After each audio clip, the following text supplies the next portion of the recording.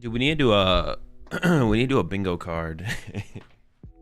One of my favorites every single major tournament is asking for deck lists before the tournament is over. That's on the bingo card. All right, good morning, chat. An early one once again. Well, for me, it's not even that early. I mean, it's 8 a.m. I had to get up a little bit extra. That's the middle square. that might be the freebie, to be honest. That might be the freebie. Bingo card for chat or for the stream? A little bit of both. A little bit of both. Rat Pack bingo card. Who's ready to see all the Dragapult decks again? There's gonna be a lot of them. There's gonna be a lot of Dragapult probably today for sure.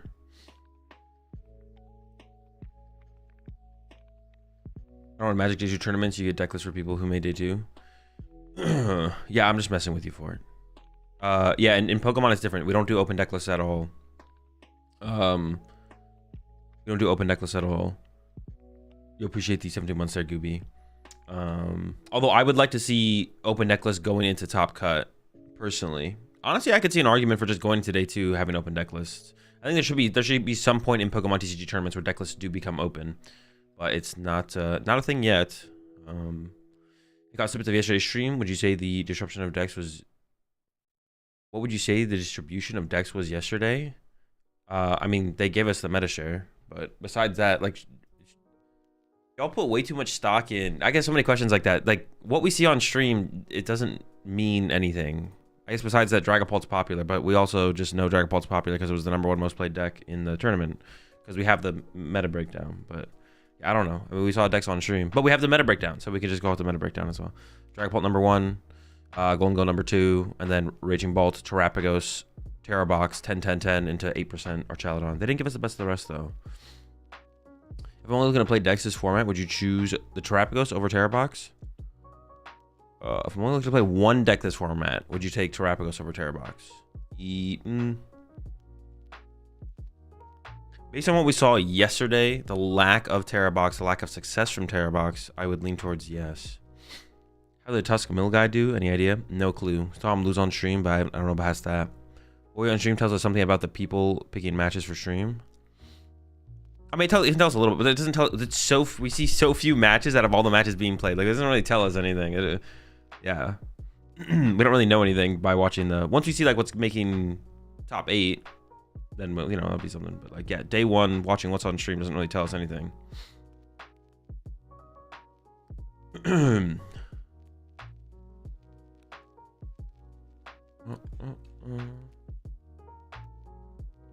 Same 2 to 3 games. The games are pretty boring to watch yesterday. There was a lot of Bedouin yesterday for sure. A lot of Dragapult, a lot of Bedouin. Will we see Terrabox on stream today? I'm gonna predict yes. I'm gonna say we're gonna see Terrabox at least once on stream today. I'm gonna predict at least one time seeing Terrabox. Hedrick about to do it again. Is he still on Dragapult? Do we know?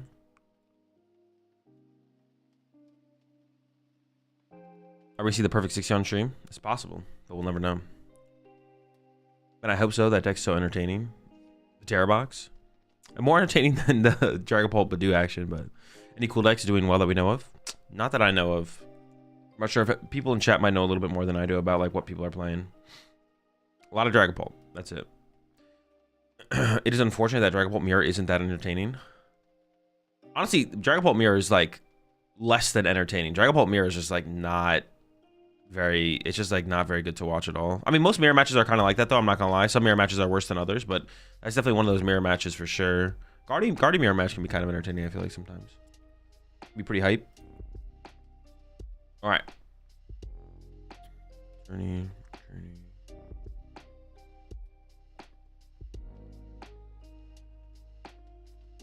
I'd say I'm a Guardian mirror match enjoyer.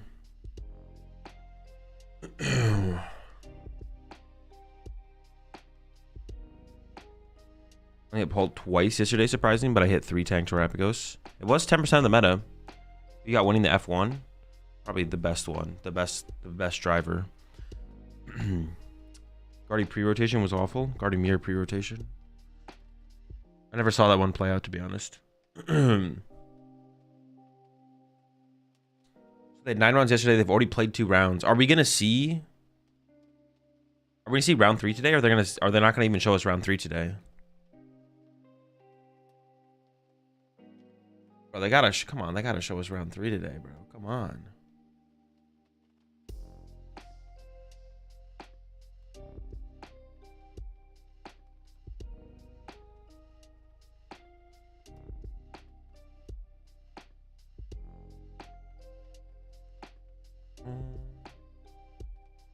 Has this thing already started?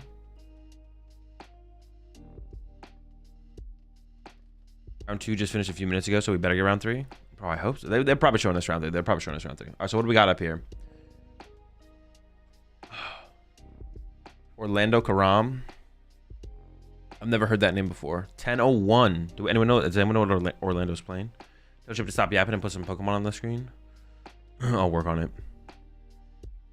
It sucks we don't get a stream for all day 2 rounds. It is unfortunate for sure. Player on at table 2. Oh, I thought you meant number 2. Table 2. Jonathan Means with the Flareon. I thought Jake Gearhart was boycotting tournaments. No, he came back after rotation. Hedrick, I assume, is on Pult. Henry Chow, we know, is on Gardevoir. I assume Aban is also on Gardevoir. Jonathan Means apparently is on Flareon. We know Ian Robb is on Dragapult, Dusknoir. Isaiah is up here with the Archaludon Poison Package. Let's go. Bodie Robinson. No idea what Bodie's playing, but my guess would be Gardevoir. Olivia, no clue. Mario, no clue. Davidson is probably Gardevoir. Grant Manley is on. Well, I'm not going to say it, I guess. Dante is Arch. Arch what? Do you know? Arch Poison Package? Do we know how to think of a Zoroark line Henry is playing? It's 2-2.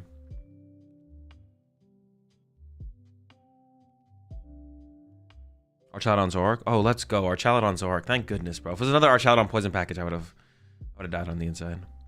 Bodhi on Dango. Played him yesterday. Okay. At least for the homies. I mean, if someone in chat knows, I'll say it. But if no one in chat knows, I'm not going to say it. Do you usually know what the crew is playing when you aren't there? Yeah, of course. Oh, they're doing a little flashback action. Any Blaze Ninja Day 2? Probably not. So whoever loses to Isaiah should retire. Yeah, Isaiah has sent a lot of people to the retirement home this weekend. Yeah, Gearhart up here on Dragapult, Dusknoir. No idea what Pat nor Jose, Dominic. I'd assume Tanner's playing Dragapult or Gardevoir. Brent is probably playing Dragapult, but I actually don't know. Bradner is playing Gardevoir Zoroark, I think. Not sure about Sebastian or Dylan. John is on Dragapult, Dusknoir.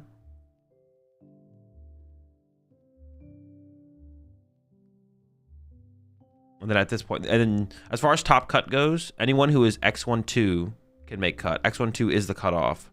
So from Danny and up, as long as the limitless calculator is reasonably accurate, all of these players can still make top cut if they win out. They have to go if you're 812, you have to go 3-0. If you're 9-2, you have to go 3-0. Yeah. Jonathan and Aban could take a loss. Henry could take a loss. Hedrick could take one more loss, and Orlando could take a loss. Basically, everyone has to go undefeated at this point to make cut from those players up. Anyone under those players cannot make cut anymore. Blitzel is no longer in contention for cut. Nope. No cut for Kowalski. What I played at Orlando? Mamoswine. No Mamoswine love? I mean, the deck's just not that powerful right now. It's just not good enough. Ian is playing Dragapult. Dusknoir. I feel like it's going to be hard to find someone playing Dragapult and no Dusknoir, to be honest. They're definitely out there. They definitely exist, but... Favorite deck so far? Mamoswine.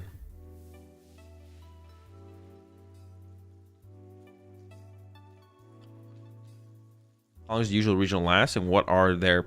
are there planned breaks? No, there are no planned breaks. The breaks are just kind of natural in between rounds. Usually it takes 20 to 30 minutes for the next round to start. So like a round is best out of 350 minutes from the start of the round to the beginning of the next round, it's usually like 75 minutes. So those are like the breaks. How long does a regional take? Day 1 usually ends around 7-8 p.m. Just depends on the size of the regional, how smoothly things run. And then day 2, the winner's usually crowned at like 5 p.m. or something like that. Bradner is still in contention, yes. So X21 can't make cut. X21 cannot make cut.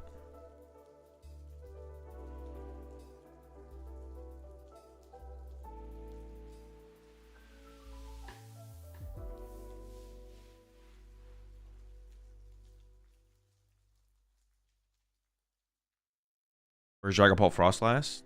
It's in the binder. If LOR Gengar was still here, Mamoswine would slam. That would definitely be a game changer if we had that Gengar. Antonucci was on Dragapult Monkey Genesect yesterday. Spicy but no day 2.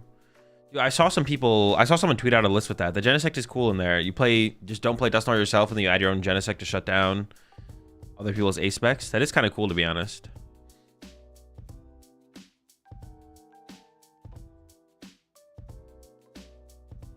Anyone running non-Noctowl Raging Bolt so far? Not that we've seen, no. But I'm not surprised by that.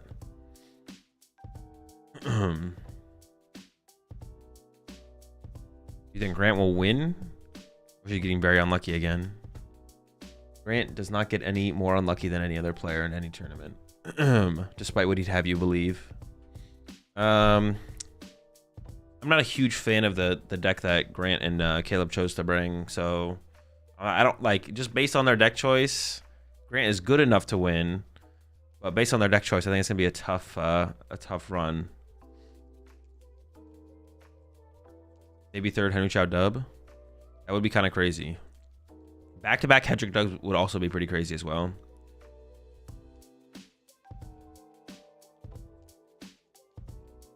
Any Frostlass gaming yesterday? No, there's no Frostlass on stream yet. Although I'm personally holding out hope. Henry's playing Gardevoir Zoroark.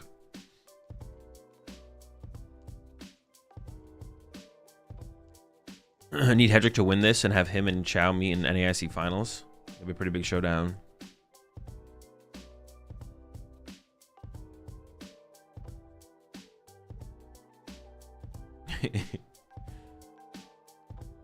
Henry plays a 2-2 Zoroark. I did see Frostlass Monkey at the top tables yesterday. All right, so there's maybe one up there. Here's the prime sub there.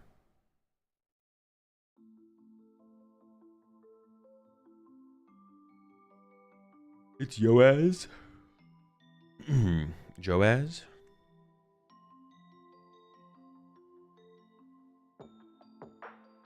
I was playing a 1-2 line. Oh, it's a 1-2 line of Zoroark? Wait, actually? I swear I saw 2 Zaruas yesterday.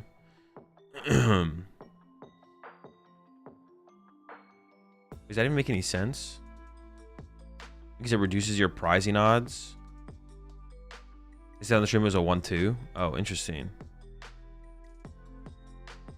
If they said on the stream it's a 1-2, I believe it. I heard 1-2 somewhere too. The 1-2 is crazy. I guess you have more access to your basics than your evolutions, so increasing the evolution count I guess makes sense first. It didn't look like yeah, okay. That's interesting. So you're never setting up 2 Zoroark. Well, you literally can't, but like he never wants to be able to. I was like, there's no way it's not 2-2. I thought I saw 2 Zaruas. But... yeah, that is interesting. Bradner had a 3-3 in his Metafy. A 3-3 Zoroark? Did they show Metashare already? Not for day 2. They have for day 1, yeah.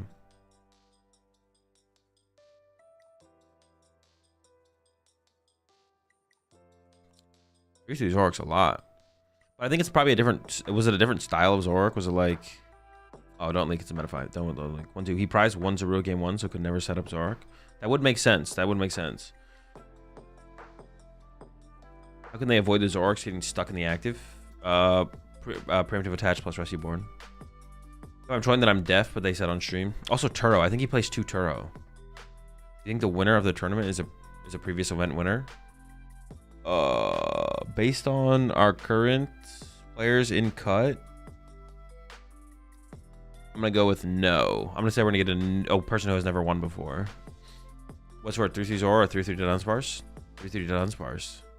The Dunsparce is just not a. It's not a card. Like it's just not a thing. Like y'all are forcing so hard with the Dunsparce thing. It's just not. You ain't it. You know. Top cut already? No, we got 2 rounds of. Actually, 3 rounds. 2 rounds of Swiss. 2 rounds of Swiss and then top cut. Like when we're watching Champions League Osaka, then it's Serlish Palkia 1-2 Palkia because you don't want to prize the basic. You mean the evolution, right? Mars hate is so forced. It's not, bro. It's just not a good card. Done as a god. You just haven't seen the light, bro.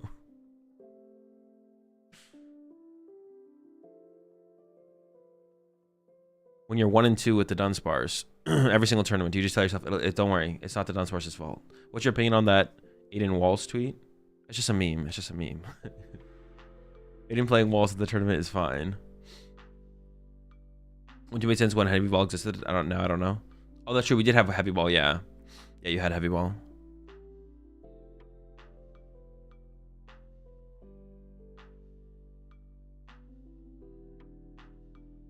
Not the Dunsparce's fault, man. All right, so we have. Someone said Olivia's playing Archaludon, right? Zork Archaludon. He didn't even play Walls, I'm pretty sure. I mean, overall, it's just a meme. It's not actually a big deal. Him actually playing Walls would be fine, and my reply or anyone else's reply is just a meme. It's Hops also. It's Hops also. Wait, how Hops? Like Hops, like Snorlax, and the Stadium, and the Cram. What is Brent playing? I'm not sure, but it's probably Dragapult. Hops, Toedscruel, and Archaludon. Oh wait, the Toedscruel is sick.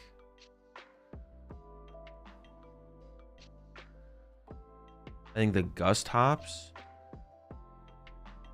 Wait, what? What Hops cards? Saying Hops makes you think it's the whole squad. You mean the double, or just the Zacian, or like? The Wooloo. Okay, just the double. Okay. Is that the? Do people call that Hops? It's just the double. Yeah. Oh, okay. Wait, the Toedscruel is actually so filthy right now. Dude, why did I not think of that? Yeah, the Toedscruel is actually just so disgustingly good right now. Why did I not think of I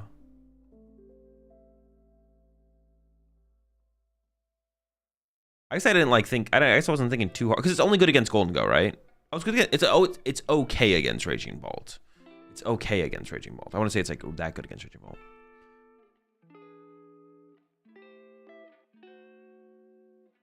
The one that prevents cards backs in the hand? Yeah, that's the Toedscruel. I guess it's against Golden Go.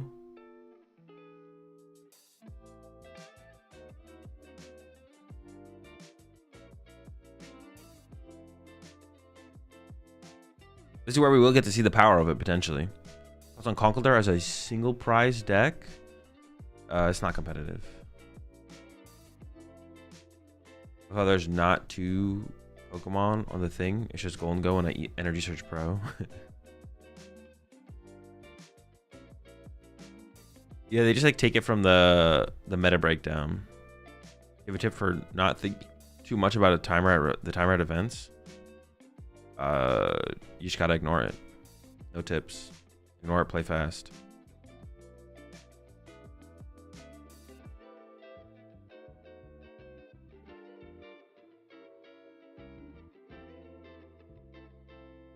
The Thorn Toedscruel is what made me stop playing my love.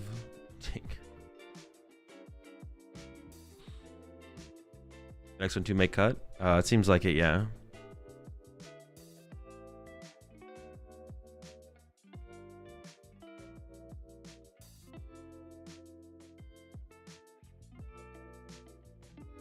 Was there someone playing for Alligator? I'm sure there is, but it hasn't made its way to stream yet. Are you gonna revisit the Excalibur deck you built the other night? Maybe. We'll see. They give you a shirt to wear if you get on stream. If you're wearing something that isn't stream appropriate, they will give you a shirt. If you're wearing something that is stream appropriate, you could still ask for a shirt if you want, or they still might even offer you one, to be honest. All right, here we go.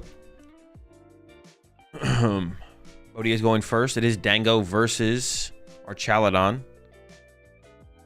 It is, dude, I was like, what is that card? We do have a Hopzation in the active here.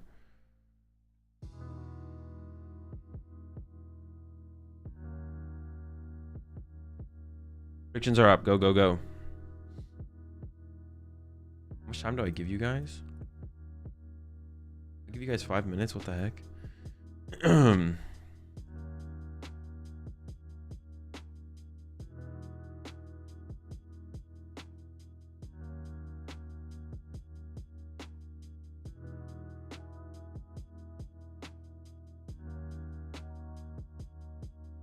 Didn't make day 2 at Atlanta. Should have played United Wings.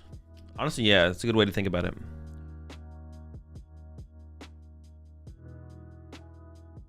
My Gardevoir lost last night. It's Henry Chow, the master, yet he failed. Yep. Anything interesting with doing well in the rounds thus far? I mean, we got Archaludon Toadscroll. All right, so Bodhi with single Ghoul and pass. Nest Ball coming in from Dante. See what they're gonna grab. Zation in the is Iron Bundle weak to? What is Iron Bundle weak to? Okay, we got a research in hand. There's 2 Archaludon EX and a Night Stretcher in the hand, but there is 2 Metal Energy as well. So getting Metal Energy in this card pile obviously is not bad. And you don't need to like rush. You actually, yeah, you don't even need a. You don't need a. I mean, you want to get the. It's weak to lightning. Okay, you don't need to rush the Toadscroll on the bench. I mean, you want to get it out as soon as possible, I guess. Honestly, this game could just be a stomp, just based on the Toadscroll. Catch is active for the initial attack here from the Zation potentially, and 7 new cards off the research. And we'll see what's found. It is Boss Nest, Ultra, Vengeful Punch. Honestly, Punch on the Zation is probably pretty decent, right? You might just, I mean, I guess, do you ever just go Punch Zation? Gonna play the Vessel as well, thin out some energy. That seems fine. Oh, does play Squawkabilly. We could see Nest Ball for Squawk here, maybe. But getting 2 energy with Vessel and then Squawking seems a little weird. That's like a lot of energy in the discard pile.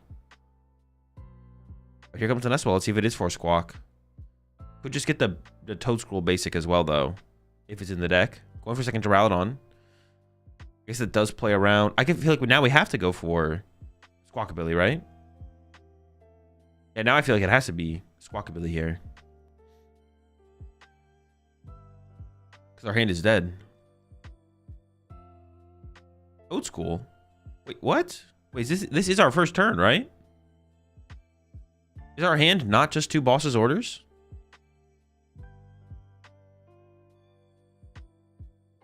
Is it, maybe there's a research? Is one of those, is that a research? I'm trolling? There's the punch. All right, pass over to Bodhi. Poffin in hand. That had to have been the top deck because we didn't play it last turn. There's the Toadscroll on the bench. So now Bodhi has to figure this out. How do I deal with this? A big question is going to be how much how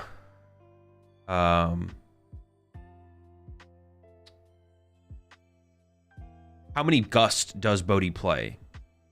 My assumption is going to be 1 counter catcher, 2 boss. I feel like that's kind of the go-to right now. That's what everyone's kind of rocking. The gimmies are in. So we could like KO Zation this turn and have enough energy left to be able to go boss KO on the next turn. There's Arvin. It could just be a slower turn from Bodhi as well. We see the Team Evo getting grabbed. And it looks like the Energy Search Pro is maybe also being considered. Or an Ultra Ball.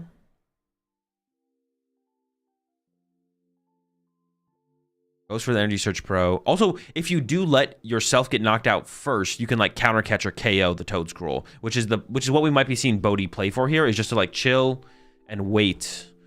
1 catcher, 2 boss, 1 bundle for Bodhi. Okay. Oh, I did. Yeah, there's the bundle in the active. So that maybe I should have thought. There's a higher chance that there's not actually, what's it called in here, because of the bundle, a second boss, but okay. Pass over to Dante. Dude, I think Dante, okay, there was an Archaludon top deck, but yeah, Dante definitely needed to go get Squawkabilly last turn.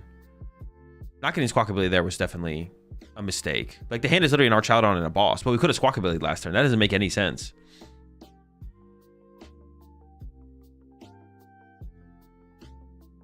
Just leaving ourselves with a dead hand. And if we didn't top deck the Archaludon right now, and Bodhi just had turn 2 knockout the Zacian, we could have just lost. There we go. There's a boss on the Golden Go. Just setting up more damage. I like this as well. Don't take a knockout. I mean, you could have taken a knockout anyways, but making sure you don't take a knockout. Because you don't want to activate the counter catcher for Bodhi. You almost want to fall behind in the prize exchange and set up the Toad Scroll. Energy Search Pro coming in from Bodhi. I do see the boss in the hand here as well. So we might see Bodhi go for that boss. I think we'll see that, right? We'll boss KO the Toad Scroll. Why not? Searching all the energy out of the deck. Also, there's a lot of damage on the field, so Monkey Dory can be activated here for a couple turns. I wonder if we'll see... Wait, why not attach to Zacian and boss KO? Attaching... Wait, what? Attach to Zacian and boss KO what? You're tripping. Alright. Force coin bonus. Boss found. If the other card in the hand wasn't a boss, we have a boss now for sure. I think there is another boss in the hand though. Jamming Tower is well in the hand. There's the medal to the active. It's got to be boss KO Toad Scroll, right? Or do you just hold the boss for next turn? Do you KO the Zacian? Oh, but then you're taking 40 to your active. That's a lot of energy in your discard pile for then the Toad Scroll to come down. I feel like it's got to be boss KO the Toad Scroll. Oh, but I guess... Oh, okay. If you can stop the Vengeful Punch, maybe this is fine. Also, Bodhi did see them just not do anything last turn. Okay, if you have the Jamming Tower here, maybe this is fine. And then you still have the boss play next turn. The problem with this play, though, is now if you get Iono'd, it could be hard to find Gust plus enough energy to ever KO the Toad Scroll off the bench. The Archaludon does make its way into play here for Dante to energy accelerate to the active. And it's just going to be a punch. No Toad Scroll set up yet. So I guess Bodhi, once again, could just recover energy 1-hit KO active here. Yeah, Dante, the huge mistake on turn 1, not going for Squawkabilly, man. That made no sense. I was hoping one of those boss's orders that I saw was actually a different supporter, but yeah, huge mistake from Dante on turn 1 to not go get a Squawkabilly, just leaving themselves with a dead hand. And they're fortunate to begin with to draw into this Archaludon. The other play that Dante could have made would have been to hold the Nest Ball and use that for Pheasantipity, but I think you just squawk there every time. And now we see Dante really is just dead drawing here. Or just playing off the top, I should say. Not exactly dead drawing, but it's literally just playing off the top at this point. Fez coming in from Bodhi. Yeah, I wouldn't hate to see Bodhi just actually go on hit KO the active this turn, as long as he has enough energy remaining to be able to go Gust KO Toad Scroll. We do see the Arven getting played here, so it is just going to be a 1-hit KO on the active. Again from Bodhi. Vessel and Team Evo getting searched out. Maybe gonna draw with Fez before using the Vessel. I assume we'd be going back in with the Vessel. I thought it was gonna get a Superior, but we probably already have those pieces in hand. Maybe he's gonna discard the Vessel. Maybe it's just a dead card here to get rid of. All right, 4 recovered. Monkey Dory could also get involved here. If we can get Monkey Dory on the bench, we can start moving damage over to the Toad Scroll. We just have 6 with that? Yeah, that's 6. That's a KO. Okay. 2 more prize cards gotten. A Superior and a Gimme Ghoul off the prize cards here. Pretty good. Over to Dante. Nest Ball top deck. Okay, once again, surviving off the top decks. I want to make sure I did see a Squawkabilly in there, but I'm almost positive I saw a Squawkabilly in the deck. There's the Fez grab. So we're not out of it yet. Iono plus Toad Scroll here could get them back in the game. It could get them back in the game here for sure. Pheasantipity found. There's the draw. Iono's got to be the big card here, though, I feel like. I mean, we have Ultra Ball. We can attack with our Archaludon. We can knock out the active, but there's no Toad Scroll. Do you ever just go get the Toad Scroll instead? Just going to go for the attack. Archaludon into play. Night Stretcher for the energy.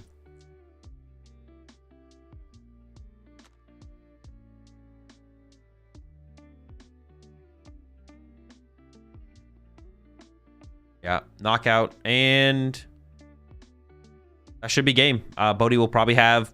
Bodhi's got a pretty big hand, pretty developed hand at this point. Got Pheasantipity to work with. I can't imagine this one's going on much longer. Super Odd Vessel and Superior in hand, so that's game on this turn. All right. I mean, this all kind of comes back to that turn 1 where Dante chose not to go with Squawkabilly and just stopped at a pretty low quality hand in terms of drawing on the turn. Could have very easily... There we go. There's a knockout. Could have very easily gotten Squawkabilly on that first turn. I'm going to make sure Squawkabilly's in the deck. I swear I saw it. Go back and make sure. S-Ball.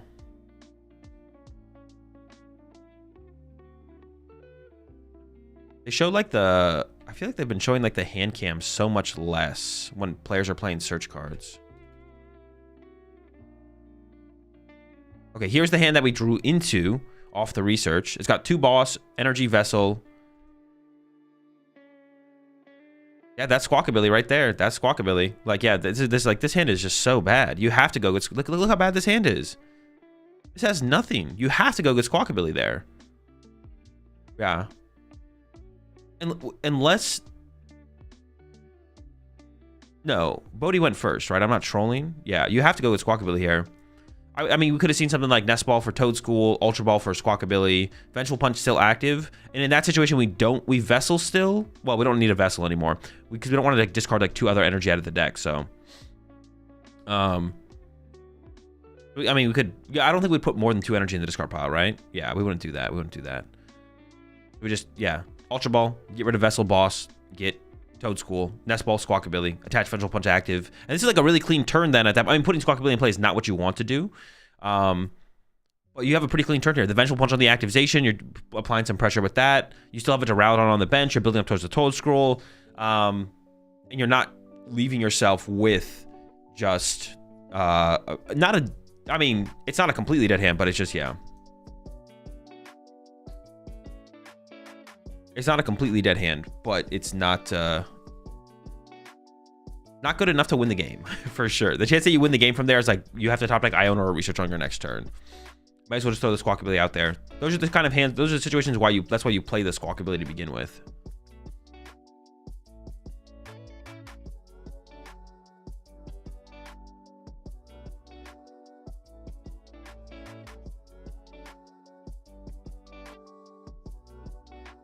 I believe there is double in there, yeah.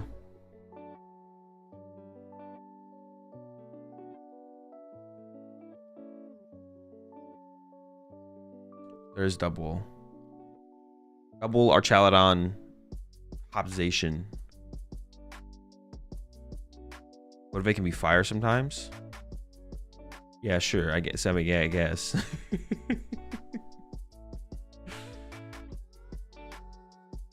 I'll tell you how, Brave Blade.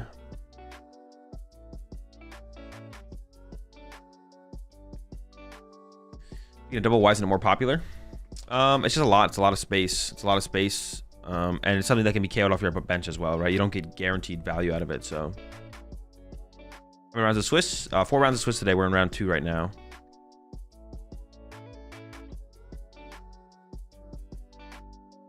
Honestly, I should have shamed Brave Blade before timing him out, but do it on the next one.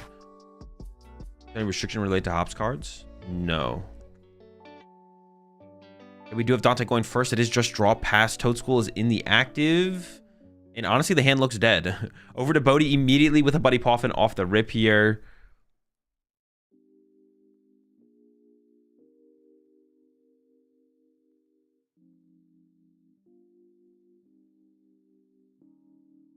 The gimmies are getting got. We'll see if there's a Team Evo to go with it all. I mean, that's what you want to do, right? Turn 1 Team Evo. Pretty good. Price checking here. Arvin, Buddy Poffin, Ultra Balls, Night Stretcher, Grass, Cypher Maniac. Nothing crazy.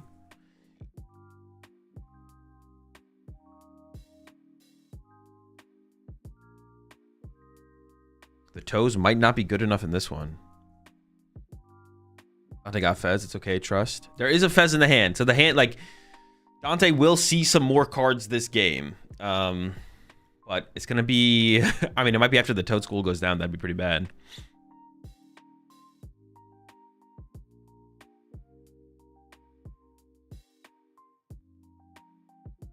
What score makes top cut? X12. Have you realized that your sub count looks like your remaining HP? Bro, I'm getting, but my HP goes up, bro. I'm getting tanky. Dude, has the TM Evo as well. It doesn't get better than this. Taking his time? Yes, he's checking his prize cards. All right, the goes are in.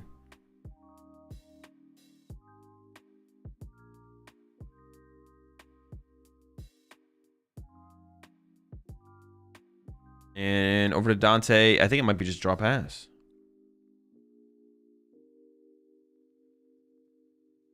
So what about the house on me moving, winning this event? Yo, what's up, Aban? I'm moving different. Are you? Did you win? What are you? 10-02? Are you guaranteed cut then? Wait, 10-02. How many rounds have they played? No, you could be 10. No, wait, you can't be 10-02. That's 12. No, you could be 10-02.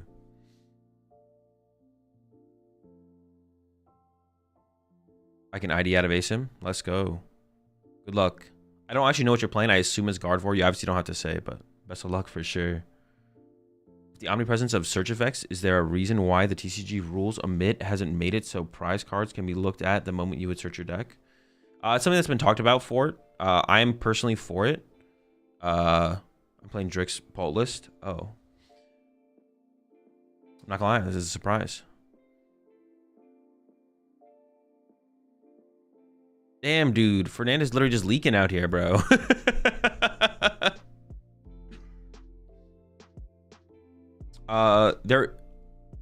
It's never been like just, we've never gotten like an official stance or statement from like the from TPCI for it. I'm personally for it. I'm for people being able to just look at their prize cards, shuffle them, and then put them back face down. And that's something that the community has had discussions about, and other people are advocates of as well. But we haven't seen.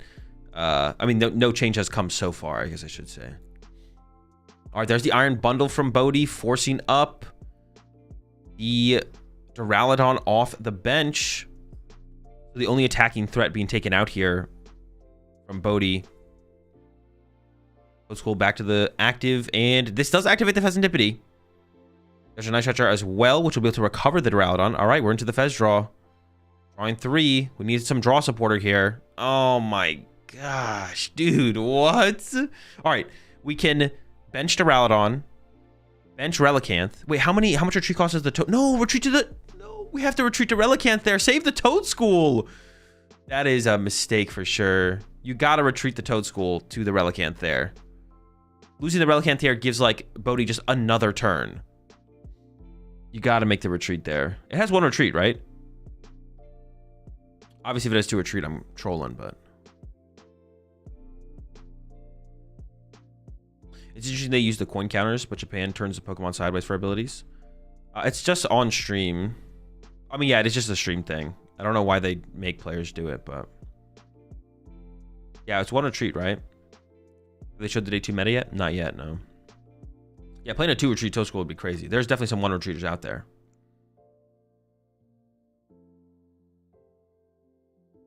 There's Ultra Ball Bodhi. Quad Golden Go, baby. Oh my gosh.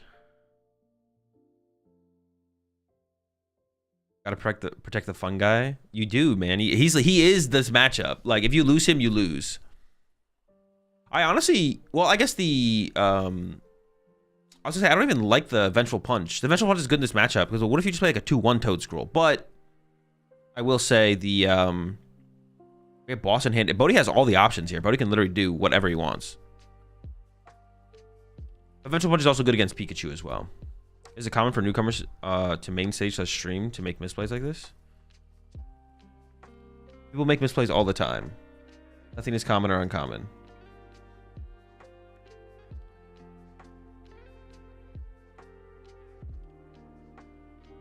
So would you say Duraludon needs more consistency cards? I wouldn't say it. I just Duraludon is Duraludon.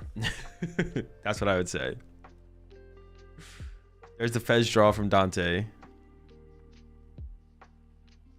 Oh, no draw supporters still. Oh my gosh. All right. And Bodhi did go for the boss on the Duraludon on the last turn. Bodhi's just like ignoring the, I mean, not taking out the thing with the Vengeful Punch. Oh no, Bodhi boss KO the Pheasantipity, excuse me. I'm sure Bodhi is keeping a way to KO the Toadscroll for when it does hit the field, though. I'm sure Bodhi's keeping around boss plus enough energy to KO the Toadscroll. It would be definitely risky for Bodhi to go too far into playing cards and then not have that option. Wooloo hits the bench. The first Wooloo we see. Archaludon to the active. And 30 damage. All right. Still, nothing really cooking over there. Yeah, all Bodhi does to have to stay safe here is just keep boss plus enough energy in hand to like boss KO Relicanth after KOing the active, which Bodhi should be able to do here. Between some superiors here should be able to make it happen. They're playing post rotation.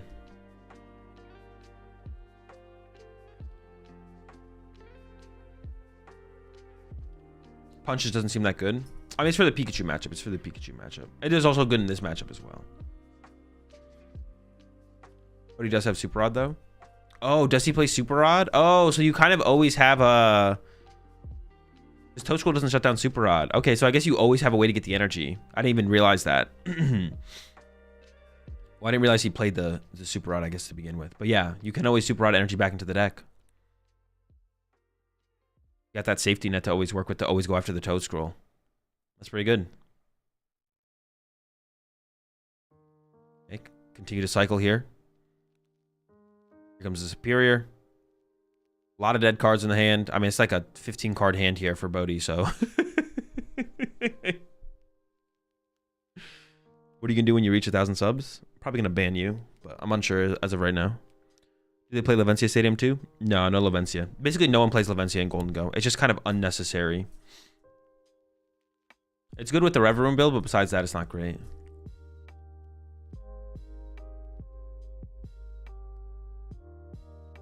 All right, there we go. Down to one prize card remaining for Bodhi. Has Super Rod, has a boss left. Plenty of one prize options on the bench. Top deck here from Dante. It is an Arvin, I want to say, but I can't tell for sure. As the double in the hand, here comes the draw with the... You need an Iono here. You need to go like Iono plus Toadscroll. It's like the only win condition here for Dante. The only potential for a comeback. And even then, it's not looking good.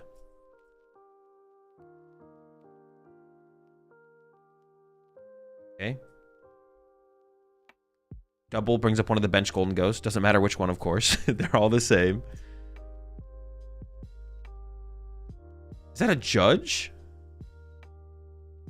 I think that's a judge. No, it's a research. I don't like this. You have to Iono here.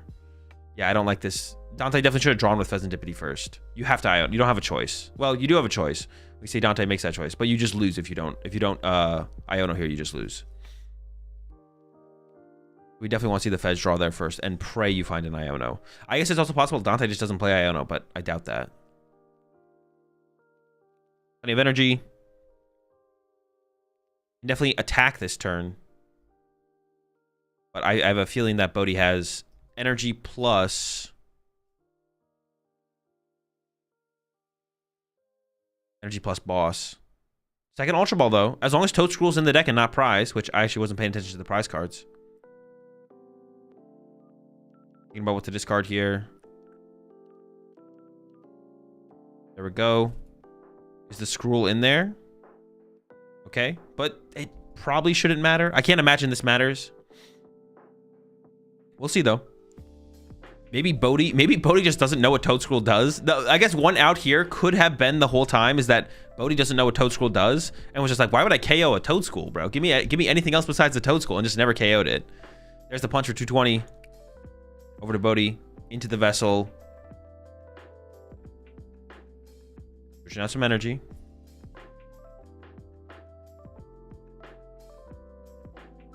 The comeback is possible if Iono is found. And maybe even chained Ionos happens. Bodhi's got a really big hand right now, but if we Iono once and then Bodhi uses all the Golden Ghosts, can't put the combo together. And Dante Ionos again, still can't put the combo together. Like, if you just keep repeating that process of Iono spamming and like Bodhi draws one card but not both cards, like not enough energy but draws the boss, or doesn't draw the boss but draws enough energy. There's a switch though. More for Golden Go, off Golden Go. There's the Monkey Dory. Another one and another one. There's the boss. Boss, and then there's the 2 energy. Goodbye, Relicanth, and that's the match. Yeah, unfortunate to see the I don't know, effective dead drawing there. I mean, he had the Pheasantipity with Dante here in game 2, but literally drew nothing off the Fez. Just sitting there, cycling the top decks with Fez. But you know, I mean, this game was pretty bad from Dante, right? In terms of draw, not play. But there's not that much Dante could have done. But that's not the whole story. Game 1, and listen, if Dante wins game 1 and then still draws that badly in game 2, we get a game 3 here if Dante just uses Squawkabilly in game 1 here. But Dante plays out the turn, gets down double Duraludon, and one of these Duraludons could just be a Squawkabilly, and Dante's dead hand could have been +6 new cards. So we see game 2. This is what I love about best out of 3 in Pokemon. This is what I love about like the depth of the game as well. Like you watch game 2 and it's like, oh, that kind of sucks. Dante just kind of dead drew. But it's like, that's not the whole story here. We go back, we look at game 1, and it's like Dante definitely could have won this game. Dante could have won this game. If Dante just gets Squawkabilly instead of one of these Duraludons, sees 6 fresh cards on this first turn, plays the game, and is be able to play it the way they want to, gets the Toad Scroll online, gets to use the doubles, like Dante could have walked away with game 1 here. Even if you draw bad in game 2, we still get a game 3, right? You put yourself in a spot to have a game 3 to actually potentially win the set. So seeing the end of that game 2 doesn't really tell the full story. So was Wise Vengeful Punch being played and stuff? It's an answer for Pikachu. Pikachu knocks you out. It takes damage. It effectively gets through the ability. Graveblade would have squawked here. Nah, no shot.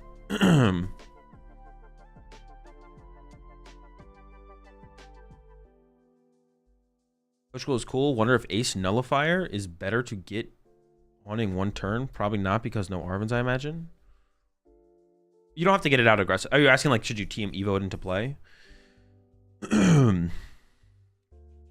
wouldn't be like a bad thing to do, but it's not necessary. Especially if you're, yeah, if you can find the Toad School turn 1. Genesect, I think. Oh, is that Genesect's ability? Oh. Is better to get on in 1 turn. I mean, they're just 2 different cards that do 2 different things. Like, yeah, they're just 2 different cards that do different things. It's not just, oh, play a disruption block card from your bench. It's like, unless you're talking about playing it alongside it. I mean, you could. Yeah, but they're 2 cards that do 2 different things, and you would play them for different reasons. You could play both, and it's potentially correct to play Genesect over the other one in situations, but game 1, I think you could have ultraed for a Toad. Out active with Duraludon Hammer in. Looked better than what they did.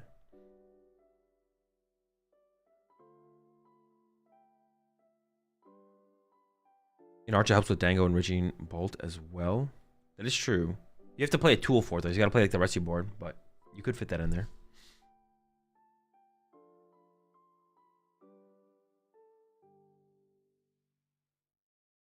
Wait, does Genesect shut down your opponent's A-Spec or all A-Specs? Hazel, after the Dango streams, what's your favorite way to play it? Zoroark, I think. But there's another build I want to try that doesn't play any partner. I want to see how that feels.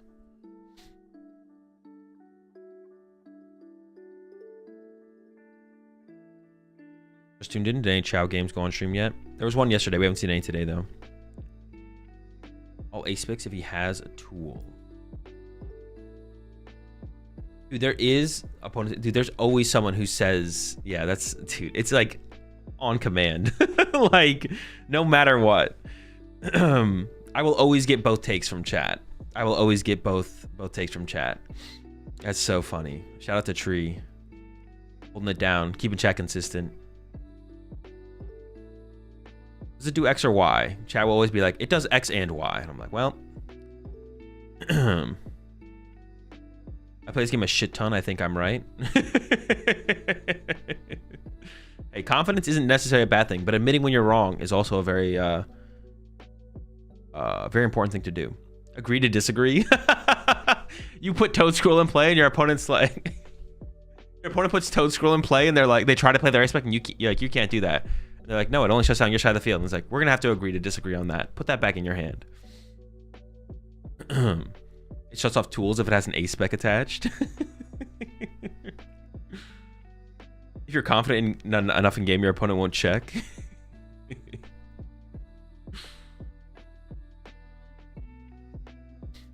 All right, let's go to the interview.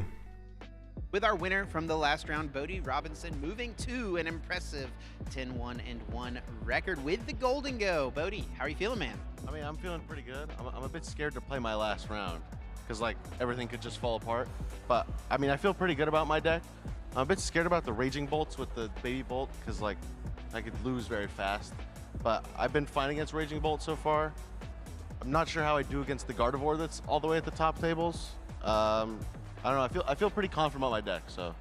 Yeah, definitely. I mean, that's an important factor whenever you're getting this deep in a tournament. You'd hope you'd be feeling comfortable and confident at this point. And there's still tons of different things out there at the top tables. Well, talk to us about that game. Obviously, you know, things didn't seem like it went super well for your opponent, but in general, against Archaludon, what are some of your like game plans? How do you kind of approach that matchup? Well, I'm against normal Arch. I feel pretty good at like, they can't really win. They have to draw like triple black belt, which is not reasonable.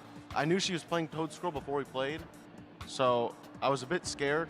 I mean, she didn't set up at all, so it didn't really matter.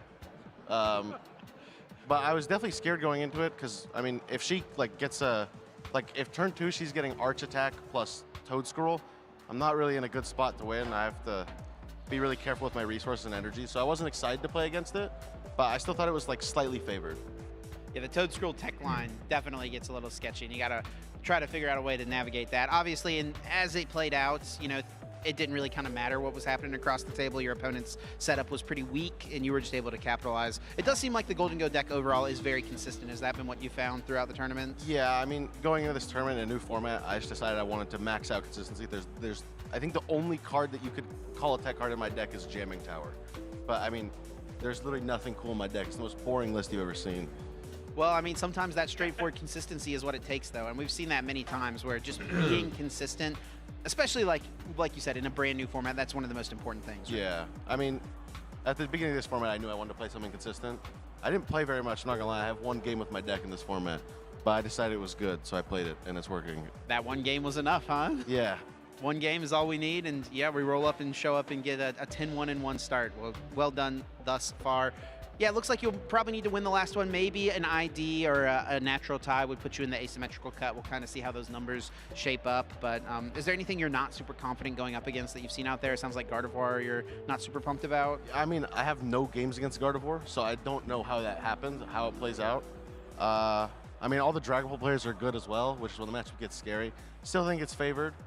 But I mean, apart from that, I feel pretty good about my deck. Coin bonus. Coin bonus, simple enough.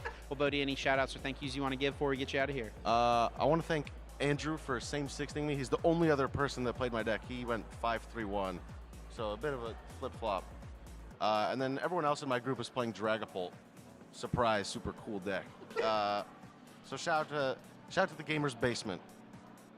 There we go. Appreciate your time, Bodie. Good luck in the last round, and hopefully we'll see more from you in Top Cut. Thank you very much. Let's get back to the desk. Dude, that was such a good interview. Dude, that was so funny. Dude, Bodie's hilarious, bro. Top. Or 10 out of 10 interview for sure. 10 out of 10 interview.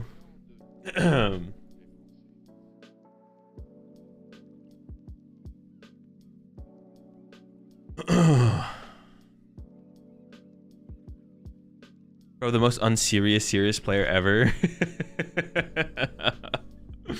Excellent interview for sure. Shout out to Bodie. Bro's literally just a chill guy.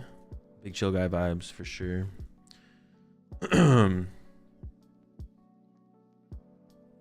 Bodie was, for anyone who's not familiar with Bodie, Bodie was like the best senior division player or second best senior division player in his last season. How many years has he been in Masters? Hasn't been that long. He's got a top 8 or 2 in Masters so far. He's still kind of looking for his first dub though. Very good player in the seniors division though. This is his second year. Okay. I don't know how his last year of seniors went, but he was like there was definitely some seasons in there in seniors. I think where Bodie was maybe it was juniors that I'm thinking of, where Bodie was like running juniors. He like literally was winning everything. I think he has some good seniors here as well, but yeah, very good player.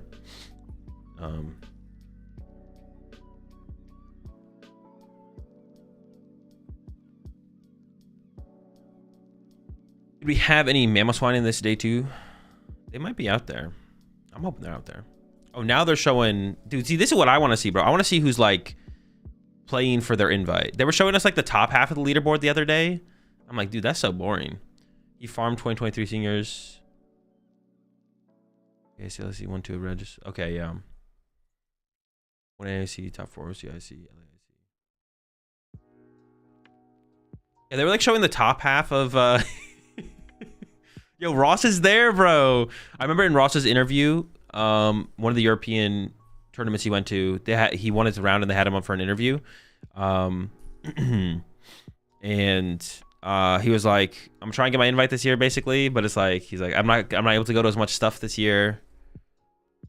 Able to go to some of these European events instead of some of the American ones. He's like, I'm gonna try and get my invite this year, but we'll see what happens, basically, is what he said. He's right there, the 135. I believe in Ross. I think Ross, yeah, with NIIC left, Ross will be able to get his invite for sure. I don't know how many more regionals he plans to go to. I don't know if he's at this one either, but did they fix the camera colors yet? Did Chip read our text? Chip did receive my text, confirmation of that. But I don't know. It does look a little better. I want to say it looks a little better, but it's still not great, to be honest. It's still not great. It's still not great.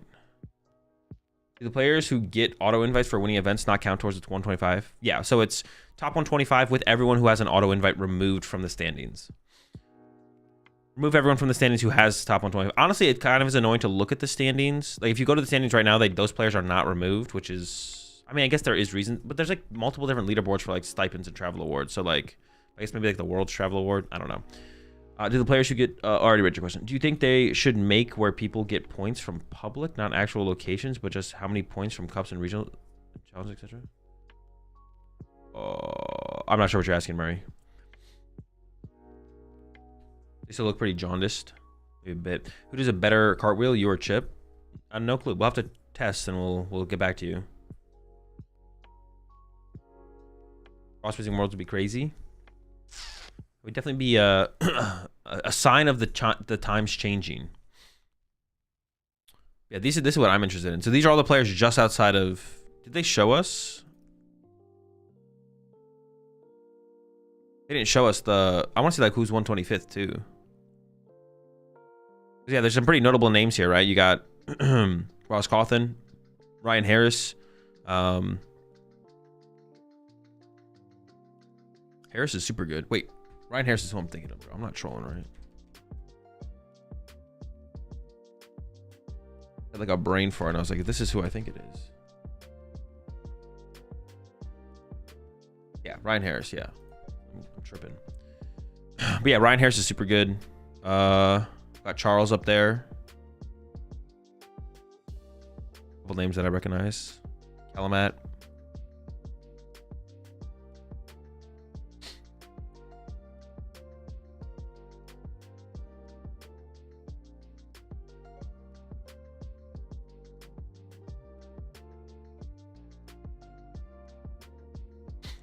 Yo, what's up, Nick? What's the first round? We just got finished with round 2 or round 3. They didn't stream round 1 or 2, so we're going to the last round to listen to this next one. Is your day 2 conversions by deck type yet? No, they don't always show that. They only show that for the first time at the last European event. They might not show that here. Yeah, they might not show that here. We'll see.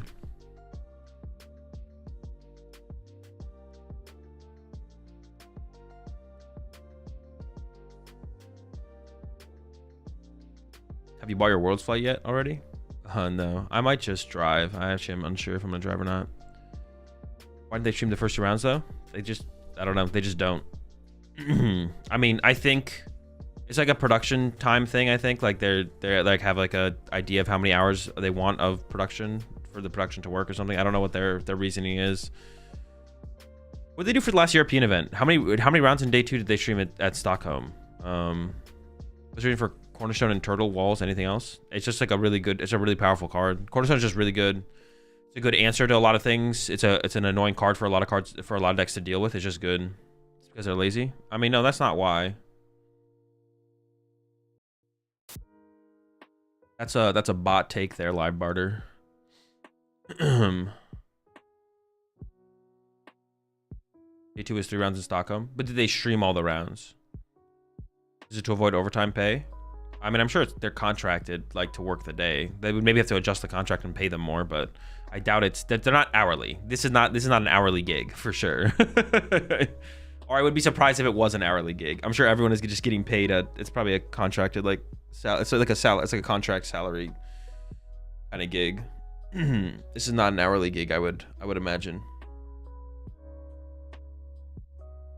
It could be for some of the workers, I guess, but I don't know exactly how all these things work.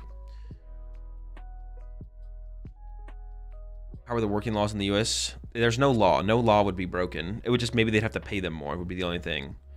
Yeah, there's no laws being broken. They could definitely do it. The question would just be if they want to. Do the casters have a union? No clue.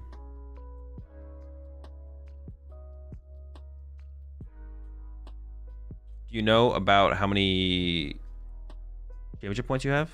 No. We'll to assume America has labor laws. I mean, you can always pay people more though, right? It's not like a question of like whether or not they could have people work longer hours, right? It's just like how much you'd have to pay them, right? Isn't that what it comes down to? Yo, that's me. Let's go. That's right. I already have my invite, bitch.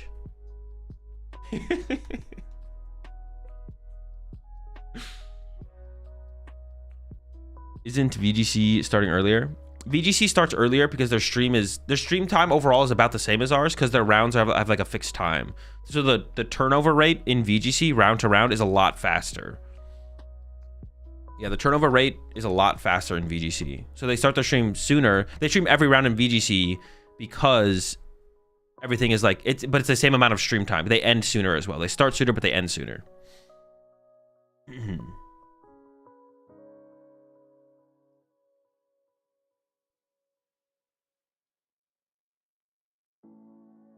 Doesn't Henry have 2? They better show it twice.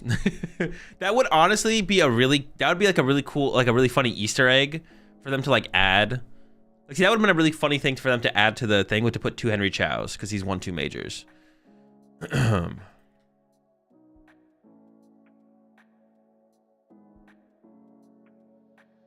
lucky, man. Just never lucky.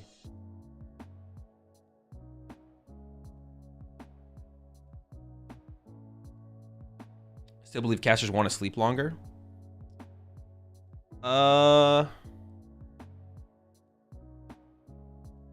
Sure. They can make it work. I mean, they can make it work.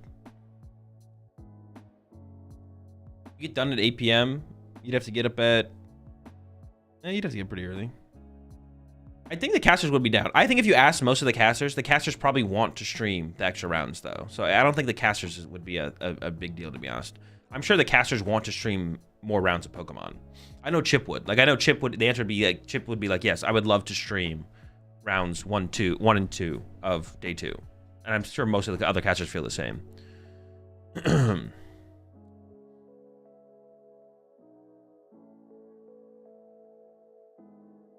So what is your meal before an event? Oh, it depends what's available. Why do they show casters too much? What else are they going to do? What do you want to see, D's? Round hasn't started. There's no gameplay to see. So it's either casters or nothing. Like, what do you mean? Why do you type so much stupid things? I'm joking. Where's the match? What do you mean? When it starts, they're in between rounds. The last match ended. Why, dude? What? Dude, where's the mute button? Hold up.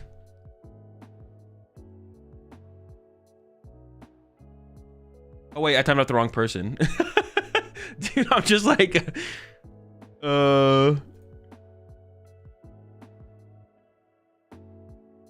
friendly fire. Yeah, my bad.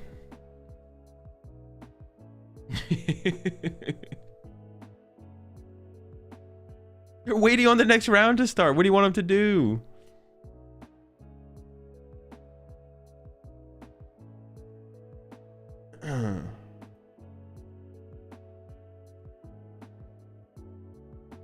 Now listen, we've had this discussion before. It would be cool if they had like a second match going on that they could show more gameplay with, but they don't. They don't have more gameplays. They have one match. They show one match each round. The round ended. They're waiting for the next round. The casters are on here to fill the air. They got to do something. Got to fill the time. Get the casters on there. They got some videos that they sometimes show in between rounds.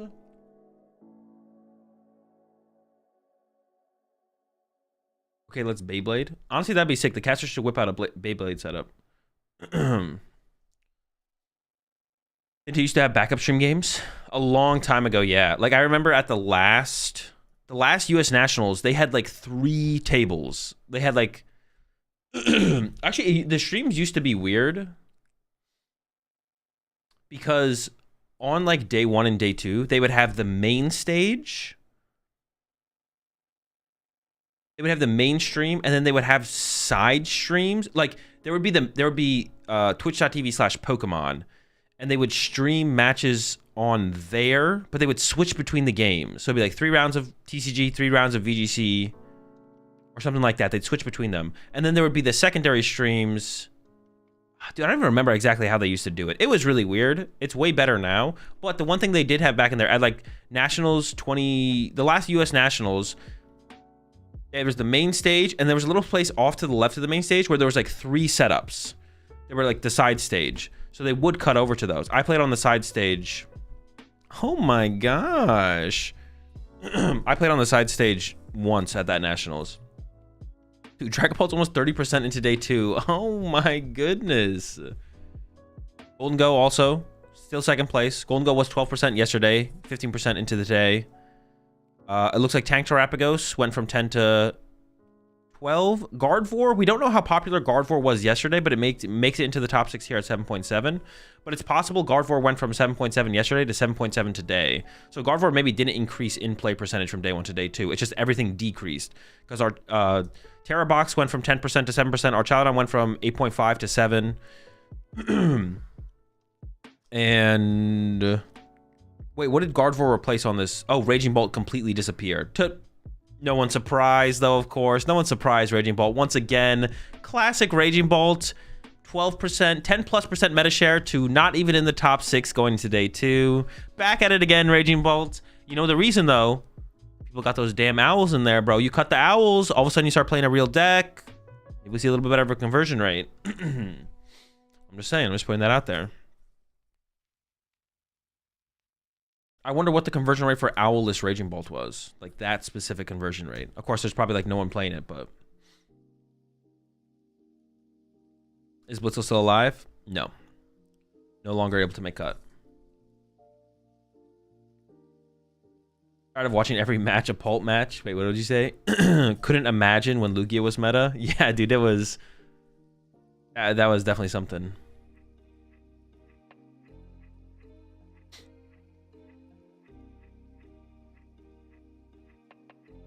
There's a little Chip on the podcast said that Bolt is a sleeper pick. Dude, Chip's always picking Bolt as a sleeper pick, bro. He's obsessed.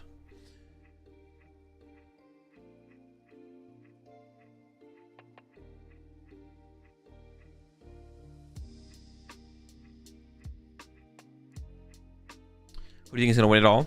Well, let's take a look at where we're currently at in the tournament, and we'll figure it out from there. So they have the round 12 reported. So there's one more round of Swiss here coming up. Hedrick guaranteed cut. Dude, get this. Honestly, I'm just going to predict Hedrick. Playing a good deck. Best player. Honestly, you could definitely argue the top 2 players in the tournament at this tournament. Off the top of my head is probably like Hedrick, Henry. And it looks like both of them are almost going to be making cut. Like the two best players in the tournament are probably Hedrick and Henry. And then third to them, I don't know, I don't have the full list of names in front of me, but honestly third to them might be Bradner. So it's like Hedrick, Henry, Bradner. Oh, Brent. Oh yeah, Brent's here as well. Brent did fall off now at this point. Oh my, 9-3. Brent's up there as well. That's like a top 5, right? Hedrick, Henry, Bradner, Brent. I don't know who my 5th would be for top 5 at the tournament, but I mean, you got 2 of them up here in cut. Yeah, I'm gonna predict Hedrick to get the dub. I think Hedrick is probably the best player, best North American player. I don't know if I call him best player in the game, but Ian. Yeah, I give it to Ian. I'm down for Ian to be number 5 there. That's fine. I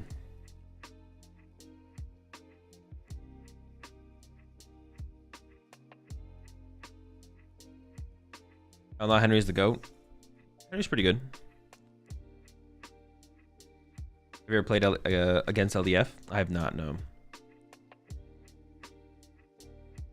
How doesn't trump Hedrick with 2 regional wins?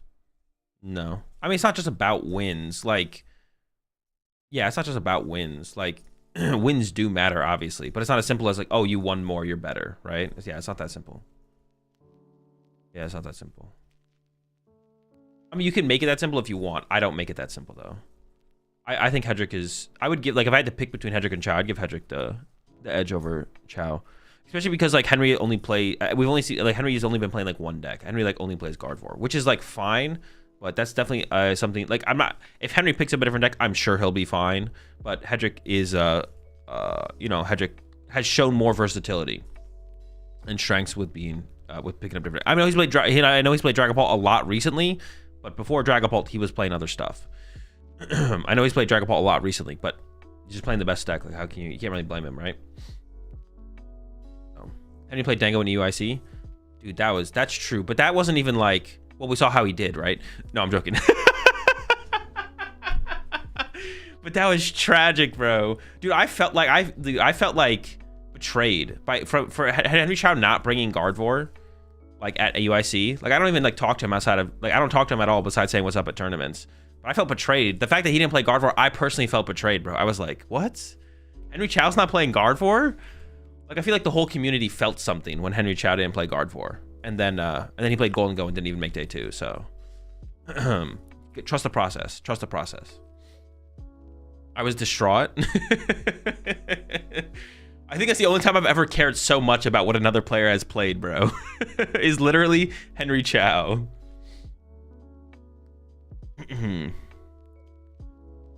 Not playing Gardevoir.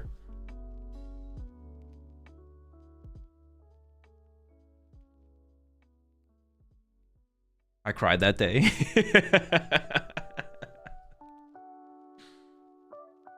That's what Blitzel did to us this tournament. Honestly, true. Honestly, you're kind of spitting.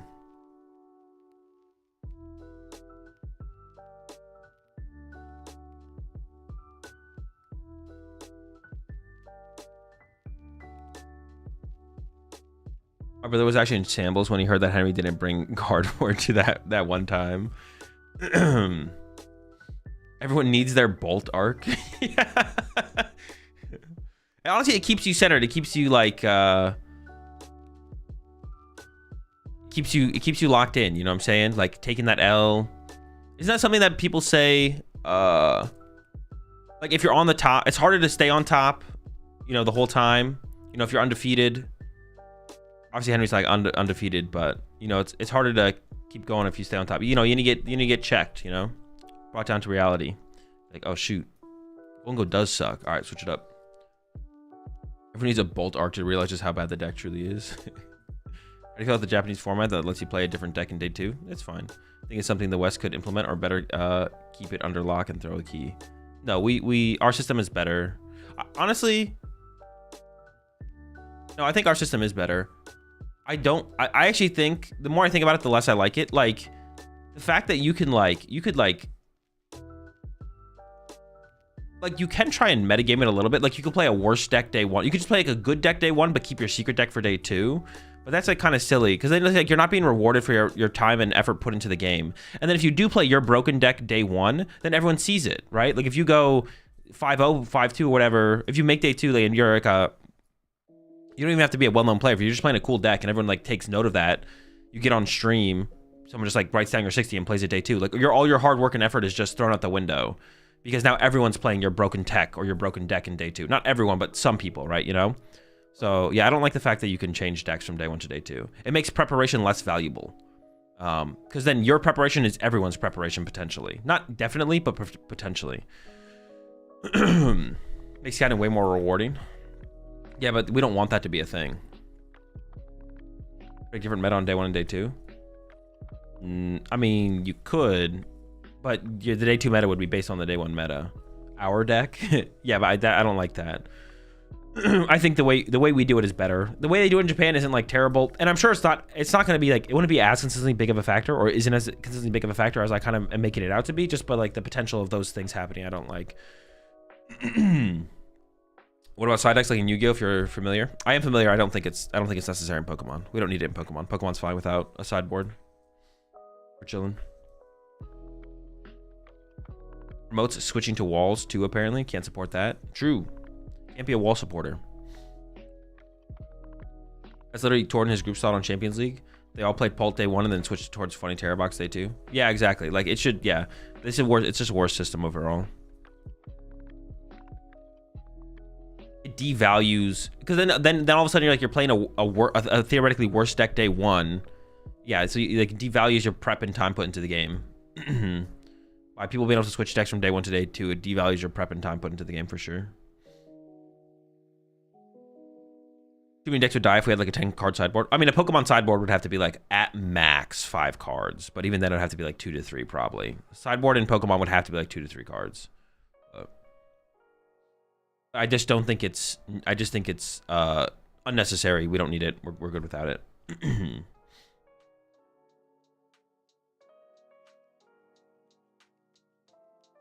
Because like I feel like a lot of people will be able to relate to this too. Is like when you play a good tech card for a good meta, it feels super rewarding to include it in your deck. It doesn't feel like it's a dead card. And then when you make a tech choice that was a bad meta call, you feel it. You're like, man, I keep drawing into this stupid Psyduck, but obviously no one's gonna play Dusknoir. Why did I play this thing, right? Like, and even then, you can go a little bit further. Even if you play a tech card and you never use it because you don't hit the matchup, if you look at the meta percentage, you're like, oh, well, this deck was 20% of the meta that I wanted the tech for. I just didn't hit them. I still made the correct call, right? To include this tech card. If you're going to Monterey Regional, which deck would you bring? Quad Pikachu EX. Giratina Darkrai. I would steal Pram's Pocket deck and I'd play that.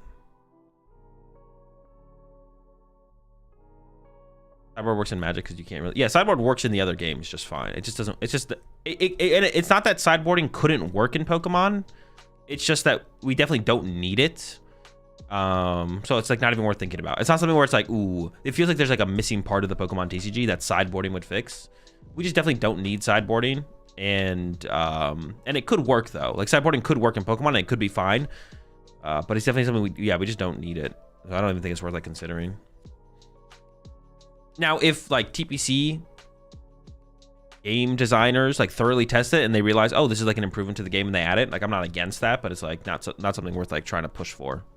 What is sideboarding? In Magic and Yu-Gi-Oh, you have a side deck. So you have your main deck of 60 cards or 40 cards or whatever. And you can play more than 60 and 40 in Yu-Gi-Oh and Magic, but most people just play the minimum, which is 60 and 40. And then you have like a sideboard of like 15 cards or 10 cards or whatever. And going into game 1, you have to use your base list. But game 2 and game 3, you can change cards from your deck. So I think the sideboard in Magic is 15 cards, right? So you could literally change 15 cards in your deck going to game 2 in Magic. And then game 3, you could also change them back. Like, but game 1, you have to play like your base list, and then sideboarding from there, you can switch it up game 2 and game 3. They just turned off the lights going today too, bro. I swear, they just turned off the lights going today too.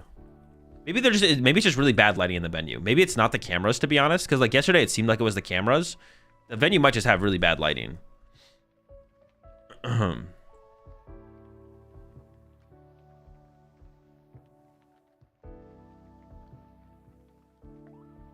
forget in Magic and Yu-Gi-Oh, do you have to announce how many cards you're swapping? I don't think so. One of the coolest things to me about sideboarding in Magic is I watched a stream once where like, I don't know why I thought this was so cool, but like the player like picked up his sideboard and shuffled it into his deck and then just picked out 15 cards. Like then he looked through his deck and picked out 15 cards. I was like, oh wait, that's like so cool. I don't know why. I was like super impressed by that. I was like, that's just sick. That method of sideboarding, I was like, oh, that's sick. I just thought that was sick. Yeah, you have to keep the deck size the same. So he shuffled his 15 card sideboard into his deck and then took 15 cards out.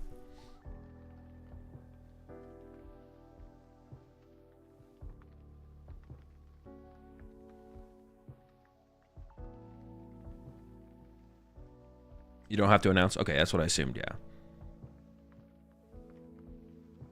You could shuffle your sideboard into your deck and then take all the sideboard cards out.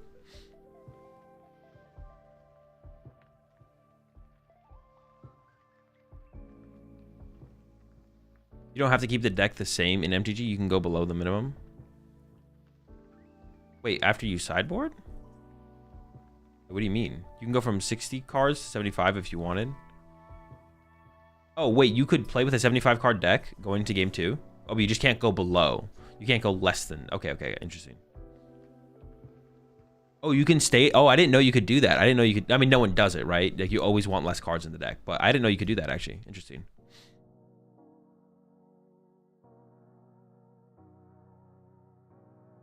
Wait, and I assume... Wait, can you take lands out of your deck when you sideboard, or no? Oh, you can, right? You see the primes up there. Poggy? Yes? Interesting. Interesting.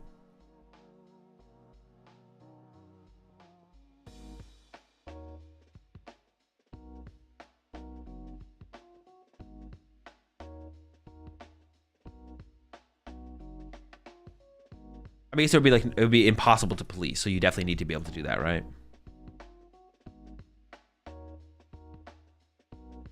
You can side out lands, but it's very rare.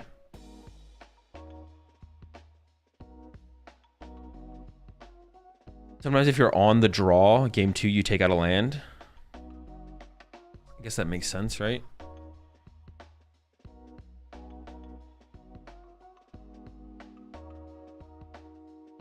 Sometimes on the draw, you can shave a land. Interesting. Main greetings from Czech. Tell me, what do you think about Saraledge Iron Hands with Secret Box? Does not seem very good, I'm not gonna lie. Sometimes your sideboard are even lands. Bro, imagine, can we ever just make it 15 land sideboard? You go to a Magic Regional someday like Ian? Probably not. It's 31-point ASIM.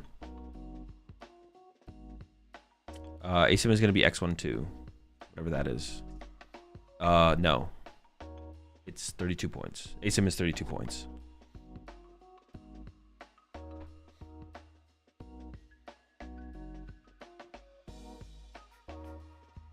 You have 13 rounds, right?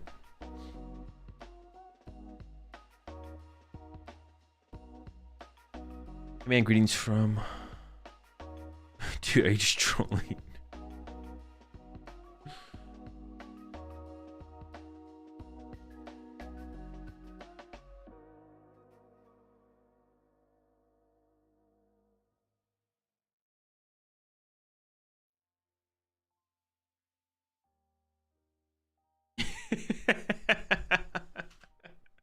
The perfect 60 isn't real. Badoo is bad for the game. What are you playing next format? What are you playing when Badoo rotates?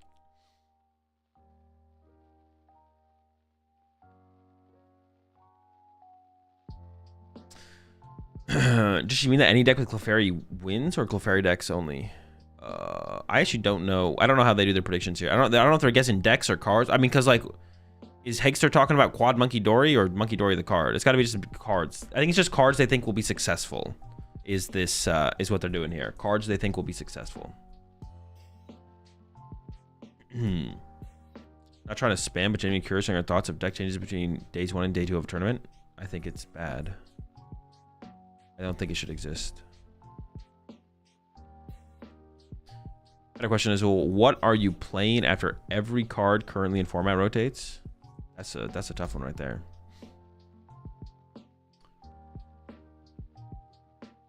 Ours will be successful, yet nobody picked Badoo. I know, what the heck? Badoo is probably going to be the most popular attack in the tournament. You ever think we'd ever get another format with ability and item lock again? I don't know. I don't think about what ifs.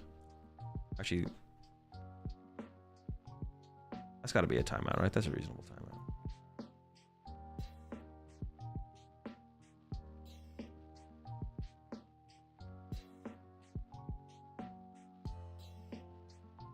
The prime there. NB Rop. Welcome to the pack. So what do you think about what ifs? Pretty mid.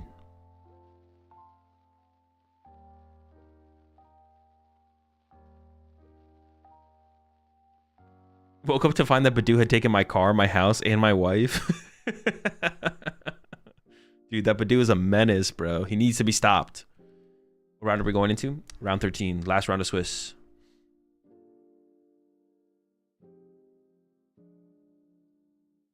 Any day 2 decks that surprise you?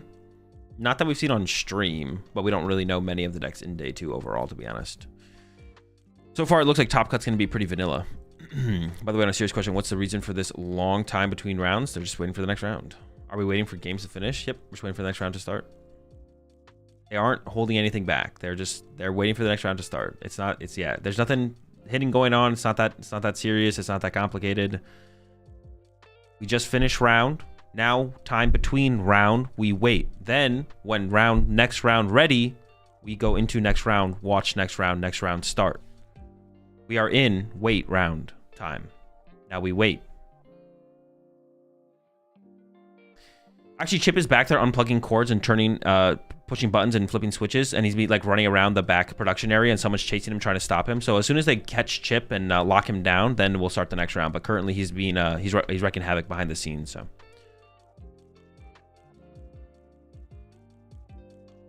All right, so we got some winning ins here. Tanner, Jake on the winning in, Bradner on the winning in, Sebastian, Dylan. Everyone on this is on the winning in. Aban, Hedrick is guaranteed cut. Aban is guaranteed cut. Orlando and Bodie can ID into cut, I believe. Don't quote me on that. And then Henry to Jones there have to win to make cut.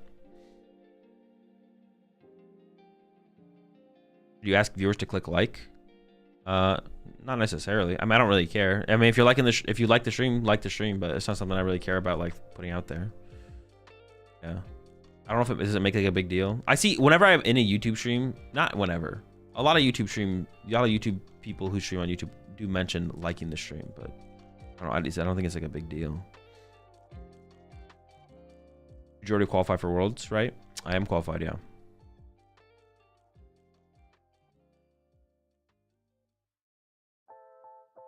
What do you think is Pult's worst matchup? I'm pretty new, so excuse the stupid question. No, I'm actually just going to ban you. That is a ridiculously dumb question. Pult's worst matchup? Dude, I don't even know. It doesn't really have bad matchups. Like, Pult is just... That's why it's the best deck. That's why it's the most popular deck. That's why it's the most successful deck. I want to say Gardevoir's unfavored. I want to say but it's not, like, hella unfavored. Like, Gardevoir is... Let's say... We'll go with that. Gardevoir's unfavored, but it's not, like, really, really bad. It's like, okay. It's a tough one, but we can win. 60-40 favored for Guardy. Or Clefairy with Pearls. That could be tough. But I don't even know. Even then, is that bad? Pult's worst matchup is Pult going second. Wait, just against a different... Like the Pult Mirror going second? What is the best counter to Golden Go? Honestly, I don't even know. Some kind of one prize deck, probably. That can one hit, like some kind of fire one prize deck. Dude, it's the fucking Chi-Yu that Blitzel used against me on stream the other day. That's what Golden Go's worst matchup is.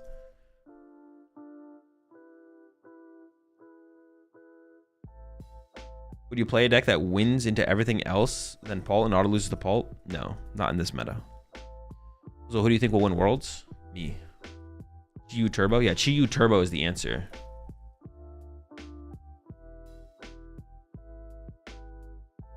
I think Clefairy with Charms would be tougher than Pearls. I don't know if that's... you might be spitting. Honestly, just any tool. Just put a tool on the Clefairy, and the Clefairy is just really annoying. Got Jonathan versus Jose here. Or Sebastian versus Isaiah. It might be a mirror match. If it's a Guardy mirror, I understand them not putting that matchup on. I don't know what Sebastian's playing. I know Bradner's playing Gardevoir, though.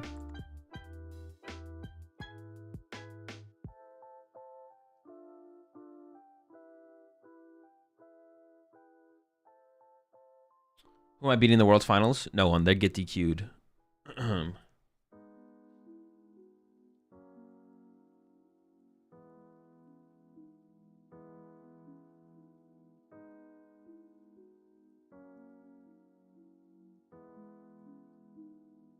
Jonathan on EVs? Ooh, okay, let's go. The EVs. Dude, I was... Dude, Caleb and Grant were getting bopped by the Evolution deck at this tournament, bro.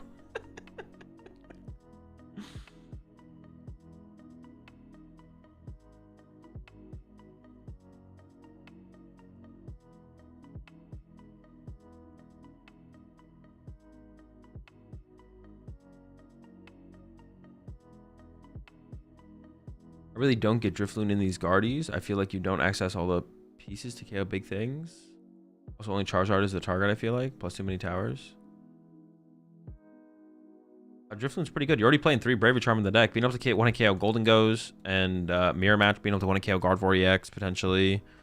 Yeah, there's a decent amount of big Pokemon in the format. And you're already playing like 3 Bravery Charm. Like, I understand maybe not playing the Drifloon, but including a Drifloon shouldn't be a wild... shouldn't seem that wild at all, I don't think. Is the drops anywhere active? Not for me. I'll have my drops active again on Tuesday. Appreciate the prime sub there, Dapper. Actually, will I? I think it ends on the 23rd. Oh yeah, there's 10 days left. Are you streaming all 4 matches? Are they streaming all 4 matches? No. No, I wish. They're just streaming the top match. This is the final round of Swiss. We're not in top cut yet, if that's what you think. If that's what you think, yeah. Appreciate 2 months there, Ramen Rebound. Do you ever want to save your second Artisan to bump a jamming tower? Potentially. I mean, in what deck though? I mean, are you talking about Gardevoir? In Gardevoir, you just should try and not play an Artisan at all. You just shouldn't put an Artisan in play unless you have to. Because you want to keep it for jam. Well, it depends what matchup you're up against. It depends if you think they play Jamming Tower. But if you're up against Golden Go or Dragapult, like those are the top 2 decks that play Jamming Tower, I think. I guess Raging Ball plays it as well. But yeah, if you can just avoid putting it in play at all, that's what you want to do. You just don't even put it in play. If you need to put it in play to play the game, you should put it in play. But it's like yeah. Otherwise, you just save them. Like don't discard them with your Vessels and Ultra Balls and stuff like that. Try and keep them. Hold them in hand. Save them for later. You think Steven's Metagross has the potential? I do. Very powerful ability. What deck would you have played if you went to Atlanta? Steven's Metagross. The question confusing me. Keep it as opposed to discarding it. Oh, well, discarding it or putting it in play. Like, if you put it in play, you don't have it to bump a stadium later. Yeah, try and save them to bump stuff, but... as far as I'm aware, no one actually dislikes him. Wait, dislikes who?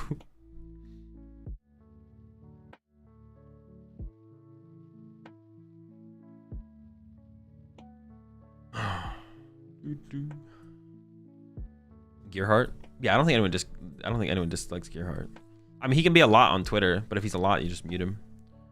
I think Jake knows. I don't think Jake would get offended at someone muting him on Twitter. I don't think anyone dislikes Jake. It's hard to dislike someone as passionate as, like, how can you dislike someone for being passionate, bro? Like, it's just straight passion, bro. Whether it be passion for the Pokemon TCG or like game design in general, like Jake is just passionate, man. If he's too much for you, just mute him. Why do you think Raging Bolt dropped the ball again? The deck's just not very good. People are still playing Noctowls. Listen, all right, here's what's gonna happen. Y'all are gonna sit there with your fucking Noctowls and your Raging Bolt decks until Portland. Portland's gonna come around. I'm gonna show up with no Noctowl Raging Bolt, destroy the tournament 9-0 day 1. Actually, they probably won't be 9-0. It's 8-0 day 1. I'm gonna go 12. Well, it could be a 3-round. I'm gonna go 12-0 into top cut. Not drop a single game. Win the tournament. I think I'll be like, oh, maybe Noctowl was not that great. Yeah, no shit. I've been telling you that.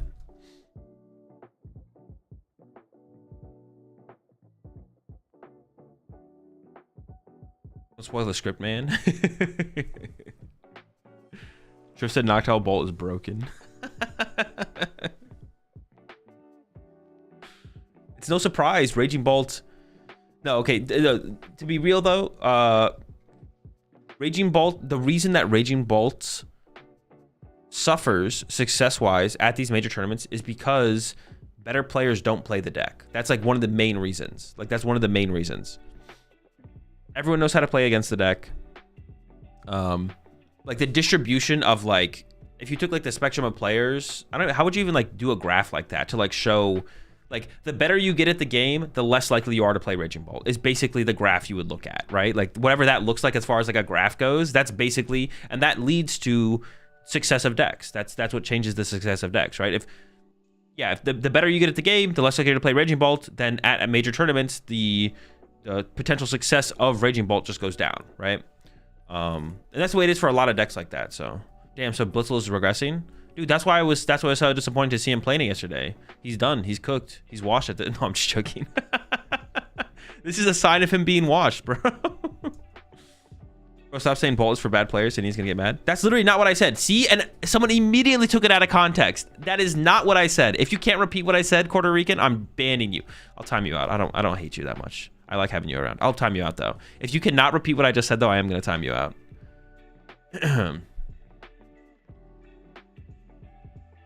It's a joke. I love you. I don't know if I can let this one slide. It was bait for her. All right, I'll let this one slide.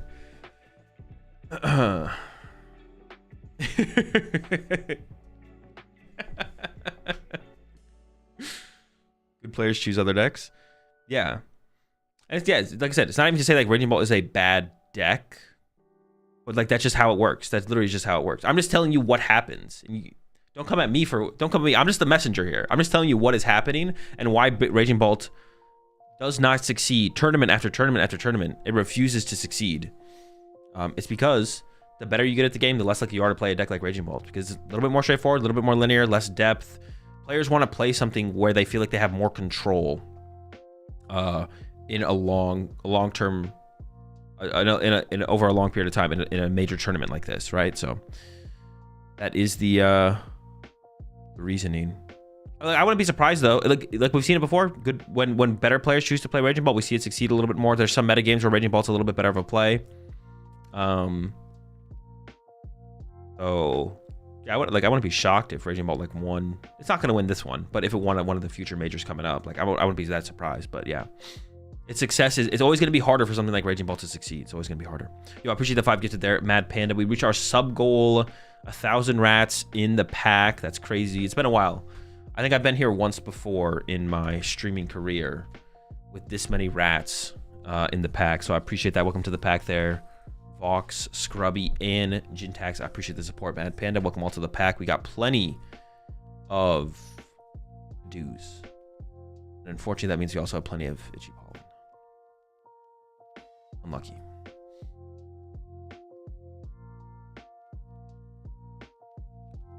You say it would ban me after you hit 1,000? I think I did, yeah. Also good for beginners and bad for high level players because of how simple the game plan is. Less skill expression. It's not bad, but you're taken out of context as well, Casey. But not in a negative way. It's not bad for high level players to play Raging Bolt. It's just they choose not to. That's what it is. It's not bad to play Raging Bolt. We saw when Caleb and Xander picked up Raging Bolt. You know, Caleb won that tournament earlier this year. Yo, welcome to the pack there. Oh, Fire. Dude, I have no idea how to pronounce your name, but I appreciate it. Welcome to the pack. They just prefer not to. It's not like bad if they do, they just prefer not to.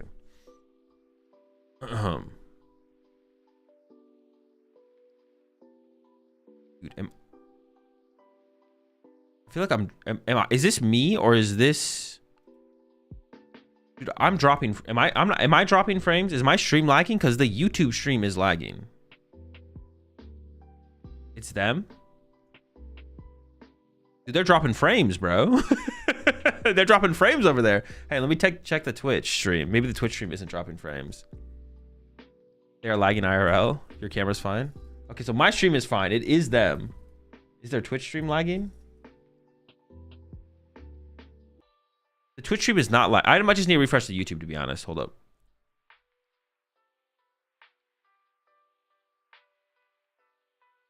I might just need to refresh the YouTube page. Okay, it looks better now. Okay, I think we're good. Chip unplug some wires. Yeah, Chip's gnawing on the Ethernet cable. Dude, I just like picturing Chip chewing on an Ethernet cable, bro. Oh my gosh. True rap behavior from Chip. Bro, classic Chippy, bro. Classic Chippy. Oh my gosh. All right, we're into it. I didn't realize the Twitch stream is a little bit ahead of the YouTube stream, but the rewind feature of the YouTube stream is just too good. Can't get rid of that. All right, we got Flareon on the left-hand side. Predictions up. Flareon evolutions on the left-hand side versus Dragapult on the right-hand side. Jonathan's got an upside-down card here. Hopefully it's not a big deal. And he just flips it and we continue play. Okay, cool. That was funny though. He like stopped. He's like, all right, what do I do? All right, Flareon's out here. I don't have a lot of experience with this deck. It's definitely a deck I've been looking forward to trying out at some point. Let's see what Jonathan has cooked up here. I haven't seen a ton of this deck at all. I have not seen a ton of this deck. So let's see what Jonathan... Yeah, see what Jonathan's cooking over here. Let's see what Jonathan's cooking. It's a win-in. This is also a win-in. Yes, this is a win-in. We had this discussion yesterday a little bit about like them not showing a win-in on the last round of day one. And I was like, I think it makes sense to not show... It doesn't make sense to not show the win-in, but it's fine to not show the win-in. But you always show the win-in. In day two, you always show the win-in because this is like the progression of the tournament. Gotta show the win-in. All right, the hoots are in. They're hooting, they're hollering. And definitely has some options here as well for Jonathan. Unfair stamp build as well. Not... Ooh, interesting. Unfair stamp. Not the sparkling crystal. I feel like we always see sparkling crystal in this deck. And it's getting aggressive with this ultra ball here. Hold up.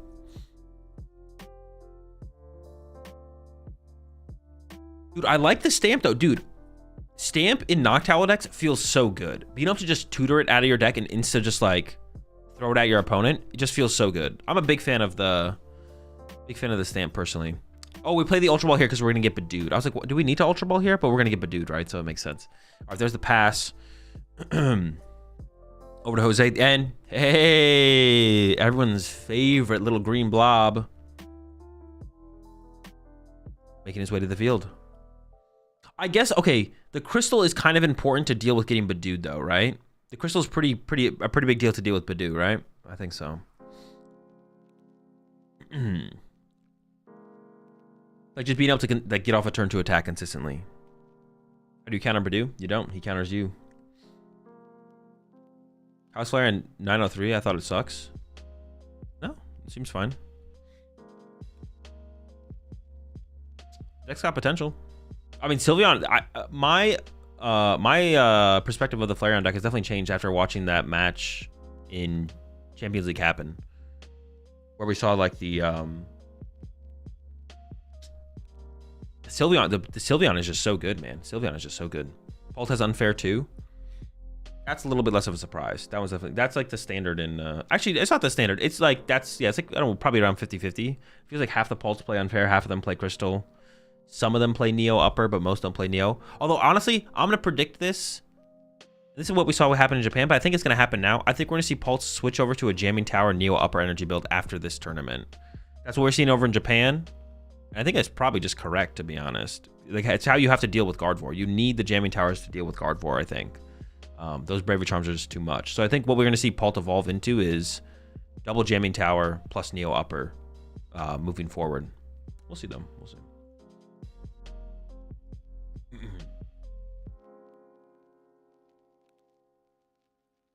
How do you tutor the Neo? You don't. You just eventually draw into it. Like, you literally just hopefully cycle your decking into it. The Turo! Okay, we haven't seen Turo in a ton of Dragapults. The hand here from Jose, not great either, but it gets into the Badoo. That's the big thing to pull off here. Okay, the question now is, does Jonathan have a turn 2 attack here? That's the question is, can Jonathan attack turn 2? Jonathan could attack with Noctowl and just start swinging with Noctowl. I don't hate that. I don't hate that. The chance of turn 2, like turn 2 Candy Dragapult is not a thing. It doesn't happen. And attack, it just doesn't happen. It's not a thing. So we just swing with Noctowl, right? We have the Noctowl in the hand. Load him up. Start cutting him down. I don't see a better play. Just one of the no, because we can't even get a Flareon out of the deck. See what Jonathan goes for here, though. I'm punching for 60. Fan if we have Stadium. Oh, we can Fan Rotom. Fan Rotom's way better. All right, don't listen to me. Do the Fan Rotom. The Fan Rotom is way better here. And we do have a Stadium in the hand here as well. Oh, we're loading up the Eevee. Oh, wait. Does this thing have a good attack? What does this do? I don't even know. I don't know what this does. This actually might be way better.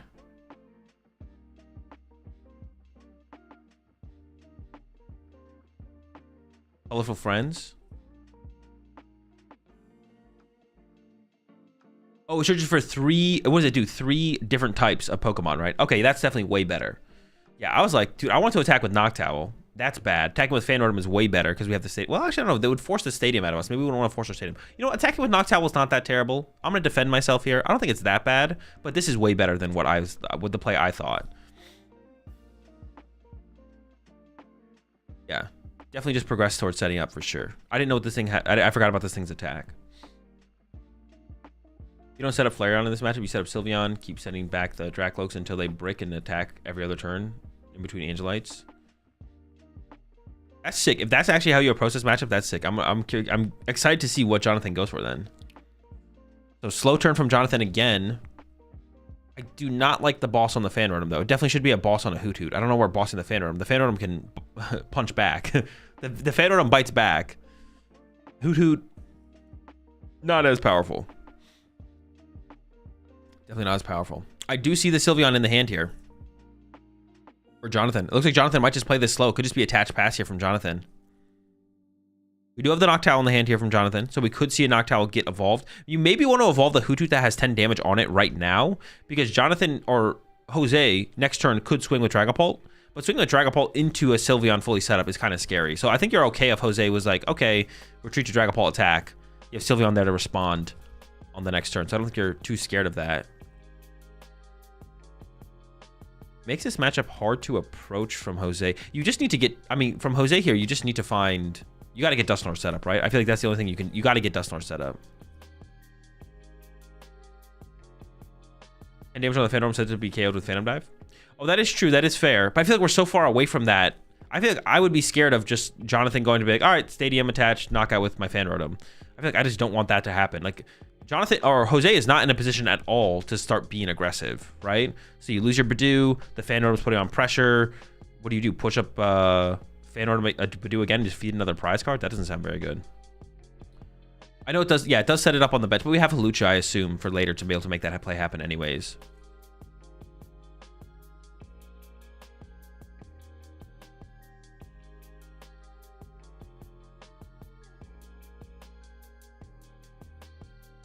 You let them take the first KO so you can Owl stand plus counter catcher. Well, I don't think, but the thing is, Jose is playing, like, Jose's probably not, Jose's not, if Jose draws the first prize card, it's probably going to be with Badoo, or it's going to be like some big Dusknoir play, right? We're going to sit here and we're going to evolve, get our Duskulls down, evolve them to Dusclops, evolve them to Dusknoir. I don't think Jose is like going to take the first prize card unless it's with Badoo, which I guess could happen, to be honest. I guess we could sit here for 7 turns and just Badoo. Looks like Boss Crispin searched out here for Jonathan. So Jonathan is not playing this one as slow. Jonathan is like looking to put on the pressure sooner than later here. Energy getting accelerated into play. The Psychic, of course, will make its way onto the Sylveon. We could see the Angelite here, I guess, from Jonathan. Jonathan could just Angelite this turn right now, right? Send back the Lokes. Wait, that's kind of sick, actually. Wait, that's kind of sick.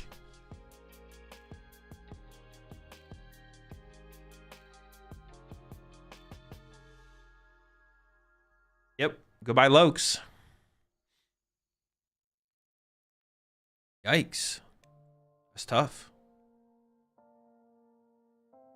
I'm not sure if Jonathan has another Noctowl in hand. Oh, we have a boss in hand, though, right? We have the boss in hand. So you're, like, threatening. It's like, okay, if you don't bench another Dreepy, I just win. Now Jose has to, like... Dude, that puts on so much pressure, bro. Oh, my gosh. Does the deck play Badoo? Imagine if you're Badooing as well. Like, imagine if Jonathan also played Badoo. Arven top deck is pretty good, but it's not that good. Like, you get Poff in here, but you don't actually have any Dracloaks. And is going for an Ultra Ball, potentially.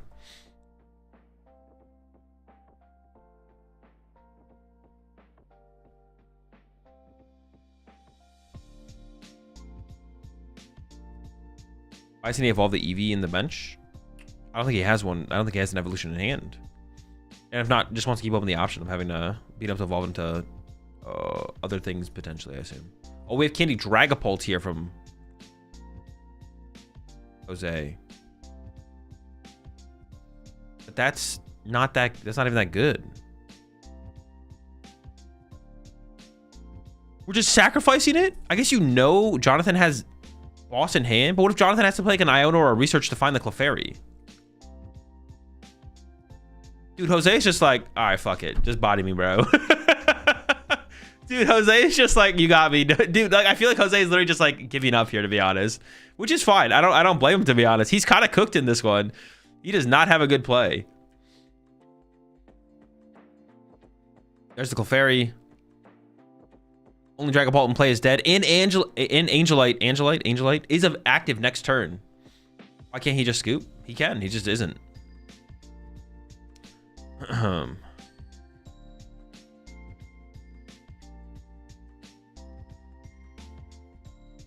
Oh, did Jose not? Oh, maybe Jose just didn't even realize what was happening, actually. There's Ursaluna, but we're a little ways away from being able to use that. There's Badu for 10. All right. Yeah, I don't think Jose knew. Yeah, it seems like Jose just didn't actually know what was about to happen. And there's the Angelite on the Ursaluna.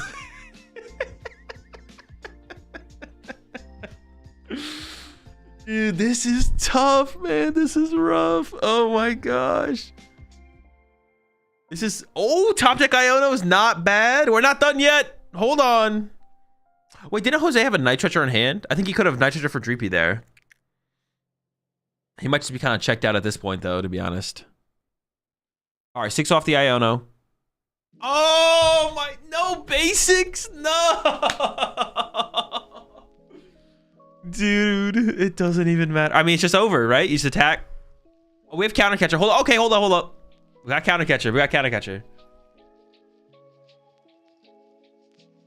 I changed my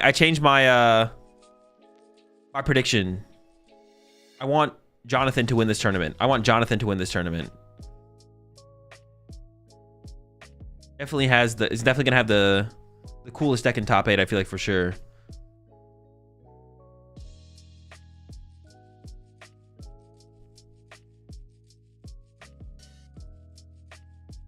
I don't know who I predicted before. I think I maybe predicted Henry, but I'm off the Henry train. I'm on the Jonathan Means train. Means all the way. Jonathan will hit a non-Paul deck and get smacked. I mean, you're favored against Golden Go as well. Like, this deck is favored against Golden Go. So I don't know. This deck has potential.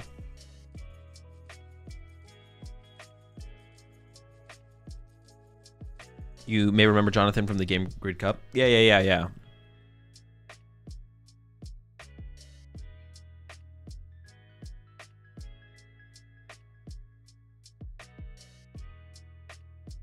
Does this deck just lose to Melodic?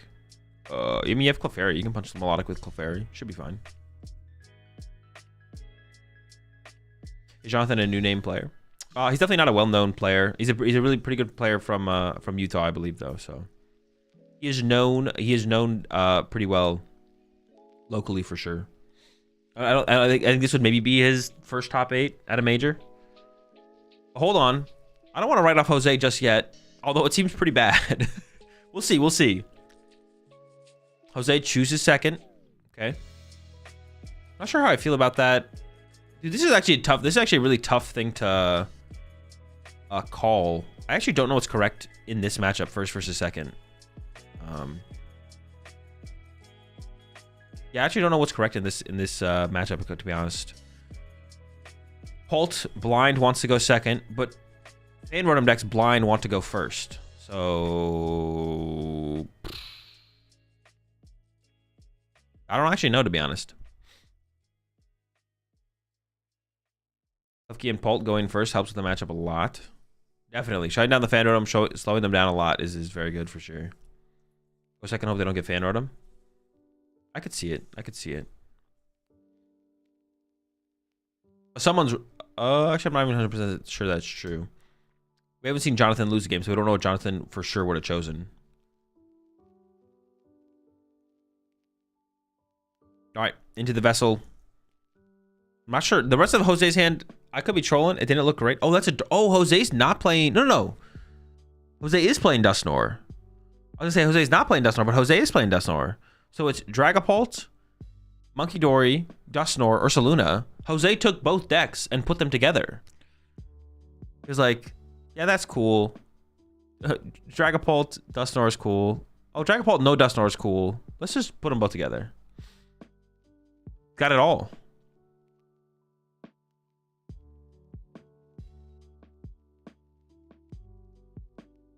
Is this Eevee box or just Sylveon? It's like Flareon, Sylveon. I don't know if there's anything else besides Flareon and Sylveon, but it's Flareon and Sylveon. At the very least, it's those two.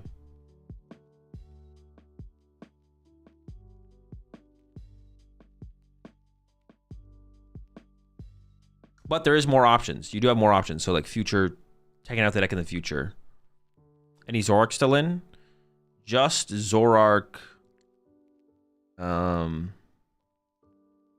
Just Zorark thing. Zorark Guardy. Want to Ultra Ball the Vessel on the board? Worth hitting those two. I mean, getting energy to the discard pile isn't necessarily a bad thing because then Night Stretcher is active. Night Stretcher becomes active. Oh, wait. Okay. We have a Dracloak and an Arven in hand here for Jose. If Jose had Candy Dragapult here, you could KO both EVs.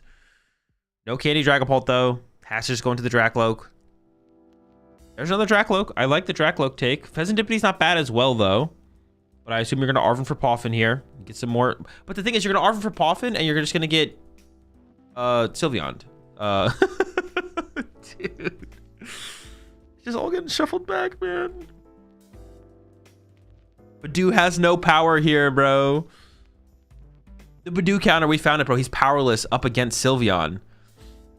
But he was like, I'm gonna sit here and Badoo you until you knock me out. Then you have to draw the first prize card, or I'm gonna item lock you the whole game. And Sylveon's like, all right, that's fine. I'm just gonna shuffle your bench Pokemon into the deck. I'm not gonna take the first knockout. I don't care about item lock. Oh wait, we are taking a knockout. We're going. All right, let's go. We're swinging. Dude, I did not expect that play. But honestly, I don't hate it. I don't hate that. Just start punching, man. Take the energy out of play. Phanordum gets pushed here. I mean, Phanordum can't KO the active. Flareon could, though. We could have seen a Flareon play active here, but it looks like Jonathan's just going to play it slow and build up on the... Oh. Hold up. Terapagos could swing here, though. We might see a Terapagos swing here. Because I got tired of that shit quick. Yeah, just like, whatever I can do, whatever I can attack with, I'm attacking with. Whatever does the most damage is swinging this turn. Terapagos can definitely attack. We could see Flareon knock out the active. That might be what Jonathan's going for here, is a Flareon KO. But it might be a Terapagos KO, because you could use the Glass Trumpet, which I do see getting picked up there from Jonathan. Crispin and Trumpet. That's a lot of energy to come into play on this turn. KOing the only Dracloak can play that has all the energy. That's about as good as shuffling it back into the deck, I feel like. So, I think that's what we're going to see here from Jonathan. Area Zero making its way into play. Here comes a Nest Ball. Would assume for... Oh, I was going to say assume for a Hutu, but it's going to be a Latias here, actually, instead. Oh, I guess we need that. We want that for the free retreat. I guess we could have hard retreated because we have Crispin plus Trumpet, but helps us preserve energy. And into the Crispin we go. Oh, wait, we can attack with... We can attack with the Sylveon this turn. Because we have the Trumpet. We can go Sylveon knockout. Jonathan is cooking here for sure.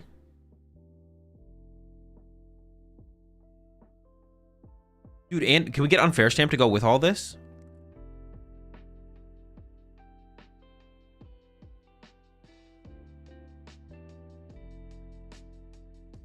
We have Fez as well. There's Fez for 3. We could have Fez drawn before putting some of this other stuff in play, to be honest. Oh, Jonathan actually is going to go into the Angelite here. Is not going to KO. Is going for the Angelite play still. I don't hate it. I mean, this seems... I mean, I feels like Jonathan is in like full control still. So I don't hate it, man. Sure, why not? Let's go for it. Let's do it. Jonathan literally is just playing the board control route. Could have KO'd the active, but then you give over Pheasantipiti draw. An extra Dreepies in play. Sure, why not? All right. Over to Jose. Arven top deck is good to help reset up here.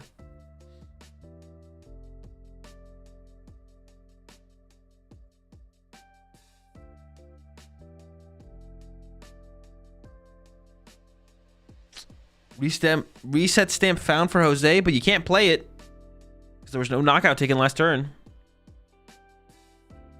You have to win eventually. What's the long-term strategy? You eventually attack. You attack or you bench them out. Like, you could, if they only have one Pokemon to play, you just KO their active Pokemon and you win. If you keep putting their bench Pokemon back into the deck, they're going to run out of ways to keep finding them. Or you win on time because Jonathan won game 1. So if Jose does not win this game, Jonathan just wins.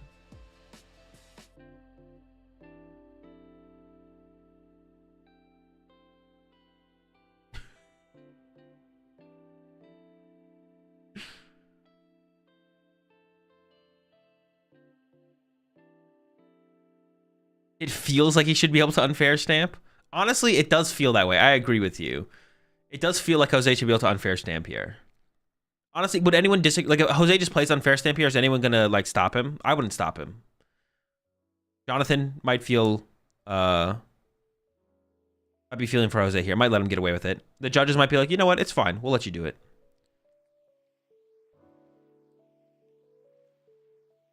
He deserves it.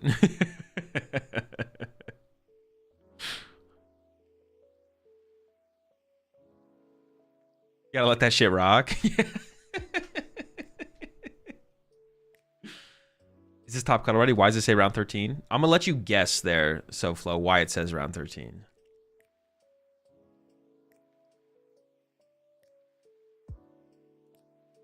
I won't stop him either. So they get an easier DQ out than grilling games.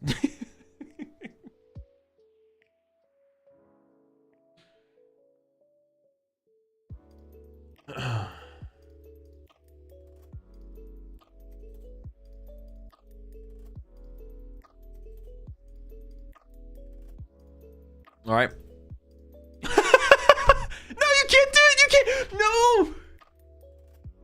Dude, they're both. No, they actually. Wait, am I trolling? He didn't take a KO.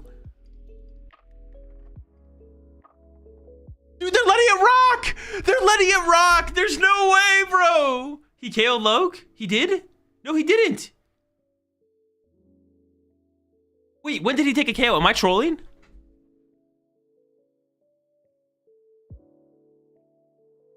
He knocked the Loke? Wait, what did I miss? Oh, wait, this is a turn after, bro. It's a turn past. It's a turn past, bro. I wasn't paying attention. Dude, I was like... His turn was so fast, I wasn't paying attention, bro. That was so funny. Oh my gosh. All right, don't mind me. Don't mind me. All right, Loke's back here for Jose. Dude. Dude, that's so funny. I literally thought that was happening. Just let it rock. Just let it rock this time.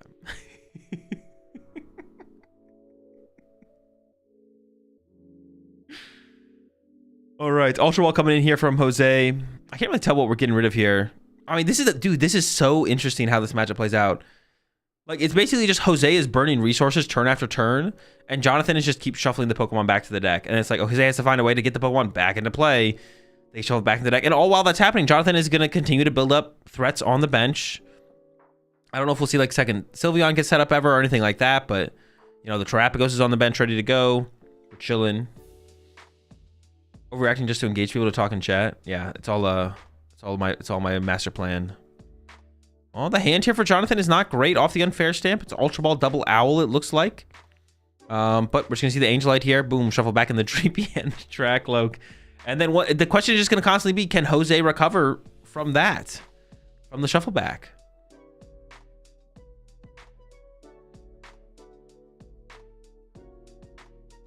Did you use Angelite, Dracloak again? Yeah, it's just on repeat. All right, Jose, draw for turn. We need to get some basics back into play. There's a Jack. Okay, this gets a Dracloak. But every trainer card, eventually Jose's going to run out of trainer cards to find these Pokemon. You should have taken the 10 damage. I think the effect is on your opponent's active. So after you take the knockout, the effect is gone. The effect isn't on Sylveon. It's on the Pokemon that Sylveon attacked. So it still takes 10 from the Bidoof. Luckily, you can only Angelite every other turn. Thankfully, yes.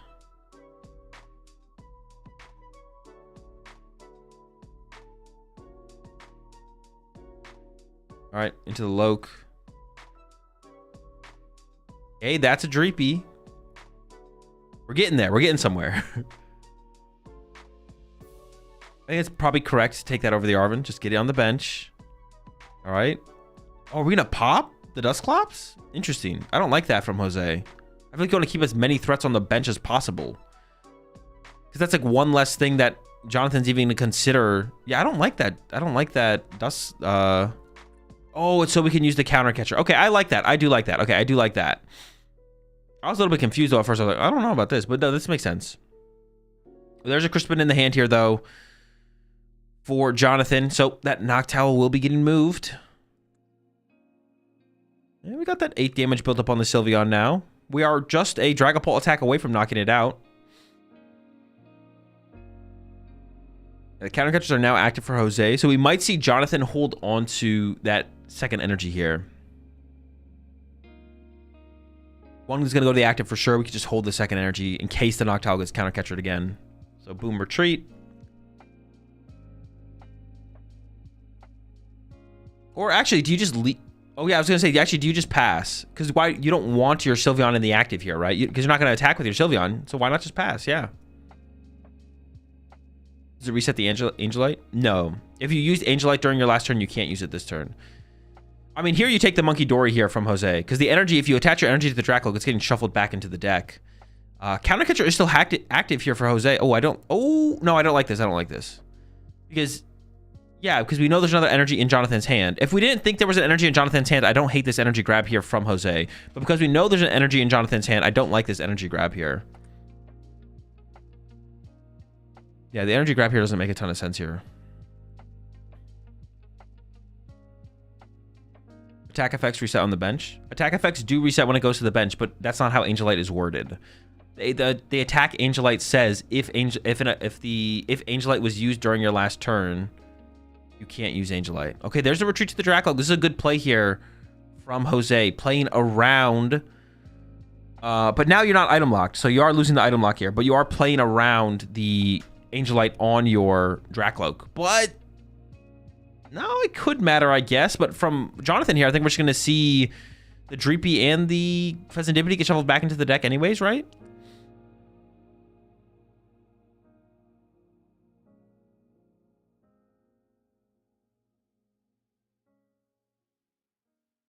Angelite is a game state check, not an effect check on a Pokemon. Yeah, that's a good way to put it, yeah. That's a good way to put it.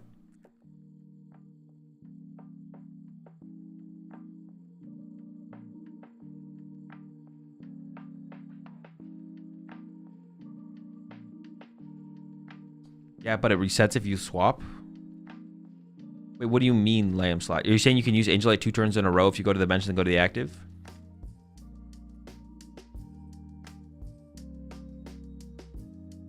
It does not reset if you swap. No, it doesn't reset. That's not how the attack works. Angelite, you can't use Angelite 2 turns in a row, if that's what you mean.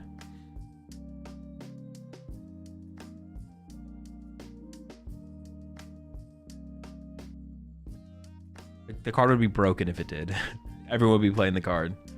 It's not like the Ursaluna attack. No, just go read Ursaluna and then go read Sylveon, and you'll understand the difference. Just go read both cards, and you'll understand the difference.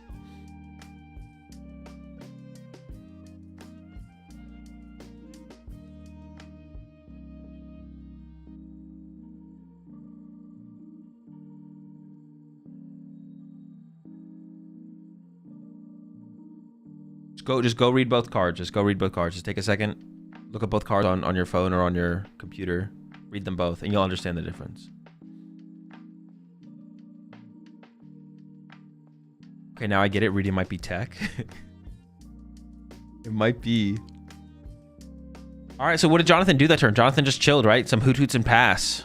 Now we're over to Jose again. We have established some more Dreepies on the board, but we still need a lot here. It's just a pass back. Okay. Jonathan now has access to Noctowls. A fairy in the hand. It's getting a little awkward here, to be honest, for Jonathan. It's getting a little bit awkward.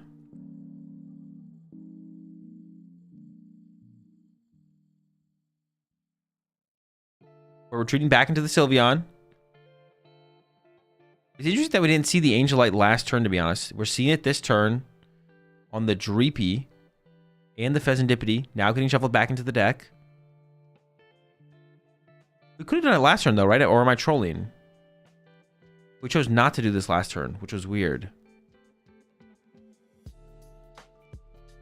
Our turn from Jose is the Psychic Energy. We can evolve the active and start attacking. Crispin actually here. Oh! Crispin off the top! That's huge! I was like, we can actually attack with Dragapult. Oh my goodness. Is the energy in the deck, though? Is there a fire and a... You actually just need a fire and a dark, or a fire and a psychic.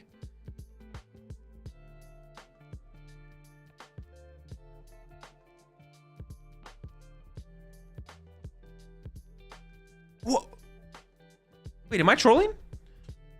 Did he discard a bunch of energies? He maybe did. We might not have 2 energy types in the deck right now. I actually don't know. Just going for a 70 punch. Is that better here to just punch for 70? Plus Iono? Because if you do KO the active here as Jose, you do give the Clefairy option over to Jonathan.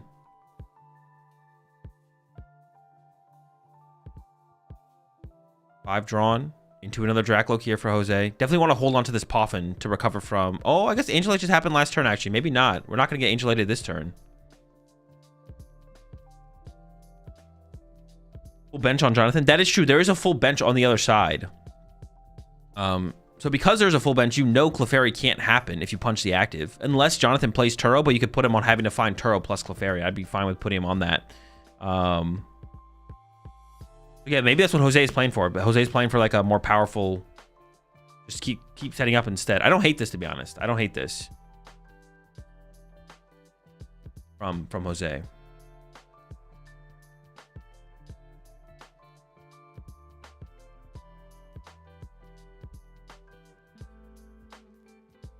That says we'll ban the word Angel Light in chat. Save us.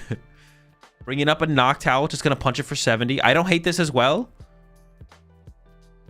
Artisan gets played. Okay, the Artisan's going to be annoying now.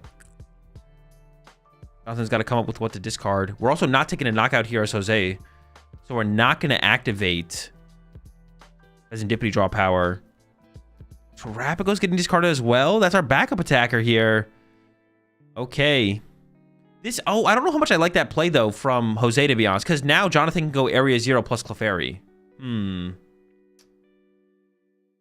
There's the punch for 70. Yeah, I'm not sure how much I actually like that Artisan play from Jose. There's the attach active. There's the Iono. All right. So Area 0 plus Clefairy is a possible draw. I see Switch. There's the hard retreat into the Sylveon. So this is where the damage reduction will actually be effective here. Jose could have maybe KO'd the Sylveon if Crispin was available as an option there. But now that we're gonna hit for 160, and then Jose will do 100 less damage to the Sylveon. This is where the damage reduction of Sylveon actually takes effect. Most times it actually just does not matter, but it will actually take effect here. Oh, we have Candy Dusknoir in hand. Yo, Jose might be about to do this. Candy Dusknoir. We can KO the active here. If we can get access to a Lucha, we can KO a Hoot off the bench. We can go down to 2 prize cards remaining this turn. We have Nitrogen for the Halucha. We can KO the Hoot off the bench as well. Is that the correct way to handle this, though? I think you just got to swing, right? There's nothing set up on Jonathan's side of the field. Who knows if the Dragapult will even go down next turn? Full bench? Once we pop Dusknoir, we won't have a full bench.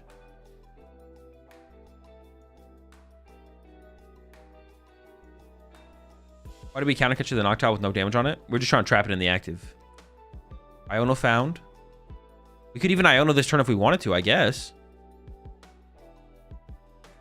I don't know how many cards Jonathan has in hand here.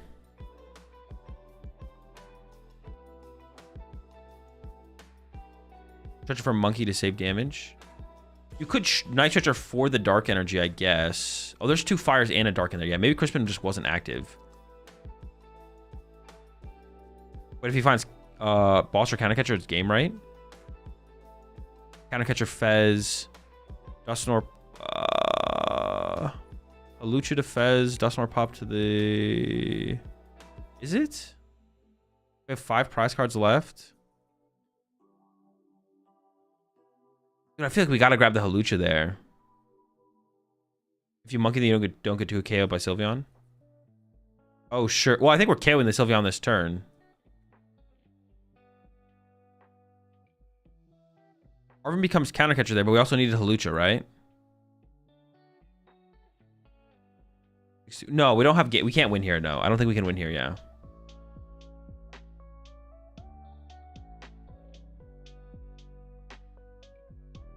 Bench is full.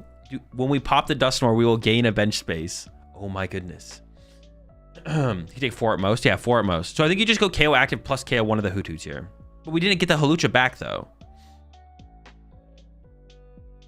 Wouldn't kill Fezanami because of Sylveon's attack.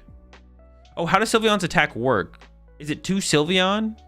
Or is it 2... Does the Pokemon do 100 less damage? Is it just 100 less damage from Dragapult? Or there's the pop from Jose. I guess we didn't need to get the Hawlucha here. Dragapult does 100 less damage. Okay. We do have the Night Stretcher. We got another Night Stretcher. We could get back the Hawlucha here.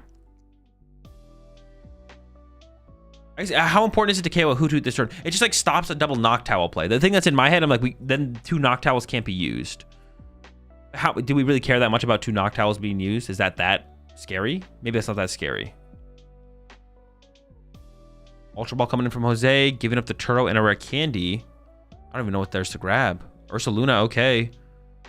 Ursaluna's not active right now, though. Jonathan could trap this Ursaluna in the active. I don't know if I like this aggressive Ursaluna placement from Jose. There's nothing stopping Jonathan from... And you just got rid of your Turo as well. I don't like that Ursaluna bench there from Jose, because Jonathan's play could just be put Ursaluna in the active and pass. Noctowl KO. We're drawing 3 prize cards this turn from Jose. Going down to 2 remaining. I kind of like trying to leave that damage Noctowl on the bench. I still kind of like the Hawlucha play more, to be honest. I still kind of like the Hawlucha play a little bit more. This might be tough for Jonathan to have a super powerful turn. If we do the Hawlucha play, then we leave that damage Noctowl on the bench to clean up later. I feel like that's stronger there. Prior for game?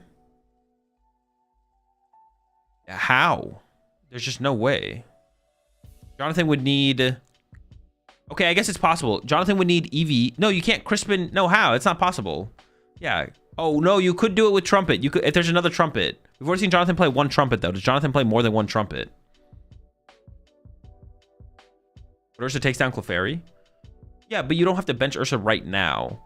Because Jonathan can literally just gust up the Ursaluna and pass, and you just got rid of your Turo. You could just get stuck. I don't think Ursaluna is bad to use in the matchup. I think Ursaluna is bad to put on your bench right now. Can't Crispin and Briar people? Yeah, it would have to be a Trump. It would have to be a Glass Trumpet play. It'd have to be Glass Trumpet plus Terrapagos or something like that. I guess you could do Glass Trumpet plus the Eevee that evolves in the active, but... Is Jonathan even running Briar? That's what people in chat were saying he does, yeah. Maybe he plays a Switch? Yeah. Switch would be okay then. Switch would make it okay.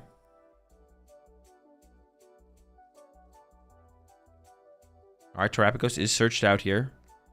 Comes an Ultra Ball.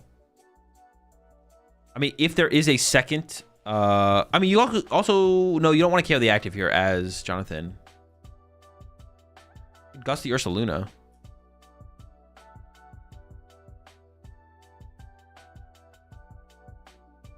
He doesn't have a Glass Trumpet to work with, though. He used the Trumpet. Well, he could play 2 Glass Trumpet, I guess. He could play 2 Trumpet.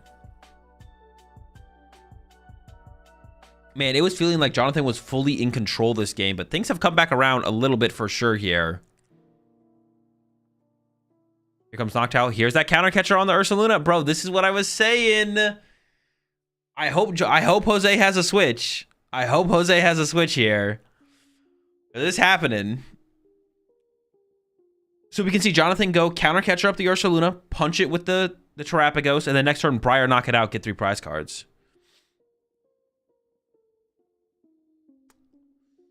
Artisan used as well. Fan ordered him to the bench.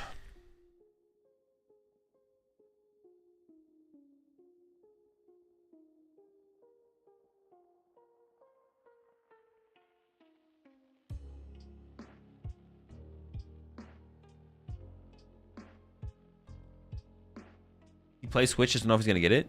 Does he for sure play Switch? Because he plays Turo. You Switch and Turo in the build?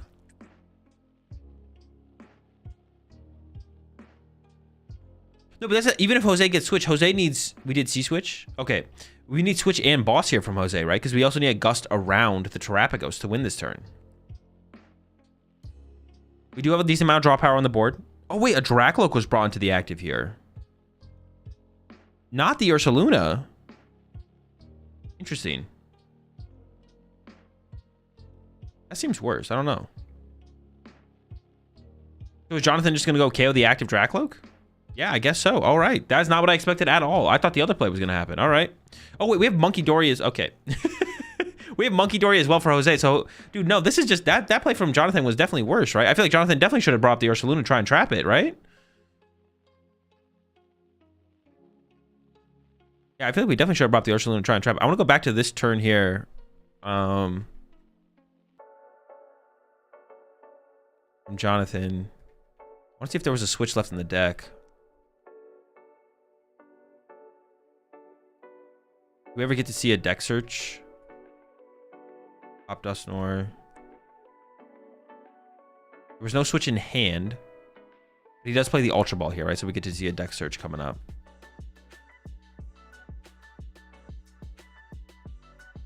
Is there a switch in there? There's a Crispin. The Crispin could work. I do not see a switch in there. It could be the last card. I can't see the top card, or maybe top 2 cards. I don't think I saw a switch in there, though. I don't know what the Loke Trap was for. He wasn't doing a Loke Trap. He was KOing the Loke to take away draw power. He must not be playing Briar for the low KO. Well, people were saying that the Briar was in his hand. We can check the Briar play. I actually didn't. I didn't for sure see the Briar myself. People were saying the Briar was literally in the hand. I don't see a Briar. Is there a Briar? There might not be a Briar.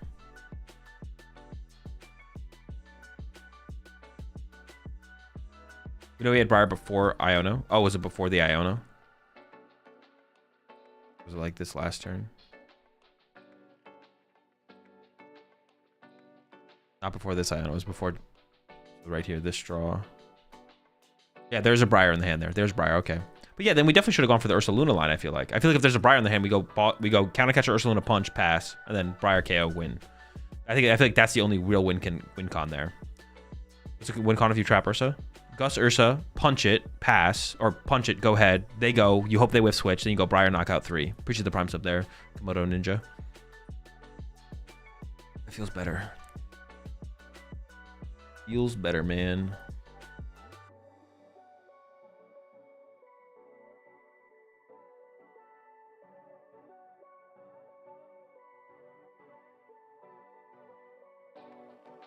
Do you power up the bear with Crispin? Yeah, possibly. I don't know if there might have been 2 energy left. I'm actually not 100% sure. That might not have been possible to power up with Crispin, but maybe. Dude, now we're not going to see either of these players make cut probably, unless there's like a donk here. It's going to be a tie. It's going to be a tie. That sucks.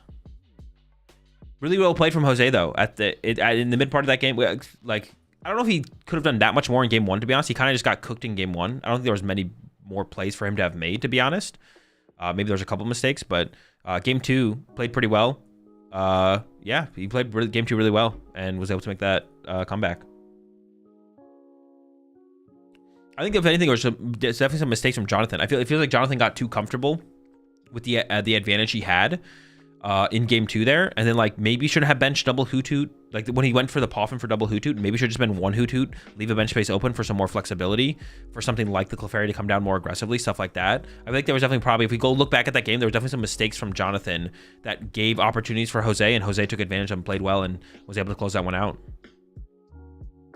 Can they make some sort of agreement at this point? Yes, you can make an agreement at any single point in a game. It just can't take an absorbent amount of time. Absorbent? Yeah, it just can't take an absorbent amount of time.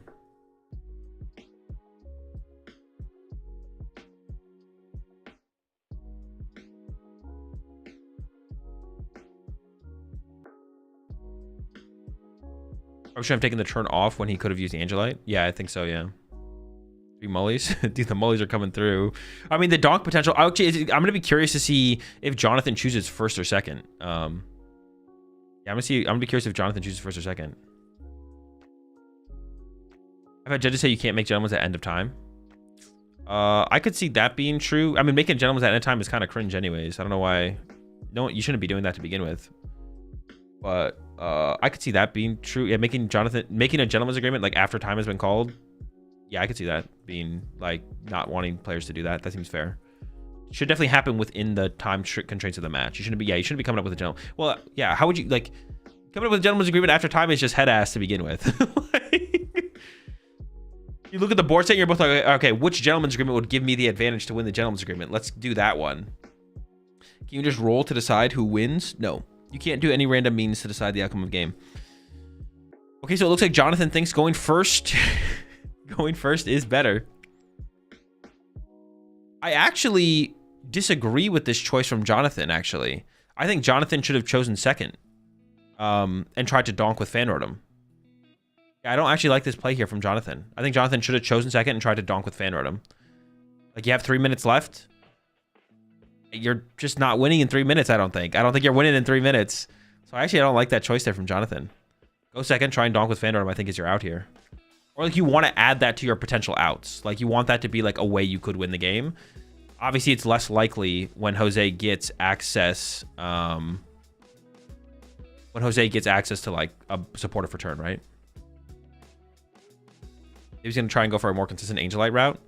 If Jonathan uses Angelite, the game is going to tie. The match will tie. If Angelite gets used, the match is guaranteed to tie. You can't Angelite in this game. It doesn't. It's like it doesn't work. It's not going to work. That's not going to work. That can't be. You can't enter this game with that being your game plan. If that happens, like if Jose here goes bench 2 Pokemon pass, and then you go Angelite knockout lone Pokemon, sure, that's fine. Sure, that's fine. But you don't enter this game with that being your game plan. If it happens, that's cool, but yeah. Isn't time limit disrespectful for the players? Should they have more time? No. You get 50 minutes. Play faster.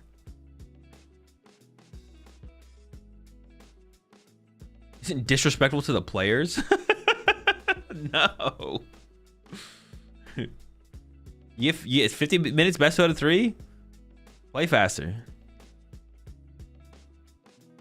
This guy actually price checking? Yeah, why not? It's fine. Okay, I knew this was going to happen. I was going to have to break this down. Jose can't win this game. Jose can't win. Him playing at his normal pace of play is 100% fine. This is fine.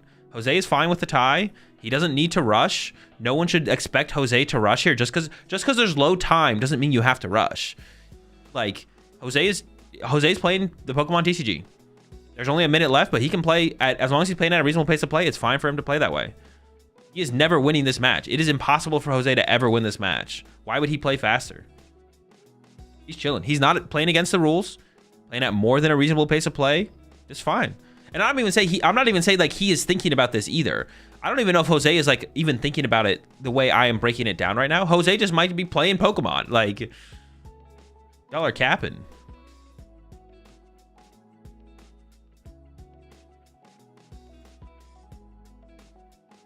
I'm not sure why Jonathan chose to go first. Yeah, it definitely doesn't make sense. You want to like expand your outs for win conditions for sure. And going second does do that. I doubt he's thinking about it as hard as we are. He's probably not. Jose is probably not thinking about it as hard as I am or you are. But being annoyed at him not playing faster is just like cringe. It would be annoying if he was playing slow, but he's not playing slow. He's playing at a fine pace of play. Jose def can't win right now, right? Jose could never win this match. It would be impossible for Jose to ever win this match unless Jonathan literally dead drew. But that would be it, obviously.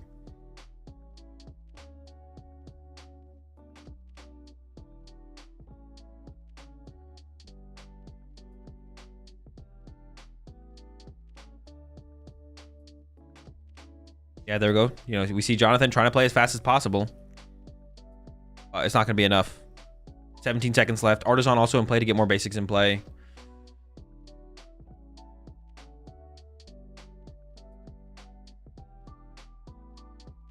Jose's just a chill dude playing some chill Pokemon? Yeah.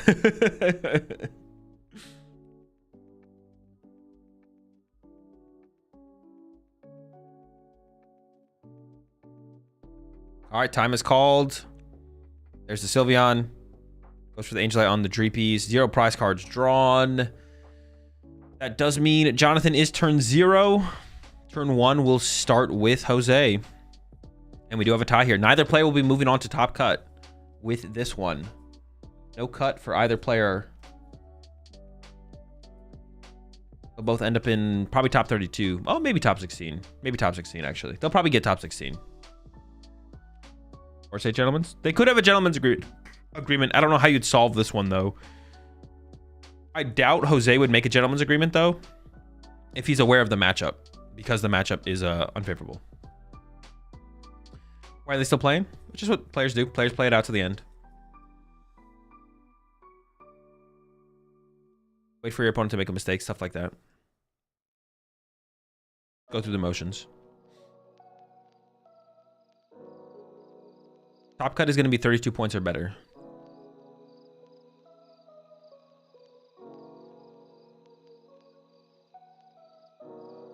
On board state, whoever is more likely to win. Like if you look at a current Pokemon game for whatever turn it's on, at this point, if you both can agree on at this point who is more likely to win the game, then that player, the other player would concede to that player. That's how you do board state gentlemen's agreements. Jose is playing hoping his opponent does an Ian Rob. Just one time.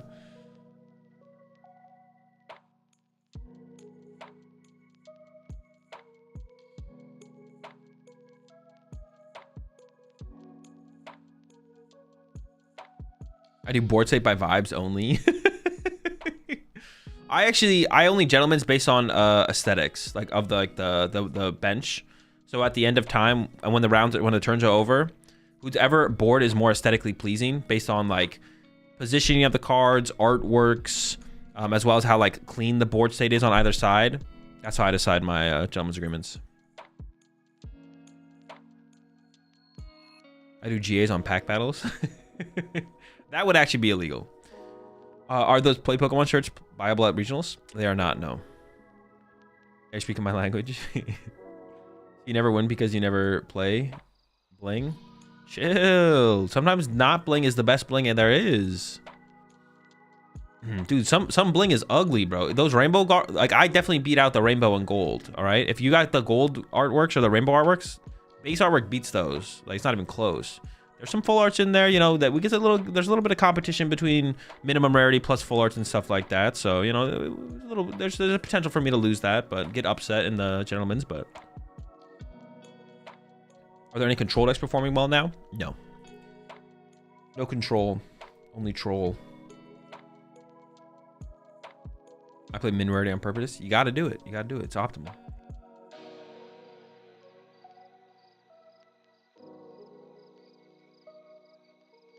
All right, it was a tie. So get that prediction. The Bulu Bucks are paid out.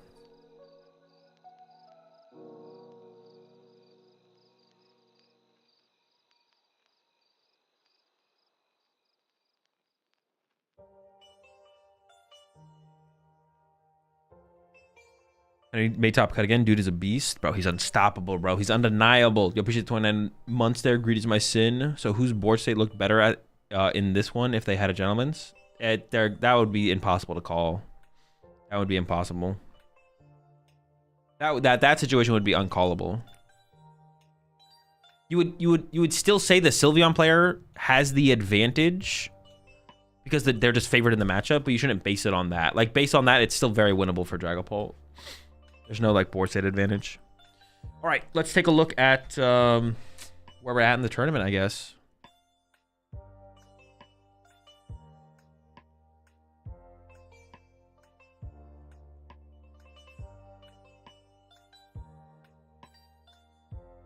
Who's going to be in the top cut?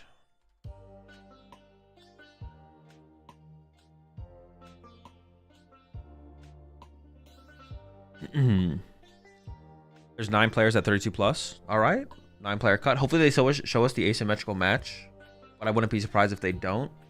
It'd be pretty cringe of them. They know it. They know they would be cringe if they did that, but we'll see what we got. Let's see. All right, pairings are done. We'll probably go off the Arcanine pairings here to figure it out. So we got Abon and Hedrick in cut guaranteed. Bodhi and Orlando in cut, so that's 4. Tanner Hurley beat Jake Gearhart, that's 5.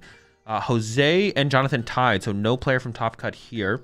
Henry Chow, that's 6. Dylan Gunn and Dan tied. Otherwise, we would have had another top cut player there. Sebastian won, that's 7. Casey and John tied, so no top cut there. 8, 9. We could have had a 10, 11, 12 player. We could have had a 12 player top cut, but we were robbed, and we have a 9 player top cut, it looks like. Yeah, so we got Keaton, 1. Is it Series? Series? Is that how you pronounce that name? Series. Keaton, Series, 2. Sebastian, 3. Henry Chow, 4. Tanner, 5. 6, 7, 8, 9. 9 player cut, 1 asymmetrical match. Could have had a top 12 though. We're close to a 12 player cut.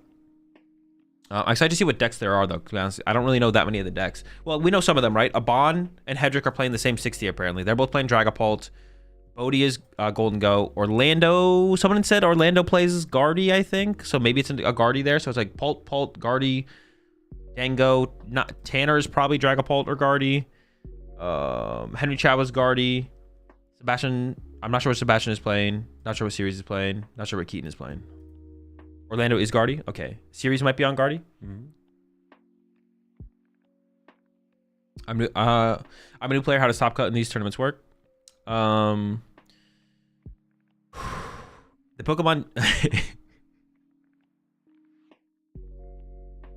PokemonTCG top cut is an asymmetrical top 8 cut, which means up to top 32.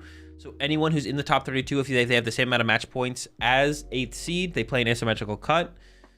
If we only have 8 players in cut, and cut is determined by whoever has the most match points at the end of Swiss. So first seed plays 8th seed, second seed plays 7th seed, third seed plays 6th seed, 5th seed plays 4th seed, and then the winner of 1st and 8 plays 4 and 5, and so on and so forth until you get to the final 2 players in cut. That's good enough. We do have an asymmetrical cut. There's 1 player who has the same amount of match points as someone in top 8 in the top 32. So we have a 9-player asymmetrical cut, which means 9th seed will play 8th seed, and then the winner of 9th and 8th plays against 1st seed, and then everything else plays out from there. So basically, think about it as if there's a top 16 bracket, and 7 players have buys, basically. Well, that's wild. Other games just do it by records and points. I mean, that's basically what we do, but we have asymmetrical. The asymmetrical cut part is the only difference. Can you please describe asymmetrical cut again, but in Minecraft movie terms? Something chicken jockey. Series is pronounced Karis. Karis. Okay.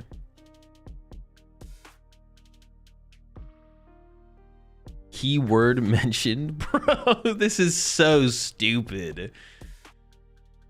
It is funny how like things like the chicken jockey meme and like the Minecraft movie, like, you know, the world overall, there's a lot of, you know, fucked up things that happen in the world, and sometimes it feels like a pretty dark place. But then you have stuff like the Minecraft movie that come out, and the term chicken jockey, and it kind of brings the world together for like a short period of time. There's a moment in time, like when the Minecraft movie gets released, where everyone is united with something in like a good way. You know what I'm saying?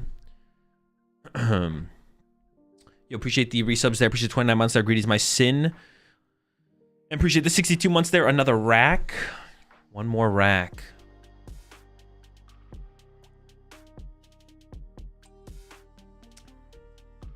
Minecraft movie made me more depressed.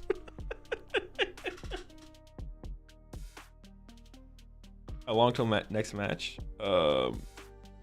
I mean, 20-30 minutes. The time between every match is always going to be around 20-30 minutes. That's it. Match end. Well, the time from the end of the round is 20-30 minutes after the end of the round till the next round. Can Rahul make top cut? No.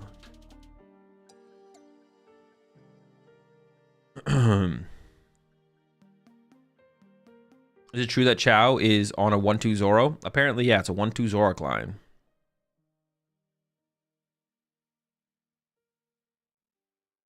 What do your team play? Golden Go Dragapult. I told him I thought Golden Go was good, but I did not think Golden Go Dragapult was the way. I thought that was one of the worst ways to play the deck, but it's not terrible. It's still a Golden Go deck, but yeah, I'm not a huge fan of Golden Go Dragapult, to be honest. Right now, I just don't think you get enough out of the Dragapult.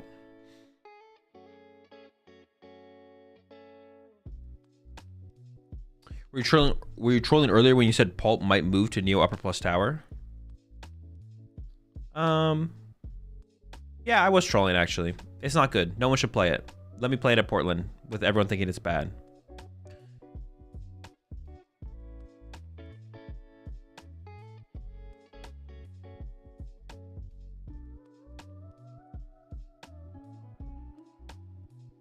Did they try Caesar Dango? What do they think the best Dango version was? Why not Dango River Room? I don't know, I was pretty separate from the testing they were doing leading up to this tournament. I don't know what other Dangos they tried. Wait, are you just trolling me, Slap? You're trolling me. There's no way that was a sincere question from you. What do you think, Dragapult no Arvin? What do you think about Dragapult no Arvin with Neo Upper? I think you still probably play Arvin. Yeah. Or what about no Arvin and you just play 4 Brocks? Wait, hold on. Let me cook. What about Dragapult Neo Upper Energy? With 4, are we talking 4 Brock? Can we get 4 Brocks in there? Are you surprised with the Terra Box deck this tourney? Not really. Having not played the deck, having not actually put time in with the deck, I wasn't like truly aware of its power level, to be honest. But it does seem like it does seem like the better players in the game kind of strayed away from it, to be honest. And they didn't really give it like, it does seem like it was one of those decks that the better players were not gravitating towards.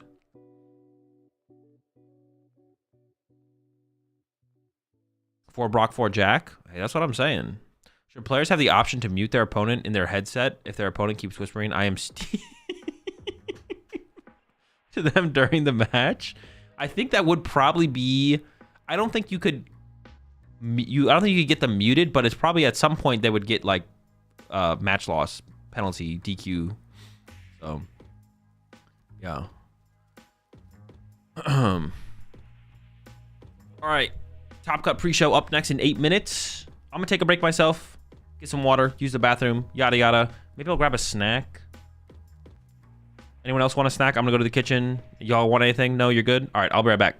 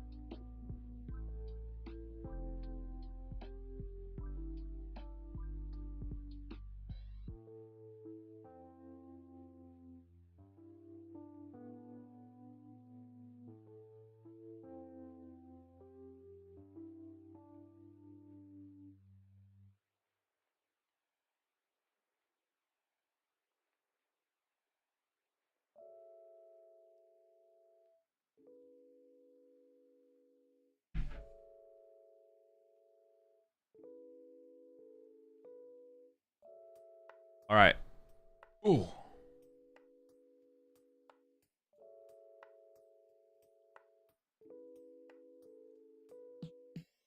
They got the whole Yap squad over there. So while you were gone, we saw a white guy that looked like you, except this time it was actually you. Oh, okay.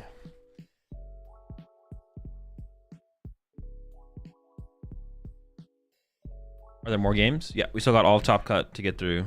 I don't know what we're gonna do. I don't know if they're gonna show us the asymmetrical match or not, but it'll at least be top 8, top 4, maybe both top 4 games in the finals.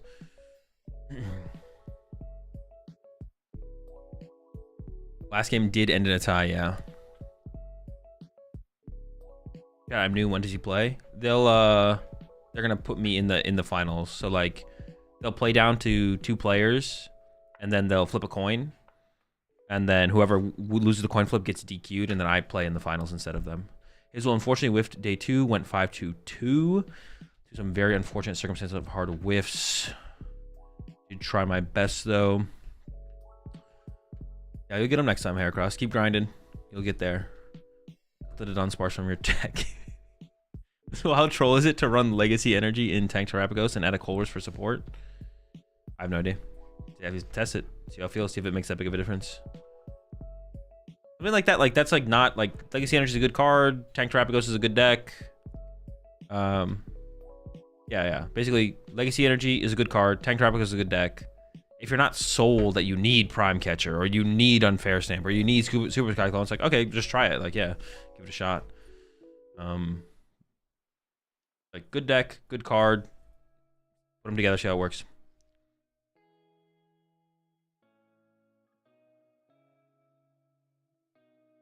Whoever does the Ian Robber first gets to versus in the finals. Did you go back and rod review for misplays during game 2? I did not. We did not end up doing that. It'd be a lot to look through, to be honest. I'd have to like really break it down. That's honestly something we could do like post tournament and go back and like look at the more interesting games where like things could have been done differently. That would be like something interesting to do. That would actually be a really good game to do it with too. Would be that game. So maybe we'll do that on Tuesday a little bit. Just go back through the stream and look at some of the more the matchups where it feels like there's more that could have been done. And then and then just watch them and see what we can come up with that could have been done differently.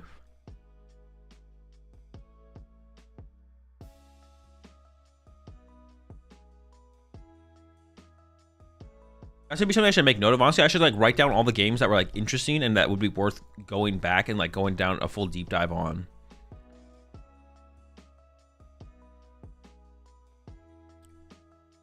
Yeah, that'd be worth going back and doing like a full deep dive on. I should like make note of those. What was that last one? Round.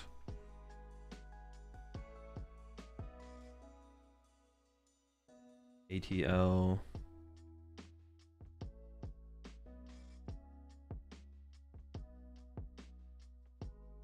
That was round 13, right?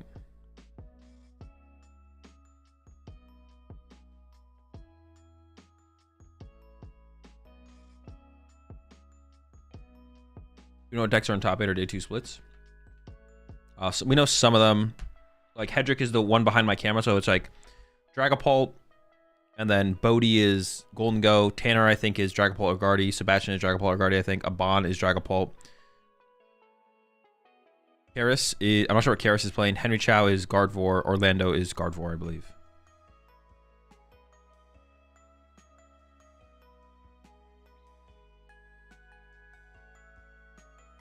Hedrick versus Chow would be legendary. That would be, yeah, Hedrick versus Chow would be peak, to be honest. They're definitely the best 2 players in top cut right now. So that would be peak. If we get Henry Hedrick finals, that'd be sick.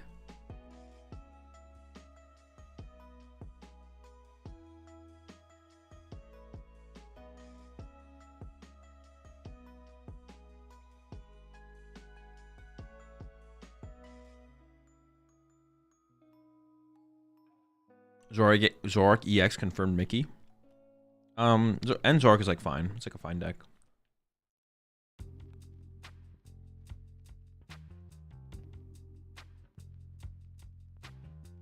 What is Sebastian playing? I'm not sure actually. Someone in chat might know. I think it is Gardevoir or Dragapult, but I'm actually not sure.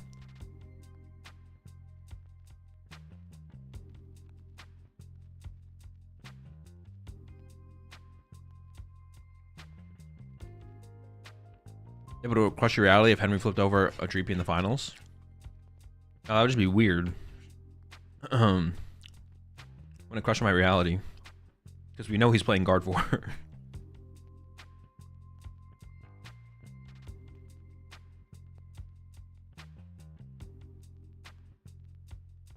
Advice on finding a deck to main. Been playing around with a few, but haven't found one I really like. Try out a different one.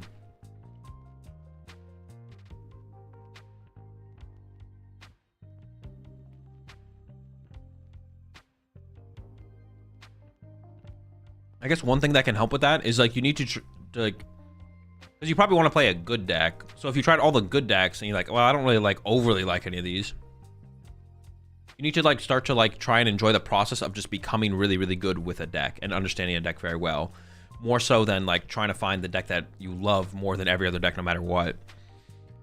Just enjoying the process of becoming good with a deck. If you're trying to be more competitive, is like a big deal. Even if it's not your favorite deck, if you just really, really like that process, then that's what matters more.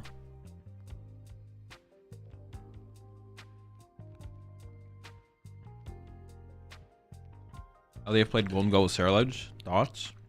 I mean, Cerulege is an interesting answer to Cornerstone.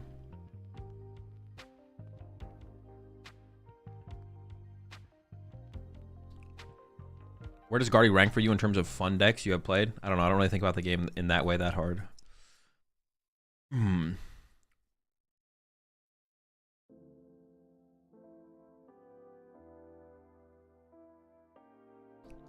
TCG live ad? Was it actually? You shut the fuck up, Chip. What the fuck? Interrupting my ad, bro? Are you kidding me?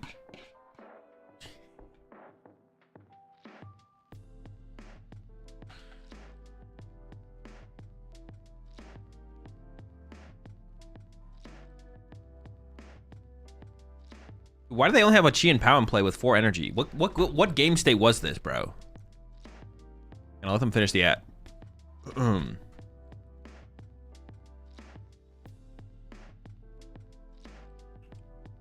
Was asking if you enjoyed the game? Yeah, of course. I mean, that's not what you asked, though. That's not what you asked me. Of course I enjoy the game. Big fan, big fan. What the fuck are we doing, bro? The Charizard's board state is fine. We definitely got Radiant Greninja, but where the fuck is their Radiant Greninja, bro? They just have a Chi and Pow sitting up here with 4 energy, dog? What's going on? We just draw past him for 4 turns? Gotta step it up, brother. What are we doing? Come on now.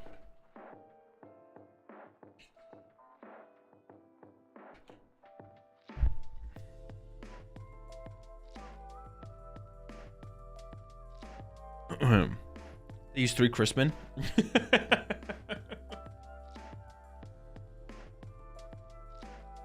You can't get Greninja. They have 6 prizes. Oh shoot, they did have 6 prizes.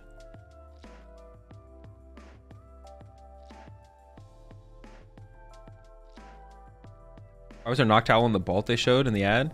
Dude, honestly, yeah, they're just pushing, like, they want people to play bad decks. It's propaganda. It's crazy. Gene Pow no bench. Ult with Noctowl. Do you think is the best ace spec on Tank Terapagos? I don't know. They all feel pretty good. None of them they're like, unlike other decks, like sometimes you'll play with an ace spec in a deck and you're like, oh, this is essential. This feels crazy powerful. Honestly, it's kind of just Noctowl decks in general. Noctowl decks definitely have the most flexibility for what ace spec you can include in them. That's probably what it is more so than anything, to be honest. It's like it's just like Noctowl decks feel like you can play like any ace spec. But Tank Terapagos specifically doesn't feel like any are like super essential. If the meta is more aggressive, you probably want Prime Catcher. But besides that, like, I don't know, you got a lot of options. And honestly, I don't even know if that's true, to be honest. I did just say that, but I don't even know if that's true. Yeah, I'm not sure that's even true, to be honest. Is there a deck that does not use ace specs? No. You'd only not play an ace spec if you forgot it.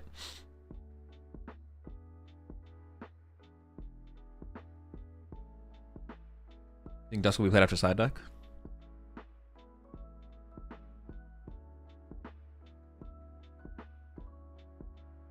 We need like a salute emote for when I time people out. You just know what's coming.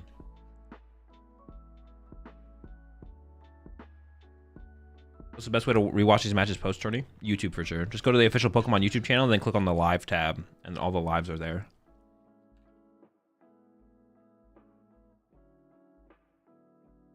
I play Dangerous Laser if that's the only ace spec I own.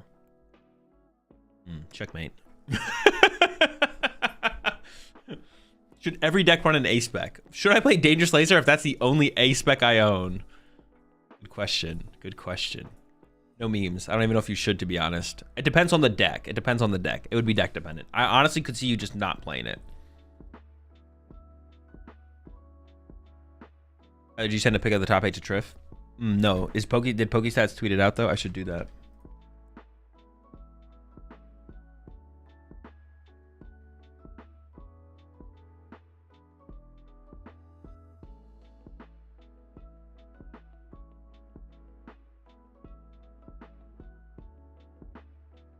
I have to wait for PokeStats to put out the top 8 thing, and then I'll do it.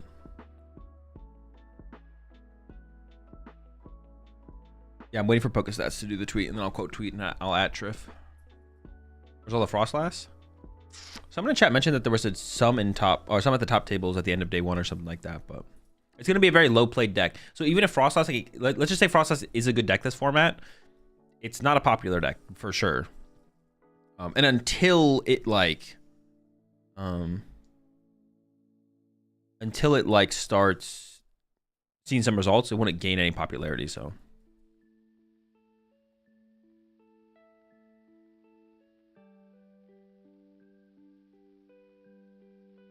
I think it's an anti-meta deck. I think I disagree with that. I think Frostlass is just a decent deck. I don't think there's anything really overly anti-meta about it, to be honest. Azul, you've been working out lately? Looking extra swole, Rad Daddy. Appreciate it, Jackie. They still look yellow. Honestly, the lighting in the venue might just be terrible. It's possible the lighting in the venue is literally just terrible, or they forgot some of their lights or something. I don't know.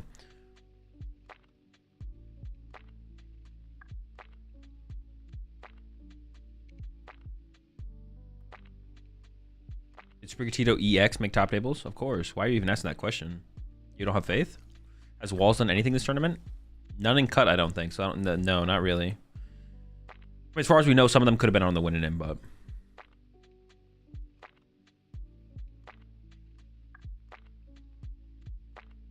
would you consider Frostlass a single prize deck? Yeah. If you call Chip right now, does he pick up? Probably not. No, probably not. Although now I kind of want to call him when he's... Oh, no, I shouldn't do that. Well, he definitely doesn't have his phone with him, or his phone is silenced. So it's really not that big of a deal. Should I call Chip next time he's on the desk and just see if he picks up? Would Chip pick up for you, even if he was on the caster desk? How good of a friend is Chip really? Is he actually picking up the phone when you call him?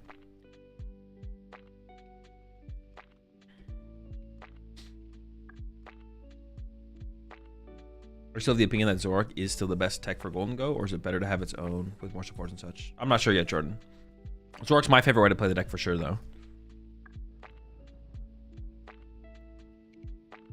Wait, so this is a top 8 match. This is not the asymmetrical match. So they're not showing us the asim round. They are going to show us 2 top 8 matches, though, which I guess is like fine. I'd rather see the asim round, but it's whatever.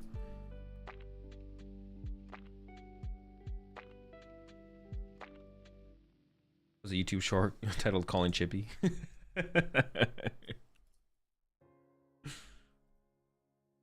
Yeah, we got a Pulp Mirror going on here. Get ready for some Badoos, folks. Top 8 match coming up. So we got a little bit of a different choice here. For the predictions over on Twitch, you can pick the player on the left. You can pick the player on the right. They're playing the same deck. Or overtime win. The way overtime win works is if we go past turn 3 after time, and then prize cards have to determine the outcome of the match. Then, oh, we got Pram is out here as well. Then that will be, that's what overtime win means. So, pretty unlikely. I don't think Dragapult Mirrors honestly seem like they go pretty quickly. I mean, you do sit there and Badoo a lot in the early game. Oh, wait. Tanner with the Genesect. Hold up, hold up. Tanner might not be playing Dusknoir. Is he playing the non-Dusknoir build? It might be like the Ursaluna Monkey Dory. Oh, things could get spicy here. Hold up.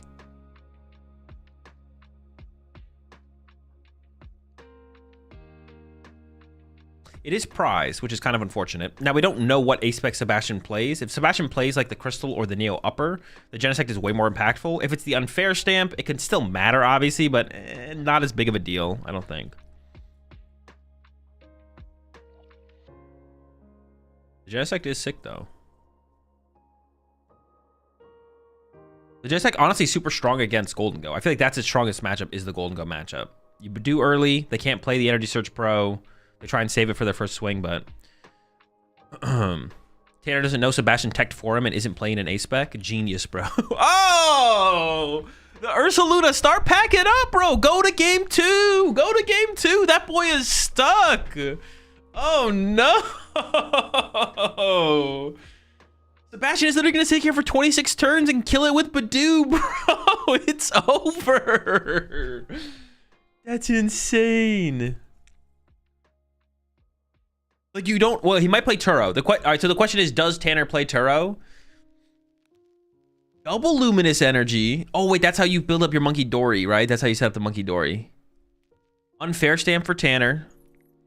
And I don't see any Dusknoir pieces, so it looks like it is like the Ursaluna Monkey Dory build. You don't play Dark Energy, you just play the Luminous. Interesting, interesting. I do see the Monkey Dory in there as well. And it's also giving Sebastian the Artisan to work with. I don't think I see a Turo in there. This is going to be tough. This is going to be tough to win for sure. Sebastian is going to have so much control. Be able to just sit there, build up the Dusknoirs. Turo is prized? Oh, we do have a Turo, but it's prized? Oh, no, that's a Turo for Sebastian. Sebastian's Turo is prized. We're wondering if Tanner plays a Turo. Maybe Sebastian will help him out. Be like, yo, you want to borrow my Turo? Like, oh, shoot, thanks, bro. In my prize card. If you can go ahead and take it, it's fine. I'll let you use my Turo out of my prize cards, but I get the, like, I have to draw one less prize card. He's like, all right, deal.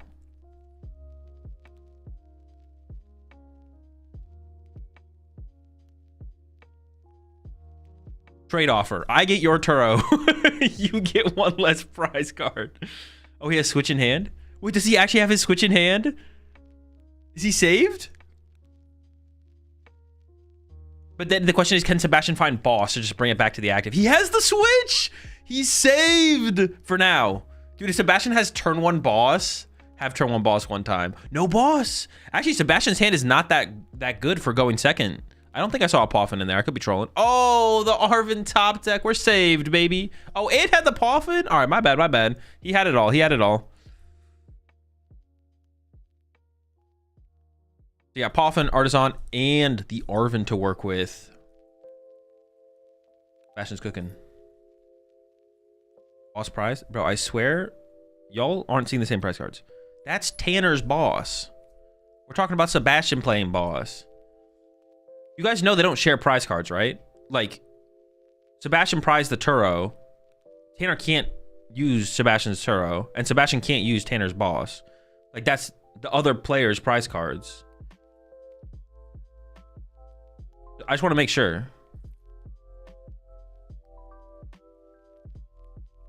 No boss, no turn 1 boss here from Sebastian. Although that probably would be the play. If Sebastian had boss here, you're probably just bossing up the Ursaluna and trapping in the active. Neither play Dusknoir. Oh, really? I do see the Dark Energy in there for Sebastian. Interesting. So we have no... Okay, this is actually an interesting matchup. This is actually interesting. A no Dusknoir mirror is actually kind of cool. Now I'm way more intrigued. Sebastian, I think, is Sebastian the most thorough prize checker? Who's the other person who is doing it differently? I feel like Bradner has leveled up his prize checking game. I think he does it. He's like almost fully sorts his deck. No, who's the player who like fully sorts their deck? Is it Bradner basically? Like, I'm talking full sort. I think Bradner basically full. Rowan? Oh, it might be Rowan actually. I think that you might be right. I think it might be Rowan. Maybe Rowan and Bradner are doing like the same thing. Bradner full sorts? Okay. That's what I thought. That's what I thought. I would always bring an Excel sheet and a pen to check prizes.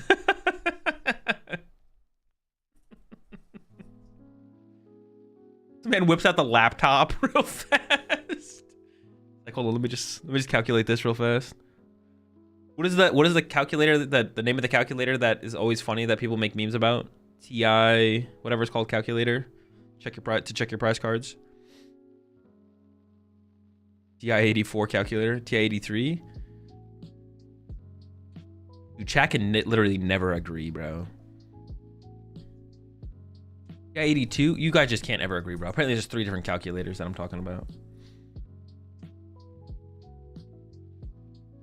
Got the TI-83. You got the thing with the little wooden things that you, with the, like the abacus. You got an abacus out there. Trying to figure out the prize cards. All right, pretty solid turn here. Opening from Sebastian. The Dreeps are in. Neither are playing Dusknoir, so this is going to be a really cool... Ooh, Ultra Ball on an Energy. I guess you want to play it before you get item locked. Gets a second Draco. I don't hate this. I don't hate this. I wonder if you actually could have got rid of the Fez there instead as Sebastian. Yeah, I wonder if we could have got rid of the Fez instead there, Sebastian. That'd have been interesting. All right, hand here for Tanner is pretty mid. The Arven's not usable. We do have an Iono here for Tanner, though. So we can Iono, go get ourselves, dig for some Draclos and some Dreepies. The Artisan gets used here instantly from Tanner. And, I mean, we have the Luminous in hand. It looks like Tanner's going to go for the, set up the Monkey Dory immediately while you can. I don't hate this. It's going to be a slow start for both players, for sure. Like, it's going to be we're going to be here for a little while. We're going to be here for a little while. It's going to get interesting. There's the Iono. I feel like if Sebastian ever finds, if Sebastian finds like boss in like the first 2 turns of this game, the game's just gonna end basically. Oh, Dracloaks. That's what you're really looking here from Tanner. Did find a Dreepy, which is something. No Lokes though. Ooh, doesn't move the damage over with Monkey Dory. I don't know if I like that. Shouldn't you just move it every turn? You should move it to the Dreepy, right? The damage should go from the active to the Dreepy. I can't say I'm a huge fan of that choice there from Tanner. I feel like we should just always move the 10s over.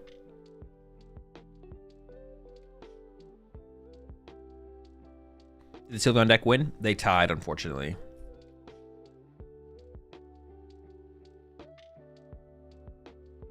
Maybe he's waiting until he evolves Lokes to know better where to put it. Maybe. But there's one of them has an energy, right? No, because if Sebastian says that Monkey, he kills Badoo. Oh, that's... yeah, so we definitely needed to move the... Yeah, that was a big mistake from Tanner then, right? That was a huge mistake from Tanner. Because now, yeah, if Sebastian finds Monkey Energy, Sebastian KOs the Badoo, which you don't want, right? There's the Iono. No energy attachment yet. Sebastian could get the KO on this Badoo here. That's actually a big deal. There's the Dark Energy. Let's see if Sebastian does it, though. Or does Sebastian have a different play in mind? Another Dracloak found as well is a big deal. Dracloak found here for Tanner. You probably want to do it before the opposing Badoo gets a Bravery Charm, right? The option is there for Sebastian. Let's see if Sebastian does it or not. KO Badoo might be game, right? I mean, it just gives you so much control. Dude, we got both options here for Sebastian. Brox and Jack. I think you're taking the Jack here every time, though. It's not even a question. Sebastian agrees. You could have KO'd Badoo anyways. Wait, what do you mean? Ursaluna or Dragapult. We have the Jack to get the Dragapult next turn. So we go for the Ursaluna option. There's the energy of the Monkey Dory. And yeah, this is what happens now that Tanner didn't. Yeah. And Sebastian goes for it. It seems like the best play. That's a huge mistake from Tanner on that last turn to not move that damage over. Huge mistake, huge mistake.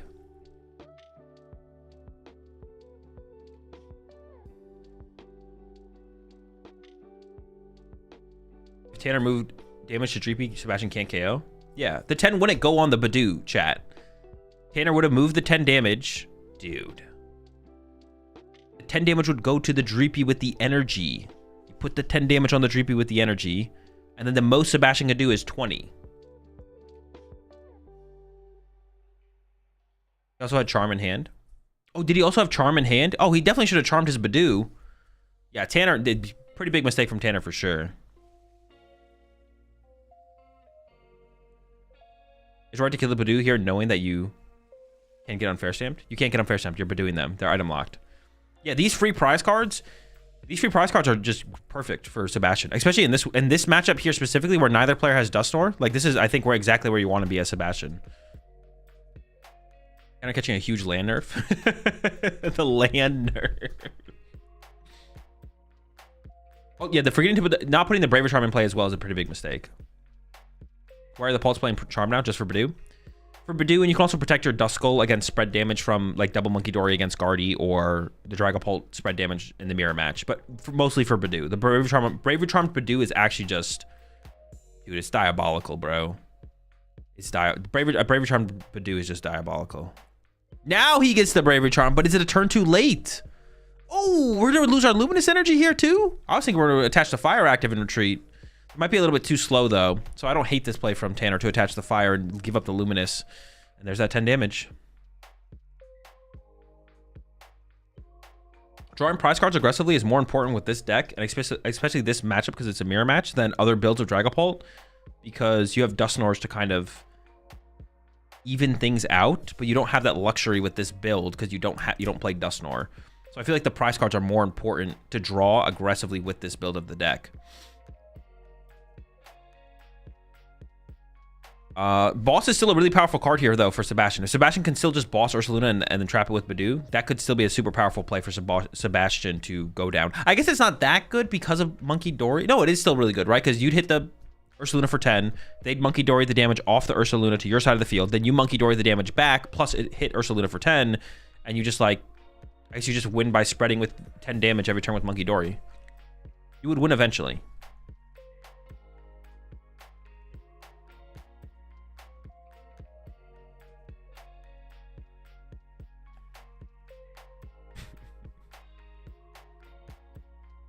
I wonder if you just pack it up the second that you get boss on your Ursaluna.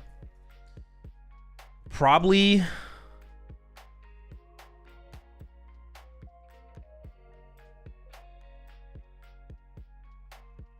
Sebastian plays 2 Turo? Wait, 2 Turo is a lot of Turo. Tanner could play Latias.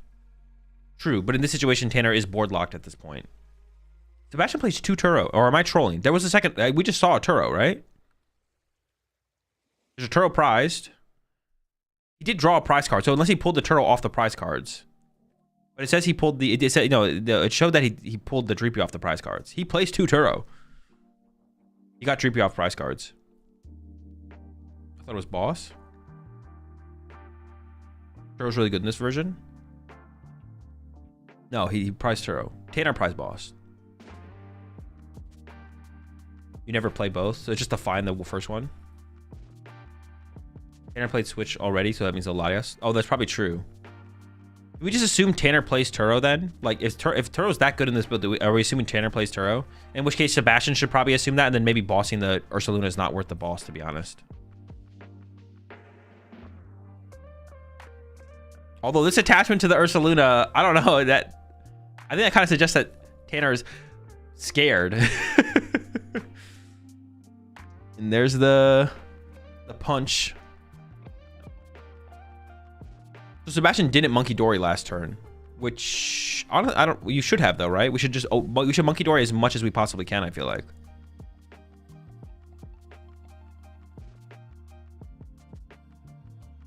I feel like we should just Monkey Dory as much as we possibly can.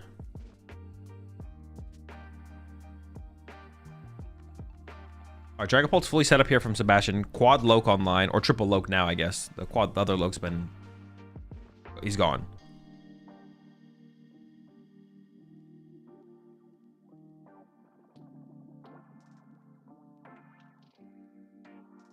Does Tanner run more than 1 Lummy for Monkey? Yeah, 2 Luminous Energy. We saw 2 Luminous Energy in there.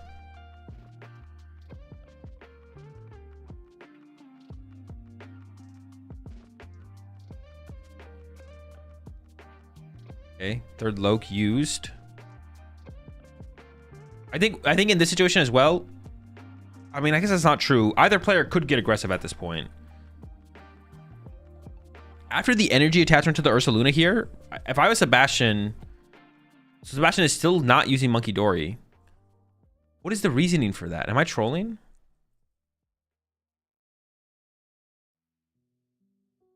Like, why wouldn't you move those 2 off the Badoo to the Dracloak? Am I missing something? Both with no skulls? Yeah, no Dusknors in either of these builds. 3rd low here from Tanner. He must be able to move 3 and kill a Loke so he can't evolve. Oh, okay, sure. So, like, Sebastian's looking to get aggressive and go move 3, kill, active KO, Dracloak. Okay. That makes sense, I guess, yeah. There's a Dragapult to protect the energy. This does take away that play from KOing this Dracloak, but you can KO a different Dracloak. Ooh, and Tanner's actually getting aggressive here. Has the boss. Is going to get the first big hit in. And also can clean up the damage off the... You can KO the Badoo off the bench? Actually, you probably don't want to do that. Actually, no, you probably don't want to do that. Don't listen to me. But punch active. 3 to 2 Dracloaks. Or 6 on a Dracloak. 2/2/2. Interesting. 2/2, huh? Yeah, I'm not sure how I feel about the 2/2/2. We're not really threatening anything with the 2/2/2. We don't have bench space for our Lucha. I guess if we get our own Monkey Dory on, but we can't afford to get Monkey Dory online next turn because we have to attach to our next Dragapult next turn, right? Yeah, Tanner gets the first big hit here. There was a boss in the hand there for Sebastian, so Sebastian could have bossed up the Archaludon and trapped it last turn, but chose not to. Lucha's prize? That's gonna be tough then. Sebastian had boss, so Sebastian could have bossed the Archaludon last turn. But I guess if you're just like assuming... But if you're assuming Tanner has Turo, as soon as you see Tanner attach a Psychic to Ursaluna, I feel like you're still fine with gussing it up and forcing the Turo on it. Then you also lose an energy, maybe? I don't know. Maybe I'm overthinking it. Also, losing boss kind of feels bad.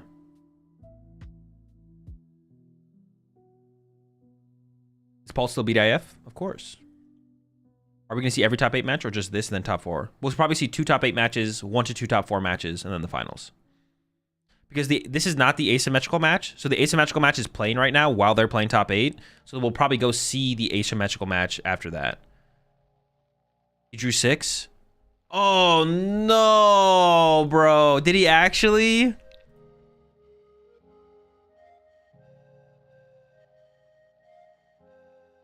Five. No!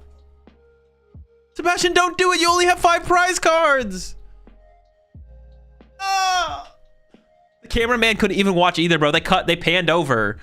The cameraman instantly cut away too. They're like, oh, I can't watch this. Change scenes. Oh. Is that ever anything besides a DPL? Pram should just let it rock. Pram would maybe let it rock. I don't know. We'll see. I know Pram doesn't want to give a DPL here, but it's always a DPL. I think Pram's going to give him a DPL. We want them to be consistent with their rulings. If I know Pram, I don't think Pram wants to give him a DPL, but I think he has to give him a DPL. What does DPL stand for? Double prize loss. Oh, Sebastian. Just boss the Ursaluna. Pram judging? Pram is judging, yeah. Wait, has he used any Dracloaks yet? Can we make an argument that he's going to go into use his Dracloaks anyways? But it could alter... Yeah, it could alter if you do something else out of hand before you Dracloak.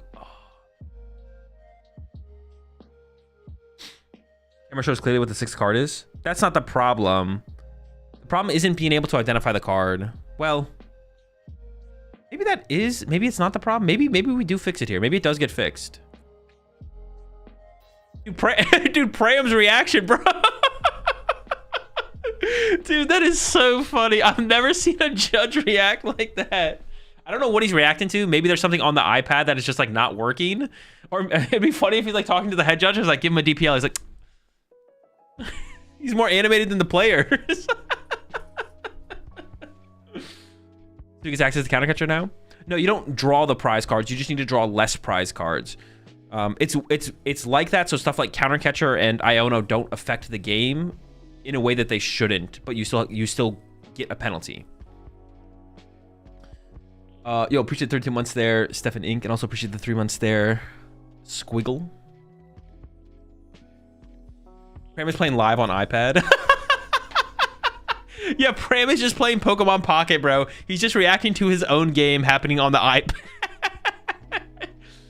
He's like, oh, they hit heads on the Team Rocket. Discarded my energy, bro. Another heads?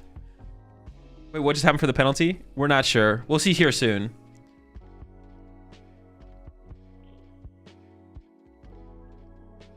Oh.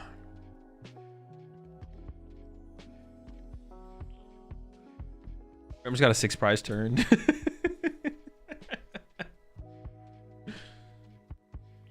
Is Pram still player? Is he just a judge now? He only has judged this season. Last time I talked to him, it didn't sound like he was against the idea of playing again, but he's just he's judging this season. And he seems to really be enjoying it, to be honest. So I wouldn't be surprised if he continues to just do judging moving forward. Maybe they tell him he needs to Loke first now. Maybe. Like before anything else, he just has to use Dracloak. I would be okay if that being a fix. Like the judge gets to decide. Like they like force something like that. Be like, okay, even if you'd want to do something else, you have to use Dracloak next now. You have Dracloaks available. You have to use a Dracloak now. I wouldn't hate that being like a resolution, but I also don't hate it if they just give him a DPL and we just, I don't know. I hate DPL for seeing an extra card. I hate that. I think if you have a record across tournaments or in this tournament specifically, like if Sebastian has had this happen 3 other times throughout this tournament, then I think it probably should be a DPL. But if this is the first time that on record he's looking at an extra card, not on purpose as well, he definitely didn't do this on purpose. If this is the first time on record that he by accident looked at an extra card, then I think we should try and not have it be a double prize penalty. I don't know what the resolution also will depend specifically on the board state, but if we can make it not a DPL, that would be cool. He did it on purpose. I was the card. Just returning our in ASIM. We're in top 8. The ASIM match is going on right now, but they're not showing it.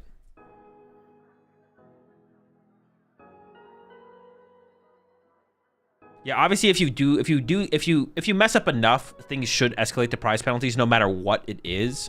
Like if you forget to tie your shoes too many times in a tournament, you should probably get a double prize penalty at some point. But if it's like the first time for these kind of things, then I think it should always we should try to avoid DPLs at all costs.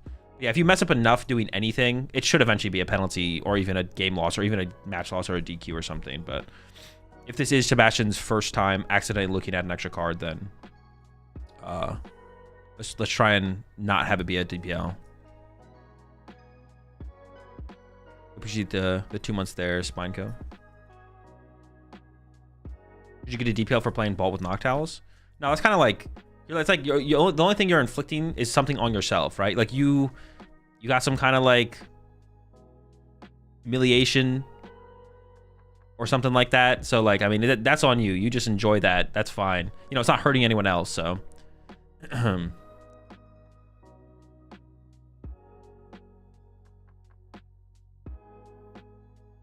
should be consistent, in my opinion. Yeah, we should consistently try and make it so that we never give DPLs on first offenses. I agree. I'm with you. I'm with you. I am memeing you a little bit, but I do agree. Across the board, things should be consistent. I just think we should consistently try and avoid DPLs and only do DPLs when it's like, okay, this is your third offense. We're going to give you a DPL now. Second offense, whatever. Who knows? All right, let's see if it's a DPL. If it's a DPL, it's Tanner's in a super strong position here. It is a DPL, and you can tell it's a DPL because Tanner has 2 of his prize cards are red. That means he needs 2 less prize cards to win the game. He does not draw the prize cards. Tanner does not physically draw the prize cards. He just wins the game if there's 2 prize cards remaining. Just so, yeah, because someone asked about, so like Sebastian can't play counter catcher. When Sebastian plays Iono, you don't draw less cards for the prize cards missing.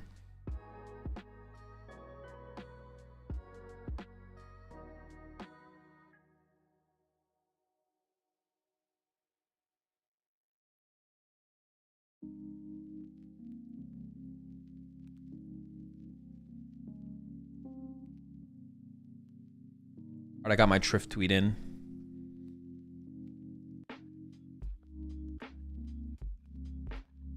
Wow, could that actually lead to a disadvantage if you prize something you need? No, because you win before you'd ever see the prize card.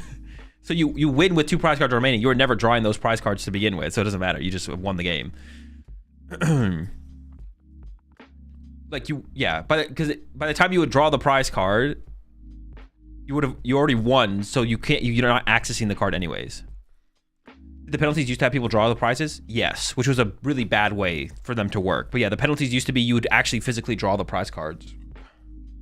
But they changed it, thankfully. This is the by far optimal way to have it work. Have you ever won a game with a double prize penalty? Yes.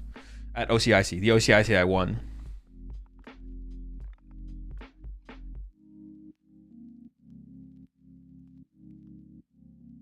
All right, attack coming in from Sebastian. Damage being spread. But Tanner only needs 4 prize cards. This is going to be tough. Can Tanner win this turn is now my question. I don't think Tanner can win this turn, but I don't see how you lose anymore as Tanner. What did he do wrong? He accidentally saw an extra card off Iono.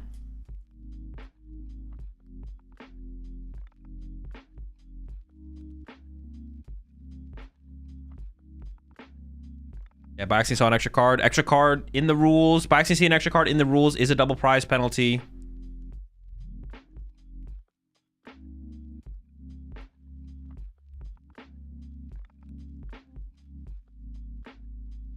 So Tanner still has countercatcher active? Yes. Tanner's countercatcher is active. Yeah. On top of everything else, Tanner still has access to countercatcher. Yes.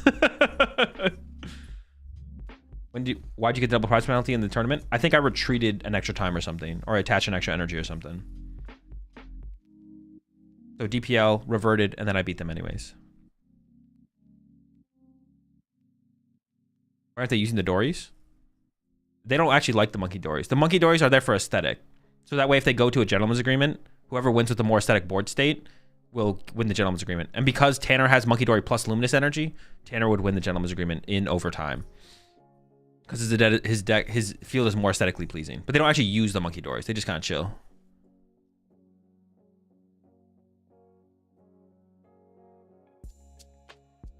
Okay, EXP share unfair stamp searched off the Arvin. Cannot play the unfair stamp. EXP share is a pretty big card to have here, though, to set up for your next Dragapult.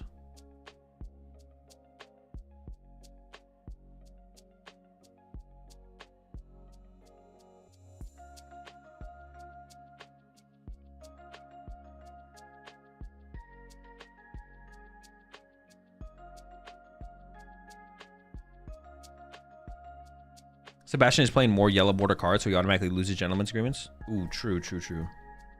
You're right, you're right. That is a big L to take. All right, the Monkey Dory use is coming in here from Tanner, hitting up one of the Draklooks on the bench. Should Tanner even take prize cards this turn? I mean, you should KO the active, excuse me. Oh, no attachment for turn isn't great. Oh. We are KOing the Dracloak. I feel like Tanner maybe should just spread the damage wide there and not taking a knockout. Maybe taking the KO is fine here, though. I was thinking if like we get Iono'd, but maybe we're playing around the unfair stamp anyways. Maybe we know we're getting unfair stamped, so we're like, the extra prize card is fine. He attached a monkey. Oh, I missed that. He did attach a monkey. You're right. You're right. Okay, that's fine. So it's not that big of a whiff. We did get our attachment for turn. You ever scoop after this DPL? 1 prize remaining seems harsh. Nah, not with how much time they have left. I don't. Well, honestly, these games can go long. Honestly, it maybe would have been correct for... Oh, hold up. We're going for the Ursaluna trap. Okay, maybe not just because there's the Ursaluna in play. Maybe that's why. Maybe that's a good enough reason to be like, well, there's this Ursaluna in play. I think I can still win this game. And honestly, this might still be winnable. We haven't seen a Turo from Tanner yet, and Tanner has already played his switch. This Ursaluna might get stuck. Now, Tanner hasn't used his rescue board yet. That's the big card that Tanner still has left. Tanner still has a rescue board. And, oh, but the draw power on Tanner's side is pretty weak. We only have this Dracloak here.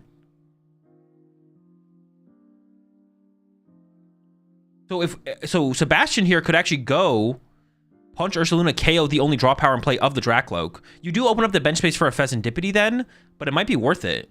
It's either it's like the potential of Pheasantipity versus guaranteed Dracloak. So you probably do take the KO here as Sebastian. See what he goes for, though. There's the draw 3. There's a Turo for Sebastian, which could be big to remove liabilities off the bench. Double Poffin getting burned here. Dude, Sebastian could definitely do this. Like, with Tanner's switch being gone, and honestly, I'm unsure if Tanner plays Turo. We know Sebastian plays 2 Turo. Did Sebastian take Tanner's Turo? Do we think that's what happened here? Did they actually do some trading before the match started and Sebastian traded for Tanner's Turo? That could be why he has 2 Turo and Tanner might have 0.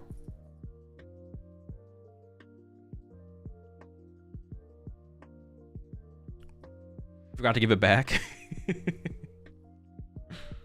What's the best egg spec to play in Tank Terrapagos? No clue. Still figuring that out myself. Boss and Ursaluna. I mean, we have a boss in hand already. Not that many cards left in deck. We should be able to cycle around back to it by the time we need it. Take the Ursaluna. Here comes the Monkey Dory. Is Sebastian going to go for... I feel like Draclo KO is correct. It does mean... No, the Ursaluna attacking sooner isn't that big of a deal, to be honest.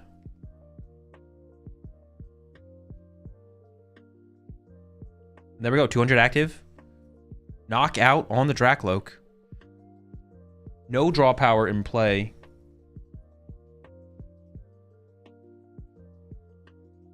Rescue board in hand and the Nest Ball. Dude, this man don't whiff. Nest Ball for Fez. Rescue board to active. He literally got... He has both cards. He has got the 2 cards, bro.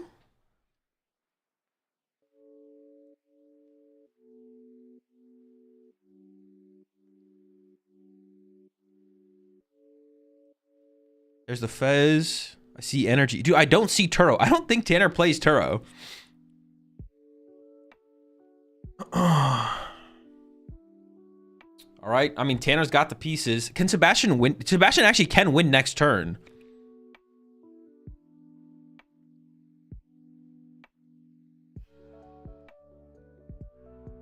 So Tanner does need to actually pull it together here. Opens up with the Fez. And Arvin probably is game.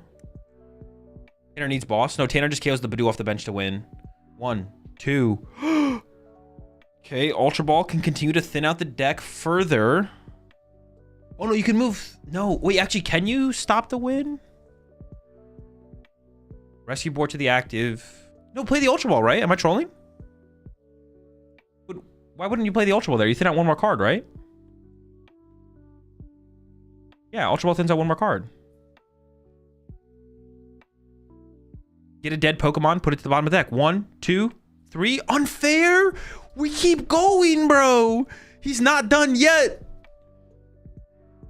Give him another one. But dude, now there's 3 dead cards on the bottom of the deck. Because if we had Ultra Balled, we would have thinned out 3 dead cards. The Ultra Ball and the other 2 cards. The mistakes are compounding here for Tanner. Let's see if he draws out of it, though. There's 3 dead cards, 3 extra dead cards in the deck because he didn't Ultra Ball before playing the Iono. What's he looking for? An energy. He just needs an energy.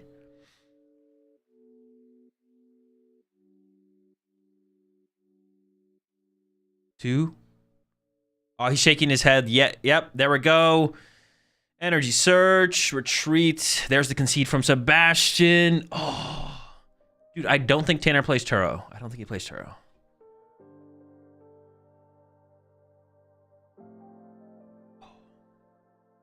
Might not have drawn to unfair if you Ultra Balled. That's not how that works. That's being results oriented instead of... Yeah, it's just not how that works. That's not how that works. It was a misplay.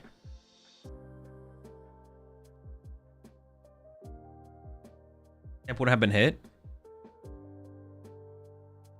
Wait, who do I have to start timing out in here? I have to time out someone. Like, I can't let you guys get away with this. Someone has to take an L here. I have to give it to JD first, I think it was. Someone's got to get timed out here, bro. I can't... You guys just can't get away with this. You like a search instead of vessel? I don't like it. I don't really like it that much, to be honest. A mistake can still pay off. Yeah, but we don't talk about it that way. Not in my chat. I don't disagree. You can misplay and have it actually win you the... You can win the game off a misplay. We don't talk about it that way here. You get timed out if you talk about it like that here.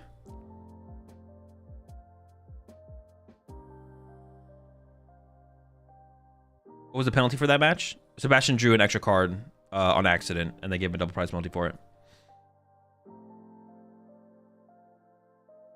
You're more likely to draw into energy after thinning. You're also more likely to draw into the unfair stamp if you thin first. Also, if you draw into the unfair stamp, it'll be -3 cards from your deck. I think Tanner maybe thought that he got Iono'd and not unfair stamped, and that's why he didn't shuffle the deck, which would be reasonable, but he got unfair stamped there, so...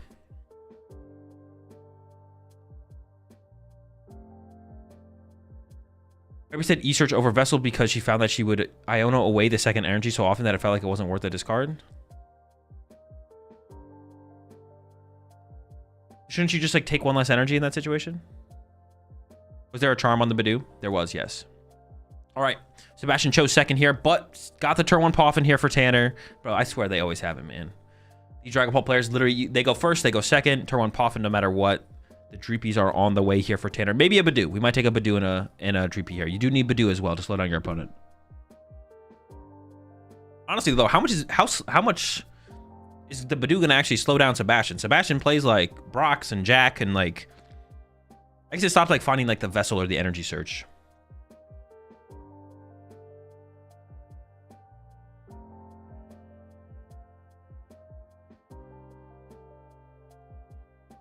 The Guardy players before rotation always had Poff and Ion on hand turn 1 no matter what. I know, what the heck? It's like they're cheating.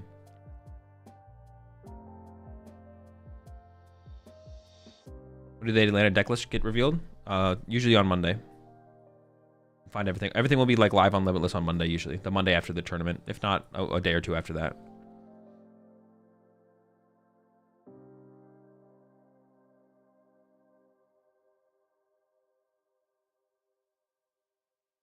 Dude, don't buy into Fields' bait there, bro. Don't get baited by Fields there, Captain. You know what the ace specs are for both builds? Both players are playing Unfair Stamp. Oh yeah, there's the Badoo and Dreepy here for Tanner. Ooh, we got an Ultra Ball as well. Ooh, giving up one of your Luminous though. Actually, is Monkey Dory just out of question now for Tanner? Can Tanner just not Monkey Dory? No, I think I see a third Luminous. 3 Luminous? Interesting, 3 Luminous.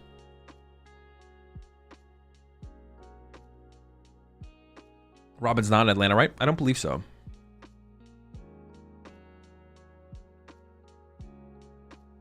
Sebastian should have scooped after the DPL, or at least scooped earlier. No, I don't think so. Because of the Ursaluna being on the bench, I think he actually had a solid route to win the game. Ursaluna for, so there's the Ultra Ball for the Dracloak for the next turn. The Ursaluna opening from Tanner was really, really bad. Not that he had a choice, but like, yeah, it was really bad. It was bad that it happened. Luminous versus Dark, thoughts? Luminous is the more powerful card, but the Dark Energy is the more consistent card. I'd have to test and to see which one I like more. 0 games. I understand the value of both of them, though. He's running heavy Luminous instead of just 1 Dark and the Duskline. Sebastian out here breaking Tanner's sleeves.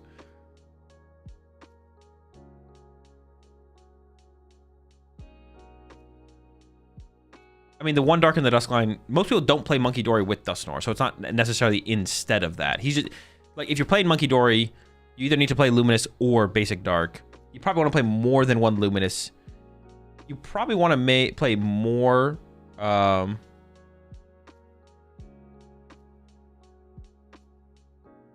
probably want to play more Luminous than just 1 if you're playing Luminous. But for the Basic Dark, you could just play 1 Basic Dark and get away with it, so... Whether or not Dusknoir's in the deck isn't really relevant to, like, that decision, though.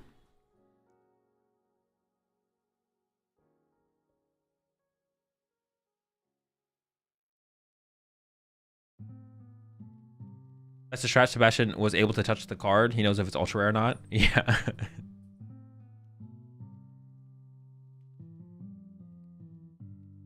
Odds that Tanner forgot extra sleeves, and we get a 10-minute break for him to get new sleeves off the vendor.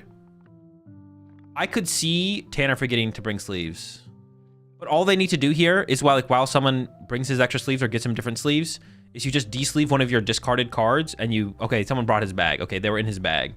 If you're ever in that situation, chat, where you don't have an extra sleeve on you, all you do is take one of your discarded cards and you de-sleeve it, and then re-sleeve the card that goes in your deck, and then you're good to go. So if like you're ever in like a situation where like let's say you're in round 2 of a regional championships and you're going into game 3. Now, if you're in game 2 and a game 3 happens, you run into a problem. But if you're in like game 3, just take one of your discarded cards and de-sleeve it, and then go to the vendor after that and get some new sleeves.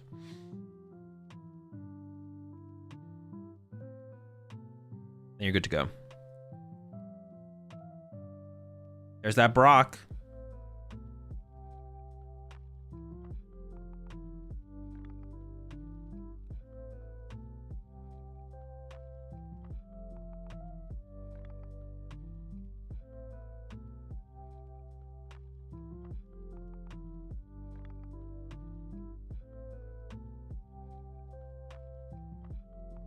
Favorite sleeves brand? Dragon Shields. Do all sleeves at a major event have to be monocolor? They can be official Pokemon TCG artworks or monocolor. Has to be one of the two. What is a good replacement for trekking shoes? Don't ask me that question ever again. Do you think Pram is judging their misplays? No. Pram. I mean, maybe a little bit. If it's like a big mistake, but like, Pram probably doesn't play the game that much right now. He probably plays more pocket than he does the normal game. If it's an obvious misplay, yeah. But I mean, we're judging them too. The audience is judging them. The people in the stands are judging them. What the fuck are they doing? You can have custom Dragon Shield sleeves for regionals? Nope. Monocolor or official Pokemon TCG. You can run penny sleeves too. You can, but you shouldn't. You'll definitely get a penalty for if you run penny sleeves or clear sleeves.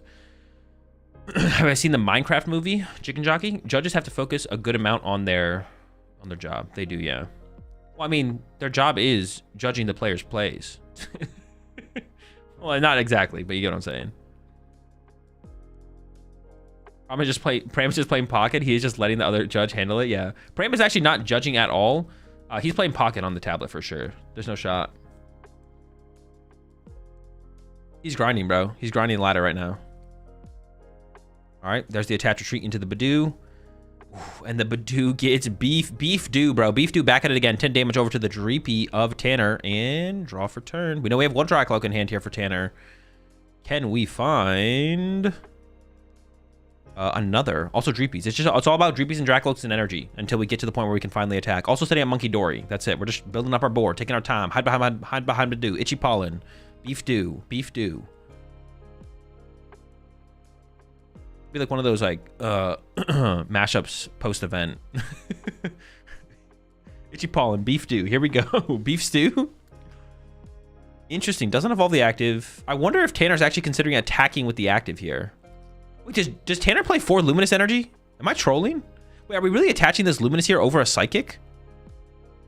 I don't like that. Dude, are we trying to use Monkey Dory? Does Tanner hate Monkey Dory? Doesn't play the Iono to try and find more cards. Interesting. Are you really betting on Sebastian's hand just being that bad? I don't know. I don't really like that from Tanner. I feel like Tanner probably should play the Iono. Cycle the hand. Try and find more GPs, more Drakloaks. Tanner didn't play a supporter then, right? I'm not trolling.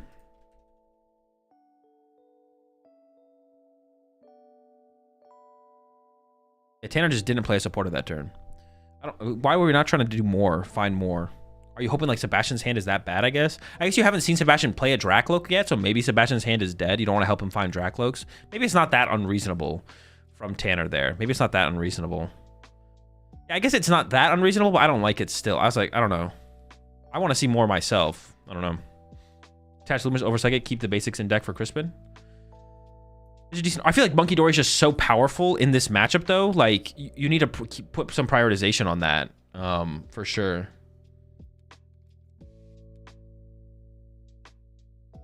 It's gonna be so much harder to, like, we're down 3 Luminous now, right? I think from what I think Tanner does play 4 Luminous, though. I could be wrong. It might only be 3, but I think there might be 4 Luminous in there. There might be 4 Luminous in there.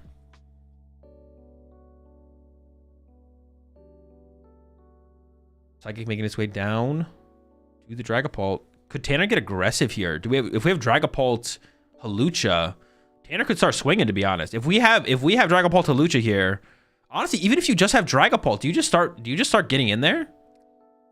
You maybe just start swinging. All right, just the Badoo play here. Use to take it slow. Back over to Sebastian. I think I see Artisan and Jack. Okay, so decent hand here for Sebastian. Going to continue to develop the board here. Into the Artisan. This could get the Monkey Dory.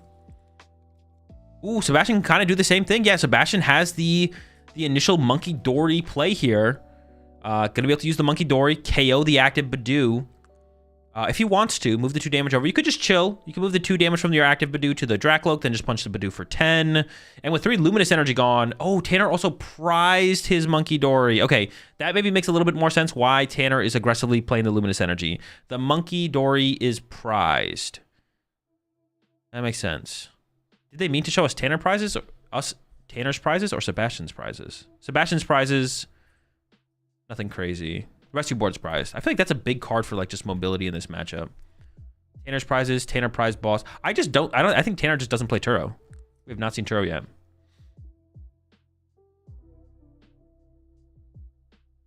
Does Paul want to go first or second? Second. Always second.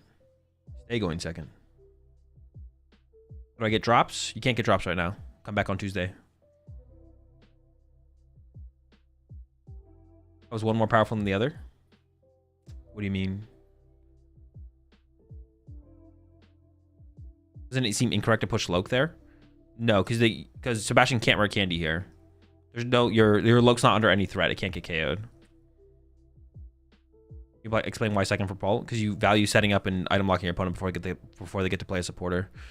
You're more likely to set up cleanly if you get to play your supporter. You get to play supporter on your first turn. You just want to find Arvin or Brox, get basics, get tier evolutions, item lock your opponent. They aren't on Dusknoir builds, are they? Yeah, no Dusknoirs here. Monkey Dories and Ursalunas. All right, there's the item lock again for Sebastian. Once again, well, actually, no, it's a little bit different this turn. But Tanner finding boss here would be pretty good. If you, I mean, boss KO, it seems pretty good. Maybe I'm overthinking it. But boss KO on the bench Dracloak seems decent. Attach to the benched Dreep. Does Tanner just have to Iono here? It looks like it just has to be an Iono here from Tanner. Has the EXP share as well. I wouldn't hate to see the EXP share just come into play, to be honest. I feel like Tanner's playing so conservatively with some of these cards. I wouldn't hate to see him just kind of throw stuff out.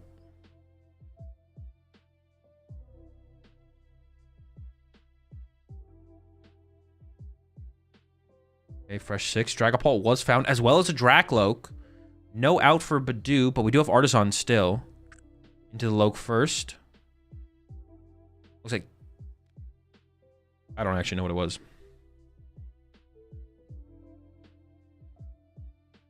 Another Dracloak draw coming in, potentially.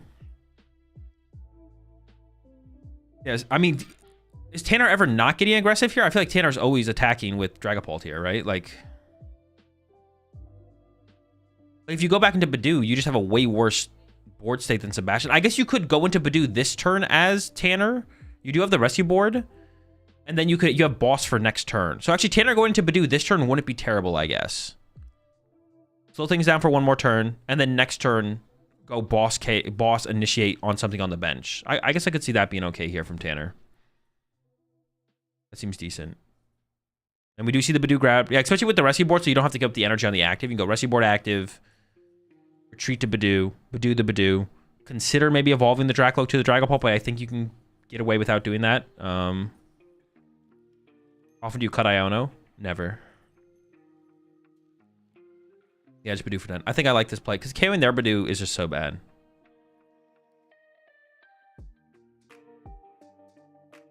All right, over to Sebastian now. A couple energy in the hand. Got a couple Lokes to work with as well, obviously. Initially goes into the Artisan here.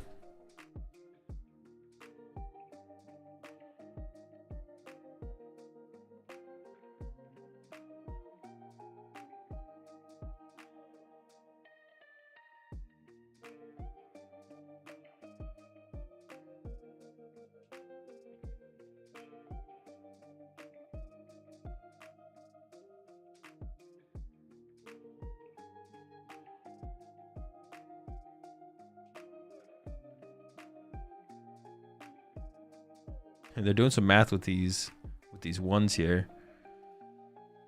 All right. Fire energy down on the Dracloak. That makes me think that Sebastian is going to attack with Dragapult here if he finds it. Dude, the more I watch this Badoo stuff happen, though, the more I've said this before, I feel like Iron Bundle in Dragapult is really, really good for pushing your opponent's Badoo out of the way and letting you be the aggressor. Because you don't want to aggress into the Badoo. You want to aggress around the Badoo. Turo and Defiance here are the options. Like, imagine if Sebastian had Iron Bundle here. Broken. Insane. Well, we need a Dragapult to go with it, obviously, but if we have that, like, insane. You're taking over. Hard to get bundled when item locked? Bro, there's been an Artisan in play every single game since turn 1. We got Brox. We got Artisan. We got D's. We got bundle. All right, item lock again comes down from the Badoo. Genesect in hand there for Tanner. Would need the tool card to go with it. We did lose our Dragapult and our boss. Immediately into the Artisan. Boss and Dragapult are on the bottom of the deck. You're also behind one prize card here as Tanner, and you're like, yeah, dude, you can't Badoo again here as Tanner. You gotta swing. I think holding off for one turn last turn from Tanner was probably fine because we had boss Dragapult in hand, but now we gotta swing. Like, if we give Sebastian another free Badoo off prize card, you're just gonna lose, right? Next turn, Sebastian's gonna go KO your Badoo, attack with Dragapult, and the game's just over. It's just like too far to reach at that point. Sebastian's Borsay is just way better than yours. Got the Monkey Dory. More developed Dragapult line, or just by a little bit. Not as much energy in play, but plenty of time for Sebastian to catch up in energy.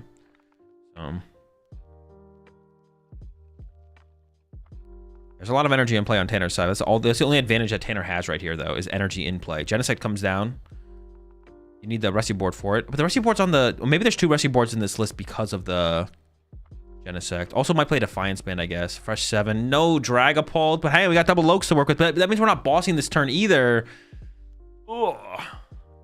If we're not bossing this turn, I feel like we're losing.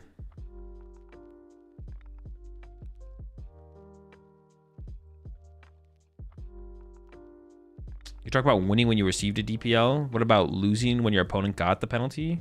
I don't think I've ever lost with the double prize penalty against my opponent.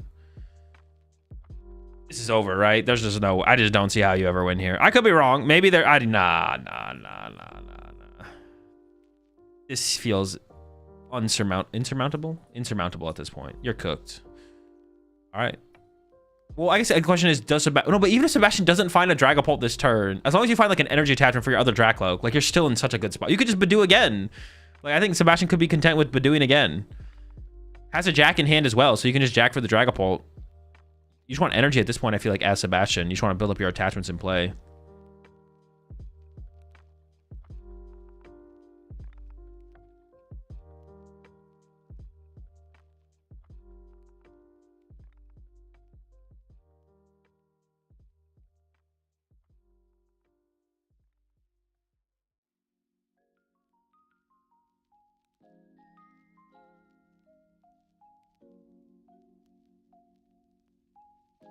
Crispin's pretty good here.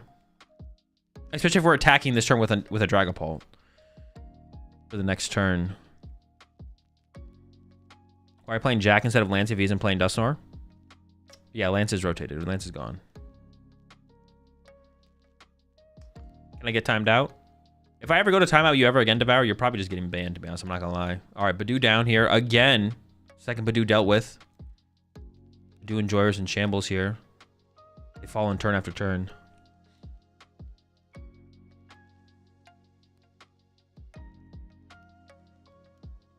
I mean, we could just see... All right, another energy for turn is great. Oh, we're just doing Crispin here. Okay, cool. So just Crispin for turn here from Sebastian. Just continue to build up energy in play. I don't think we have a Dragapult in hand, so once again... And also, with the Genesect push, that means Tanner has to find a way to move the Genesect. And it's harder to move it if you're item locked, so... Genesect does have 1 retreat cost, I believe, but... Yeah, Sebastian's gonna go back to the item lock, maybe get access to items next turn, but Sebastian's just chilling. He didn't show the 2 energies. I think he only got 1 and then immediately attached it, so he didn't get the extra acceleration. He just got Psychic, Psychic to hand, attached Psychic for turn. But he did it all in like 1 motion. All right, Fez found here for Tanner. Fez draw, but that's just another 2 prize liability on the bench more so than anything, I feel like. Iono boss found for Tanner. I feel like you gotta go for the boss initiation here as Tanner. If you have Dragapult in your hand, which I don't know if you do. Oh my. I don't think we have a Dragapult here. Oh my goodness. Dude, this Badoo is... Sebastian is literally soloing him with Badoo Monkey. Just can't find a Dragapult. Why is Hobsation not good if he easily blows Badoos away and punishes the bench very early? Because that's all it does, and then it falls off and loses you the game. No memes. It's just not a good. It's not good enough. I think Hopsation with Monkey Dory is good against Dragapult, but its matchup spread besides that is just really poor. Like it's not a good deck into the meta right now. All right, Iono.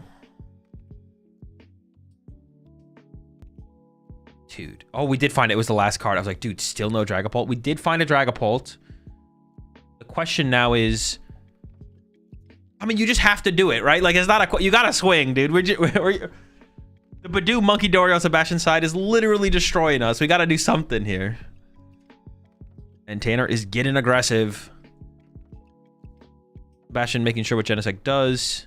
And looks like it's going to be a split on the Dracloaks on the bench. I'm actually not sure I like that from Tanner. I feel like we should just put 6 on the Dreepy. It's like both these Dracloaks are just going to get evolved, right? Or the one with 2 energy is going to evolve to a Dragapult. And then the other one can get the 30 move. Actually, I just don't like this. Yeah, that was actually just a bad damage spread there from Tanner, right? It should just be 6 on Dreepy. Because you want to threaten a prize card draw.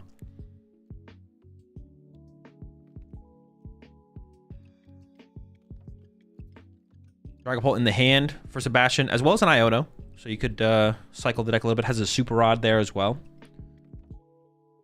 30-30 has to be wrong? Yeah, the 30-30 is just bad. It's good earlier in the game, potentially. But at this point, yeah, it's got to be 6 Dreepy. 6 on Dreepy. Or like some kind of 2-2-2 split, maybe. But I don't even see what that develops into.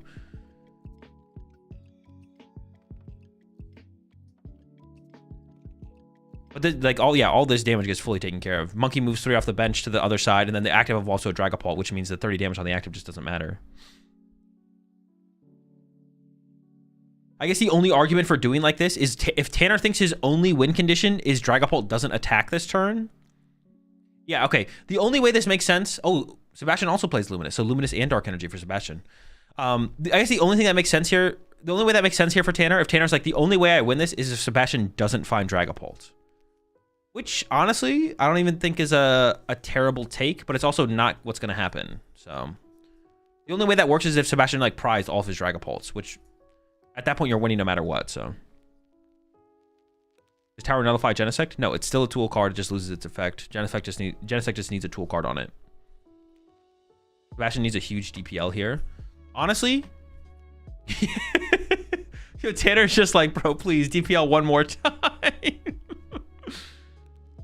He's like, yo, 3 off the Dracloak? 1, 2. Ah, damn it. And he's got another Dracloak to use. He could see 3 again. He could take 3, all right? Dracloak number 2. Okay, draw 3, draw 3. Oh, fuck. All right. Next turn. You got me next turn, right? All right, cool.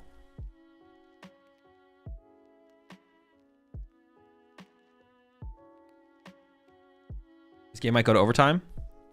Well, 25 minutes is still a decent amount of time left. We'll see. We will see. Would you give up this round? I would probably concede this turn as Tanner, personally. I want as much time for game 3 as possible. If I was Tanner, I would concede. As soon as... I'd probably concede as soon as the Dragapult hit the active, to be honest. Alright. Sebastian is going to draw prize cards this turn. Punch the active. Move 3 over to the Dracloak. Is going to KO the Dracloak off the bench, I'm sure. Remove that draw power from play. This does give Unfair Stamp and Pheasantipity draw over to Tanner. But it's not going to matter that much, I don't think.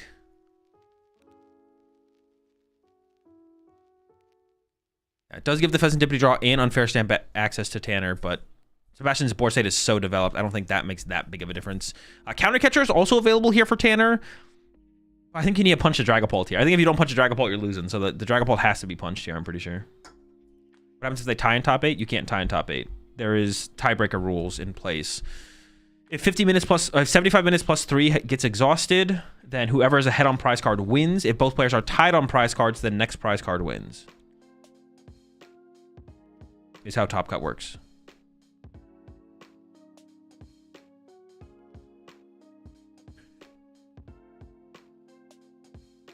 What does Genesect's attack do?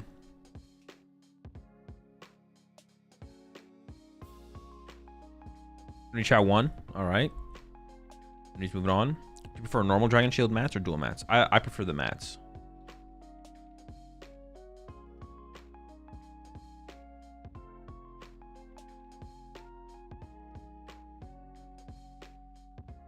The complete top 8 is 5 Dragapults. Jeez. Top 8 is 5 Dragapults, 2 Gardevoirs, and a Tank Terapagos versus Golden Go in the entire top 9 asymmetrical cut is 2 Gardevoirs, 5 Dragapults, Tank Terapagos, and Golden Go. Henry 1. Dude, he's unbeatable. Oh, Tanner is going after the Monkey Dory. Okay.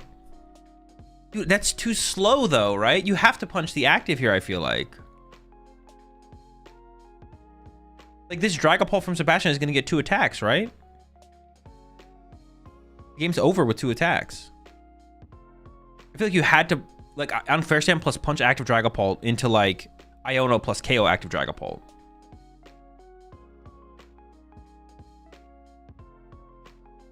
This feels too slow from Tanner. I don't think this is actually a win condition. He just loses if he punches active.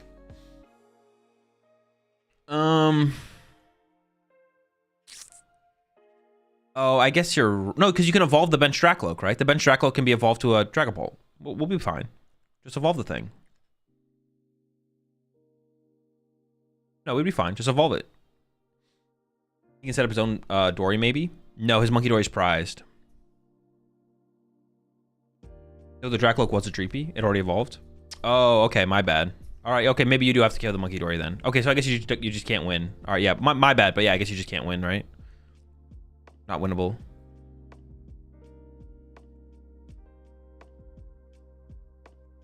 Yeah. All right, well, we're going to game 3. So these situations are interesting because, like, it is a mirror match. I don't really know who has advantage list-wise. If you think you're at the disadvantage list-wise, like if you think someone else has the better list than you, then you want less time in game 3. If you think you have the better list, you want more time in game 3. Well, obviously, Tanner can't concede here. Oh, no, I mean, Sebastian can't concede here. So if Tanner thinks he has the better... If Tanner thinks he has the better list for the mirror, then Tanner should concede. If Tanner thinks he has the worst list for the mirror, then he should just wait it out and pray for a miracle slash maybe Sebastian looks at 5 cards off a Dracloak or something. And then besides that, that's basically it, right? That's like that's what it comes down to. It's just like if you think you have the better list for the mirror. If you have the better list for the mirror, you want more time. If you have the worst list for the mirror, you want less time. But yeah, Tanner's obviously the only one who can concede here. And Tanner could just pray for the... You could play for the DPL, but I don't think that's a good way to approach this. I think you should concede here and conserve time. 20 minutes is, like, not that much for a full game of Dragapult for Dragapult.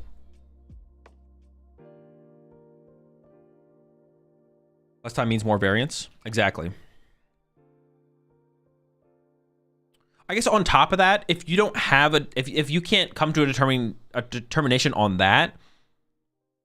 Like, let's say you think your lists are, like, equal. Because let's say you don't know. So you're like, well, it's probably, like, 50-50 mirror, right? Like, you don't know if you have the advantage or they have the advantage.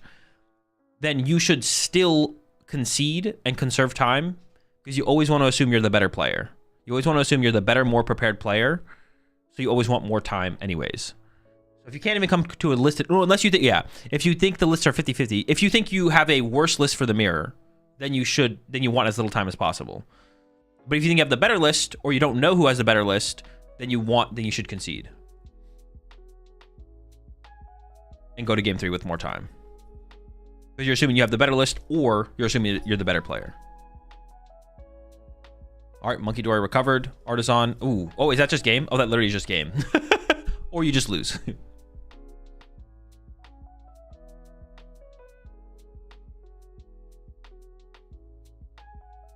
If they have the same prize count after +3 turns and one player has a DPL, does he lose? Yeah, the person with the DPL would win, or whatever.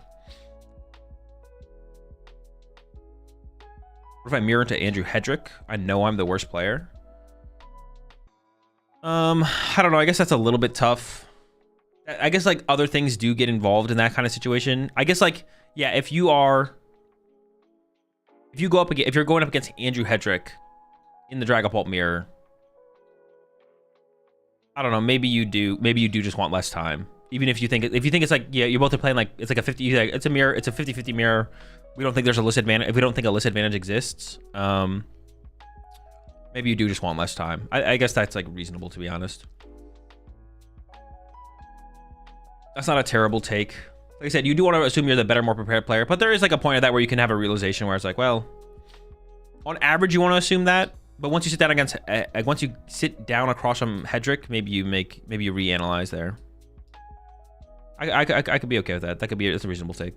What do you do if you're up against LeBron in the Pult mirror? I'm that's a free dub, bro. I tell him to sit down. Hold this L. Do you think players like Henry Chow and Hedrick have some level of natural talent for the PTCG, or is it purely down to their testing and practice? There is always some like environmental bias for all that kind of stuff, like. that breeds natural talent, right? Like things you did when you grew up or whatever, yada yada. But analyzing that is just kind of pointless. So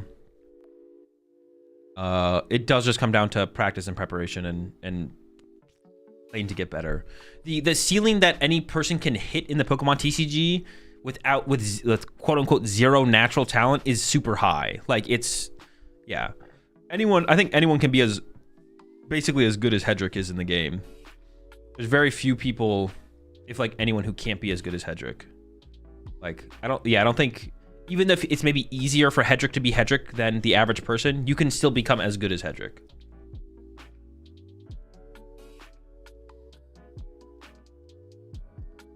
Can we be as good as you? No, obviously not. Don't be silly, but come on. Ooh, Sebastian with the Pheasantipity start and also prize double Dracloak. Dude, this is a bad start here for Sebastian. Into the Badoo start from Tanner. Yo, we need that Cruel Arrow, bro. Oh, yo. If he has Crispin Cruel Arrow, he could cook. Hold up. There is actually like a route here where this isn't that bad for Sebastian. If he has Crispin Cruel Arrow and just starts bopping the homies off the bench. Hold up. It looks really bad, but I could see it ending up being pretty good.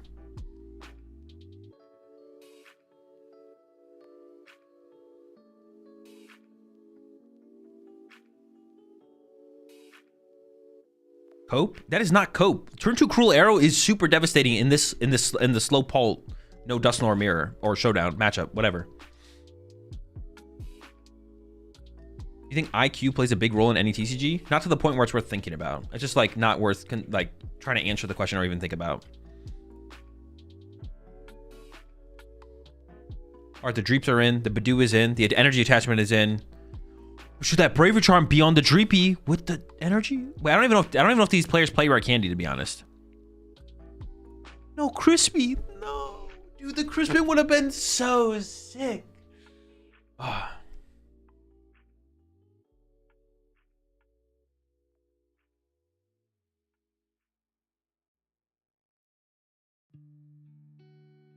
Doesn't play the game though. We only hate. Yeah, I don't think either of them play Rare Candy, so putting the Brave Charm on the GP doesn't do anything. Do you find that the ability to choose second affects the timing of a concession? Yes, because like if you know you can concede and then have the advantage for more time going to game 2 because you get to choose the preference of versus second. Yeah, that should factor in as well. That should be a factor. That's a good point. I didn't mention that. What are you drinking? It's a protein shake. I need something to go with my noodles. I was like, I need more protein with this. Can I have some? Yeah, sure. Come take a sip.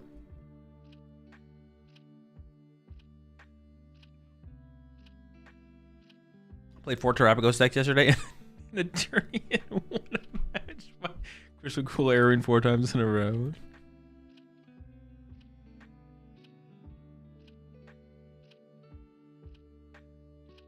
Oh my gosh.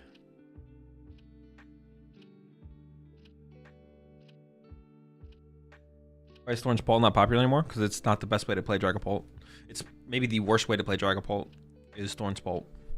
There's probably, I mean, we could make some other fake ways to like play Dragapult, like Caesar, Quad Caesar EX Dragapult. It's probably worse than Thorns Dragapult, but of the real ways to play Dragapult, it's one of the worst. All right, Brox is in early, or Brox is in here getting the Monkey Dory early for Sebastian. It's probably because we have the Dark Energy in hand. We probably usually don't want to get Monkey Dory this early, but we do have the Dark Energy to set it up aggressively, so gotta have it. Is this the worst meta we've seen in 2025? I don't know. I don't think this meta is as bad as people think it is. We just got more people got to pick up we just got to pick up anti-Dragapults together. We have to come together as a community and hate meta the fuck out of Dragapult. We just gotta get ruthless on them, bro. Everything. If it's good against Dragapult, we're putting it in the deck. Need to bring Zard back? No, that'll just make Dragapult better. Chill out.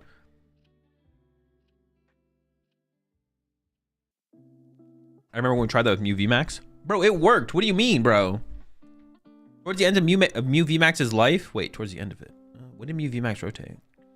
Dude, I was bopping Muse with Charizard, bro. It was free, bro.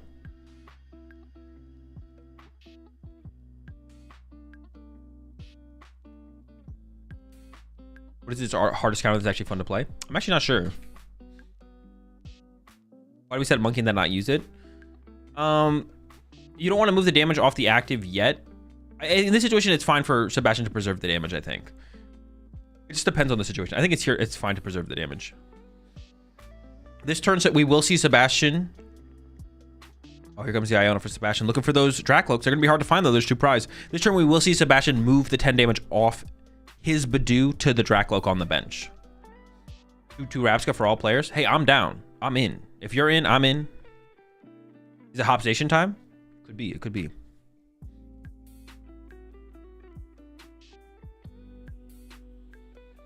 What do you reckon is missing from Zacian Monkey Dory to have a better matchup spread?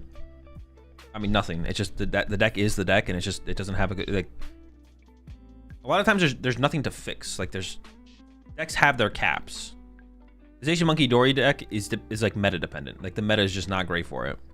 It's nothing. The deck doesn't need anything new. There's no way to make it that much better. It just needs the meta to shift to make things better for it. Remember the one stream match where it was Manly versus Labella, Zard versus Mew, winning it in San Antonio, and it 6-1 for Christian, and Manly just took 6 prize cards. That is how good that matchup, Chad, is. The matchup the matchup was good for Charizard. It was kind of close, but you could have also teched out the matchup if you want to as well. All right, there's 2 damage on the active Badoo here, and there's no Bravery Charm from Sebastian last turn, so Tanner could take over the Badoo war, which we saw game 2, which we've seen game 1 and game 2. Sebastian had control of the Badoo war, but now Tanner's Badoo has a Bravery Charm, and if he can get Monkey Dory in play this turn, if he finds Monkey Dory plus energy for it, Tanner's in an amazing spot here. Another Dracloak as well is great. There's the Fire Energy at the very least for turn. Hold up, we got 2 Dracloaks to work with. It's unlikely we find the Monkey Dory combo here. All right, potential for a Dragapult. There's also no Dracloaks on Sebastian's side of the field, I believe. Iono. Actually, I want to see the board. There's no... You could just swing here as Tanner. Actually, no. I think Tanner should have just gone into Dragapult there. At this point, I think you can make the assumption that Sebastian doesn't play... I think you can make the assumption here that Sebastian doesn't play Rare Candy or anything like that. You'll push the Prime Sub there. Basil Smash. I think you just get aggressive here. There's no Dracloaks in play as Tanner here. I think I'm getting aggressive. I'm like, you don't play Candy. I'm swinging. 30 on each Dreepy. Good luck. Yeah, I think I'm swinging there. If I'm Tanner there, I think I'm swinging. You do still... Well, you do still have the advantage in the board state as Tanner, so playing it slow... You're still at the advantage, but I think you're cooking him if you just start swinging here with the lack of Dracloaks on the other side. Oh, maybe you are afraid of the unfair. No, I don't know if you are, though, to be honest. We saw a Candy game 1, right? Oh, did we see a Candy? No, I don't think we did see a Candy. I think he wants Monkey Boss to knock out both at the same time. That's not like a reasonable play, though, Schlink. Like, who knows when we're getting there. Like, that's not... There's plays you can play towards, and then there's plays that are like unrealistic.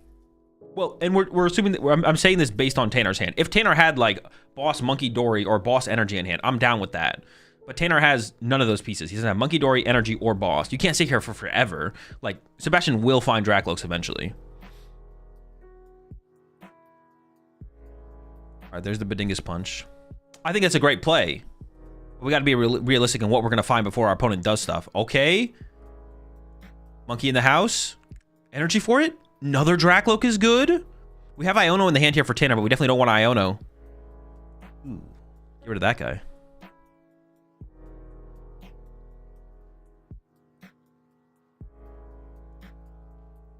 Once again, Tanner is still in a really good position. All right, just Bedingus back. Now, all right.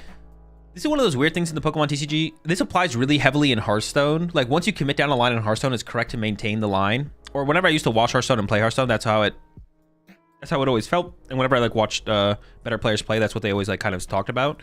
In Pokemon, I think it's a little bit different. You don't really have to like maintain that. Once you realize you messed up last turn, you can pivot. So far, Tanner's not pivoting, though. He's sticking towards this find my Monkey Dory setup play.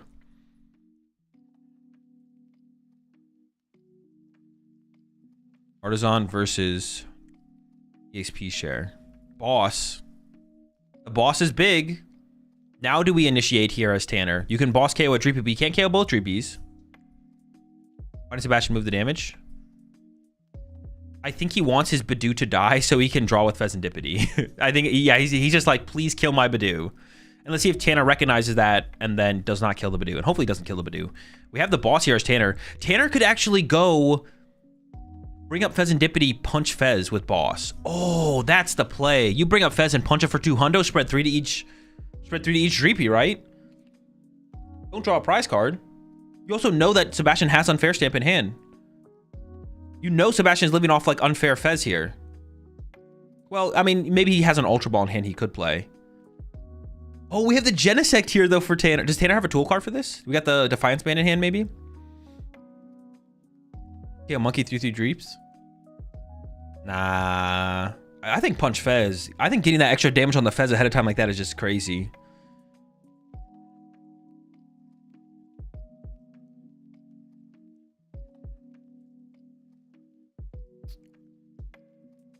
He didn't take EXP share earlier. Oh, did he? Oh, yeah, that's right. He had the option of actually giving the Artisan over to Sebastian feels like a weird choice there from Tanner as well. Oh, he has the Defiance. The Artisan for Genesect, so Genesect has to be on the bench. He has the Defiance for it, though. Okay, okay. But I don't, yeah, I don't know. I guess the Artisan give is, like, fine.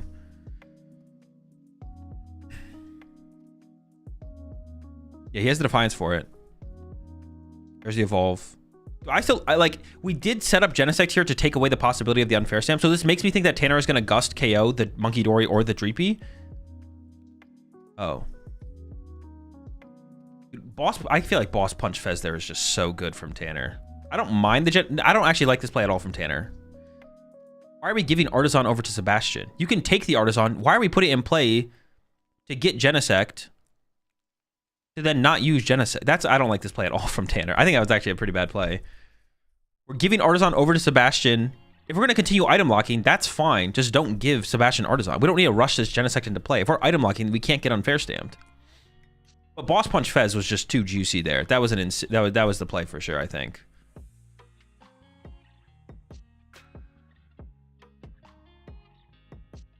I think still 0 Dracloaks here for Sebastian. How much time do we have left? 5 minutes?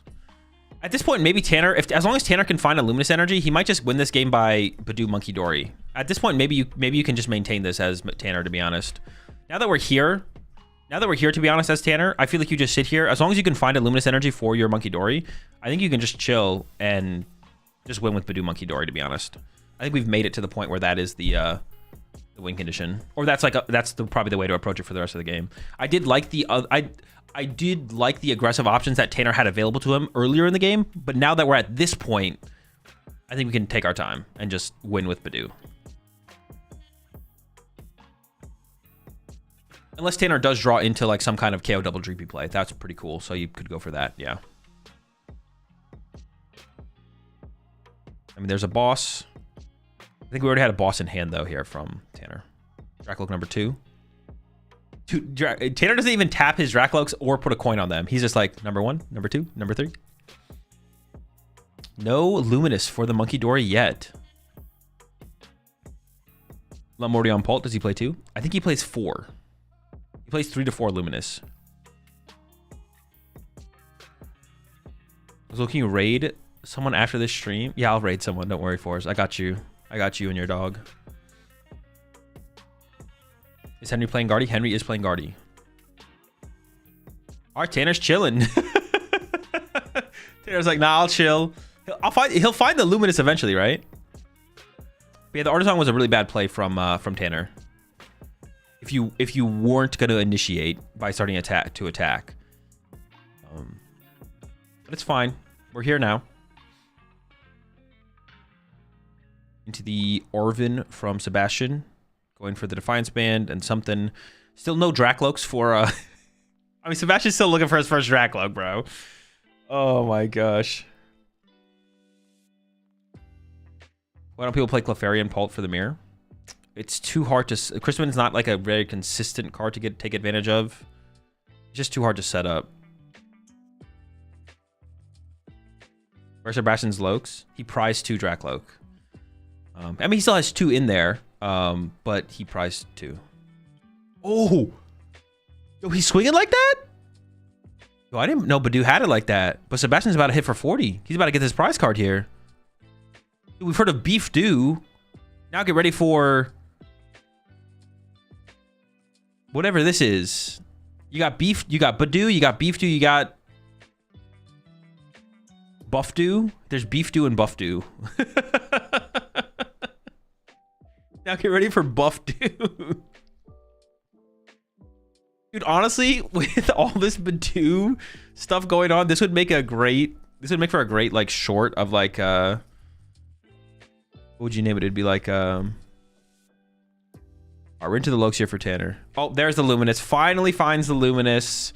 And, yeah, double... oh, wait, is it going down this turn, actually? No, yeah, because it's still just 2 Dreepies. Double Dreepy getting KO'd this turn, and that's going to be game for sure.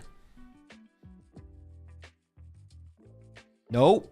Don't you dare. Hit the Luminous on the... oh. Dude, put the Luminous on the Monkey Dory before I have a stroke. Dude, stop thinking about it so much. Put the Luminous on the Monkey Dory. Okay, thank goodness. And we only want to move 1 damage off our Dreepy here. We want to save the other damage. So you just move 1 from Dracloak. Move 1 from Dracloak to a Dreepy, Boss Dreepy, Dragapult KO double Dreepy. Then you have 1 damage to work with going into your next turn. No, stop. Why are we clogging our bench?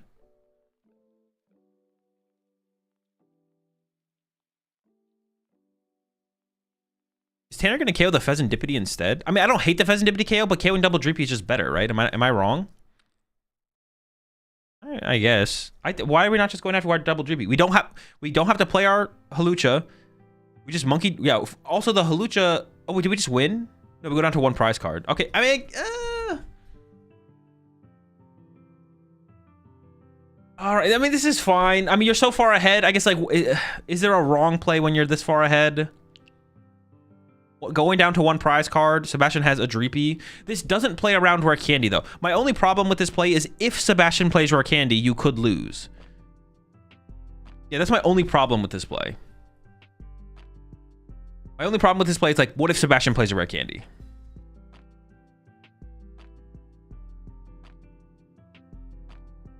Of course, like, earlier I was saying, we are playing as if the Rare Candy doesn't happen. So it'd have to be, like, Candy, Dragapult... yeah. How would you lose with Rare Candy? I mean, he could just attack. It would allow Sebastian to go Candy, Dragapult, Iono down to 1, punch active. Tanner cycles the deck, finds nothing. Iono again to 1, KO Dragapult. Tanner has no attacker available in play, and then you lose. Something like that. You still don't lose though, I think. It is unlikely you lose, but you could have made it so it'd be like impossible to lose. It's like turning it from, there is a possibility if Sebastian plays a Rare Candy that you could lose, but if you KO double Dreepy, I feel like you never lose. Do you know they're in turns? Oh, they're in turns now? I didn't even realize we ran out of time, to be honest. Wait, when did time get called? Okay, there's a concede from Sebastian.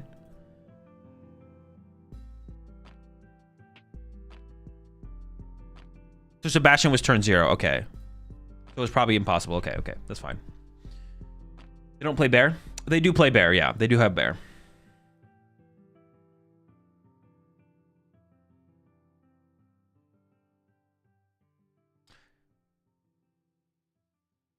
Hazel, what booster pack code should I buy in bulk at the moment if I want more value of what I spend for the online TCG? I believe Celebrations is still #1.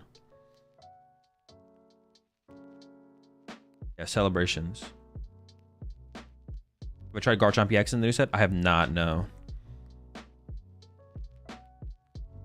Crazy match. It's, he's definitely more interesting than the average Dragapult matchup, but it does kind of just break down to...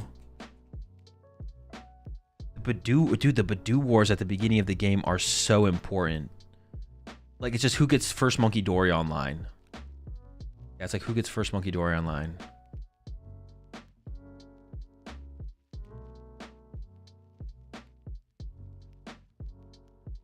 It really, that's what it really comes down to, the Badoo versus Monkey Dory in the early game. And like finding Bravery Charm. And finding Bravery Charm is a really, really big deal.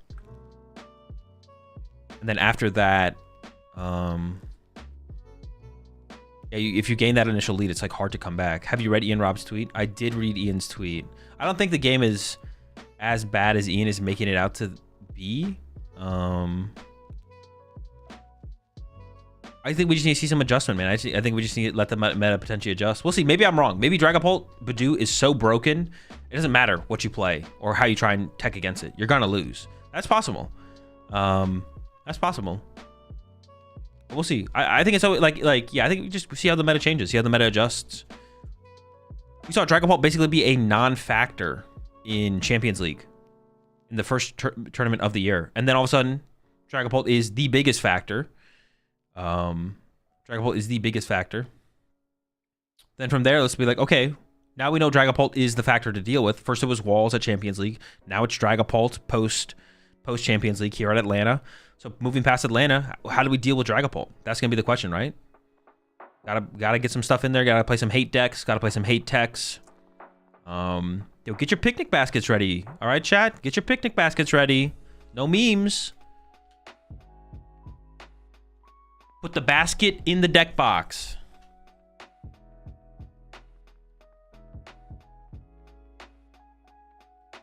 When's this in Rivals coming out? Middle of May?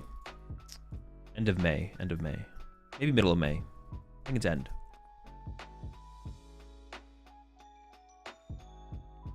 About Badoo counters the basket?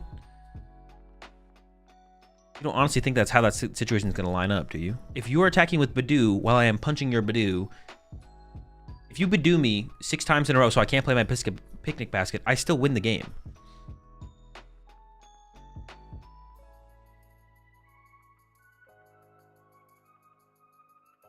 This Rivals is coming out anyway. The meta will change again. No idea why people are hating for just these few weeks. I mean, if it really is that bad, it really is that bad. It's like a whole format, right? If the whole format is really that bad.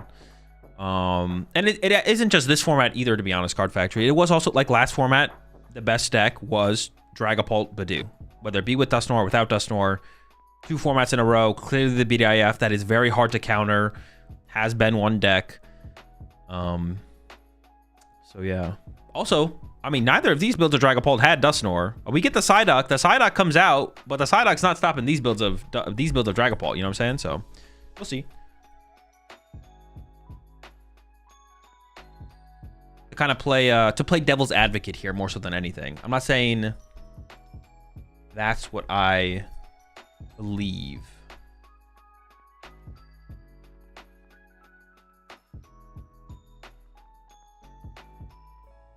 But yeah, to play devil's advocate there.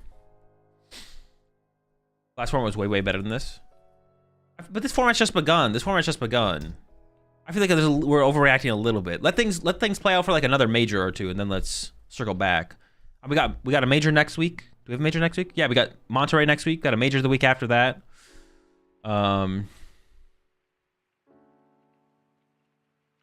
long as the Pulse aren't playing Dusknoir, Chien-Pao is absolutely fire. Hey, there we go. This is what I'm talking about.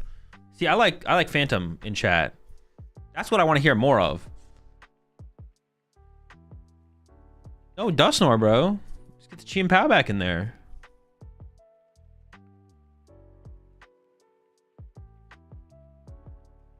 If Pulse so strong, think we'll see an uptick in walls.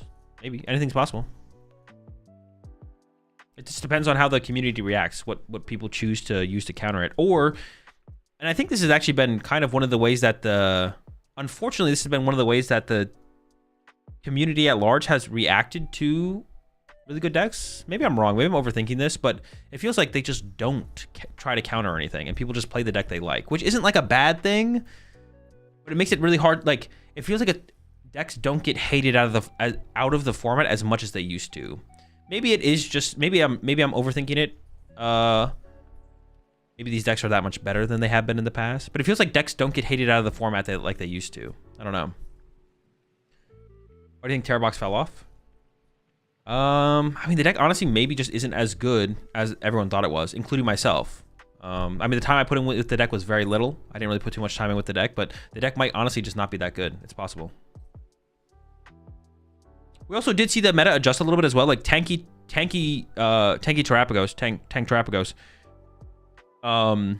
is very good against Terra Box. And that was like a 10% meta deck. And that kind of came out of nowhere. Also, on top of that, everyone was teching for Terra Box, right? Like all of the Golden Ghosts seem to have some tech in the deck, like the Rocky Helmet or the Vengeful Punch.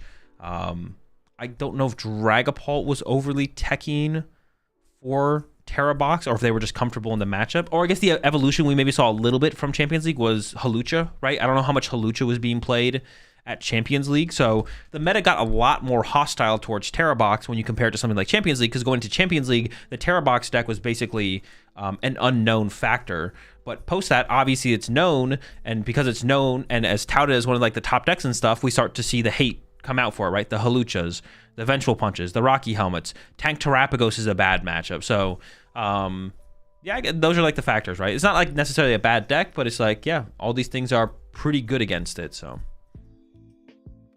was Ursaluna a semi-tech card for it? I have no clue. I don't know how Ursaluna lines up. Actually, probably, yeah. Like, Ursaluna's pretty good against, like, to respond to the Clefairy play, right? Unfair Stamp and Dragapult? Yeah, that's another one, right? Unfair Stamp and Dragapult is largely due to Terra Box, right? That's the reason people are playing the Unfair Stamp in high counts in Dragapult.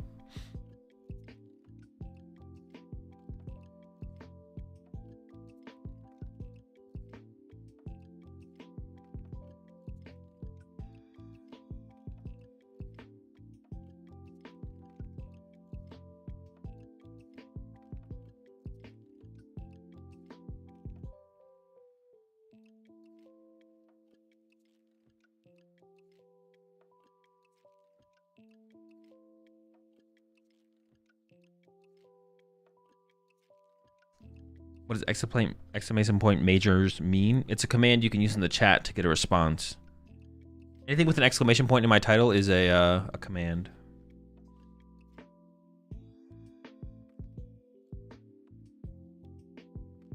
And it has been the BDIF for a while now. Pretty good attack. It's pretty good attack, right? Terra Box better in best of one? No. Best of one is not a thing. It is a thing. It doesn't impact how good a deck is. Okay, that's not true. Best of one, best versus best out of three. There are some decks that are better in best of one or better in best out of three, but the percentage difference isn't enough to make a deck all of a sudden bad or not in the same tier that it was before. If a deck is an A tier deck in best of one, it's an A tier deck in best out of three. The percentage differences in how good a deck is in best of one versus best out of three never like alters its like tier in the format. If it's an S tier deck, it's an S tier deck. If it's an A tier deck, it's an A tier deck. If it's Ancient Box, it's terrible.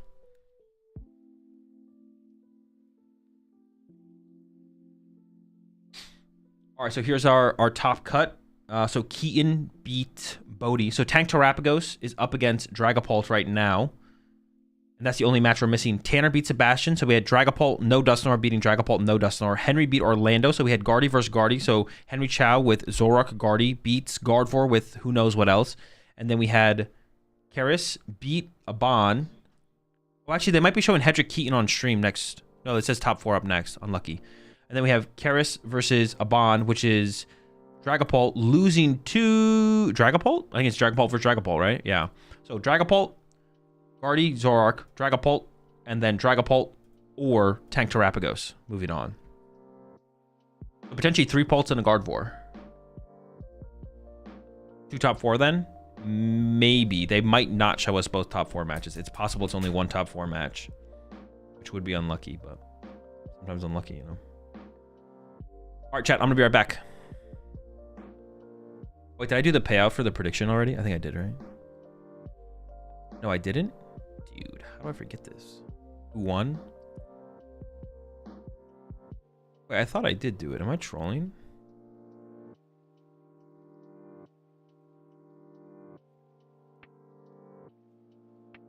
Maybe my button stopped working. That's probably what happened.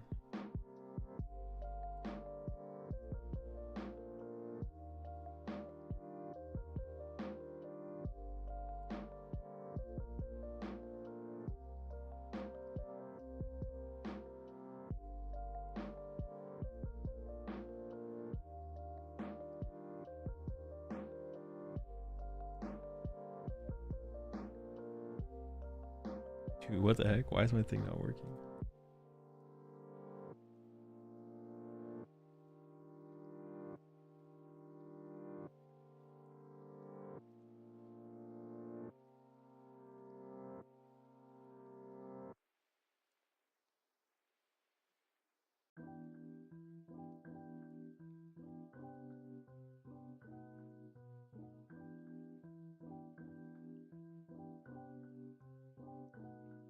It wasn't freaking.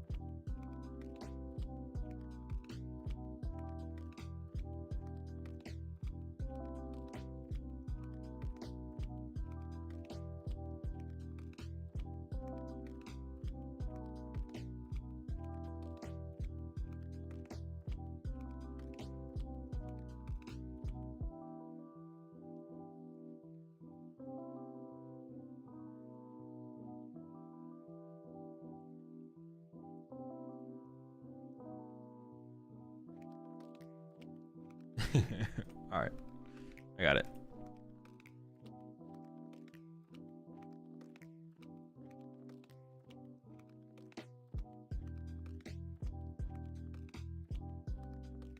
Is just a typo that Hedrick only played 14 rounds?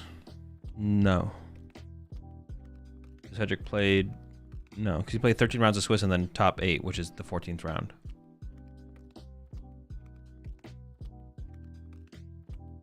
Wait. Yeah, because they all won round 16. They got a bye in top 16, which is the asymmetrical round. They got placed into top 16 or whatever. Is it unreasonable to get down paired into Flareon? Wait, are you talking about Grant's tweet? It is unlikely. I don't think Flareon was very popular, and you had to not only play against Flareon, but also get down paired into it. So I would say it's unlikely, but that's just not...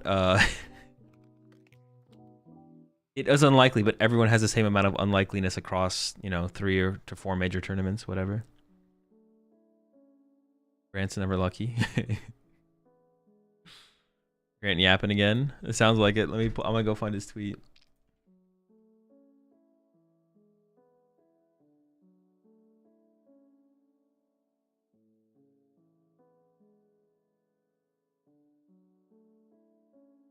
He lost it to Flareons and tied a Dragapult. I mean, hitting the Flareons, yeah, hitting 2 mirrors is definitely unfortunate. Or hitting 2 Flareons is unfortunate. Yeah, that's unfortunate. Never lucky, I guess.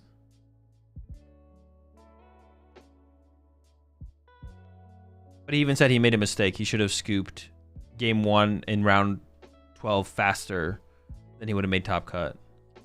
So, like, every little mistake matters. Like, if he just does that, then he wins that round. Then he has to hit. Then he has to play the next round, obviously. Then he has to play the next round, obviously. But then if he goes 3 Flareons is like unfortunate for sure. But you can look at it. But the thing is, the only thing you should take away from your tournament run is like mistakes you made. And as long as you feel like you definitely made a mistake where like that took you out of it, then that's the only thing that matters. Looking back on your tournament run and being like, well, if I just didn't hit 3 Flareons, yeah, but that's out of your control. The one thing that was in your control was to scoop game 1 of round 12 faster, which he said he should have done, right? So the only thing you should ever look at is things you have control over. Anything you don't have control over just doesn't matter. It's just irrelevant.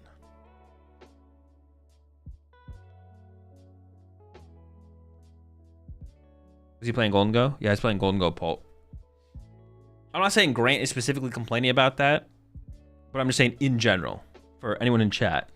If you look back on your tournament run and the only thing you like chalk it up to is the things that didn't go your way, then you just have a poor mind state, weak mental. I have to do some mental exercises.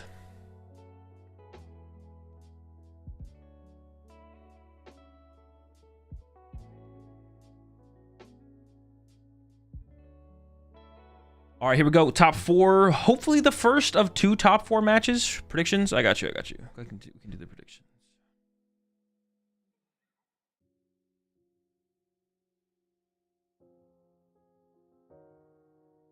Start prediction. All right, y'all got 5 minutes to get your predictions in. Go. Did Hedrick win? Let me check Arcanine real fast. They haven't submitted on Arcanine yet. So they're just moving along the bracket here. Like this matchup is already done and they can put it on stream, so they're just gonna put it on stream. Then they'll probably put on the other top 4 match. Well, maybe they'll put on the other top 4 match, I guess.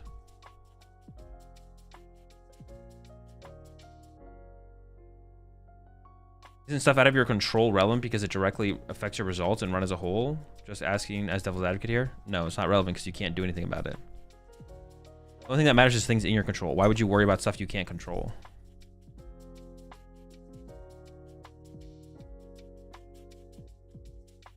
You can't change that. You can't adjust for that. You could reanalyze if you thought your meta prediction was off. It's like, oh, I hit 5 Flareon. Should I have predicted Flareon would be like a popular deck? Okay, maybe I should have. What were the signs that led to that? But it's like, I hit 3 Flareons, and Flareon's not a popular deck, and I would never tech for it or care about it. All right, then, oh, well, I hit 3 Flareons. Has anyone won 3 regionals in one season? Yes. Igor Costa, Jimmy Pendarvis, Caleb Gettimer, and there might be some other people. Those are the only ones that I know off the top of my head because I worked with them during the time, but there might be some other players. Yeah, Caleb Gettimer, Jimmy Pendarvis, and Igor Costa have all won 3 regionals in a season before. Caleb almost won 4. Wait, what the fuck? Did Caleb actually almost win 4?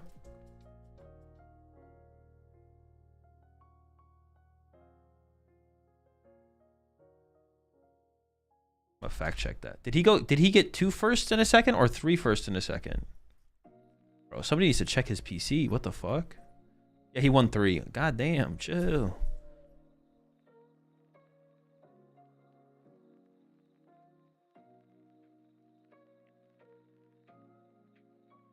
Azul could never. Nah. I don't go to enough events to win 3 in a year anymore. You like Dust and Pult or without Dust and Pult? I like the no dusk build, but I don't know if it's better. I just prefer it. It's just cooler. It's a cooler deck. His must be a, or it's not Sears. Was it Karis? Karis must be a first-year master, right? I'm gonna corrected my pronunciation earlier. But dude, I don't even know. When I say someone's name, I could be saying it wrong. But usually y'all in chat are wrong as well. So should I believe y'all or should I just go with my gut? All right, double Nitro prize tier for Henry, a Ralts, and a Zoroark. So nothing too crazy on either side. Switching a Crispin prize here.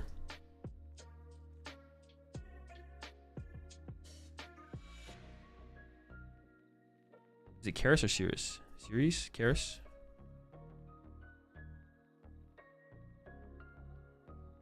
Just unmute to see how the announcers say it. But what if they get it wrong?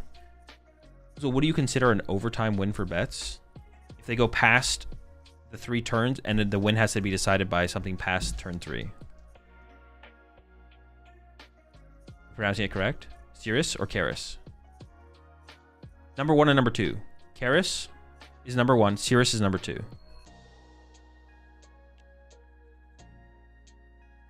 Karis? Okay, Karis. Carrot? Karis, okay. All right, attached to Fez, bro. We love a good old attached to Fez pass over to Karis. I mean, this is what you're hoping for. This is why you go second in these matchups. You're like, you don't have Buddy Poffin all the time. I'm going to go second.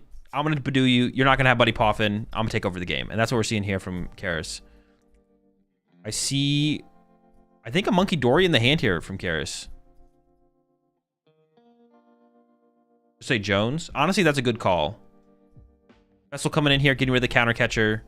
I think I saw a Monkey Dory in hand. It might be another no Dusknoir build. It might be another no Dusknoir build here. My goat is washed.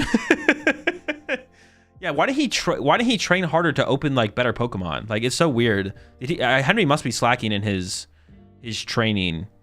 Because like Henry Chat would have like the last 2 regionals, Henry Chat would have never opened Pheasantipity.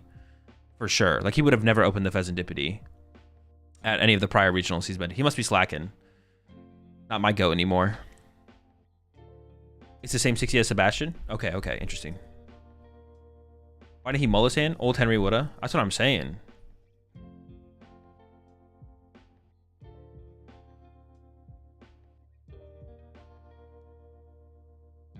She's playing Dusknoir at Azul. If she's not playing Dusknoir, I'm timing you out, Bisco.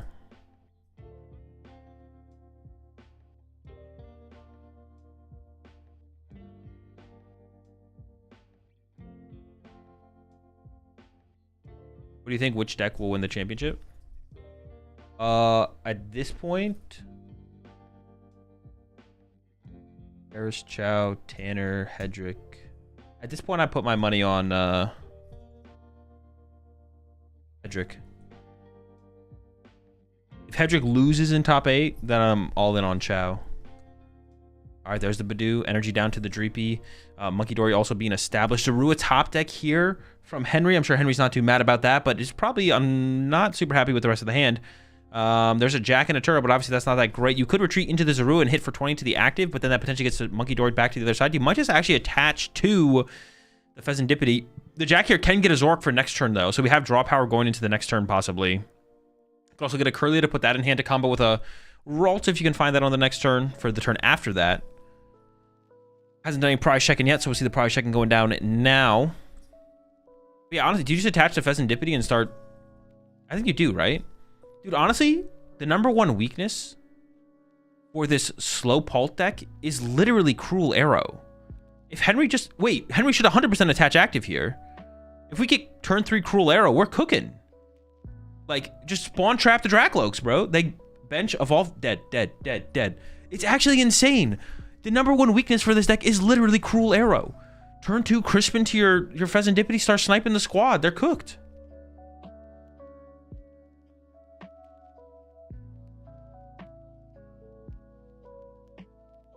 Actually, just pack it up.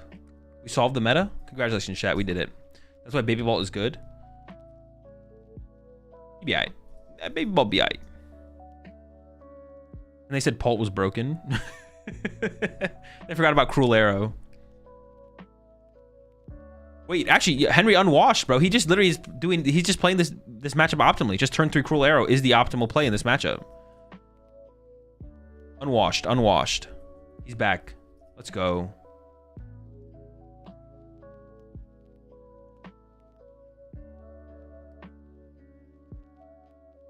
Baby Ball is okay, but then you gotta play Bolt. What if we put Baby Bolt in a different deck? The guy I hit round 1 had Crispin KO on my lone Curlier with Cruel Arrow, and instead he scooped and showed his hand, and I was like, what the fuck, bro? Oh no, bro, he had the optimal turn 2 and he let you get away with it? Dude, you're literally the opposite of Grant Manley, Makani. You're literally the luckiest PokemonTCG player ever. Insane. Yep, there's the attach to the active. Cruel Arrow is a threat on the next turn. Honestly, here for Jones, Gust up the Zarua is probably the play you're looking for here to not let your Draclo get KO'd on this next turn. Boss Zarua here is pretty good, actually. Of course, you know, there's only 1 to 2 boss in the deck, and you don't have a ton of draw power on board. All right, here we go into the Loke. Loki sacked him, bro. I'm literally so lucky. Like, of course he scooped, man. Like, of course. I hit Flareon like Grant Manley. He's so unlucky. Love it. I love it. I love it. I love the honesty there, Makani. Keep it up. It's good work. I'm disappointed that we didn't see an Arceus deck at the end of last format, though. Very disappointing. Also, get those fucking Dunsparces out of your deck. All right. Jones. We got the Poffin. Now, the Poffin does find us Dreepies. But but we only have 1 Dracloak. Bro, Slowpoke looking pretty fraudulent up against a Pheasantipity out here. I'm not gonna lie. Dude, Slowpoke looking fraudulent up against the Dippity, bro. This is so funny how good Cruel Arrow is. Turn 3 Cruel Arrow is crazy, man. That's insane. You have to put in so much work to get us to a single Dragapult. Henry does need an energy here. Now, I don't think Henry has an energy here. I don't think Henry has an energy here. But there's a good shot. We can find one. There's the Zork. Here's the trade. No energy in hand still. We got to find energy here. Goodbye, Drifloon. Hello, energy. One time. Give him the energy. It's so sick.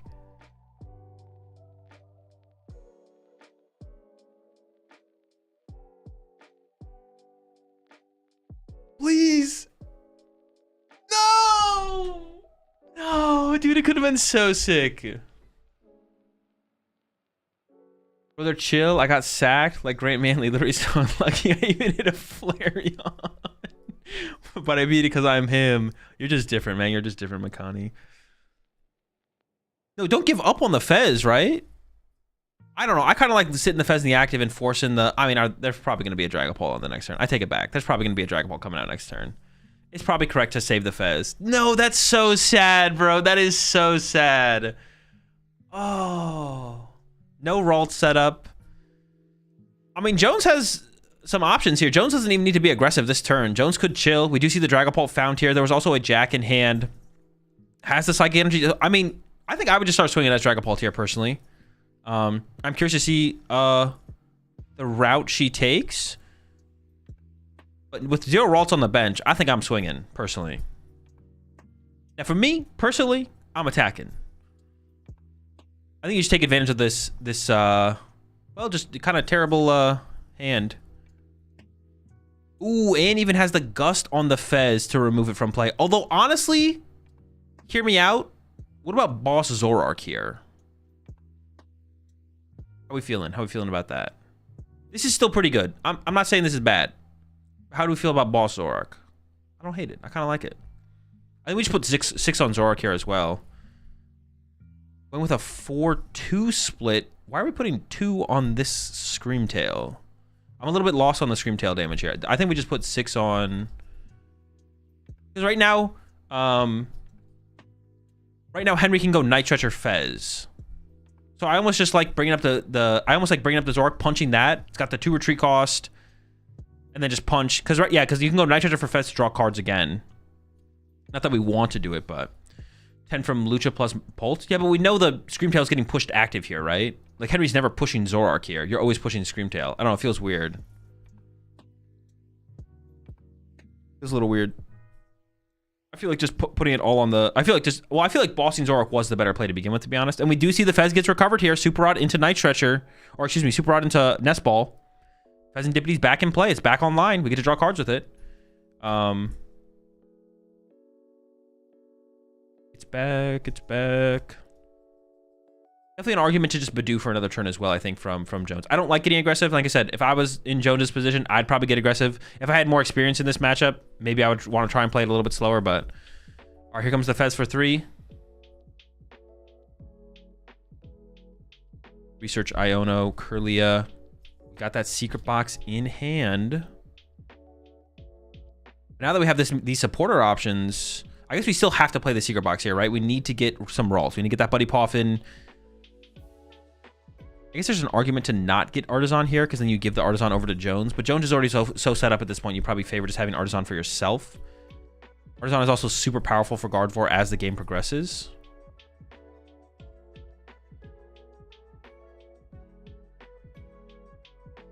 Definitely going to play the Iono here for sure, as a supporter for turn from Henry.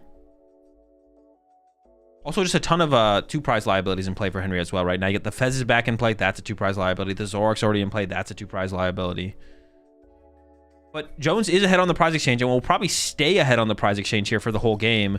So Gust Effects is something that Jones could run out of. Jones probably plays 2 Boss and probably plays 2 Counter Catcher, but the Counter Catcher probably won't be active.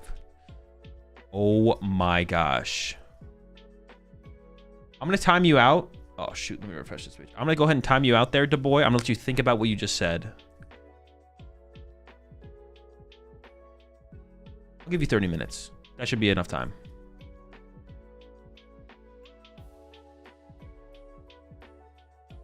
Why do you think the non-skull version of Dragapult is more successful in this tournament?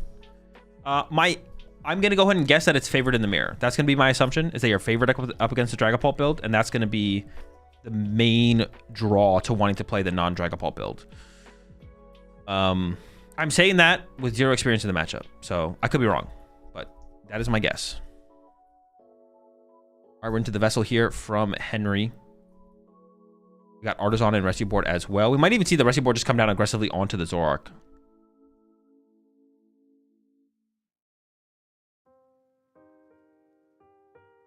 Rescue Board, Psychic, Dark. Yeah, so the Monkey Dory gets set up here. But do we now have... Am I trolling? Do we have rolls? Are we just hoping to draw the rolls off the Iono? I don't hate that, to be honest. I don't hate going that route. Because establishing the Monkey Dory like this is pretty powerful. No rolls. Looks like no rolls, but I think that's fine. I honestly think that's fine. I think it's fine to go no rolls here and hope you get rolls. These are the kind of plays that I've brought up a couple times throughout this tournament. Okay, we do have 1 rolls.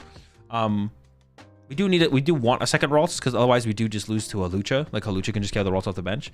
But these are the kind of plays that you want to see. You want to try and maximize the power of your deck. You don't want to play. You don't want to be like, oh, I need 2 rolls this turn, so I'm gonna go get the Buddy Poffin off my secret box instead of setting up the Monkey Dory. It's like, no, set up the Monkey Dory. When you play this Iono, you're going to draw into a Ralts, play like you're going to draw into a Ralts, and then you get to get a more powerful board state. Now we have the Monkey Dory set up, and we're going to draw into like a Poffin or something off this Iono, and now we have the double Ralts to work with still. And if we whiff, that sucks, but it's like the correct play from Henry.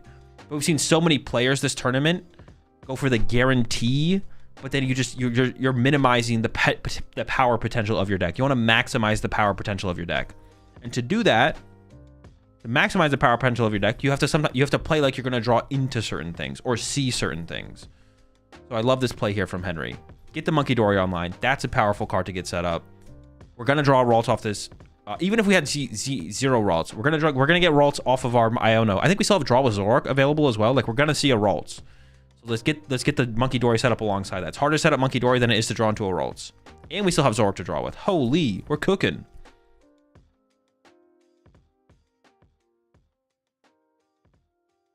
Seeing plays like this is like a sign of a goat. What if we don't see a Ralts though? Pack it up, go next. But when we do see the Ralts, because we're going to see the Ralts, we can actually win this game. All right, over to Jones.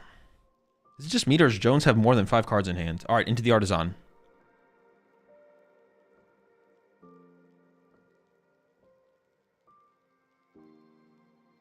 If Henry comes back to wins this, it'll prove he's king. This is going to be a tough comeback for sure. Definitely king. Why is every Pulp Monkey player playing Defiance Band? They just like it. Like, is it that bad, Gabriel? Leak. Keep this between me, you, and chat. Is Defiance Band terrible? So fail on the Artisan just does it to shuffle the deck to get access to the cards that would Iono'd. It is that bad? All right, he's leaked. Wait.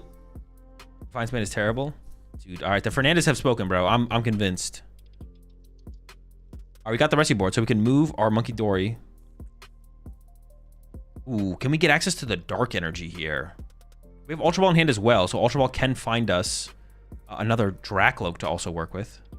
What do you mean? Wait, what do you mean? We're getting value out of it right now. Boom. Ultra Ball, Defiance Band. Is it because of Genesect? No, she doesn't play Genesect. But honestly, wouldn't like second rescue board just be better because it's just like a more flexible card? I feel like a second rescue, if you're gonna play Genesect, I feel like playing 2 rescue board might maybe just be better because the rescue board is like super, like you kind of hate pricing. You like pricing a rescue board kind of sucks. You can also just get away with 1 rescue board.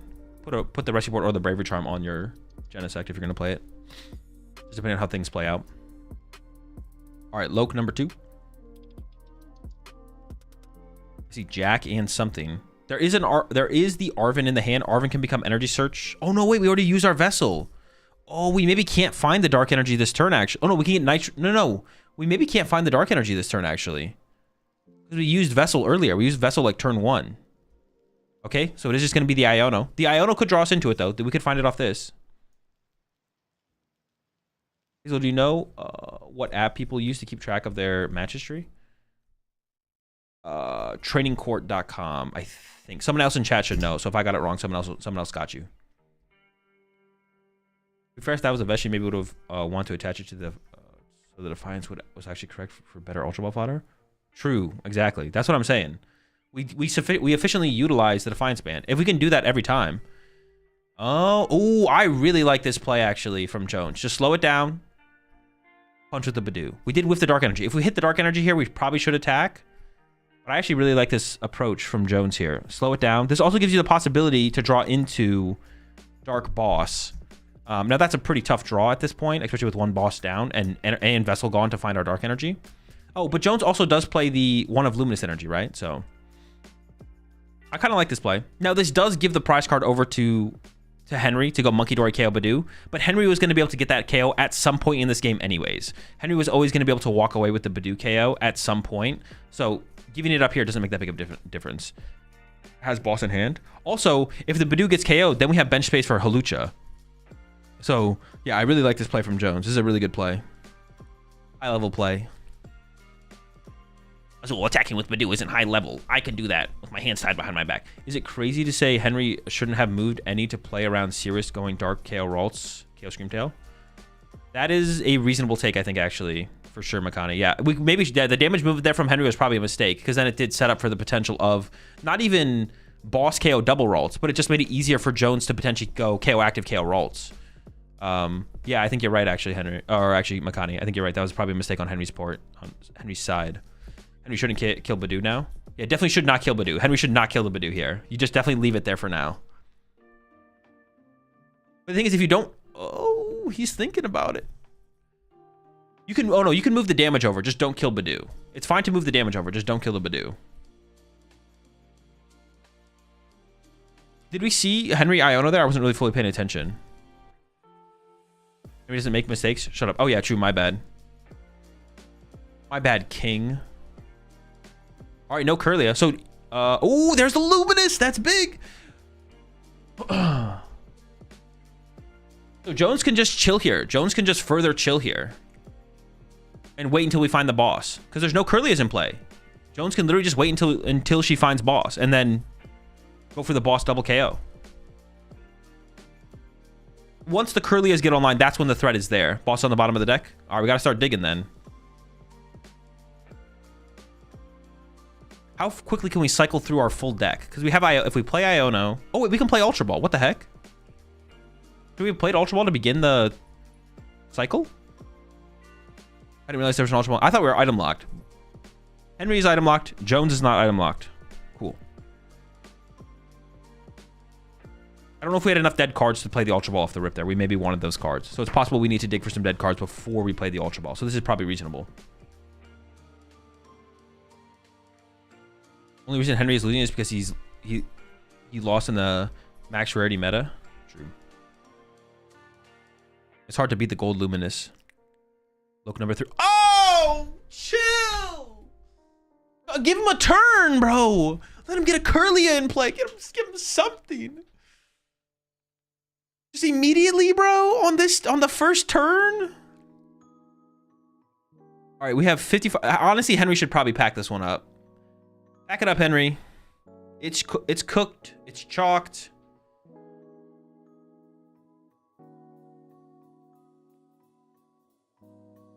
You don't stick this out, right? Like 50 minutes is not that much left in this kind of match for 2 more games. Oh, hold up. Mind bend. Nah, Henry, pack it up. We ain't mind bending our way out of this one. You're cooked. You gotta know when to chalk it.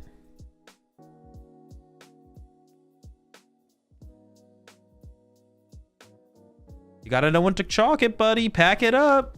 I'm gonna be very disappointed if Henry sticks this out for like another couple turns and then loses because of time. Wait, we're not even mind bending here? Oh, we're gonna slap. Genius. Also, Henry prized two Night Stretchers. And I doubt Henry plays. Okay, there's the concede. There we go. Pack it up. Yeah, Mind Bend plus bench third Ralts. Oh no, he prized 2 Night Stretcher and third Ralts. Bro, he literally didn't have a Ralts left. He had to go full Mind Bend. The only win condition at that point was Mind Bend until you draw a prize card.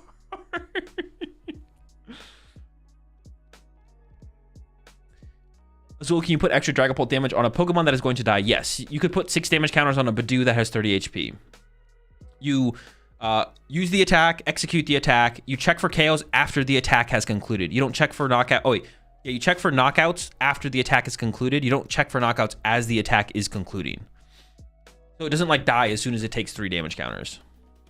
Also, for the way that Dragapult is worded, you could just like put all 6 at once. Like the Dragapult would have to be worded, put 1 damage counter on your opponent's Pokemon 6 times. And even then, the knockout rules would have to be you're constantly checking for knockouts constantly through any like action, not specifically like a full action.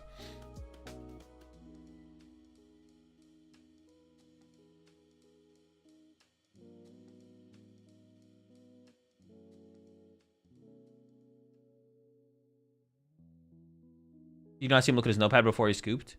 No, I did. I did see him look at it, but I forgot that the Ralts was also prized. I remember the double Night Stretcher was prized. And I was like, he's down to Super Odd double Night Stretcher. And if he's playing more recovery than Super Odd double Night Stretcher, I don't even know. There's no excuses for playing more than that. So, but then I saw the third Ralts was also prized. I was like, oh, it's chalked. It's fully over. Okay, dude, I hate Dragapult players, bro. You go first against them, no Poffin. Dragapult goes first against you. I'll play my buddy Poffin. Yeah, okay. You appreciate the prime sub there. Azor the first. Welcome to the pack. We got plenty of Itchy Pollen. We're all out of sanity.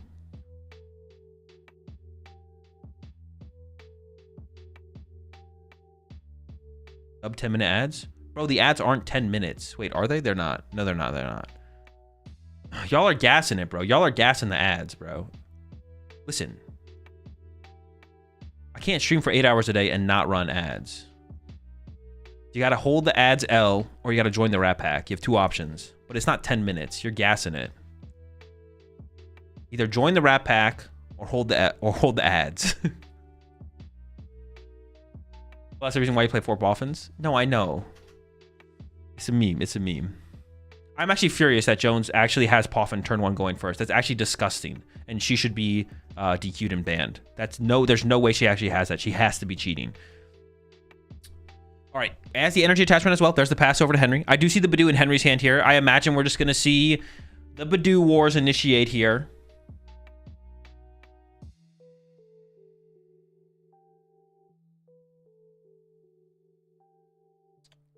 Looks like Henry with his own Poffin.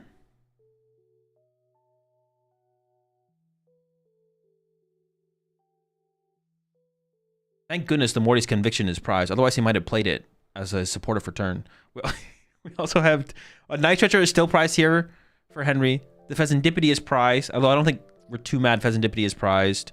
One of the Monkey Dories is prized. That could be a bad one, to be honest. I assume it's like a 2-2 Monkey Dory in here. I actually don't know for sure. It still could be the 3-3. I assume it's 2 Monkey Dory, 2 Dark Energy, but I actually don't know for sure. Appreciate the 5 months there, Dan. Appreciate the prime sub there. Yabo. Where's Strift Gaming? Is he on the other side of the top 8-4 bracket? Yeah, he made it to finals. He's in finals. Or, excuse me, top 4 against Hedrick. He's almost in finals. He has to beat Hedrick, but his deck beats Dragapult, so it should be a pretty easy dub. He's probably going to be in finals against the winner of this. Is that Henry's only monkey? No, I assume Henry plays 2 monkey, 2 dark energy. I assume you don't play a 3-3. You ever play DTE plus Vitband to attack more aggressively with Fez against Lokes? DTE is rotated. Also, Vitality Band doesn't affect the bench. Wait, I might be just got baited on that one. Touche. What's more unlucky? The Pulp player starting off Poffin or being Grant Manley and getting down paired into Flareon? The Pulp player is starting Poffin for sure. Grant Manley's not actually unlucky.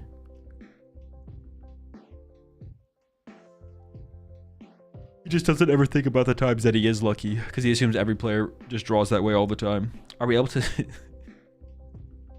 top cut decks already? No, you cannot see deck lists. Deck lists will be available on Limitless after the tournament. You cannot see deck lists during the tournament. I can't believe Triff Carmine into all 5 pieces of Exodia against Drick 2 games in a row. Dude, that's hilarious. That's a great meme right there.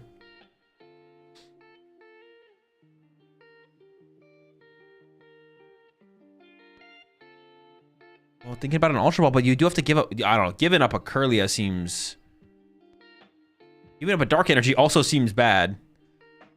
Let's count the Dark Energy on the. Oh no! How many Dark Energy? Yeah, losing giving up a Curlia there seems fraudulent for sure. You know you're getting. You know we're going into the Badoo Wars here. How does Limitless even get all of the lists? Do they ask Pokemon?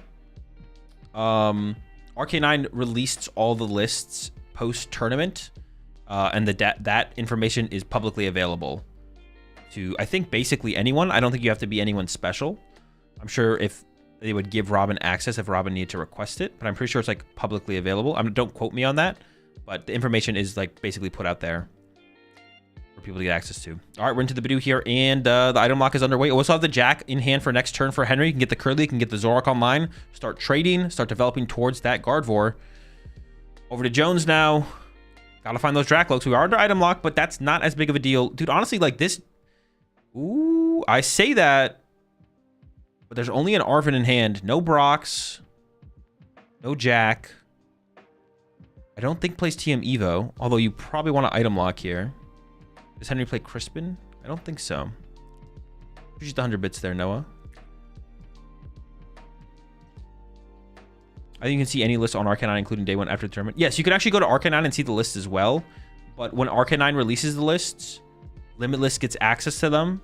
And it's way easier to look at the lists on Limitless than it is to look at them on Arcanine. So I don't recommend it because they get released at the same time. Or Limitless gets access to them at the same time they get released from Arcanine. So you may as well just go look at them on Limitless. Because it's a lot more pleasing to look at them on Limitless than look at them on Arcanine. Cruel arrow angle, if you ask me. Dude, honestly, if we got no Dracloaks out here, we got time to set up the Cruel Arrow. Oh no, it's prized. Henry can't even use it. Never mind. Unless you want to look at non-day 2 lists, then you got to go to Arcanine. It is true, although I think Robin is making the day 1 lists public or available on the new Limitless site, the Limitless Labs or whatever. On the Limitless Labs site, I think they will be available on Limitless now. Why does Limitless have an incorrect leaderboard? Their thing is different, Francis. That's the Limitless leaderboard. That's not the championship point leaderboard. It's a different ranking system. It's Robin's own ranking system for players in how they do at tournaments. Robin has everything now, yes? Yeah, Robin's just kind of the GOAT. Honestly, fuck Jason and Tord, bro. Robin's my GOAT. Those guys can't even hold a candle to my to my GOAT. No jokes, no jokes. He is him. All right, the Badoo War has commenced. 2 damage on the Badoo for Jones. 1 damage on the Badoo here for Henry. So it'll be a good time to set up Monkey Dory for Jones. Let's see if Jones can draw into the Monkey Dory. We see our first Draclo coming out here. And we do have access to Artisan as well. Going to initiate with the Artisan here. I assume Monkey Dory will be the grab here if it's not prized. Because Monkey Dory here is really, really strong. We also didn't see the Bravery Charm for Henry's Badoo on the last turn. So that's not great. The way your cam is placed, it seems like Badoo has 1,050 HP. I mean, that's how it feels like. As soon as this thing gets that Bravery Charm, as soon as fucking Beef Dew comes online, it feels like it has 1,050 HP. This thing's not going down without a fight, bro. Is it just finals after this match? They might show us the other top 4 match. Ooh, the Crispin. That's going to get the dark energy. Oh, goodness. Dude, things are not looking good for Henry here. This is... The Badoo War is being won by Jones off the rip here. The one thing I guess I will say about this build, well, if we get like, all right, if Henry finds like Dark Energy plus Guardy EX next turn, Henry's in still a pretty good spot actually. I don't want to, don't panic, don't panic. I think Henry's actually in a pretty good spot here. If Henry can find Guardy plus Dark Energy, even just Guardy's the big one. If Henry can find Guardy, I feel like Henry's in an okay spot. The Monkey Dory gets sent up here. Jones could start attacking with Dragapult, or I think what we're probably going to see is Jones is probably going to chill and just punch with Badoo again.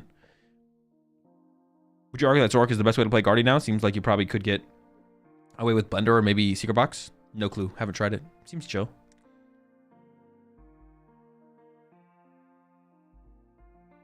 No, Dusknoir makes the Guardy actually survivable. Yeah, exactly.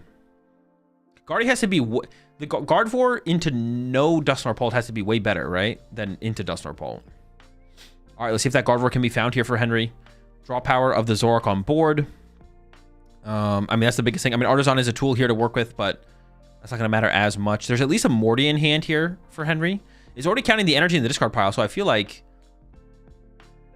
Henry already has that Gardevoir in hand and ready to go. To be fair, Robin is actually the GOAT. He won a Worlds, IC, Regionals, SPE. Bro, don't try and gas the SPE, Benji. Come on. League Cup and Challenge, and he saved the PokemonTCG competitive scene during COVID. Yeah, but don't gas that SPE win, bro. Come on. What are we doing here?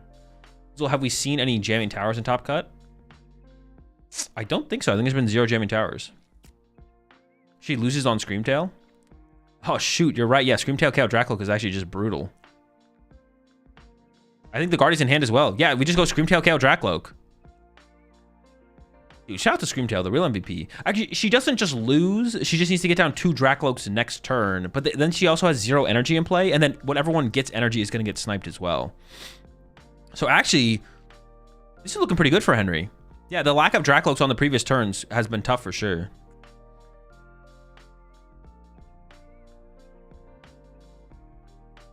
The lack of Dracloaks is a pretty big deal here. This will allow Henry to start spawn trapping the energy pretty aggressively. Black Loke. Loke's lacking. I guess now we can look at this maybe a little bit better, maybe a little bit more here and be like, should Jones have just attacked last turn? Because Jones had Psychic. I believe Jones did have Psychic energy. And Dragapult, I think. Here's the load up. We got 40 on the active. So then we can move 30 off the Monkey Dory to the Dracloak and then Screamtail KO the Dracloak. We don't want to leave damage in play for Jones to use with her Monkey Dory probably. So we just probably fully move all the damage off our side of the field. Yeah, because you don't want to put like 6 on your active.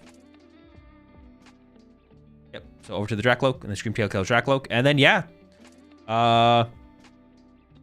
Yeah, Jones is in a pretty bad spot here, actually. It was looking pretty good, but yeah, I didn't really see... Yeah, lack of Dracloaks. We can double Dracloak this turn. Draw into them. Night Stretcher, Ultra Ball.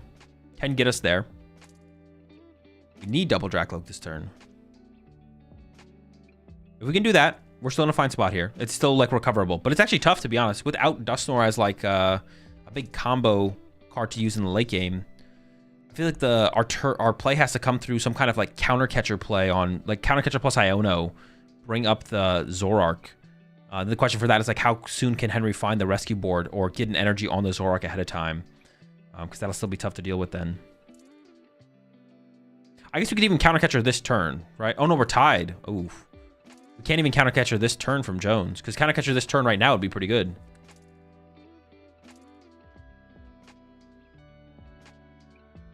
Has Stamp in hand.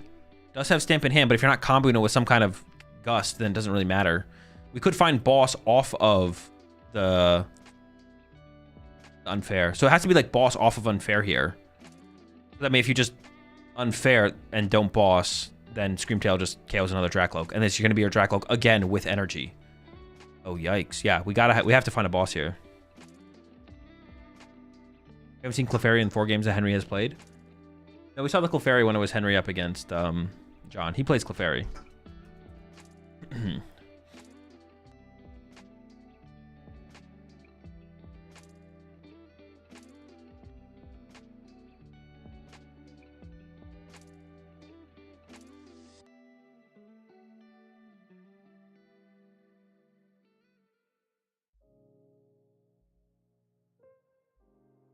All right. Peak top 2, takes the Crispin. That could be a pretty powerful option on the next turn. There's counter catcher, but we can't play it. Still probably better than the Poffin, though. Is there a boss? Ooh, I think I saw a boss. That's what we got to go with here for sure. All right, there we go. Boss up the Zoroark, trap it in the active. We needed this. Now, we're not quite out of the woods yet. Oh, in the hand? In the hand? He literally has an energy rescue board off Stamp? Bro, pack it up. We go next. Oh my. That's disgusting, bro. What? Unfair Stamp is a lie? On top of everything else being a lie, Unfair Stamp as well, bro? What has happened to the game I loved? Unfair Stamp doesn't work. Badoos have 80 HP. Beef do Unfair Stamp combo. Even that's not good enough.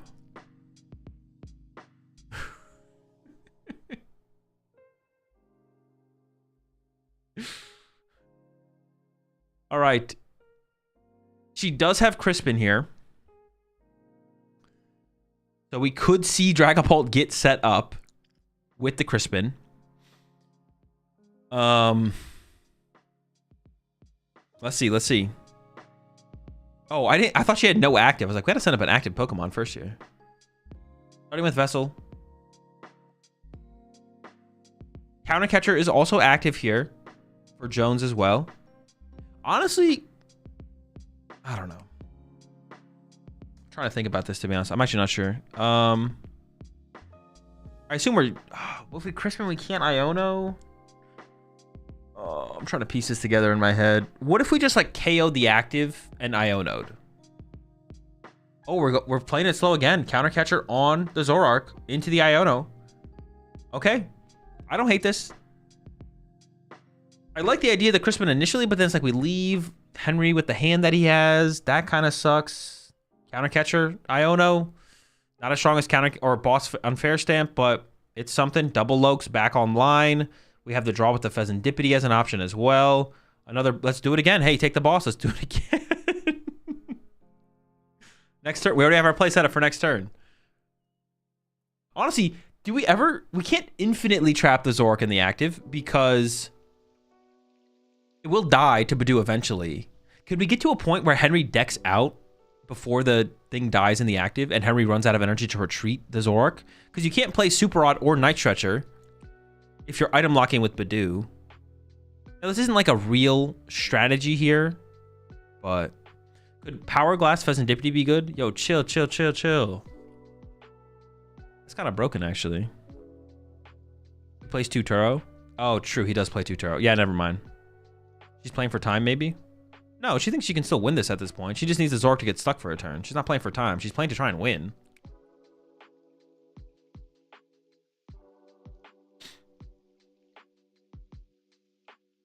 Yeah, he'll just Turo. I forgot about Turo. Y'all are right. 130 HP, the retreat is free. Well, yeah, but also, yeah. Oh, that's true. So I guess it wouldn't ever actually even die to the Badoo. Oh, yeah, it's not real. We should buy a turn here from Jones. Can we buy a turn here? If Henry just has an energy or a Turo here, I think you just go KO that Dracloak that has energy again. Power Glass Fez actually doesn't sound horrible. Yo, chill. Dude, there's no way. It's the Power Glass Greninja deck literally all over again. Favored in overtime rules? Favored in overtime. Yeah, she's definitely favored in overtime. Yeah, I think so. I think the Dragon Ball deck is favored in overtime. You're going to be the initiator in the prize trade. And like the Badoo War could go in your favor pretty heavily.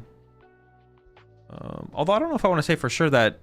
No, I feel like you're favored in the Badoo War as Dragon Ball because you have the draw engine of Dracloak. For sure.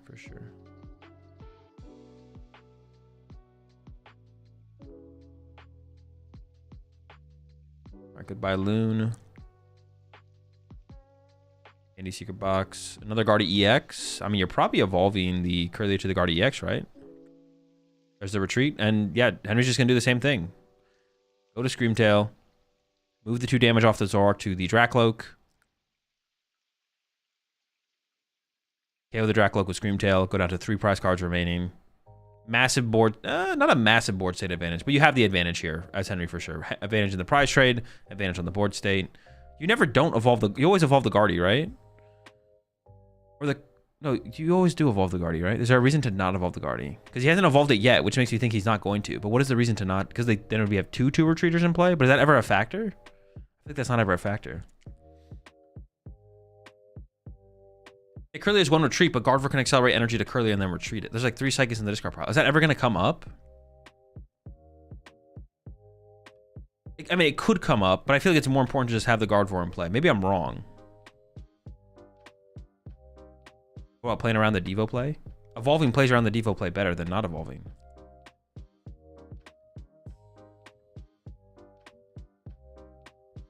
Okay, there it is. Okay.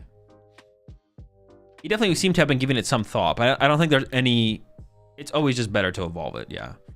For how the game is going to play out from here, you're always going to be able to move it, or there'll be enough energy in your discard pile to move it. Like... What's the process? Henry's the GOAT Guardy for real? I mean, you say that as if he wasn't going to evolve it to the Guardy, though. What the heck? It's for the secret refinement. Does he only run 1 monkey? I think it's 2. I think it's 2 dark energy, 2 monkey dory. It might be 2 dark, 1 monkey dory, though. I don't actually know. How'd you like Zoro Dango? It's pretty nice. Okay. For Jones here, is it literally do the same thing? We have a counter catcher and a boss in the hand, so we can do it again. Jones can bring up the Zoroark and try and trap it in the active. 2 more times, actually. Dracloak's getting reestablished on the board. No energy in place still. Lucha, Iona goes to the bottom of the deck. I think we have an Iona in the hand. Yeah. So all the options are available to Jones. None of them seem great. None of them are winning you the game or getting you ahead in the prize exchange. They all do potentially lead to winning the game. There's an Arvin. For a counter catcher. I thought we had counter catcher in hand. Maybe we did actually, but there's another one. Dude. Okay. I mean, I don't think... Yeah, I mean, this is probably the best line of play. It's still just funny, though. It's still funny.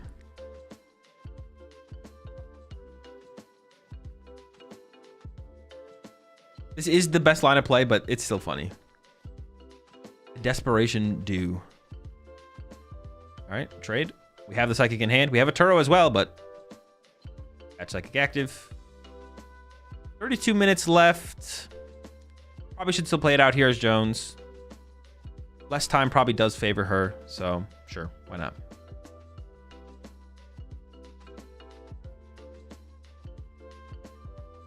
And chess rules come in where you draw if you and your opponent just do the same 3 moves in a row? No, that's not how, no. As long as you're progressing the board state at all, you can do whatever you want. The only way that would happen if neither of you are progressing the board state. Yeah, you can do this play over and over and over again. As long as the board state progresses. Someone will deck out or something eventually. Honestly, rescue board was a crazy stamp hit. Yeah, the rescue board was a little fortunate there from Henry. I'm not gonna lie, it was a little fortunate.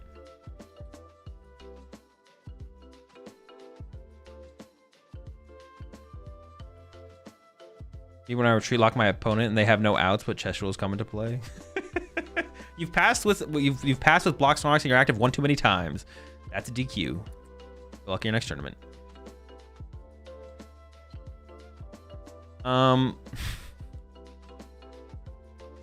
Honestly, I just want to see her draw into a Gust effect because I want to see if she's just going to do it again.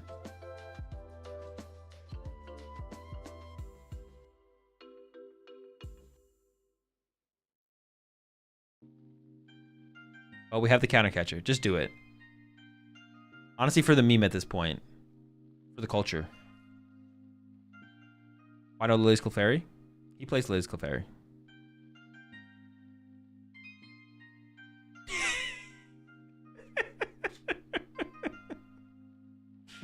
Is there a way to remove tools in this format? Not any. There's no good way to remove them. There's Jamming Tower, which shuts them down, but obviously it's a little bit different. Okay, we're into the trade here. Secret Box and Iono. Could just play the Iono to cycle it out of the deck. There's the second Monkey Dory in the hand, so definitely plays 2 Monkey Dory at the very least. It's probably a 2-2. 2 dark, 2 monkey. Thinking about moving the damage over. I feel like you might as well, right? You might as well move the damage over somewhere. Oh, there is Ruffian, yeah. Yeah, there is no good way. But there's some bad ways. Joust and Ruffian, yeah. That's what Jones needs right here, is the Joust. Discard the rescue board. And you still lose to Turo eventually, obviously, but... Why does he not have Turo? He has Turo. He plays Turo. He just doesn't have it in hand. What is Ruffian? Discards a special energy and a tool from a Pokemon. Chat, he does not have Turo in hand.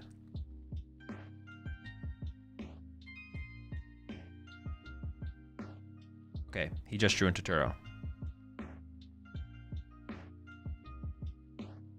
Don't disrespect my guy, Megaton Blower. Oh, you're right, my bad. Shout out Megaton Blower.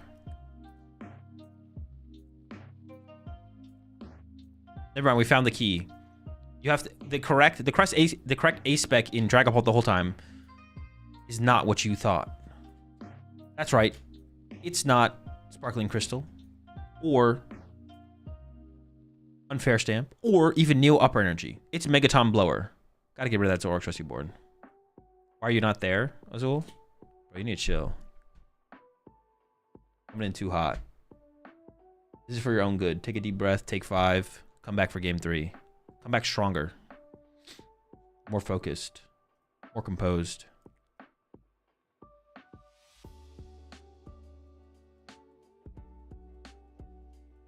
How much time left? They have 30 minutes. They have plenty of time. Time I don't think is going to be a factor in this one. Plenty of time left. They still haven't updated Arcanine, so I don't know where we're at with the rest of the tournament.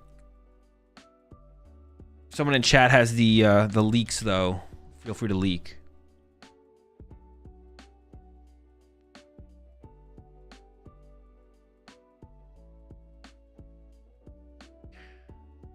We see a cruel arrow in game 3. Dude, yes, please, Henry, open the Pheasantipity. Please open the Pheasantipity.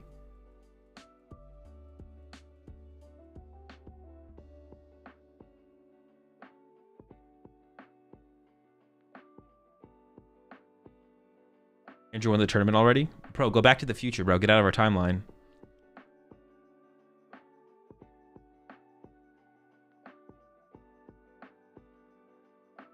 Hedrick and Gil are on turn 40 in overtime, but do pass.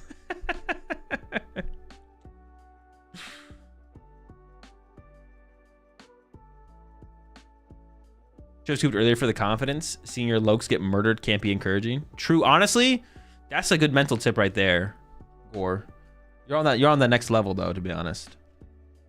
No one's coming up with that.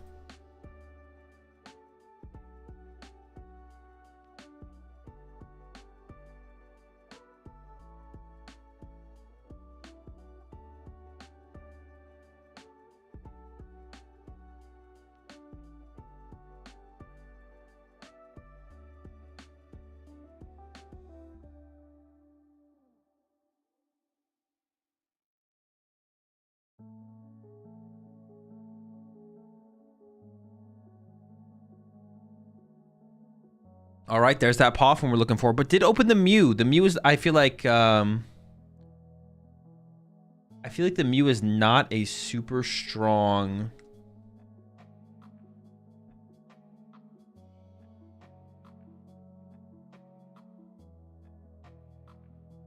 The Mew's like not a super strong card you want on board. Double research prize here for Henry. A Turo prize as well, but I believe does play double Turo. Yeah, Mew's a liability until needed. Yeah, definitely. Not what you want, man. That's not what you want. Dude, and this is your guys' GOAT, bro? Dude, that's fraudulent, bro. Opens Fez, doesn't hit third energy turn 3, opens Mew EX. It's literally a useless Pokemon to have in play. I guarantee if Triff was in this top cut, he would have opened Badoo. Okay? What are you guys? This is your GOAT? Come on, bro. Regain.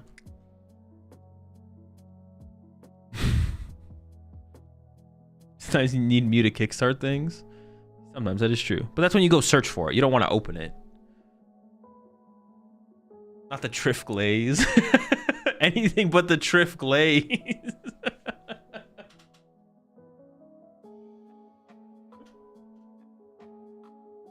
Imagine triple attach. Was it triple attach to Mew and you've got the tankiest Badoo? Dude, you're right. Wait, that's genius. You get a Bravery Charm on that thing, you attach 3 times to your own Mew and you just copy their Badoo. He ain't going down, bro. They have to make the first move. They ain't taking down this Mewtwo. But Mew.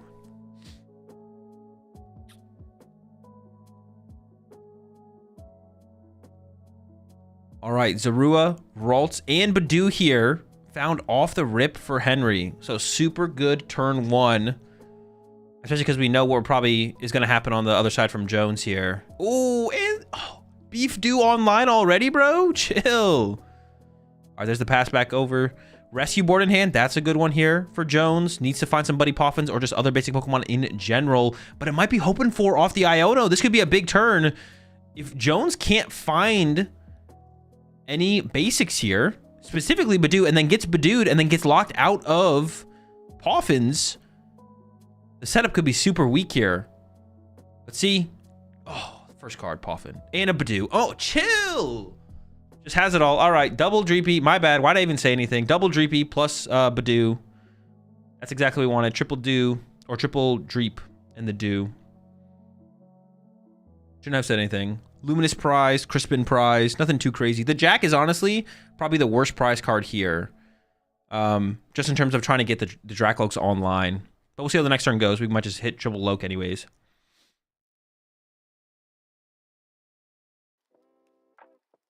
The Jack is like super powerful in the early game. One less card that we can find that's super impactful.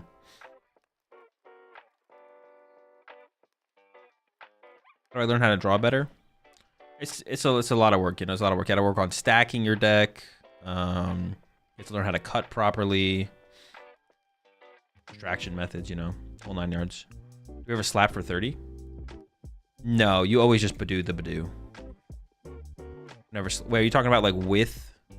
Wait, slap for 30. You're talking about with the Screamtail?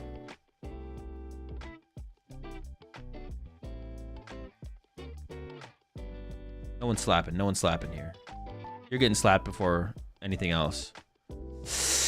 Weak hand here for Henry. It's got to be a Morty's Conviction for 3. It's still something, though. It's still something. Morty for 3. Not great. Another Ralt isn't bad. It's an option. Run to the do. And gonna go ahead and match pace here. Blow for blow. Attachment to the Mew. Rescue board makes its way down to the Zorua, which is the only place you want it. And yeah, we're going blow for blow here with the Dews. The Brock's coming out for Jones. Gonna get that first Dracloak, but that's just one Loke. So only one Loke online. But this is where we could see the classic Loke chain. Or if you're familiar with, dude, the times when you'd play Mew VMAX and you had one Genesect in play, and then your first Genesect found your second Genesect, and your second Genesect found your third Genesect. Obviously, Loke is not drawing as many cards as Genesect could, but you never know. That's Lokeless. No Lokes there. And there's the Dew for 10. Okay. One Loke online is a start, though. You got to start somewhere. Everyone starts somewhere. Ooh, Curlia top deck is very nice. It's going to be into the Iono here for Henry. Monkey Doria is going to be a priority for both players here. Especially, actually, Henry right here. There was no Bravery Charm established from Jones on that other side there. So if Monkey Doria gets established, it does not. We did find the Jack for next turn to set up the Zork and get the Gardevoir online. So it's looking pretty good here for Henry, to be honest. I think has a Psychic Energy in hand. It could make its way down to the Mew, but you could always just pass and just leave it in hand as an option for next turn. Maybe it's your trade fodder. I'm sure that's what he's thinking about here. Is like, do I attach or do I not attach? And if you attach somewhere, it's probably to the Mew. Just going to go ahead and go with the Dew. No Monkey Dory set up this turn. Unfair Stamp top deck here for Jones.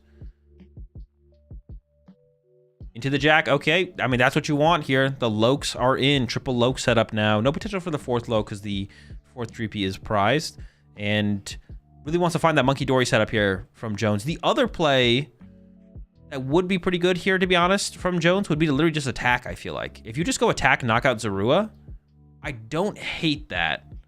Especially if you can get EXP share down. I say that, but I actually don't remember if Jones plays EXP share or not. Look number 1, Boss and Arvin. Goes for the Boss. Look number 2. I think we have an Iono in hand here. Yeah, so probably put the Iono on the bottom. Want some new options. And Loke number 3. All right, we're definitely not attacking this turn. Oh boy. I mean, it's not terrible. I wouldn't say this is a terrible situation. But we're losing the Badoo War here. As Jones here. Badoo War's not going our way. Split our energy here. A couple Psychics.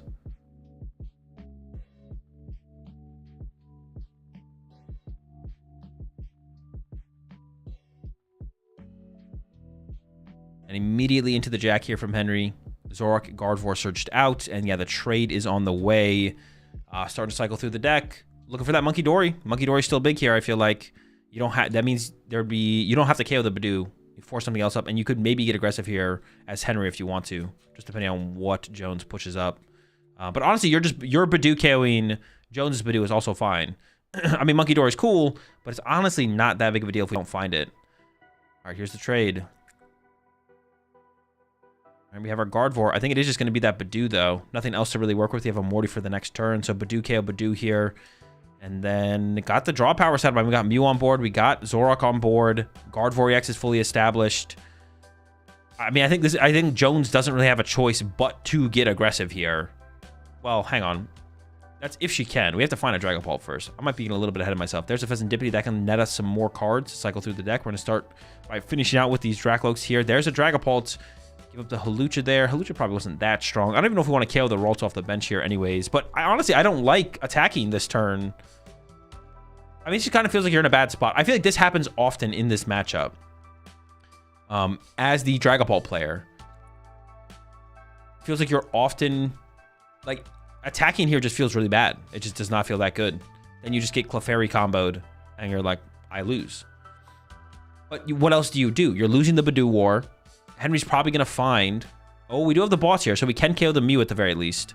That doesn't stop Clefairy, though. But it does get us some prize. Yeah, it's better than punching the Badoo. It's better than punching the Badoo, for sure. KO that. Get to build up some damage on the bench. Oh, we actually get to KO the Badoo here. Oh, keeps all the damage out of play. Okay, actually, I like that. 3 prize turn.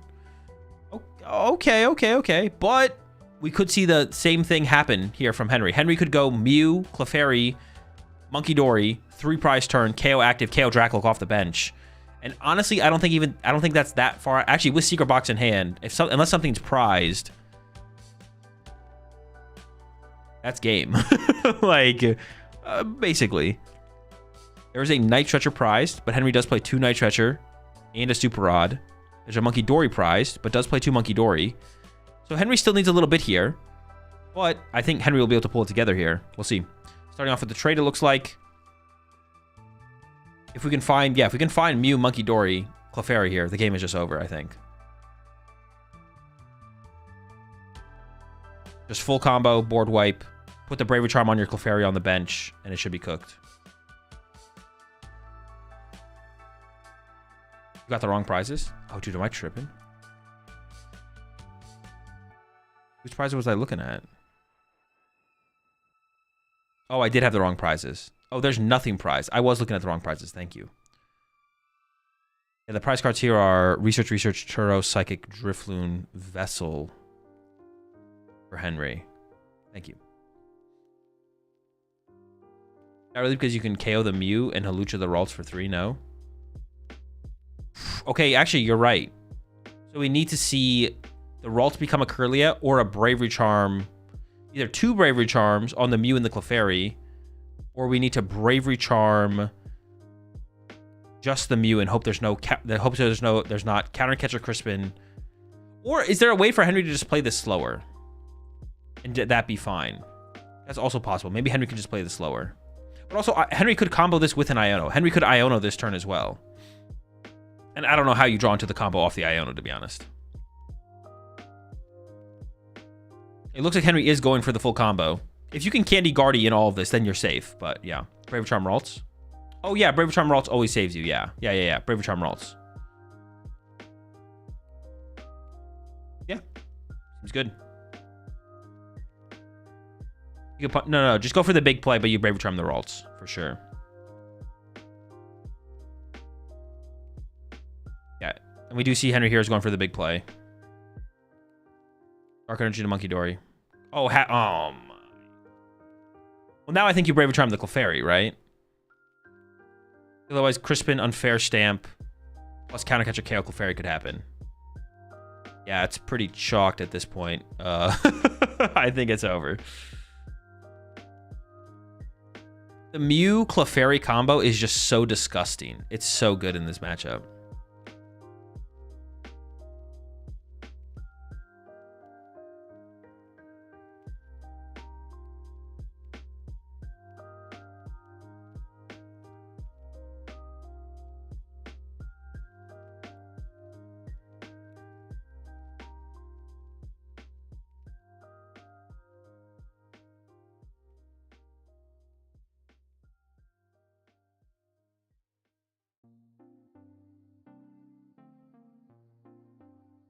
I believe Henry's gonna win a 3rd regional with Guardy. That's kind of disgusting, to be honest. 3rd regional dub on the way. Where is it even correct to move the 30 from? Oh, it immediately goes off the Mew, so I guess that answers that question. Boom, boom, knockout, knockout. Going down to 2 prize cards remaining. The only possible attacker here for Jones is a Dragapult. This looks all but over. Maybe Counter Catcher Zoroark could be some kind of saving grace. Immediately into the Artisan to get things going. See, and this could be the... This right here, what we're watching, could be the shift in the meta that we just see. Like, what if Gardevoir just gets super popular? And it's like, oh, Gardevoir just kind of bodies Dragapult. And everyone's like, oh, yeah, it does happen. And then Gardevoir becomes super popular. Dragapult becomes really tough to play. Then we get now the next thing to... The next evolution of the meta is how do you deal with Gardevoir? And the answer is Miraidon with Iron Hands, baby. We're back. Let's go. All right, Vessel on the counter catcher immediately. Yeah, we do have Ursaluna here. We do have Ursaluna.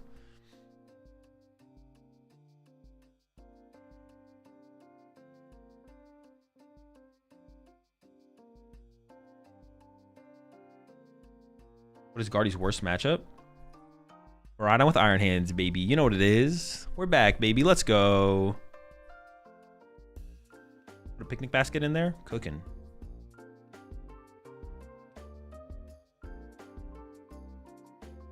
It should be Joltik with Iron Hands. No doubt. That deck sucks. Miraidon with Iron Hands. Let's get it. All right. There's an Iono. Off the track low. But we're playing the Arvin. Oh, we're getting the unfair stamp, right? Or are we getting Ursaluna? I guess it has to be the Ursaluna to find, right? S-Ball, Bravery Charm. That's going to be a tanky Ursaluna. But Henry can just win with Gust, KO Ursaluna. Oh, no, Gust, KO Dracloak. So if the Dracloak doesn't become a Dragapult. Oh, no, but the Clefairy can... No, wait. Clefairy can't KO Dragapult off the bench. So you need... Drifloon, Bravery Charm. Loon is prized. Actually, the Dracloak needs to evolve. We need to see the Dracloak evolve. If there's no Dragapult for this Dracloak, then all we need is a Screamtail from Henry. Or Stretcher from Mew? Stretcher from Mew won't do it, right? Yeah, because of the Bravery Charm on the Ursaluna, that won't do it. Wait, this is actually... There could be something here. Hold up. Off return is a Ralts. If we get Screamtail, we win. Henry has 2 prizes. Oh, Henry has 2 prizes, dude. I'm trolling. I'm trolling. Okay, so the play... Oh, goodness. All right, so the play from Henry just has to be like... Iono Punch, right? Iono Punch? Dude, yeah, I thought Henry had 1 prize card. I was like, oh, it's over. Oh, no. Would you Screamtail the Dracloak anyways, though?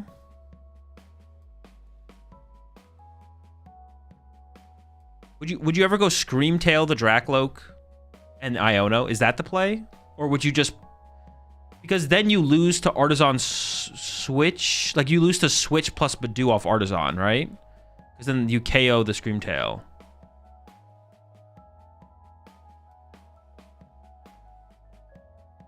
Interesting. Man, Henry has to find... Oh, we found the Iono and the Super Rod. So all of the plays are available to Henry here. Dude, what a sack. Does Screamtail, Bravery Charm ever win the game? That was Bravery Charm. How much can we get on that thing?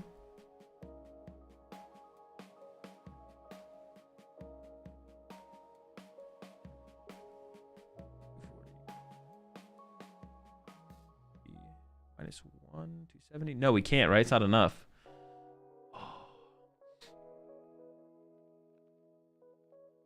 He does play Drifloon, but it's prized. Also, I don't know how many Bravery Charm Henry has left. Henry is down 2 Bravery Charm. Henry is down 2 Bravery Charm. So it's possible that he's out of Bravery Charm. I'm not sure how many he plays. With Charm plus Dory, you can hit 310. 310? Oh, with Loon. Wait, not with Screamtail, though, right? Screamtail caps at what, 270?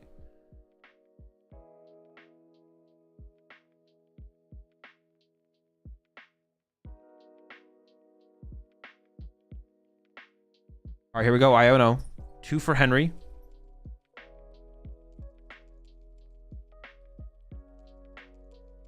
It's just going to be a Guardy Punch. 6 on the active. Moving 3 over to the Dracloak, and then punch the active for 190. If Jones has Switch Boss, that's game. Is there any other win condition here for Jones? It has to be switch boss, right? Draw for turn is Arvin. That becomes switch, but that means Shrapnel could only get 1 of 2 pieces. With Screamtail in the deck, Screamtail can always snipe the Archaludon off the bench. The only other play here I see for Jones is you could boss Zoroark, and Zoroark could get stuck for a turn. Oh, I think, what would you even do?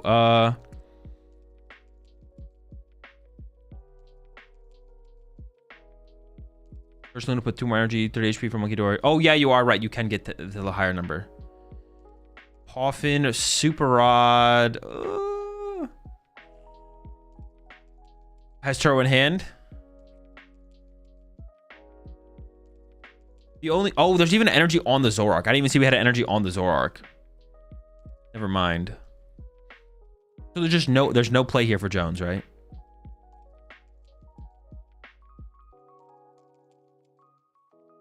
There was a slight chance.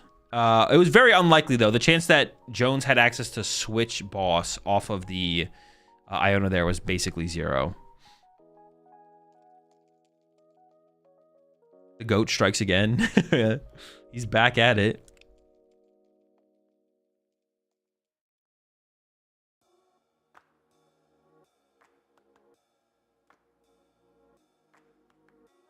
There's the concede. Henry wins. Another finals for Henry, dude. This is crazy, man. Dude, somebody stop this guy, bro. Might actually have to come out of retirement, bro. No one else can do it.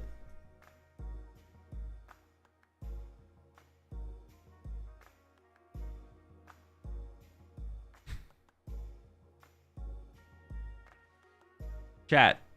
I'm not going to fully explain it. There was no way for him to KO the Ursaluna. It was not possible. Regain. Regain. The Ursaluna could not die. Time to regain. Time to regain.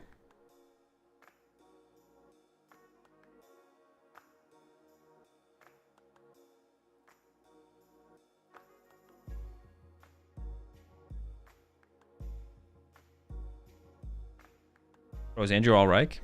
Hedrick? Dude, the thing is, dude, Arcanine just like sometimes stops updating the tournament. They're just like, nah, we're just not gonna do this anymore. We used to do that. We don't do this anymore. We don't update tournaments anymore. Was this the finals? This was top 4. Chaos greater than Azul? Bro, I body Chaos. What are you talking about? Get out of here. I keep Chaos in check.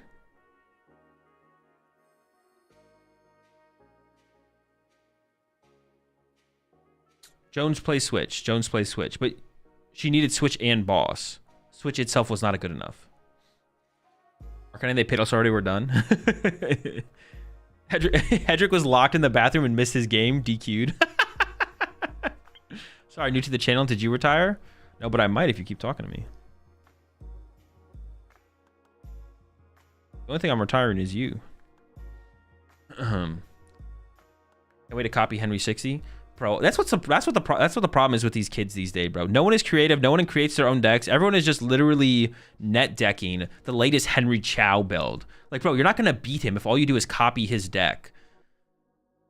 You need to regain. You need to step it up, bro. Back in my day, everyone was their own Henry Chow. Now y'all are just a bunch of Henry Chow clones, bro. It's embarrassing, bro. Y'all need to step it up. I'm going to Yu-Gi-Oh. Fuck this.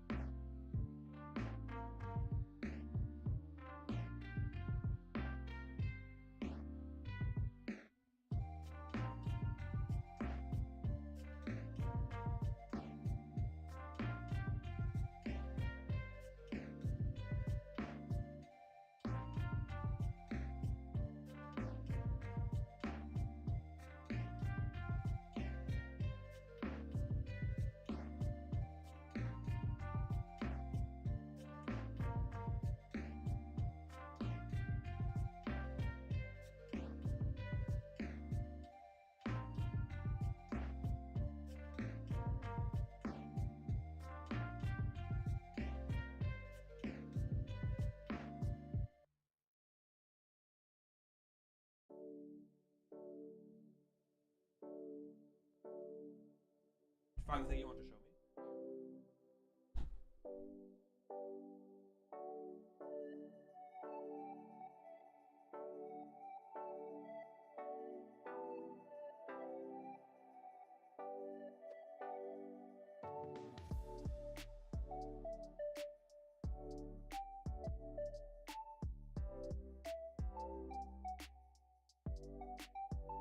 Wow, chat, what is going on? How was Yu-Gi-Oh? It was disgusting over there, bro. I didn't know Triff played Yu-Gi-Oh, bro. I gotta get away from this guy.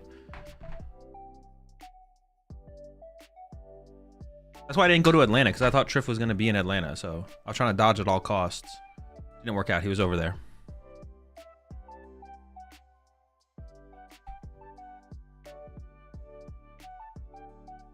Did you win an air fryer? I got like 4 of them before I quit. Be easy.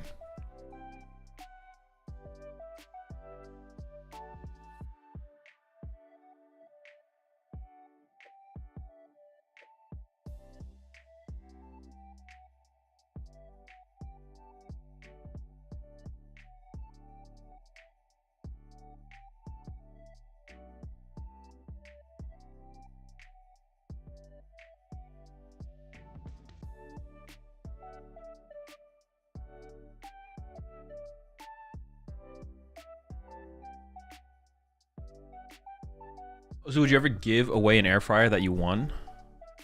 It depends if it's nicer than my air fryer. If it's not, then yes.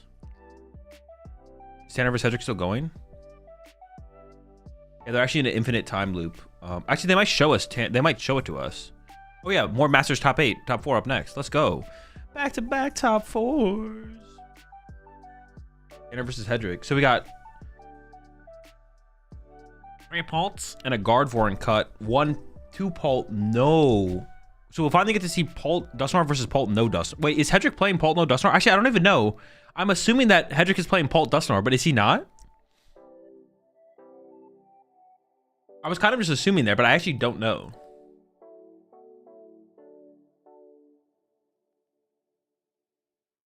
Don't just assume things, Azul. Stream Graphics said Pult Nor. Yeah, but it also said Pult Nor for Jones as well. Pokestat says he is. Bro, Pokestats be lying about a lot of their stats, bro. Do not believe Pokestats, bro. All of their they have fake stats, bro.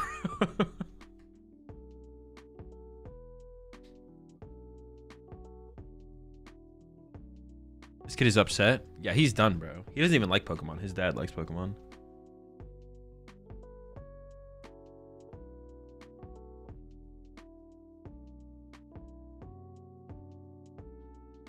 Not keep following Pokestats? Yeah, Pokestats is good. I like Pokestats. Shout out Cash. Fuck Tate, though. When will Ancient Box be meta? Dude, don't talk to me ever again.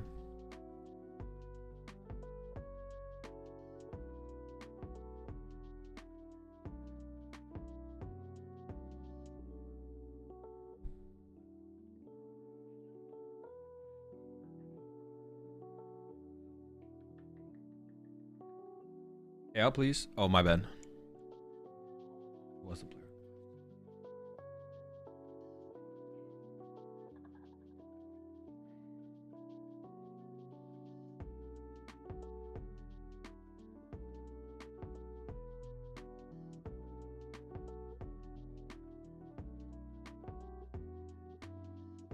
I'm Hedrick. I'm on Nor no Pult. Bro, that's broken. Did Gardevoir win? Gardevoir did get the W. Got Guardian Finals. Dude. Henry Chow about to win 3 majors in a season. Golly. Yeah, when was the last time we saw someone win 3 majors in a season? Was it literally was it Caleb? Was Caleb the last person to win 3 majors in a season? It might have been Caleb.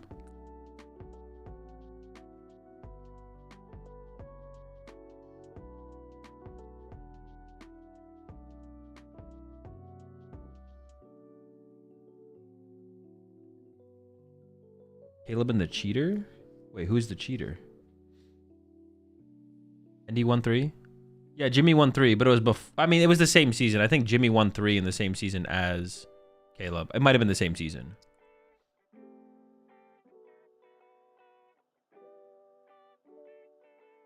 What happened to S tier Terra Box and Underdog Raging Bolt? Hang on. Who called Raging Ball an underdog? Have you tried Magic the Gathering? I played a very little bit. Igor did win 3, but I'm saying the last person to have done it, not who has done it. I think Caleb was the last person to have done it.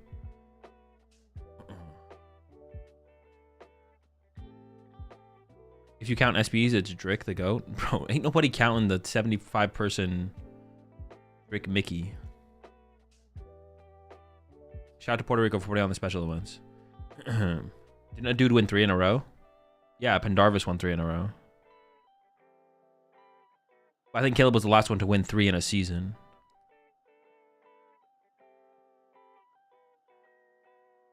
Which Caleb? Getimer. Why isn't Rapsco played in so many bolts? It's just such a bad card. It's so slow. Eats up so much space.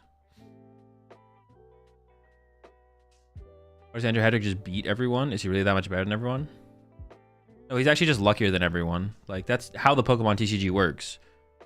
Like, no one's good at the Pokemon TCG. Like, there's like, basically, you learn the Pokemon TCG after your first, like, I don't know, 11 hours playing the Pokemon TCG. You master the game, and then at that point, just by variance, like, not everyone can be as lucky as everyone else. So there's like a scale of how lucky you are, and the people who are the most lucky will win more tournaments, and the people who are less lucky win less tournaments. That's how it works. You know, if you put in those like 11 hours, you'll be on the same tier as everyone else in terms of game mechanics and like knowledge and everything. And then at that point, it just comes down to who's luckier. People don't play for like the skill of the game. People just play because they like Pokemon. They either like the anime or the video games, and they pick up the TCG and play, try and win some money. You know, hope to be on that luckier side of players. And then if you're not, you're not. If you are, you are.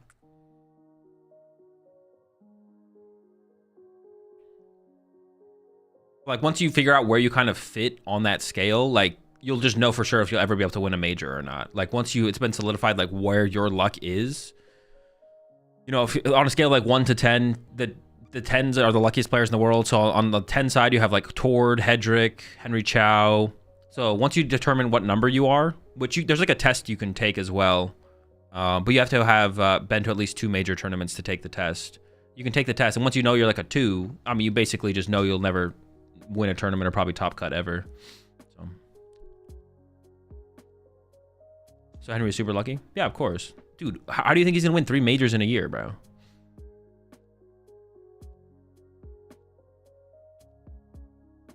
Second PC.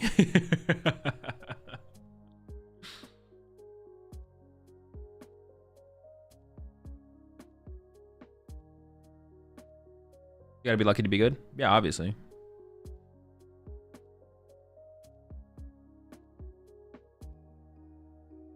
Solo leveling logic. You see, Henry Chow and Hedrick are like, what's the guy's name from solo leveling? They're like the guy in solo leveling, and the rest of us just kind of exist. They actually go to other dungeons and level up as Pokemon players. We just kind of exist in the Pokemon TCG space. But they go grind dungeons and stuff and like level up. We don't have access to them, so it's kind of like cheating, but you can't really do anything about it.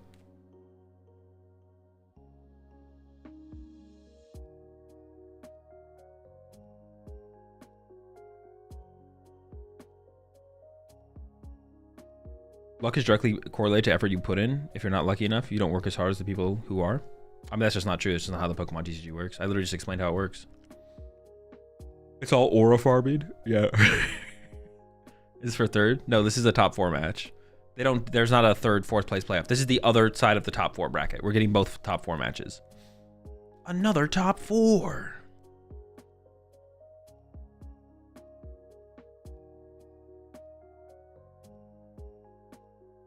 Rick has the most aura in top 8. He wins.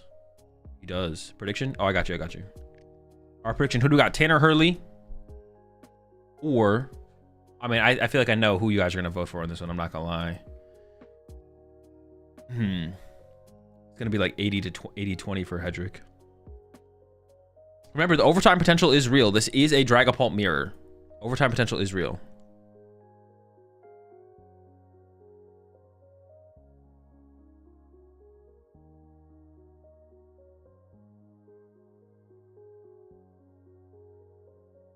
Ice cards coming out here. Halucha and a Dracloak here for Tanner.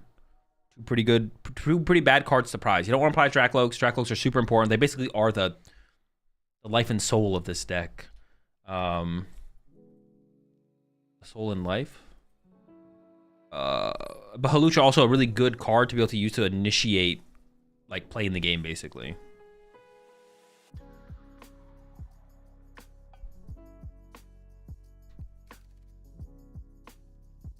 On the Squawk. Tua. I have no idea. I have no idea what Hedrick's list looked like, actually. I don't know if it's Dusknoir. I don't know if there's Squawkabilly. I mean, we saw the research there, so it's a little bit more of an aggressive list, it looks like. And it looks like Hedrick did win the coin flip and chose second. But do in the hand here for Tanner and an Ultra Ball. Maybe a Jack? Maybe not. We do need to get this Badoo to the bench on the next turn. We probably want to try and play this Ultra Ball if possible. I mean, a Jack would be really good here. Oh, it's an Iono. Okay, so it's an Ultra Ball away. Research Arven to preserve Iono and the Unfair Stamp. To use Iono to preserve the Unfair Stamp. Gonna go get another GP here, attach to the active, bench Badoo, and then pass it over to Hedrick. This might be the Research Crystal build. Yeah, it could be.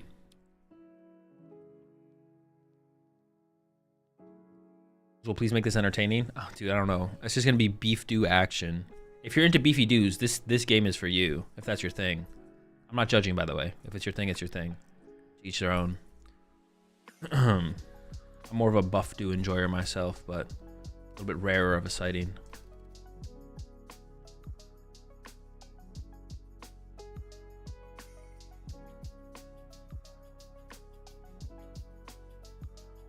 Is it a motivate angle? Yeah, turn 1 motivate coming in. Oh, Ultra Ball for the Dracloak. Interesting. I don't hate it. I don't hate it. Dracloaks are really important to find. Getting Iono here would be a little bit awkward, but we'll see. You ever met a scrawny do? Honestly, not, bro.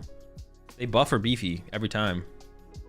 Buff do versus beef do versus buff do grand finals.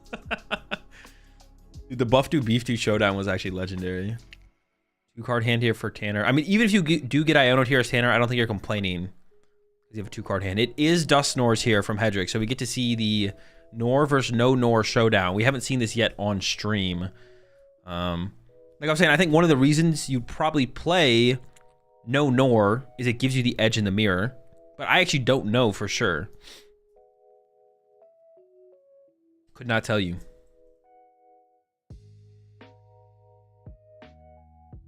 But Triff didn't even show up. I know, dude. What the heck? I would have gone if I knew he wasn't going to be there, bro. I'm scared of him.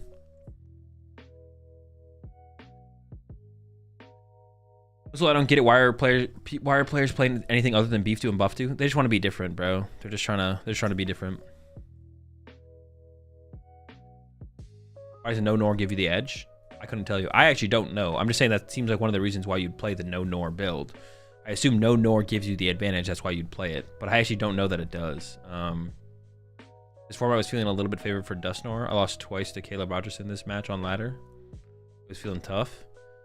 Wait, how'd you feel about it last format, Gabriel? Do you think no Nor was favored last format? Like solidly favored?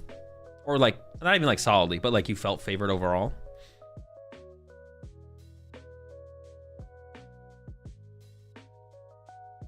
Last format, no Nor was solidly favored. Okay, interesting. No Nor makes the Guardy matchup very bad. That is also true. The Guardy matchup seems way worse. The Guardy matchup seems way worse without Nor. Way worse. So honestly, maybe that's got it. That's maybe where the that's maybe where the evolution of the meta goes. It was like this was the turn. If you were gonna play no Nor Pult, like this was the tournament to do it, but even then it wasn't that good of a play because if you are unfavored against Nor, Pult, and Guardy, but like moving forward, Guardy is going to become way more popular. That's like my prediction, and with that you probably have to play Dusknoir, it seems like, because if Guardy just draws decently into no Nor, Pult, dude, you're cooked, man.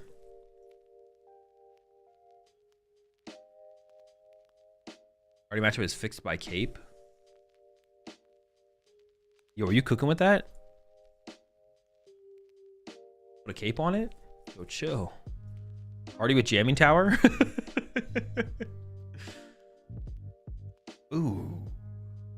That is a really bad draw there from Hedrick. No Poffin. He's going to have to play this Ultra Ball here to go get a Dracloak for next turn. 1 Dreepy, 1 Loke going to the next turn. Not what you wanted to see. Tanner's hand doesn't look that good either, though, so not going to be terribly behind here as Hedrick, I don't think. Because, yeah, Tanner doesn't have that much going on either. We do have that luxurious cape here for Hedrick. Is Hedrick putting this cape on the Badoo? I don't think Hedrick plays a Bravery Charm and a luxurious cape. Is he just trying to out-beef the other Badoo here? Is that what he's doing here with this luxurious cape? The beefiest do? Oh, I guess it's because you can put it on a Dracloak as well, right? You can put it on a Dracloak to stop your Dracloak from dying, and then you evolve it to a Dragapult. That's got to be one of the reasons, right? That's, oh, because you can put it on a Dreepy, evolve it to a Dracloak, and it lives through the whole process, and then you can get it. Ooh, that is interesting. That is interesting. You get a little bit more flexibility with that. Obviously, it makes the thing worth 2 prize cards, but I dig that a little bit. I dig that. That's interesting. Lux over Charm. Yeah, that's why you have the Lux over Charm. But then you do not being able to make a beef, like putting Luxury Cape on Badoo seems bad though. Like I don't think you're ever Luxury Caping your Badoo. But does that mean Hedrick just doesn't play the Bravery Charm? Like he doesn't have the Beef Do option? I guess Beef Do doesn't matter though if you don't have Monkey Dory, right? Yeah, Beef Do doesn't matter if you don't have Monkey Dory. Like who cares? Just start swinging. If they get the Monkey Dory Badoo thing set up, screw it. We start swinging against them, right? There's Beef Do. 2 energy on the Dreepy on the bench. Everyone's favorite gameplay going down. Let's get it. All right, so the hand for Hedrick was not great. We have our 1 Loke here. We're living off the Loke. Both players living off a Loke. Actually, no, that's a joke. Tanner's not living off a Loke. We got the Loke for Hedrick here. Dusknoir and Night Stretcher. I mean, I feel like it's got to be the Dusknoir here, just so you could evolve it up through a Dusclops potentially in the future. Who knows what we're going to see on the next turn and through the next Loke. But neither player is cooking here, I would say. But we definitely give the edge to Hedrick because he does have a Loke set up.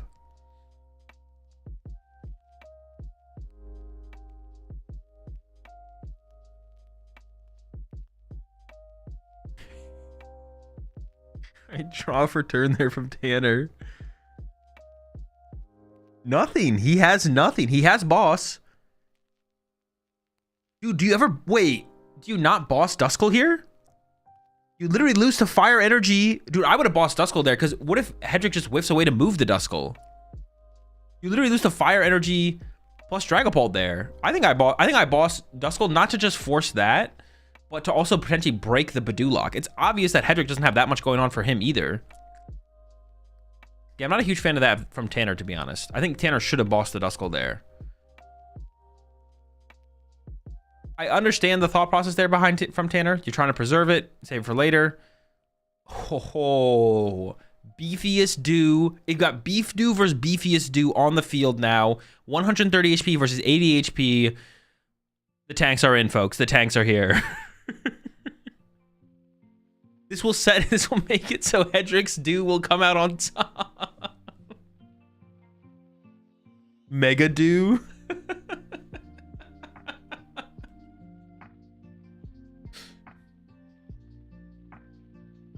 Oh, now he does the boss play. Dude, that is some rat behavior, bro. Tanner definitely should have done that last turn. I don't think Tanner realized he could have lost that turn.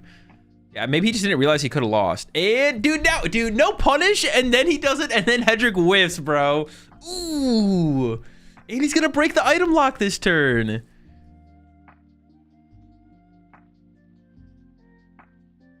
Dude, if you're doing it this turn, you should have done it last turn.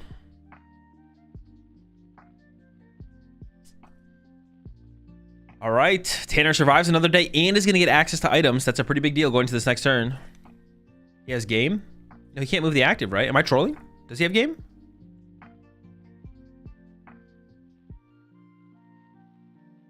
I think if he had game, he would do it. I don't think he has game. Yep, just a pass over. All right, here we go. Tanner's feeling pretty good about that now for sure. The Poffins are in. The squad is about to roll up.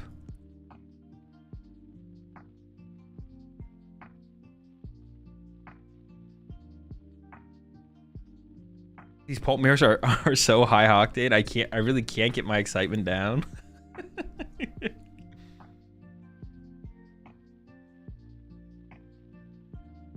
Buddies are coming. Now the Lux Badoo feels horrible. Yeah, but it was the correct play on the last turn, right? So feels worse now. But if you keep it on the bench, the thing is, if the Lux Do stays on the bench the whole game, all right, we need some Dracloaks here from Tanner. Come on, come on. Oh my gosh, bro. This man literally has access to items and can't find a freaking Loke. Dude, now Hedrick can like get back into the... No, Hedrick can just start attacking next turn. Oh my... If Hedrick just starts swinging... Can we move? Oh! 2 more? Dude, he's still stuck. Tanner doesn't even have a Dracloak online. It doesn't matter though, because Hedrick can't move this Duskull. Pass back over. Top deck Iona for turn from Tanner. You definitely don't want to play that, but can you do anything else? The rest of the hand didn't look that good. Are we really playing this Iono? The hand is that bad?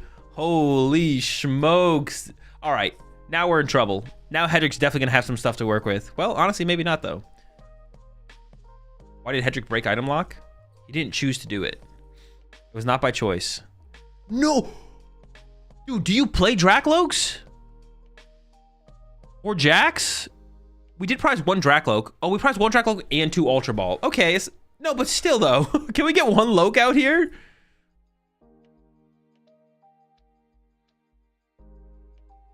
No Monkey Dory to work with as well. Did have the Artisan in hand and chose to get rid of it, which was probably correct. You don't want to give the Artisan over to Hedrick. All right, there's the item lock. Hedrick here, double Dreepy in hand. Now Hedrick can just start swinging because we have the Jack here. Jack becomes Dragapult EX and Dusclops. So I think Heroes Hedrick, you just start swinging before the Lokes can be found. We'll see though. Into the Loke first.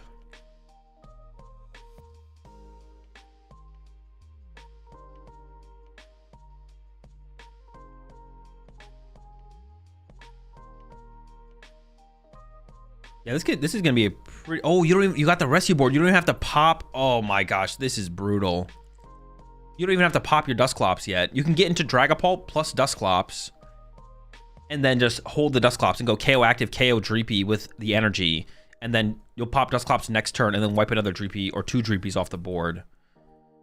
I mean, you could continue to play this slower as Hedrick, though. Okay, let's think about that for a second. You do have Boss in hand. So Hedrick could play this slower, actually. Hedrick could just chill and hide behind his own Badoo for 1 more turn, and then Boss next turn. That actually isn't terrible. So you could like Jack here for Dragapult EX and Dracloak, and then retreat to Badoo for a turn, use Badoo, and then next turn Boss KO 2 Dreepies. You know if Tanner has Candy? Tanner does not play Candy, no.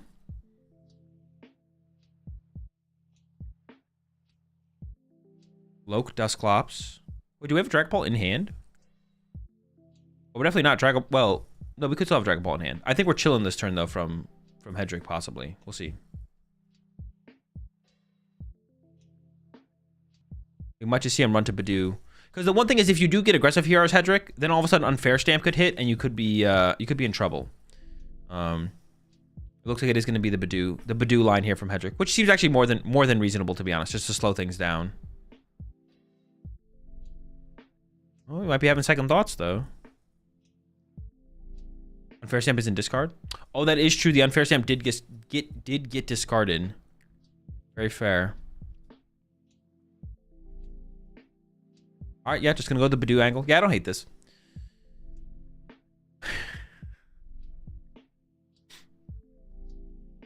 No Lokes. Tanner, no Lokes. Hurley back at it again into the Iono. How many cards in a row have we seen? Because I don't think Tanner has shuffled his deck for like 2 Ionos worth of draw or something like that.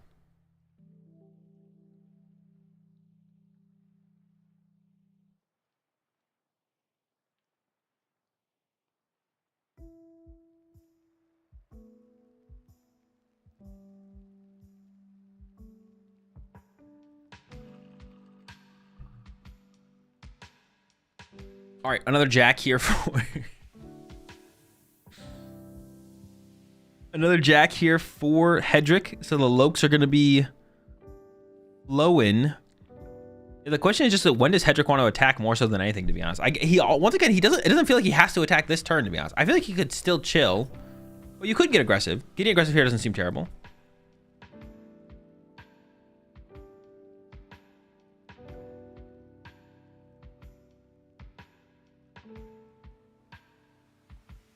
We could get aggressive. We'll see. We'll see.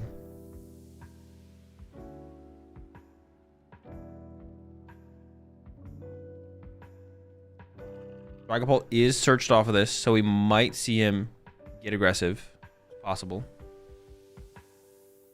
And even once Hedrick breaks the item lock here, yeah, because Tanner doesn't play Rare Candy, it doesn't really matter. Like, these GPs are going to be getting picked apart by the Dragapult and the Dusknoirs.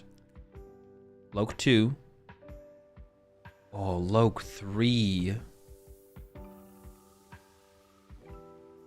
Tanner's sitting over there like, bro, what about me? Give me a Loke. Nice Treacher to hand. Another Duskull this turn would have been nice for Hedrick, but I don't think you're complaining too much about the current board state. Reevaluation there. I don't know if he switched there or it went with the Stretcher or the Iono. It looked like he maybe switched.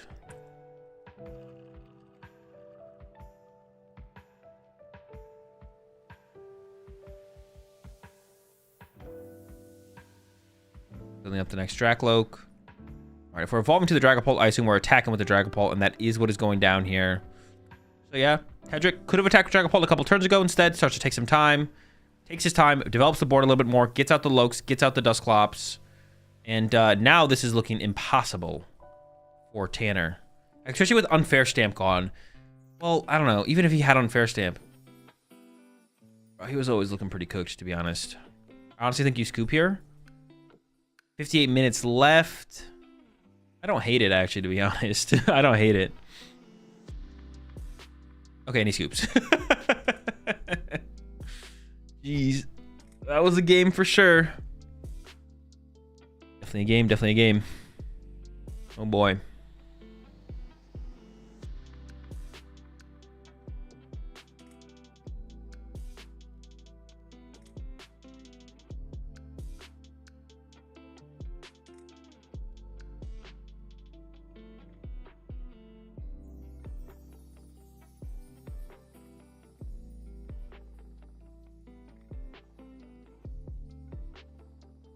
Hopefully we see a little bit better, a little bit more out of Tanner. Honestly, can we just get one Loke for Tanner? That's fine. Let Hedrick can win. Can we just get one Dracloak for Tanner, please? A man is un-item locked, playing a draw supporter each turn, and can't find a goddamn Loke.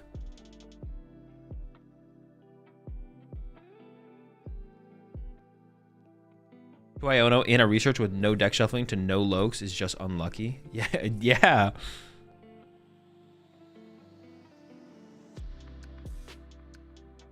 It's his turn to play on the Xbox.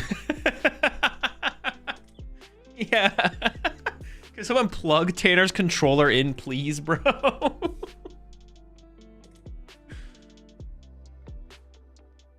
Get this man in there, bro. Get him in the game, bro. Tanner will get to go first in this one. I believe Hedrick got to go first, or go second, excuse me, in the last one.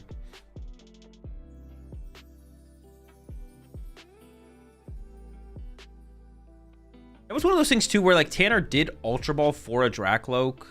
I don't know. It probably was correct. I don't think Tanner made a misplay there, but the thing is like the Dragapult deck does just play not 4 Ionos now. So like you're way more likely to get Iono'd off the rip. Oh, dude, what is going on?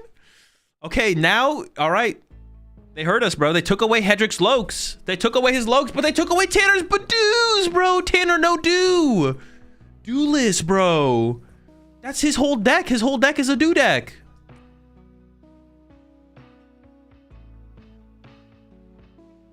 All right, things are going to get interesting. Hedrick down double Loke is bad. Pricing one Loke, it's salvageable. Like, that's not that big of a deal. You play Jax and stuff to find the other ones. Pricing 2 Loke is annoying. But pricing both of your Badoos, completely taking away your item lock, is really bad. That's the deck. The deck is Badoo early, Dragapult later. Get beef stew online. Worry about winning the game later. Beef stew is everything. Hedrick does play Candy. That's also true. It matters less for Hedrick's deck because he does play Candy. So it's not as big of a deal. But it's still a pretty big deal. Like, that's also your draw engine, right? Prizing Dracloaks is still pretty bad, despite you playing Rare Candy. Because, well, it would be worse because usually you're getting item locked. Of course, Hedrick doesn't know, and neither does Tanner, that Tanner will not be item locking in this game. So, yeah, the candies will work out pretty well here.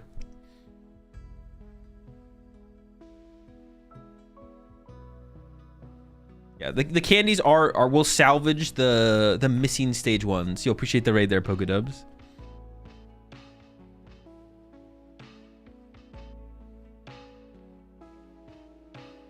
Would win an arm wrestle? Jackson Ford or Tanner?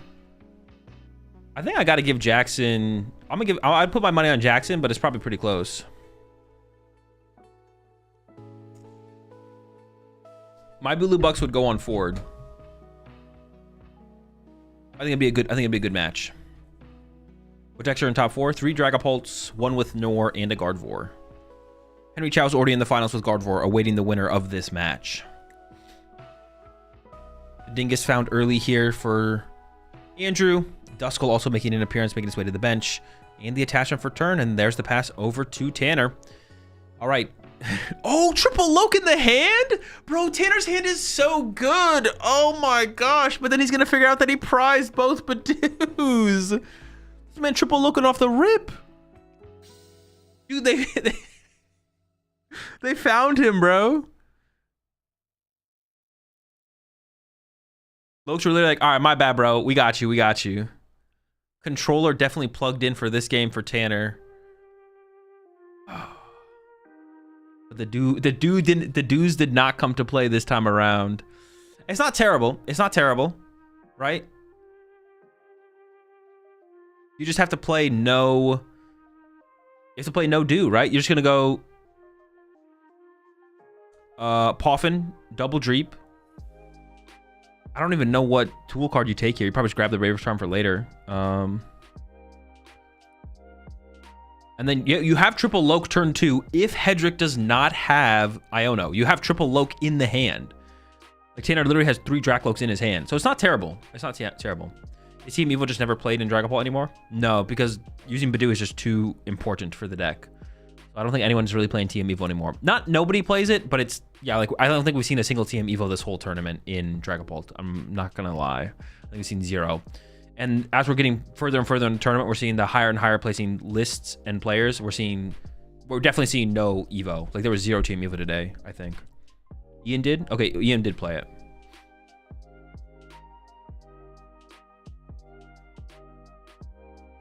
Goes for the EXP share. Okay, that does make a ton of sense.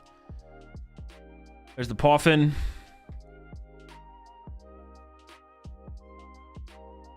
Headshake, come on, keep the poker face.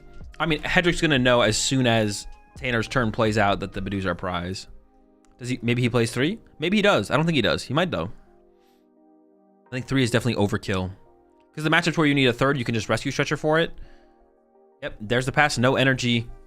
Okay, it's possible that Tanner prized rescue board, and that's why he didn't go for a Badoo. So I guess it's not. Hedrick doesn't know for sure that there's no. Why no Evo surely would help? You just never use it. You always Badoo. It's not that simple. Like, Team Evo is a good card in any evolution deck, especially when you play a lot of stage 1s. That's literally just draw pass from Hedrick, though. That's pretty bad. The Lokes are on the way here for Tanner. Loke 1. We need energy. That's not energy. Went with the Nest Ball there. I kind of like the Defiance Band, though, if we find our Genesect, to be honest. All right, there's an energy. That's good. You definitely don't want to Iono here. You just want to, you're winning in the draw power department. Loking it up. We want a basic energy, though, to combo with this EXP share. Ooh, that is perfect. Now we can put basic energy active, EXP share to the bench, and then just pass. Or if there's a Jack in hand, we could play that. I don't think I see a Jack in there. No, what? What if Hedrick goes... No, wait, what? Is that... maybe that's not terrible. Maybe it's not terrible. Maybe... Am I gassing it? Put the energy back. Why? We're getting Badoo. No, he took the basic psychic. He took the basic psychic. Dude, I don't like how we've seen Tanner do this a lot in a lot of games. Put the cards in play, man.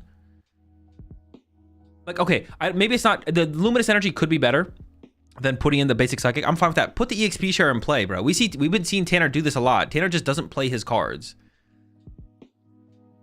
There's the Genesect. All right, we could put the Defiant. No. We saved the EXP share for the guy, I think, here, right? All right, Tanner's probably just winning this game. This game's probably over. But we've seen Tanner do this like at multiple games where he just does not put cards in play. And then he gets Iono'd, or he Ionos, and then it's like, we have to find these cards again. These are good cards that we know where we want them to be.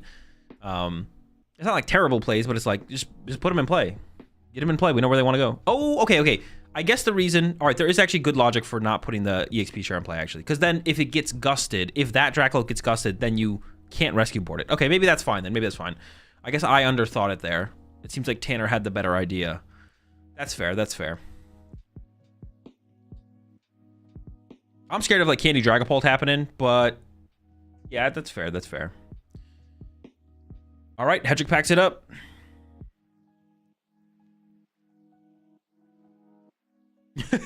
Tanner shows him the dues. We're into game 3.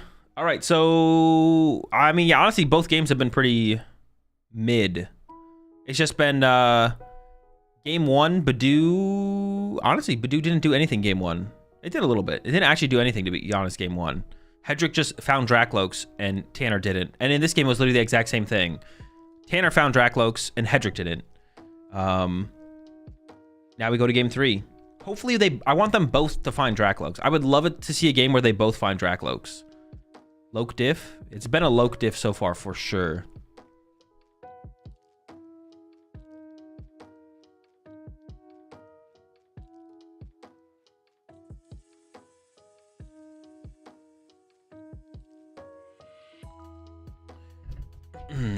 Why don't they just play 5 or 6 Lokes?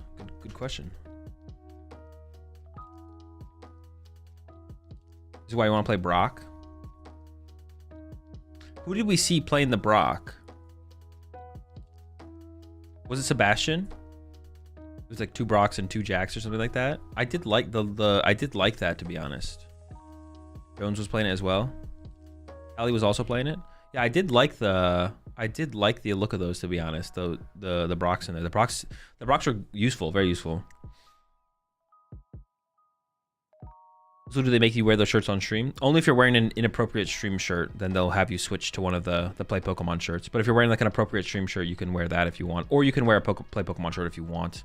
You can also just get a Play Pokemon shirt for being on stream, even if you have an appropriate stream shirt. It just kind of depends on that.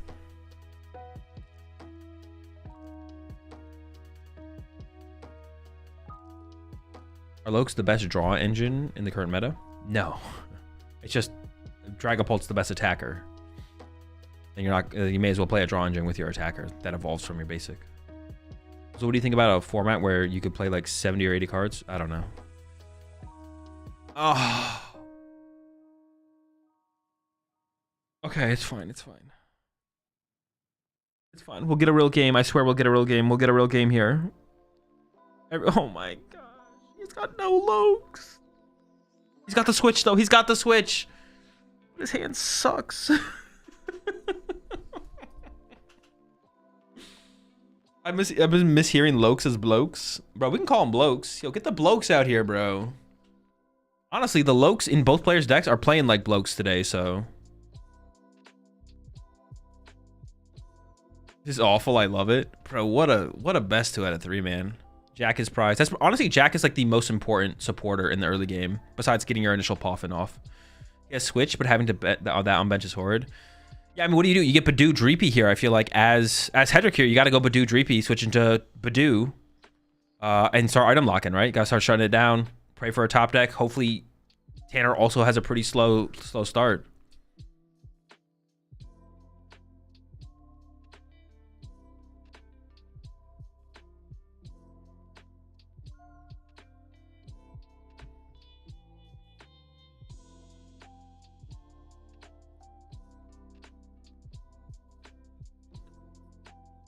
You think you rip the switch here to play around a potential Iona, or do you keep the Bloodman active? You have to rip the switch because you're going to get Badooed. You have to play the switch here as Hedrick. Otherwise you get Badooed. And then it's just stuck. I don't think Hedrick plays Turo, but I actually don't know for sure. I don't know if anyone in chat knows any different than I do. I don't believe Hedrick plays Turo, but I could be wrong. Actually, no. Did we see the Turo?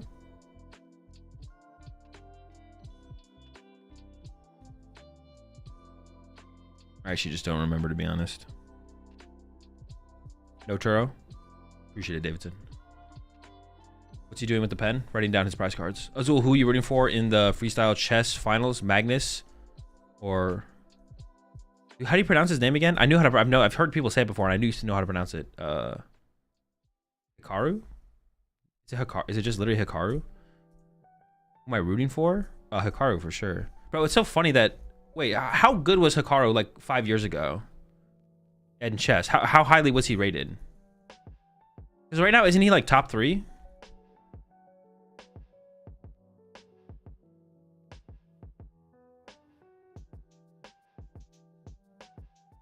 He's been top for a while too. Was he like top 10 5 years ago?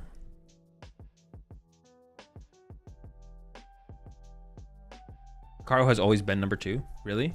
Dude, it's so funny to see. I think there's like, I mean, it's a little bit of a stigma, I guess, for me personally when I look at watch chess players or whatever like that. It always seems like they're a lot more reserved, you know, calm, and more a calm temperament. Like Magnus, I feel like he acts like a chess player. Hikaru I feel like does not act like a chess player. So I'm a big fan of him for sure. Okay, yeah, Hedrick is already panicking about that Ursaluna getting bodied. He's already got an energy on. Actually, he didn't even get a Dreepy out. Interesting, he didn't even get out Dreepy. He benched the Duskull to go into the Dusclops. And yeah, we see Tanner's making the read here. Plenty of Ionos in the hand, but goes for the research. Or an Iono in hand, but goes for the research. Oh! Yikes! You gotta bench the Hawlucha! Wait, this is insane! This is an insane game. If Tanner doesn't bench Hawlucha, he loses. Alright, he's putting down the Hawlucha to play around the L. But Hedrick can KO the only Dreepy in play next turn with Duskull plus Badoo. This was looking terrible for Hedrick off the rip. But now, it's not looking too bad. Dreepy punch for 10. I mean, that's the only play I see here for Hedrick. You gotta remove this Dreepy from play. It's got an energy. It could become a Drakloak. Hedrick's giving it some thought, though. He could get Countercatcher involved. He could pop Dusclops on the active and then Countercatcher the Hawlucha. But you just KO this Dreepy every time, right? Or I guess you could wait. You could just hit this for 10 more and then evolve it to a Dusknoir. Or do you want the... It depends how badly you want the prize card, right? Because if it becomes a Drakloak, it's not a Dragapult, but then it becomes a Drakloak, which gives draw power. Dude, what a game. Both players' boards absolutely suck. No one has a Dreepy in play. Going into Tanner's third turn here. All right, Hawlucha to the active. And there's a Dreepy prized for Tanner. Actually, both players prized a Dreepy, but none of them hit it. Monkey Dory also prized here for Tanner. Top deck is a Nest Ball. Can't play items. It's going to be to the Iono. Cycle the deck. Yo, where those Brocks at, bro? All right, everyone, 4 Brocks in your Dragapult list. All right, that's the new tech. That's the new tech. 4 Brock. It's the anti-Badoo card. Dreepy, 1 time. No Dreepy. We got Genesect though. What does it do for an attack? I'm gonna look that thing up. Are we setting that up? We got the Luminous for it.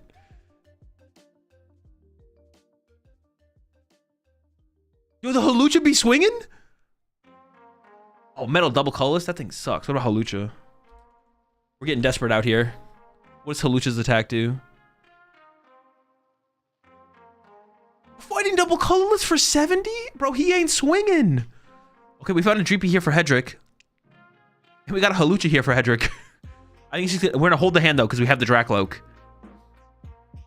Due for 10. It's going to be so hard for Tanner to find. Okay, Tanner's got his own Badoo. He can fight back. Genesect makes its way to the bench as well. Just getting that. I don't know if I love the Genesect bench. It seems fine. You probably have the bench space. You have the flexibility to work with, probably. Okay, actually, we'll be running Brock with all these Badoos. The Brock builds of Dusknoir looked the best, that from what I've seen so far. Still no Dreepy. Oh, no. The retreat into the Badoo. The Badoo is dominating this match here, this set. No Dracloak though. Oh, the top deck Dracloak. That's huge. Hedrick's into it. You gonna get his buddy? Take the buddy for later. You never know when you need it. Always got to keep one of those in the back pocket. Dreepy makes its way down. Now we're starting to see the deck cycle with the Dracloaks here for Hedrick. This is looking bad for Tanner. Although I will say, as long as the Ursaluna is still in play and Tanner hasn't drawn too many prize cards, the Ursaluna is still a massive liability on Hedrick's board. So if Tanner can ever stabilize, we could maybe see a comeback like we did in the... there's another game where we saw a comeback with that route. It's definitely possible to see a comeback. Looks like double boss there off the Dracloak. As long as the Ursaluna is still in play and Tanner hasn't drawn too many prize cards, there is always potential for a comeback. Dude, the hand for Hedrick still sucks. We're getting there, though.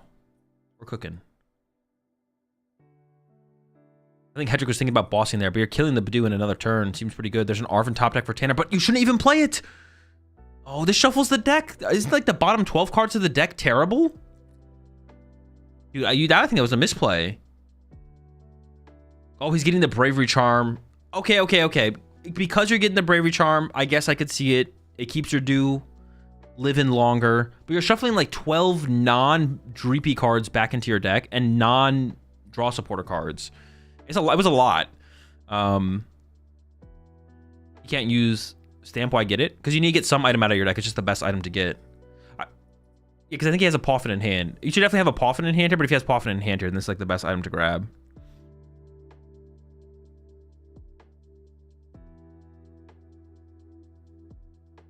You have to, yeah, you're going to grab something here to thin out the deck. Something important prized? Just a Dreepy. I mean, nothing major. All right, 2 more items here for Hedrick. Very cool, very cool. And the Luxurious Cape, depending on how long this goes on, the Luxurious Cape will outlast the Bravery Charm of Tanner. So stupid, bro.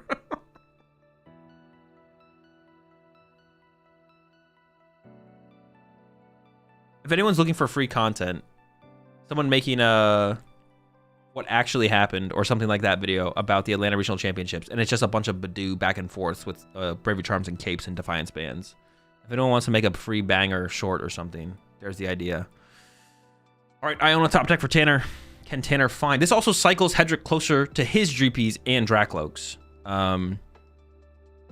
Tanner needs to find a Dreepy. But once again, the shuffling of the deck last turn. Oh my gosh. Another whiff on a Dreepy. Oh boy.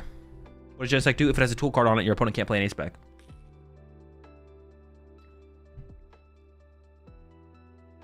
Second Loke found and a Jack found here for Hedrick. That be game? No, not quite. But you could start attacking with Dragapult here if you want as Hedrick. Nothing's stopping you from just swinging. You got to be careful, though. If you break item lock, all of a sudden counter catcher on Ursaluna is scary. Goes with the Loke before the Jack. Takes the research over the Vessel. Is that game? I don't think that's game. Oh, it's close.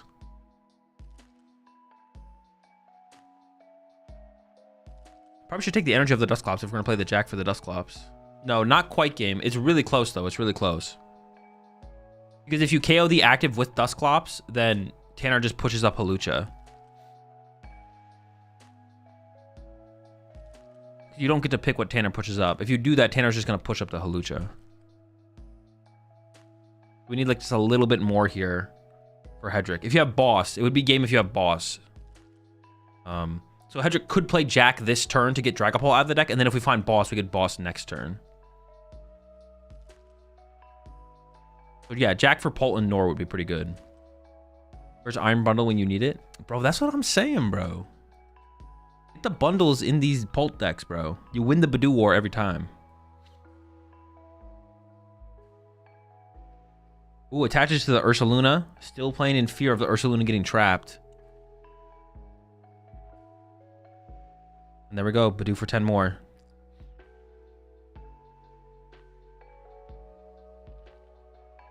Artisan top deck for Tanner. I mean, you got to go get a Dreepy, right? Like, Hedrick's already so set up. You got to do something. Even though this does give it to Hedrick, which can help Hedrick find another Dreepy or another Duskull. Can't do nothing. I guess in this situation as well for the Ursaluna for Hedrick, it's not as bad as some of the other builds that play the Ursaluna, because you can pop Dusknoirs, of course, to increase the prize cards that Tanner has drawn, so you can actually make it a threat.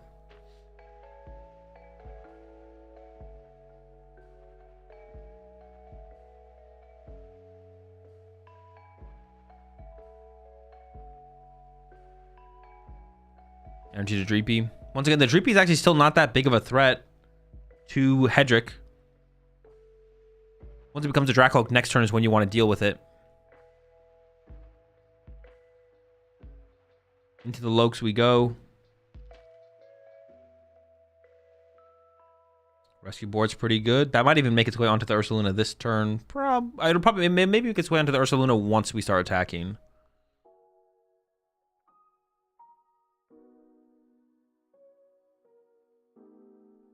Arven research. I believe we have a research in hand. We're probably going to prioritize the Arven just for options.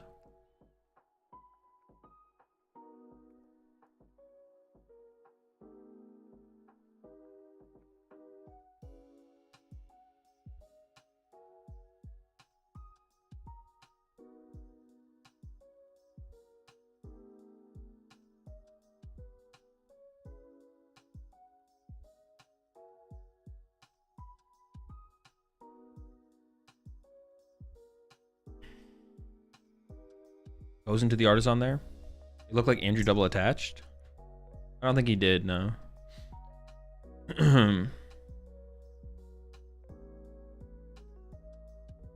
Our chat, this comes up a lot. Whenever you guys think, if you think a player did something, go back and rewatch it. Because you guys will like watch it live and they'll be like, yo, Andrew double attached. And I'll be like, before you even bring anything like that up, just go back and rewatch the whole footage, and then if it did happen, come back to chat, because y'all will just like watch it live, think something happened, be like, oh my gosh, and then it never happened.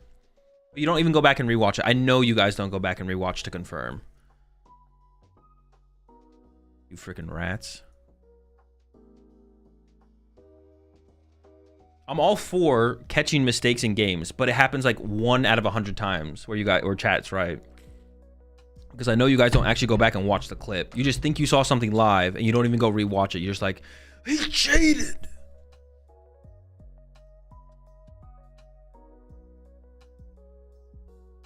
Still screaming over thinking somebody was reset stamping without a KO. Bro, it's because I was so in the zone we were talking about it, bro. Okay, Dusknoir there to KO the Dreepy. I guess you, once again though, as Hedrick, you don't have to do anything. But I assume we're getting aggressive here for making this play, right? Like I assume we're gonna go into Dragapult and start swinging. KO active, KO Hawlucha, force the Genesect into the active. Yep. All right, Hedrick about to go down to 2 prize cards remaining with 0 Dreepy on the other side for Tanner, and I believe Hedrick still has his Hawlucha remaining. Boom, 2 prize cards left. Genesect force into the active. No Dreepy on board for Tanner, let alone a Dracloak. It is not looking good for Tanner here. This was a really weird opening board state. Hedrick was able to take advantage of the situation. Start to pull some kind of comeback. Tanner, well, like I said, as long as that Ursaluna is in play, I feel like Tanner does still have a win condition. So if Tanner can go like counter catcher plus Iono this turn, bring up the Ursaluna, trap it for a turn, get to the Dreepies. If the Ursaluna retreats, bring it up again the next turn. Get to the Dracloaks. Like, it is possible. For sure. Okay, so isn't the game just over? No, we got that. We got the bear on the bench. Bring it up one time. It makes its way back to the bench. Bring it up again. You can just attach. He can just attach, but Hedrick doesn't just win if he can retreat the... Well, actually, he could just win if he retreats the Ursaluna with Hawlucha. But maybe he doesn't have the Hawlucha, right? Maybe he can retreat, but he doesn't have the Hawlucha. Yeah. Fez is so bad here, but it's necessary. Fez is... I don't think Fez is that bad here at all. Fez is bad in the early game when your opponent can, like, prize trade around, including the Fez as one of their win conditions. But at this point, anything's a win condition for Hedrick.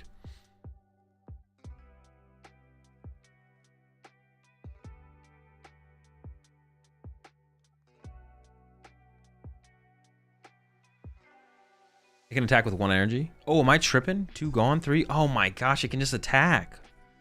Holy smokes. Yeah, I didn't realize that. I didn't realize the Archaludon could attack for 1. Y'all are right. I'm tripping. All right. Tanner going for the cruel arrow. Dude, what? No. Oh my god. All right, it's over. It's over. Yeah, I didn't realize Archaludon was swinging like that, to be honest.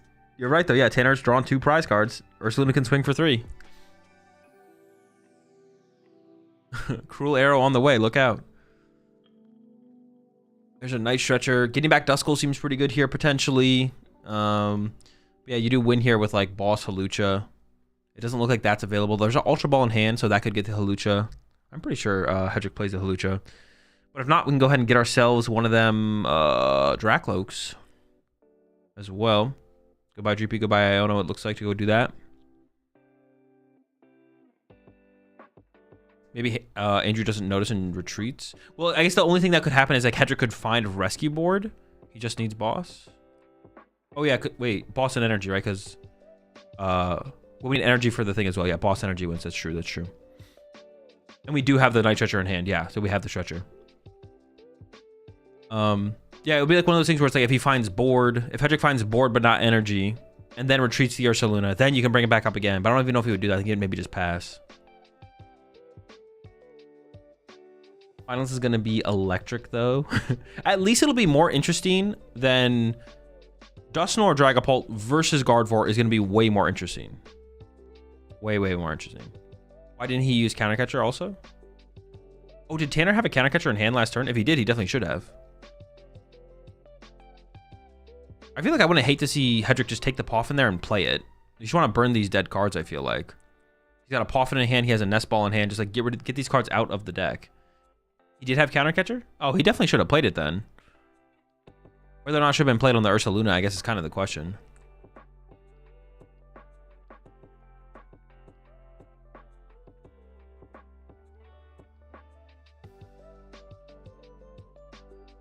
Hedrick versus Chow feels like the perfect 2025 finals, honestly. I agree for sure. That's the finals I was rooting for. The fact that we're getting it is crazy. Like the 2 best players in North America facing off in the finals. For anyone who was like unsure, ooh, the research, just getting rid of all the dead cards. I like that. For anyone who was unsure of like the skill ceiling in the Pokemon TCG, all you have to do is look at the finals we're about to run into and be like, well, literally, you literally have the 2 best players in North America making it to the finals. I don't know. I would say skill and hard work pays off over luck. But listen, if you guys keep believing that luck is the #1 determining factor in the Pokemon TCG, it's going to make it easier and easier for them to keep going back to the finals. It's up to you to be the difference. 2 players who have never lost a finals. 2 luckiest players in NA.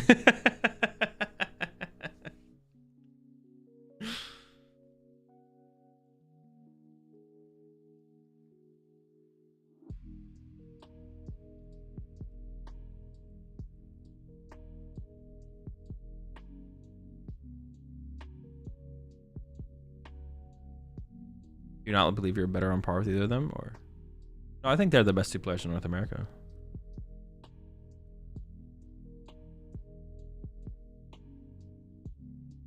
I don't know, man. Did Henry Chow get down paired into Flareon? Bro, that's gonna be one of my favorite quotes moving forward for sure. Oh, down paired into Flareon, bro. Unlucky.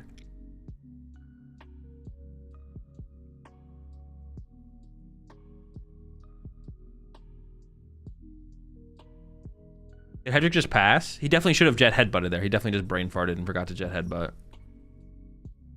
Yeah, definitely should have used Jet Headbutt for sure. Counter Catcher pass. Energy in hand. Dusclops in hand. I don't think we're winning quite yet. We're very close.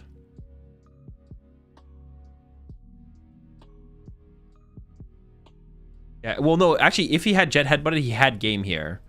If he had Jet Headbutted the active, this turn he could go Dusclops, KO the... Or Dusclops... Oh, be able to KO it before we can Hawlucha it. Yeah, never mind.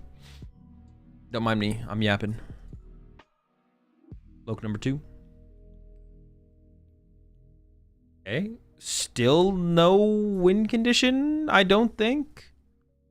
Oh no, wait, we could have KO'd the active with Ursaluna though, right? If we had Jet Headbutt the active, then we can Dusclops the active, and then we can Ursaluna KO the Pheasantipede. Yeah, Dusclops opens Luna. Yeah. Oh, okay. That was a pretty big mistake from Hedrick last turn to not Jet Headbutt. Could he get punished for it? I don't think so. But Tanner's gonna need... I don't even know what Tanner would need, to be honest. You see a pass from Hedrick. Hedrick is just content with chilling still.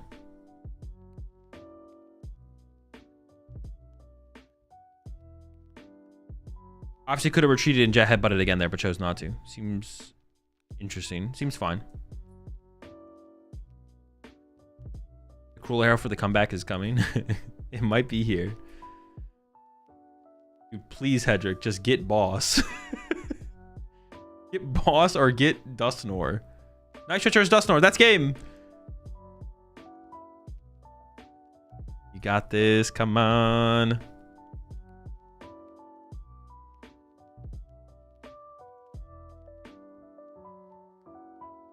Let's go. He's done it, folks. Hedrick Chow finals official now.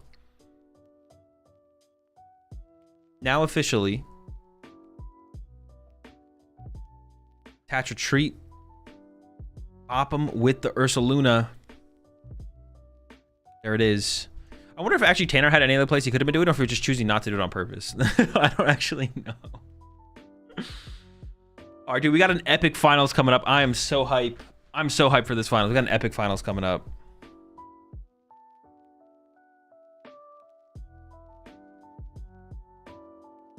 Which one am I rooting for? Honestly, I think we want a Hedrick dub so he evens it up 2-2 in majors this season, and then we want to see them play in the finals of Worlds or NAIC to settle the score. I'm getting behind Hedrick on this one just for the storyline.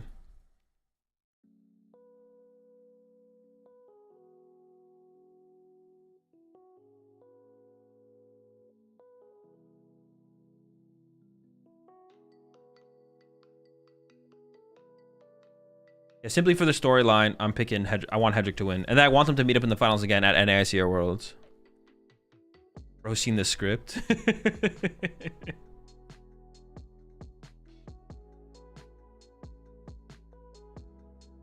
All right, we'll see if there's going to be an interview or not. I'll toss it over to the interview before I run for a second.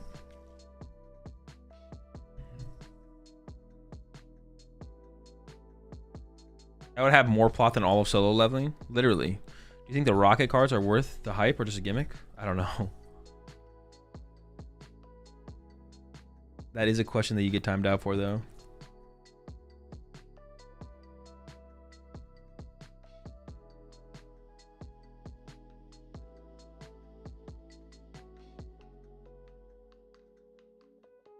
And you're doing all this without using the BDIF. Any tourney is crazy. Well, Guardy could definitely be the BDIF in this format, right? Like, call to even like think about calling something the BDIF for where we are in this format. It would be silly to do. So, like, Guardy could be the best like overall deck in this format for sure. Why does chat think Guardy is heavily favored? It's definitely favored. It's heavily favored against the non-Dusknoir build. But if you have Dusknoir, I think the matchup is like favored Guardy, but not heavily.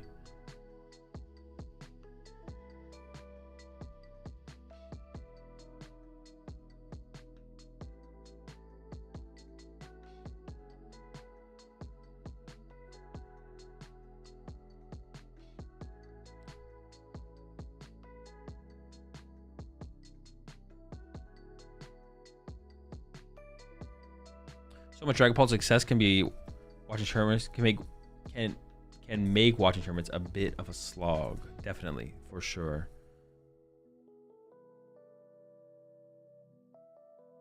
If we're not seeing Guardy versus Paul in the World Finals, well, yeah, hopefully not. Honestly, I'm with you. What do you think about Future Box? I don't think it's very competitive. You got in the finals, Goat versus Goat, Hedrick. Long till finals. Trying to play a TCG live match. It was like 20-30 minutes, maybe less. They usually try and get going as soon as possible. Any like solid content that they want to put in between that they have for in between matches. They'll do, you know, they might do. We might see a player interview. We might not. I don't think we saw a player interview for Henry.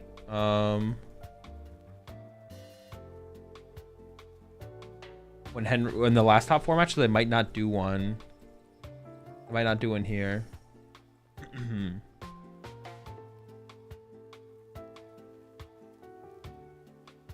They might not do one here. We'll see.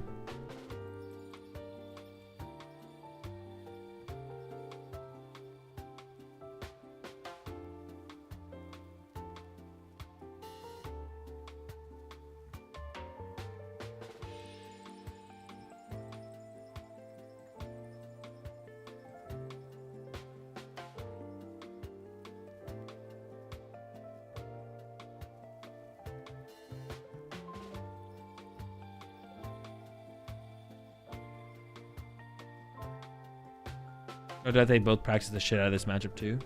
I mean, maybe. You'd be surprised at how little some of the top players play, for sure.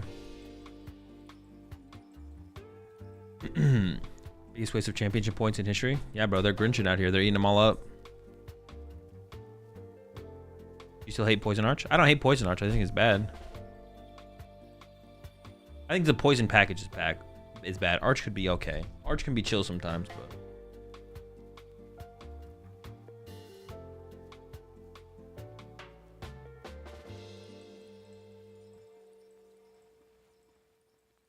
Okay, we're going to a break here. All right, chat. I'll be right back in like 2 minutes.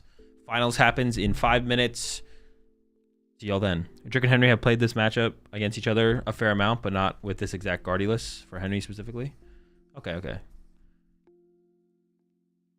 I guess like specifically these two players, they probably played a lot of this. They've probably seen this hit this matchup before. I say that, but that probably does not apply to Hedrick and Henry Chow.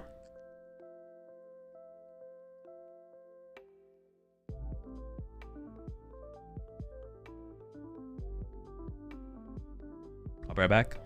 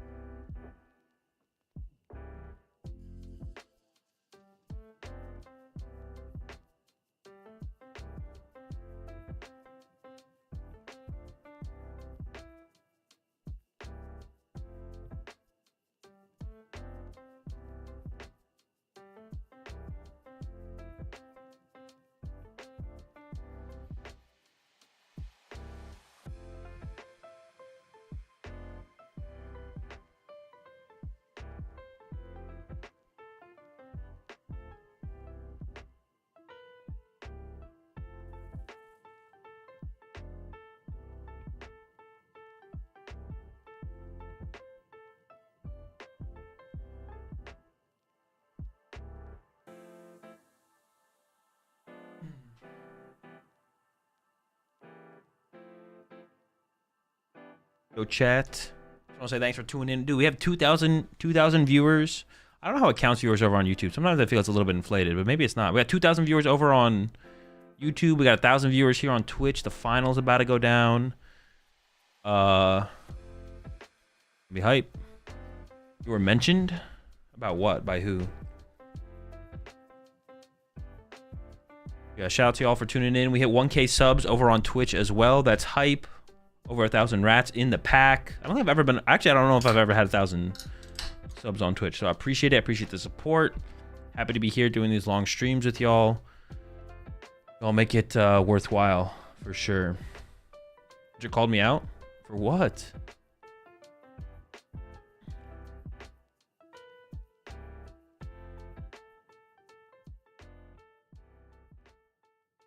Being a rat?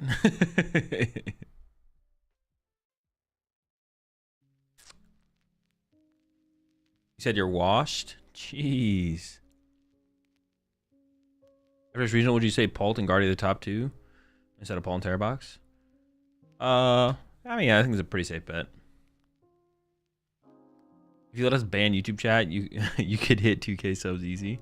I don't know if that's true, bro. I feel like the YouTube crowd honestly they just move different, bro. They honestly just don't fuck with y'all, bro. I don't think a lot of the YouTube crowd would be tuning in if I wasn't streaming on YouTube. They know y'all be toxic over there on Twitch. They're not trying to mingle with y'all like that. Yo, appreciate the 5 gifted there. So Kudo, welcome to the pack there. Imayu, TM, Sowackle, Soviet, Cloud, and Shab. Welcome all to the pack. I appreciate the support there. So Kudo. We have plenty of top tier players. We're all out of buckets. So you just described me perfectly. Honestly, I do appreciate the back and forth between Twitch and YouTube. It keeps things interesting in the chat.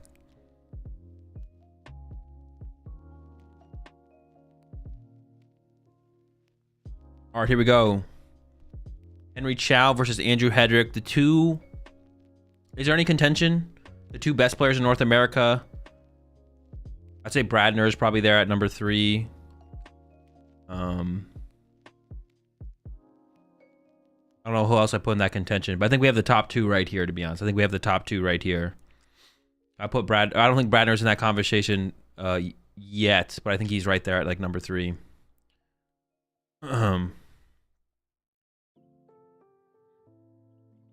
Prediction? Yeah, let's get this prediction up. Who you guys got? On the right side, we got Henry Chow with the Gardevoir. With Zorak. On the left side, we have Andrew Hedrick with the Dusknoir Dragapult. Mew priced here for Henry is not great, but it isn't the first 2 prize cards, so it's not a big deal. He'll probably find that before he needs it to close out the game, potentially. Predictions up. Get your prediction in. Player on the left, player on the right, or overtime win. That could be big. Luxurious Cape here is prized for Hedrick, which I feel like is a solid tool to have in the matchup. Maybe not game-breaking. Not going to be able to set up that beefy do, but we'll see what he can do without it. Luxurious Cape. Protect your Duskulls, protect your Dusclops, protect your Purdue. We just saw it play out. I think he used it twice in the last set. Ooh, literally the worst. Is this? No. Second worst starter in Hedrick's deck. It's got to be the Hawlucha, right? Ursaluna's worse. Hawlucha's second worst. And then the third worst is probably Fez, because you don't know when you don't want to just open Fez. Fez isn't bad to have in play, but you want to like pick when Fez comes into play. Second worst starter here though for Hedrick, the Hawlucha. Screamtail, honestly, also, I would say Screamtail is probably not great for Henry. It just kind of depends on how the game goes. Sometimes you want it, sometimes you don't, but Ryuki, the best player in EU. True. Ryuki is the best European player. He owns Europe. They can't hang like that.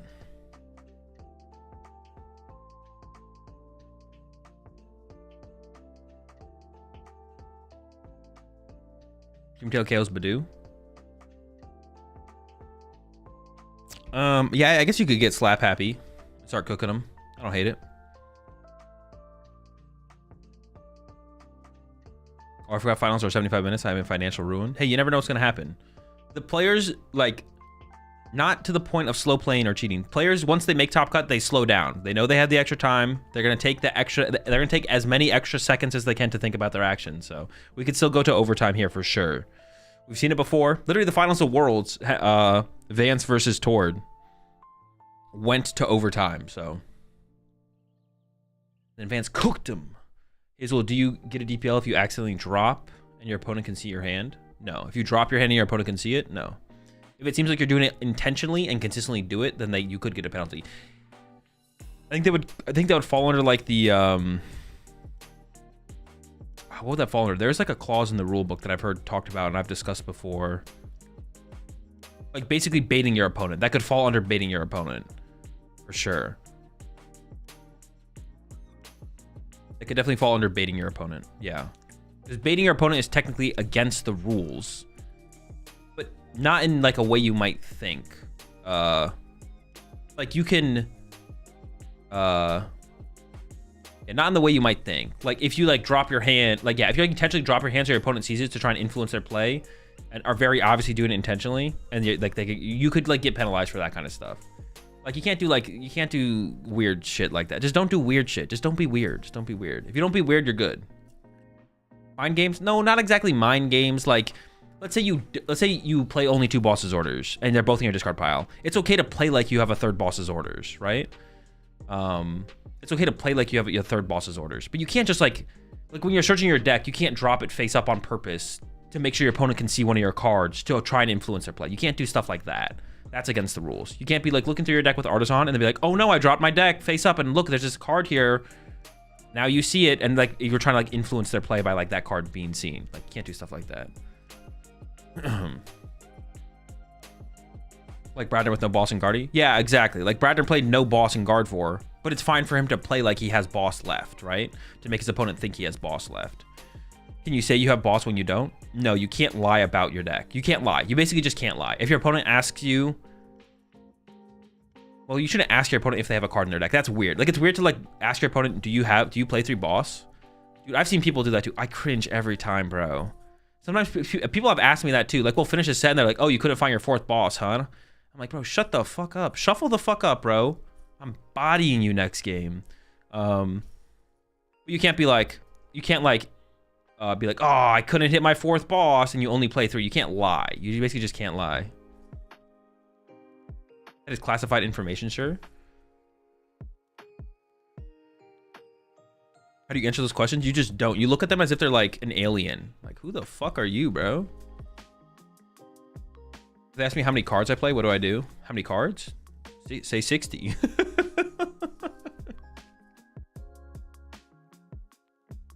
Why can't you lie? It's just against the rules. It's just against the rules. Doesn't seem unreasonable.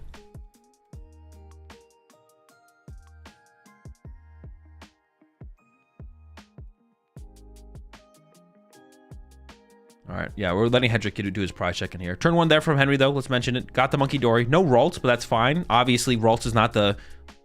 Like, people look at Henry's board and be like, yo, Henry, aren't you playing Gardevoir? Where's your Ralts? These fools, bro. This is the Badoo deck, all right? Check yourself. We're getting in there with that Itchy Pollen. It's the Itchy Pollen Monkey Dory deck. Does Hedrick have Turo? I don't believe so. And just pass from Hedrick. That is no good, no do. Henry has access to items, which isn't honestly the biggest of deals, but we already see one being used here. The Vessel, seeing some play. Off the rip. The Vessel for 2 energy. We're going to get into the Badoo here for Henry. And we already have the Monkey Dory set up. Really good turn 2. Really good initial setup here from Henry. Really poor turn 1 from Hedrick. No supporter. Maybe at least has a Dracloak in the hand, so maybe isn't just completely dead, but...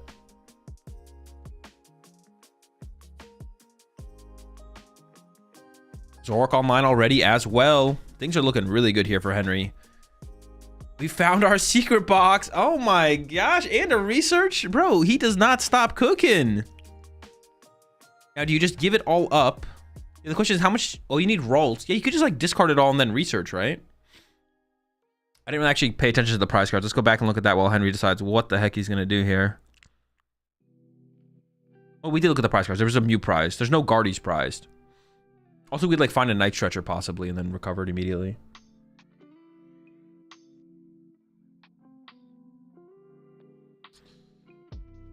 So keeps, interesting, keeps the Gardevoir around. Interesting. So you could go for like Poffin Jack Poffin Jack rescue board. Yeah, I kind of like that actually, right? Poffin Jack rescue board and Artisan, and then Poffin for double Ralts, play the Jack, get Curlias, and then next turn evolve to Curlias, then evolve to Gardevoir. Sure. Or you could, no, you don't really want to give Artisan over though. You're probably holding the Artisan here. Hazel, am I winning the game if I take all of my prize cards before my opponent? You specifically, no. I'm getting you DQ'd. So even once you draw that 6th prize card, you're going to get DQ'd right afterwards. So don't worry, I got you on my sights. Oh no, he's stressing now. What did he prize? Is it the rescue board? Or maybe the second research? Maybe he was going to go... Well, no, why would you grab a second research there, though? If you cared about discarding your Gardevoir, you don't need second research. It's not prizing he passed the kidney stone. And he is telegraphing this. This will be telegraphed over to Hedrick. Like, not grabbing rescue board here is really bad. Oh, he can't retreat. Oh, he doesn't have a way to get into Badoo. He doesn't have a way to get into Badoo this turn. See, that's why you check your prize cards. He would have played this completely differently if he knew that. Wait, or am I trolling? Does he have a way to get into Badoo? I don't think he does. That's huge. That is huge. That's definitely a mistake there from Henry. He definitely should have played to get into Badoo here. The fact that he didn't do that gives a huge opportunity over to Hedrick. We'll see if he gets punished for this misplay. Research and pray? Oh yeah, why doesn't he just go research and pray at that point? Why not just go research and pray? Just instead of getting Jack, just go get the research. Oh, because the research is prized. No, because his second research is prized. So he can't research and pray. And then he doesn't want to get Iono because Hedrick had such a slow last turn and Morty sucks. Oh my, everything to do the prize. Okay, now we could say, now you could sit here and be like, oh my gosh, bro, my prize cards suck. My prize cards screwed me. But what you should actually do is be like, Henry didn't check all 6 of his prize cards. He didn't know fully what was prized when he went to make this play and he just misplayed. Should have Turo? No? I don't know. Turo's pretty slow. Turo's pretty slow there. Because you don't have like you don't get the Jack instead and then you have to get to your Curlias. I could see it though. I could see the Turo being correct here. Well, no. You probably can't do the Turo because you don't have rescue board for your Zoroark. You have to save the Turo for the Zoroark. Yeah, I don't know. It's tough. Definitely a misplay there from Henry. Didn't check the prize cards thoroughly enough on turn 1. And then we see here getting punished for not doing that here on turn 2. And this is giving the opportunity for Hedrick to actually get back into this game, to be honest, from where he was. And we see the Buddy Poffin already coming in for Hedrick. Double Duskull online here. Aggressive with the Duskulls. But does he have anything else to work with here? Can he get into Badoo to stop a potential Candy Gardevoir? That would be the big play to stop here as Hedrick. Okay, Dreepy. Imagine that Morty was just a researcher or Iris. No, the Morty is probably correct in the deck. It synergizes well with Zoroark. We see rescue board on the active Hawlucha. Pass no Badoo from Hedrick. So it does have a high Dusknoir threat on the next turn. There's the trade from Henry. No Candy Gardevoir found. So with double Duskull down here from Hedrick, Hedrick could go Dragapult double Dusclops next turn and KO both Curlias. Wait. Okay, that's not possible. Don't mind me. It's not that big of a threat. Double Curlia protects us. Double Curlia protects us. He would need like... He needs Duskull. Actually, he just needs Dusclops Boss. It's actually not that far. He just needs Dusclops Boss energy. But Badoo's going to make things a little bit more difficult here for sure. And we haven't seen Hedrick's hand in a little while, I feel like. I actually just don't know what's in Hedrick's hand. Dusclops Boss energy might be available. Well, and Dragapult. We need Dragapult as well.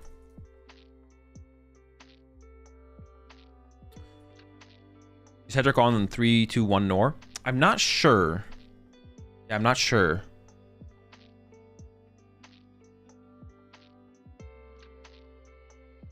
There's no Nor pieces prized. I can tell you that much. Second low discovered here. And we're cooking.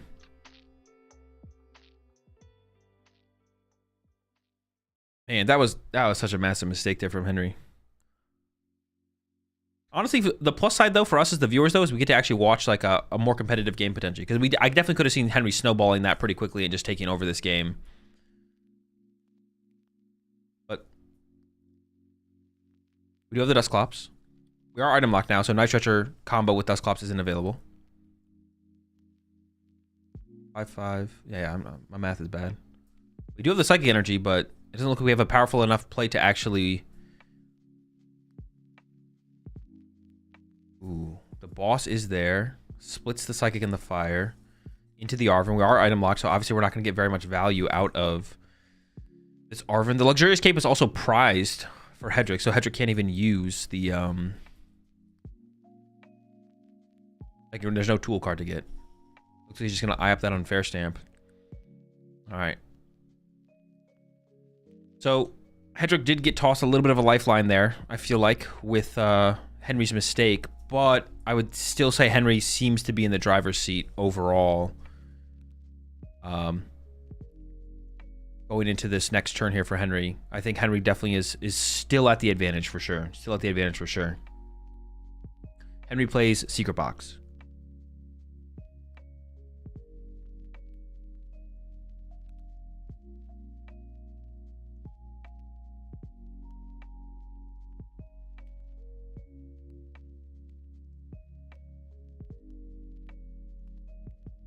And there's the pass once again. All right.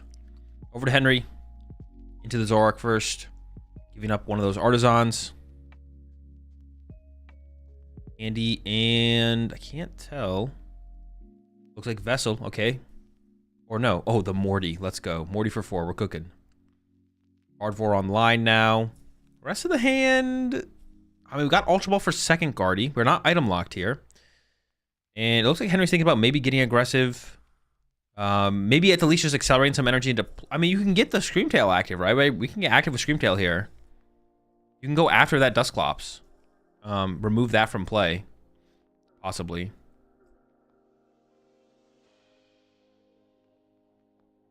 Yeah, Screamtail, KO, Dusclops seems pretty good to me. Maybe a Dracloak is better, though. I'm actually not 100% sure what the better route is to go with. I lean towards removing the Dusclops from play. I think Dusclops is probably better.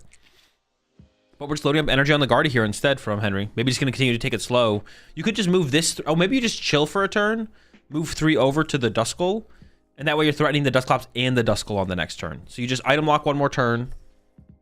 Then we try and KO both of them. Yeah, I like this. This makes a lot more sense for sure. Boom. Punch again. Just try and keep the game slow.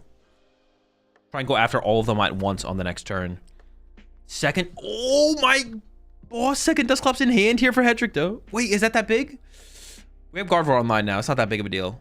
There's the Dragapult, but there's the Psychic Energy as well.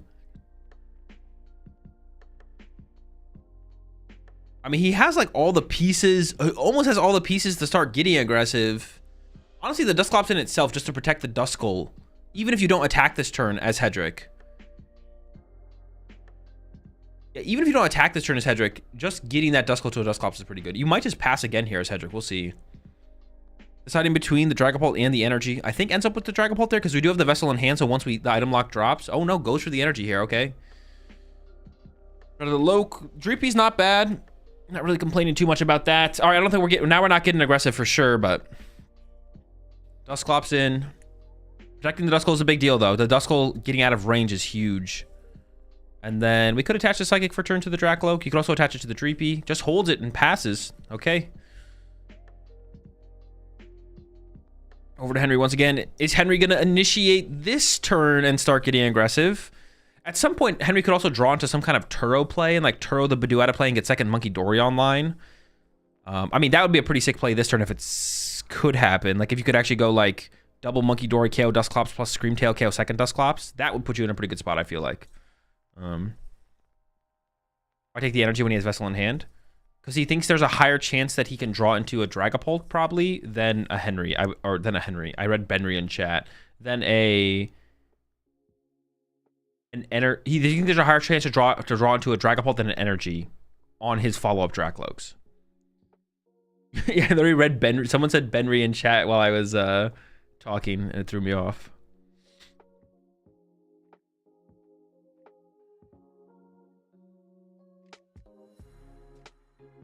So that has to be his thought process there. Based on like where the composition of his deck is at or something like that. I assume, actually I don't even know. I assume Hedrick plays, maybe not though. Maybe he only play 2 Dragapult. I assume there's 3, but maybe there's only 2.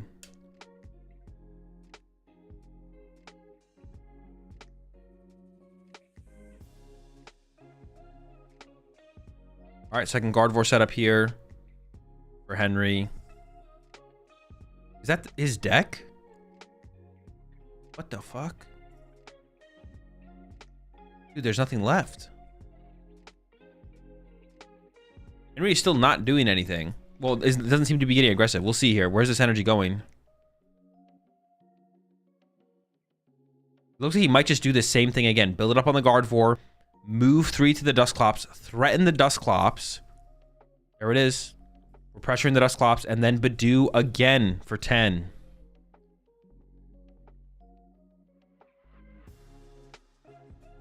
All right. Here come the Lokes again from Hedrick.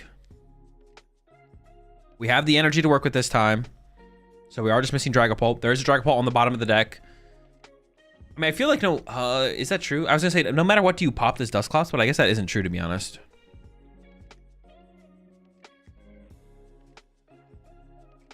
Loke number 2.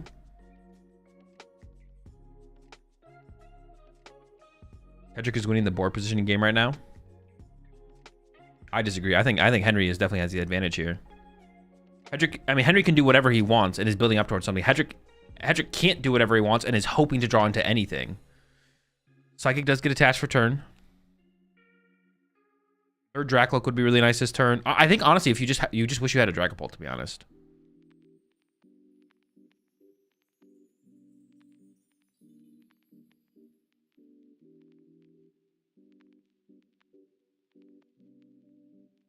Position, not state. What's the difference?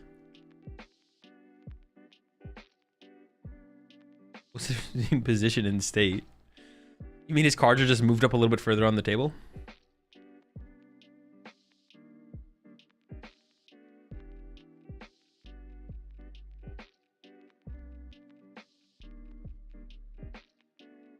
Aesthetically pleasing board state? Oh, true, true, true. I agree.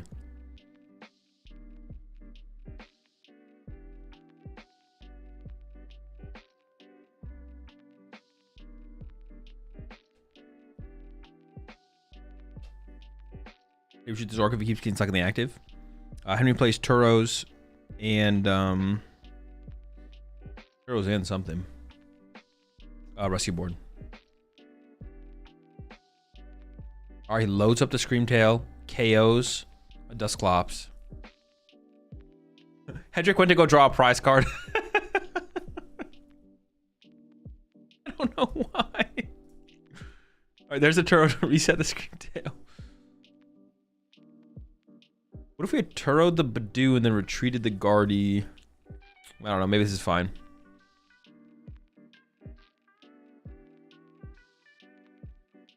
Bro's desperate. Been a long day. Yeah, definitely just a brain fart situation. Bro thought Chow was running the Clops. Yeah. Is it just the Badoo here?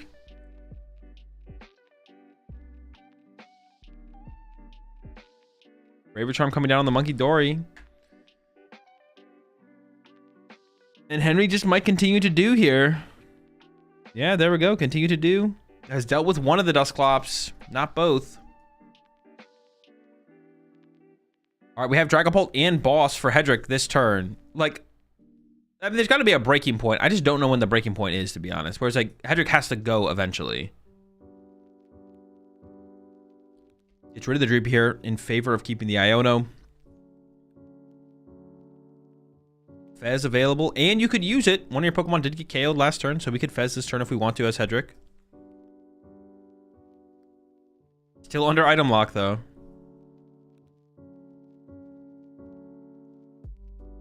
I think Henry might just be content here to KO this Hawlucha with the Badoo. Henry's like, I will sit here and I will KO your Hawlucha. It's gonna happen. Dark gives up the Screamtail. Interesting. So we're not going to be using that anytime soon. Also, from what I've seen, it doesn't seem like Henry plays Boss. Have we seen a Boss in Henry's deck? I don't think Henry plays Boss. All right, we're into the Badoo again. Wait, does the deck even play Counter Catcher? Have we seen we've seen Counter Catcher, right? So wait, is this No Gust? No, I definitely have seen Counter Catcher. Yeah, I don't think there's any Boss. No Boss? Counter Catcher, no Boss? Okay, that makes sense. Yeah, I think Henry is literally content here to KO this Hawlucha with the Badoo. Like, Henry is the one applying pressure here. Henry's the one doing damage, so.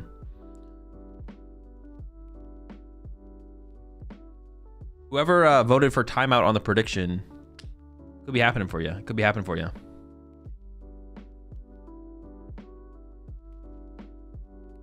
Did he draw Mew off prizes? Good question.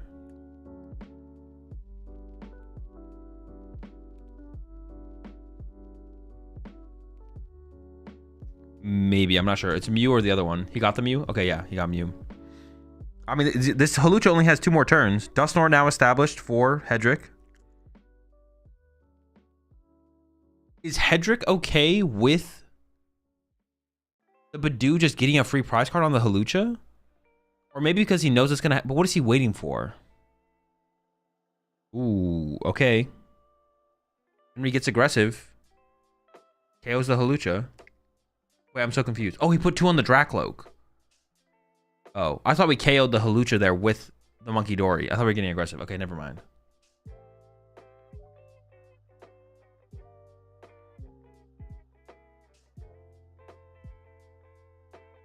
Hedrick really just wants to play this. I feel like Hedrick just wants to do an unfair stamp combo really, really bad.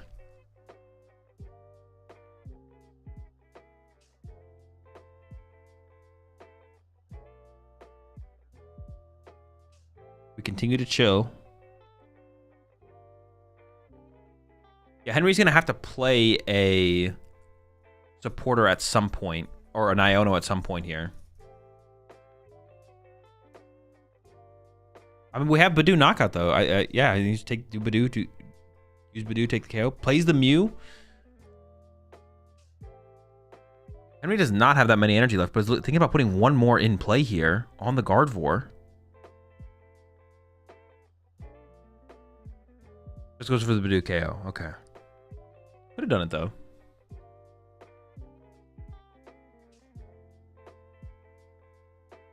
I didn't see what was drawn off the prize cards there.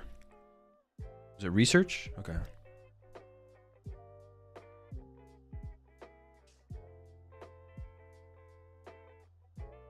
GU Miltu GG. Any Slitherwings? Loke for 2. Energy acquired. Another Loke. Night Stretcher acquired. Loke number 3. Boss. We already have a boss in hand, though. We haven't been using it, so we're content with just not doing anything.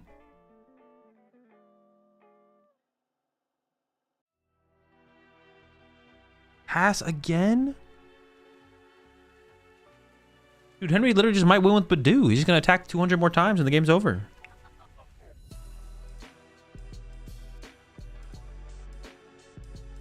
What is Hedrick waiting? What is Hedrick waiting for?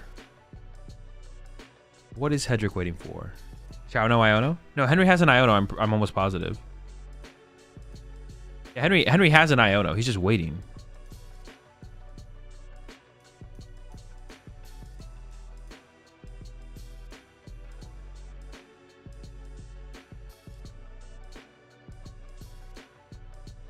If Henry didn't have Iono, he would have been attacking sooner with Guardy, I'm sure. This game is over. This is some kind of time thing for Hedrick. Oh, that is a fair point. I guess less time. Yeah, maybe Hedrick just knows he's lost and he just knows it's better for less. Yeah, I guess that's fair, actually, to be honest. Hedrick maybe knows that he can't win this game anymore from a while ago, and he's just like, the less time in game 3 favors me. True.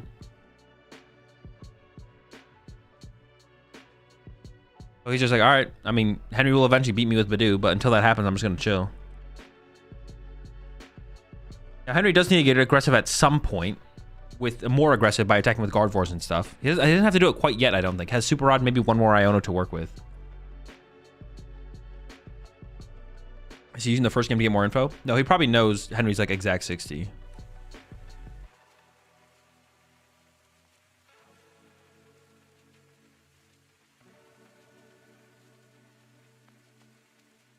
Maybe Henry will disconnect IRL. He's playing for the what's it called, WinCon. Sebastian WinCon. Can't put Clefairy in play. That's like not relevant. The lack of Clefairy is not relevant here. Also, Henry, I think maybe has one more Toro to work with, so.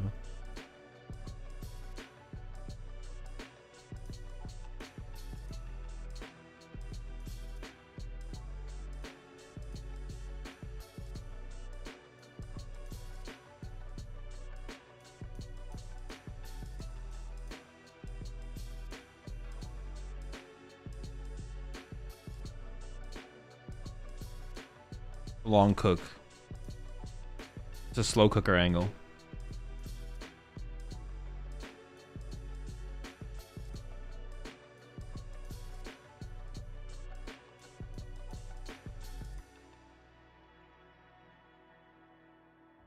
Can Andrew win by deck out? Only if Henry misplays. Yeah, like they're not real win conditions because Henry should never misplay enough to the point where a deck out is a possibility.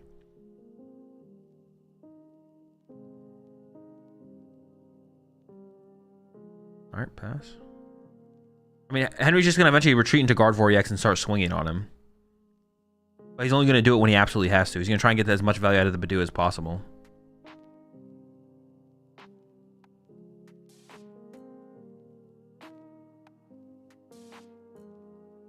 Continue the Loke cycle. What made top 8? 2 Gardevoir, 5 Dragapult, 1 Golden Go, and 1 Terrapagos. A lot of non-Dusknoir Dragapult as well.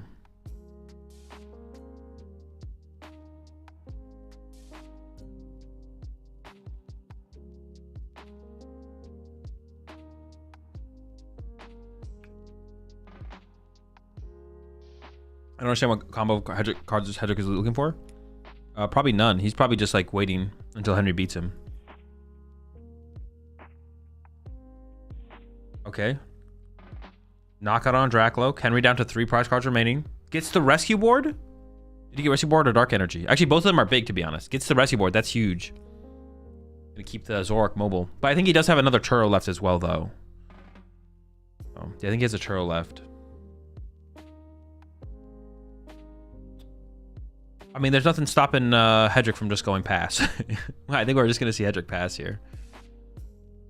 Loke pass.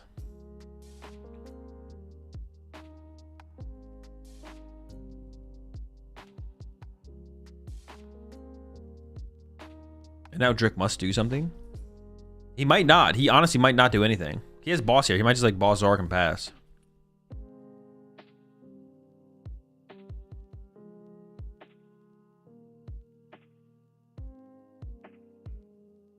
Yep. Boss Zoroark and pass. But we have the rescue board now for Henry. So we'll be able to cleanly get out of this. Also gets us a Psychic in the discard pile to work with. Henry's going to go draw, rescue board, retreat, Badoo for 10. Why is he not playing the game though? Because it doesn't. Because he would just lose faster. Could hit for 70? Nah, that gives Monkey Dory too much power.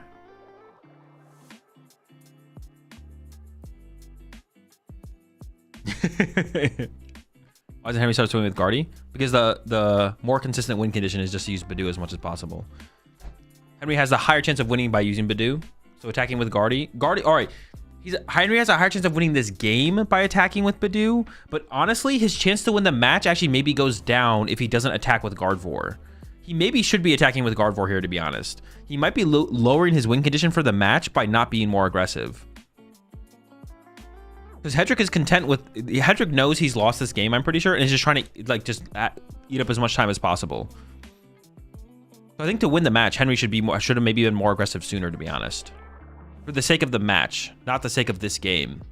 We want to maximize our match. We want to maximize our match win percentage, not our game win percentage.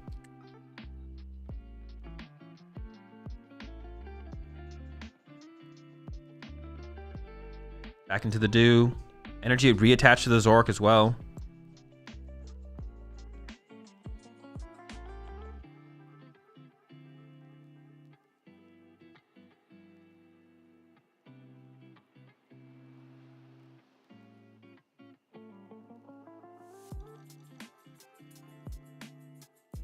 Loke's activated.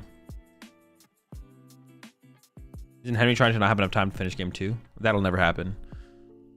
There's always going to be enough time for game 2 to finish. Hedrick's deck can play pretty aggressively and draw prize cards pretty fast.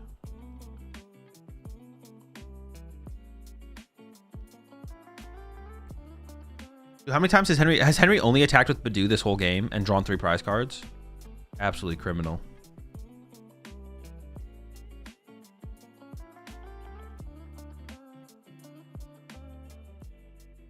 This is peak. This is peak right here. Peak Pokemon TCG gameplay. The only thing Henry has attacked with is Badoo.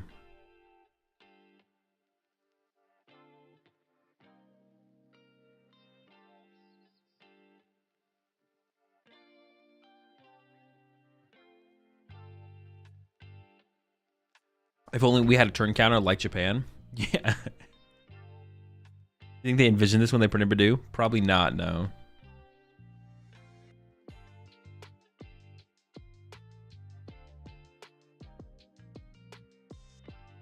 One of the best formats. Jake Gearhart.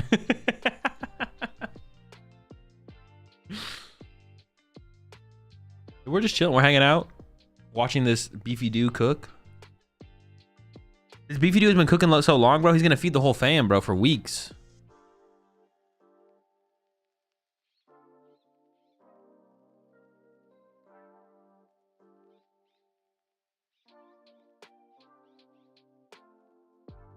Should I add a 30 turn cap? No. Definitely not. Bring out the chess rules, bro. You can't do the same thing 3 turns in a row. Is that his hand? Of course. What the heck? Why are you looking at his hands, bro? What the fuck?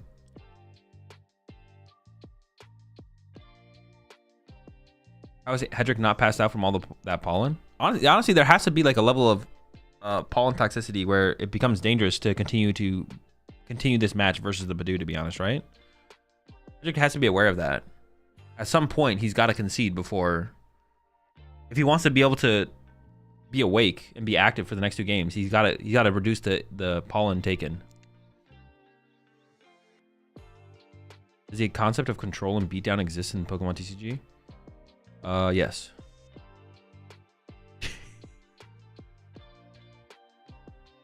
Retreat! Run away! Next bloke up. Send in the next bloke.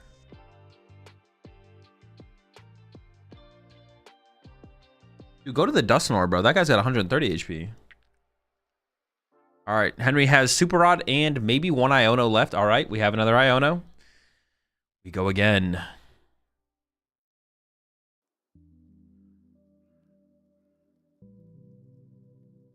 Run it back. There's no way there's any EV and not attacking with Guardy. No, I agree. I think it's probably a mistake for Henry to not have been more aggressive quite a bit ago. So the way Henry is playing maximizes his win percentage for this game of Pokemon specifically. Not this match. The match is best 2 out of 3. But this single game of Pokemon, what Henry is doing maximizes his win percentage for this game. But it decreases his win percentage for the match. Because the less time there is, the better it is for Hedrick. Because if we get to game 3, less time favors the Dusknoir Dragapult deck, for sure.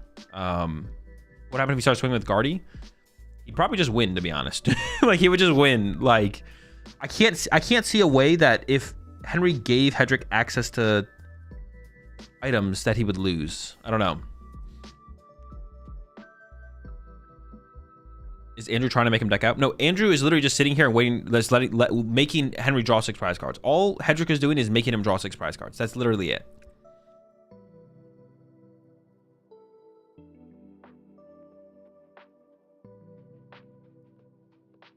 Unless Hedrick does have, like, if Hedrick has some kind of master comeback plan, I don't see it.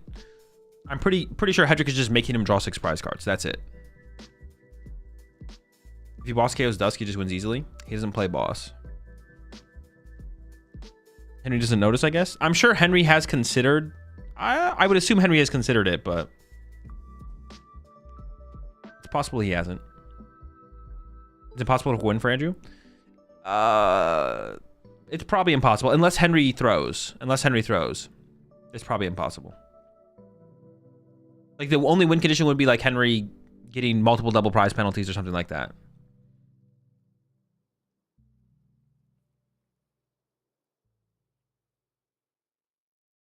Henry has to play for the 2-0 now. I mean, it depends. We'll see how game 2 goes, right? He could concede game 2 pretty fast.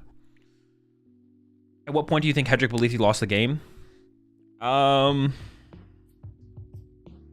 Probably once the first Once the first Dusclops was for sure dead, then probably then would be my guess.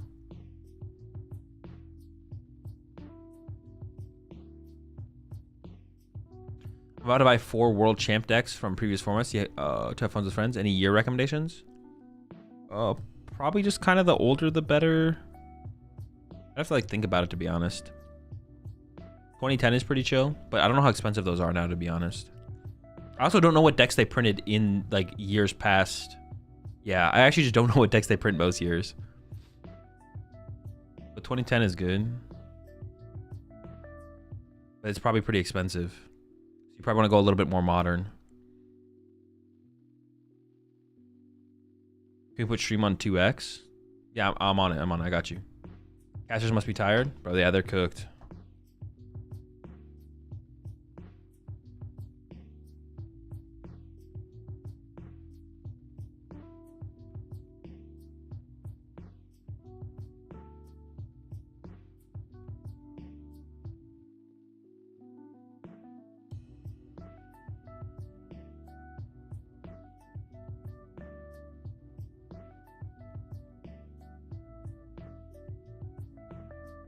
I just noticed, are you a Dracloak now?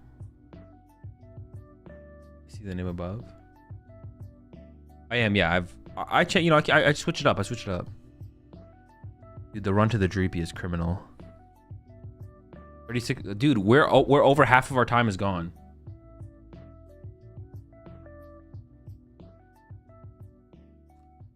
So Henry has a Super Rod for sure. Does he have another Iono? I don't know if he has another Iono.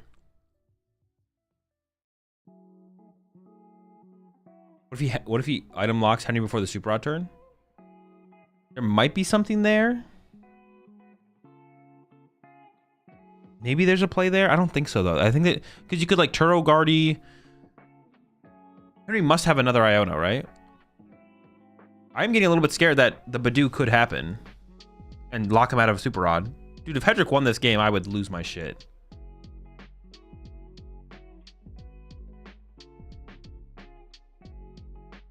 Oh, dude, no way.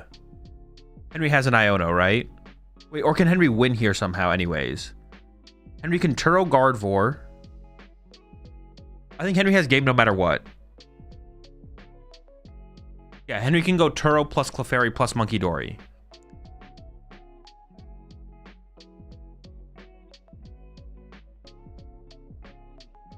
Okay.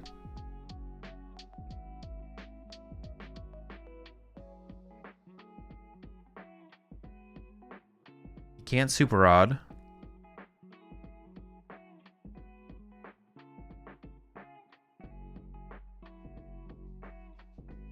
Oh, he has an Iono. God damn it.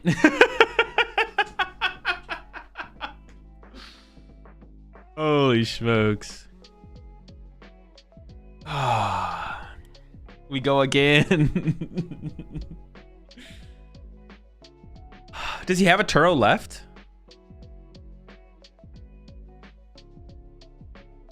He has 3 prizes though. Oh shoot, he does have 3 prizes. For some reason I thought Henry had 2 prizes at this point. He does have 3 prize cards left. Holy smokes.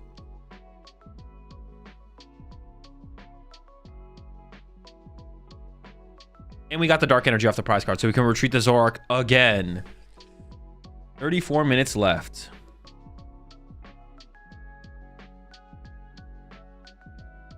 It's looking close to cooked.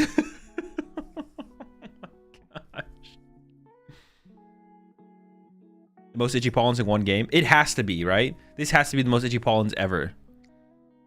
There's no way anyone's got more itchy. And it's only one Badoo. It's not even back and forth with Badoos. This is a single Badoo doing all the work. Dude, he's got to be tired after this. He's going to be in the prize cards. I guarantee this Badoo is going to be prized next game. He is exhausted.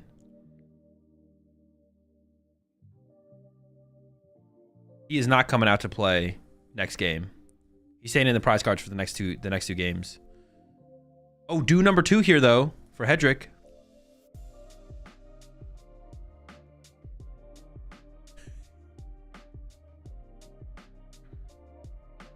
When you play 1 or 2 do? I think it's just 1. It could be 2 though. It could be 2. I've only seen 1.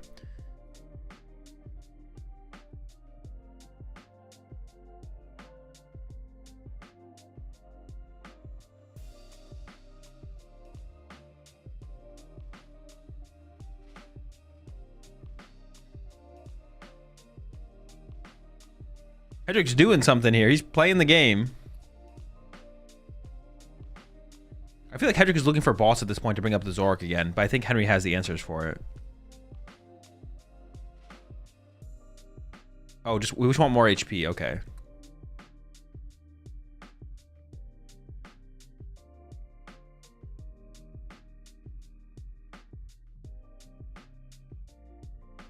You do win here with Turo plus Clefairy. I'm just gonna Badoo.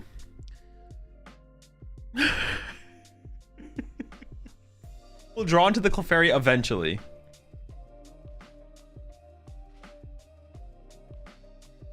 But is there a play that Hedrick could make that would actually make things tough for...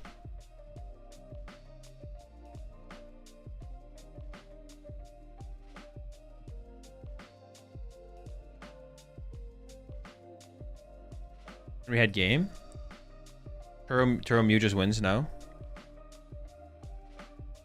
Oh yeah, you could just use Mew, copy Dragapult. Yeah, he has game. He has game, yeah. Turo Guardy, push Mew. Yeah. He has game.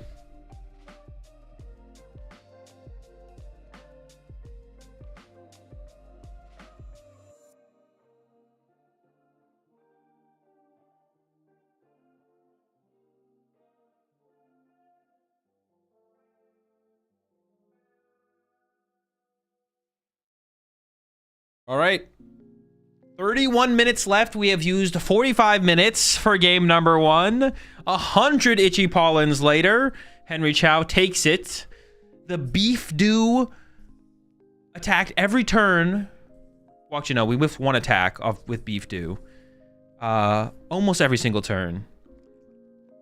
Oh, until it came down to every turn besides 1 turn, Beef Dew was swinging, and then Mew closes it out.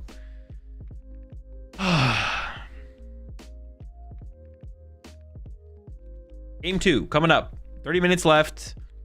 We are not getting a game number 3. We're not getting a full game number 3. We could get to game number 3. It is not going to be a full game number 3. That is for sure. We have no time. We are timeless. But not timeless in that way. We're timeless in the fact that we are running out of time. We need more time.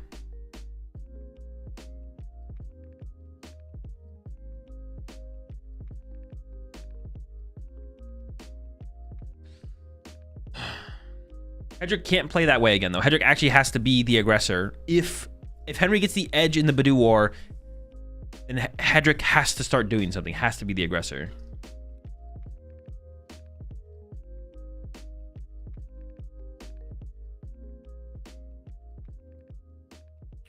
Yo, appreciate the 50 months there, Jake.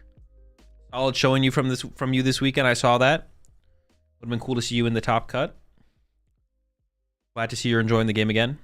That was the best game of Pokemon I've ever seen. All right, calm down, buddy. All right, calm down. Yo, appreciate the 9 months there, Nick.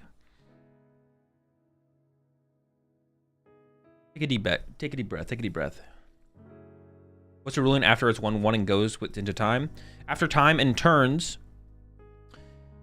If someone is ahead on the prize cards, they are the victor. If the prize cards are tied after turns, the next person to have a prize advantage wins the game.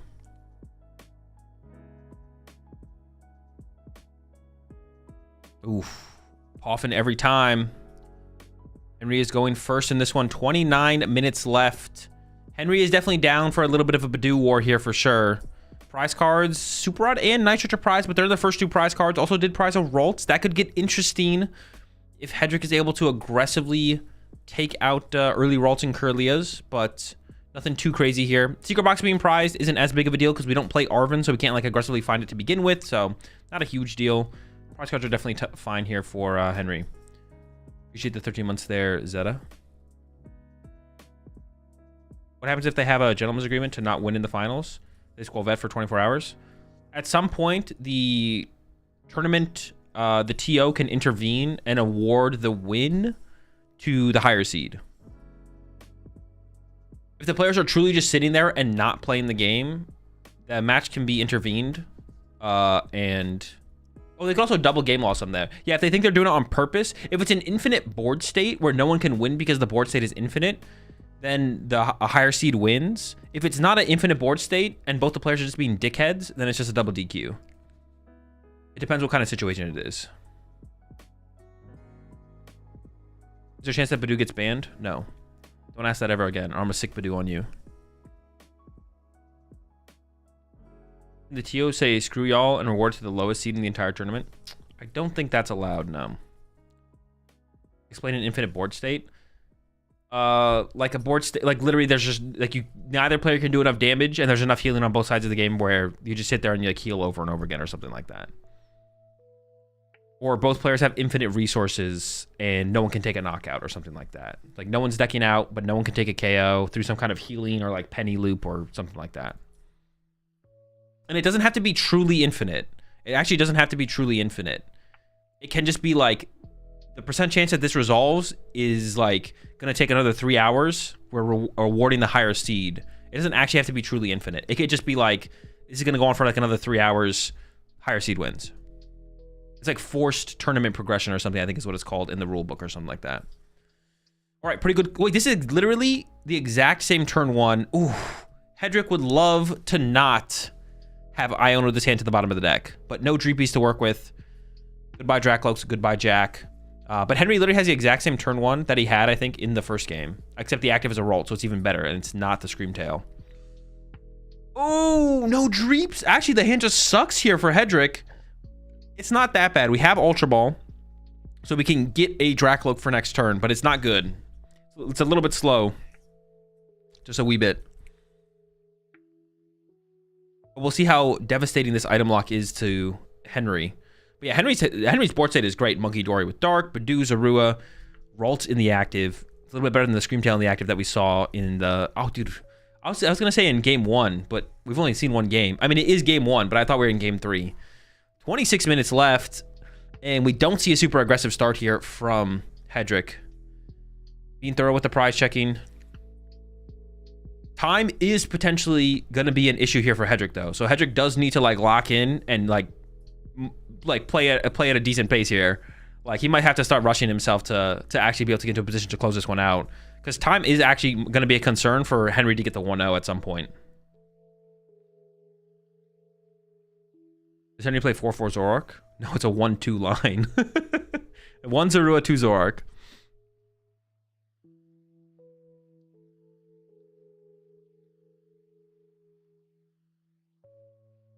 He just needs to actually play the game at all, fam. True.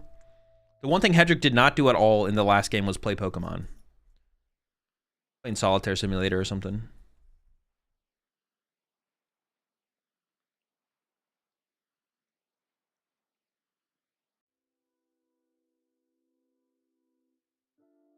I don't know who will win, but the viewers lost. Dude, I can only imagine the meltdown that people are having in the main chat. Are the chats just disabled on Twitch and YouTube right now? I can only imagine, bro. Dude, it's miserable. It's got to be miserable. Bro, the people, I don't know. Dude, it's miserable, bro. It's got to be miserable. BRB checking main chat. Dude, that shit has to be miserable. Disabled on YouTube, but active on Twitch. Those people are miserable, bro. The people in the main chat, not all of them, but the people, like, you know who I'm talking about. You see their comments and you're like, bro, what are you? Who are you? What is this? Those people are absolutely miserable, bro. Insane. Hey, and I'm not saying you have to enjoy this gameplay either, but they are also miserable. I'm not saying you have to be a fan of this gameplay. If you don't like this, I can understand it. I can see why you don't like this. But still.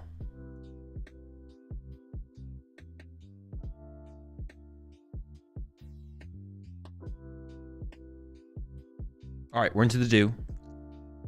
Creepy to the bench. 2 for 10. You did use the rescue board here. I was curious if that was going to happen. Into the Dew for Henry.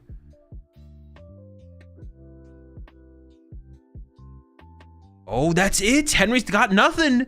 The Dew shutting him down. All right, over to Hedrick. Hold up, hold up. Henry living off the top deck here. The Monkey Dory is putting a lot of pressure on Hedrick, though, here. I mean, but yeah, but we know Henry's living off the top deck here. Henry's got nothing but the top deck. Is going to get item locked going into the turn. What does Hedrick have going, though? As the Jack. I mean, that can get us a Dragapult for next turn, I guess. Do you like this? I just like watching high-level gameplay, high-level Pokemon gameplay. Well, so yes. The answer is yes. The answer is yes. I'm sure if regional after regional after regional, this is all we saw, I would get bored. I would get bored. But I don't think this is like overly toxic. This doesn't like we haven't been in here like we haven't been in like this format for that long. Yeah.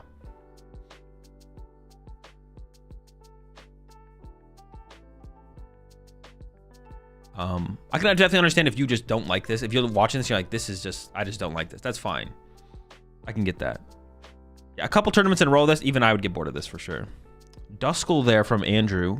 But did Andrew not get a Dusclops off the Jack? Interesting.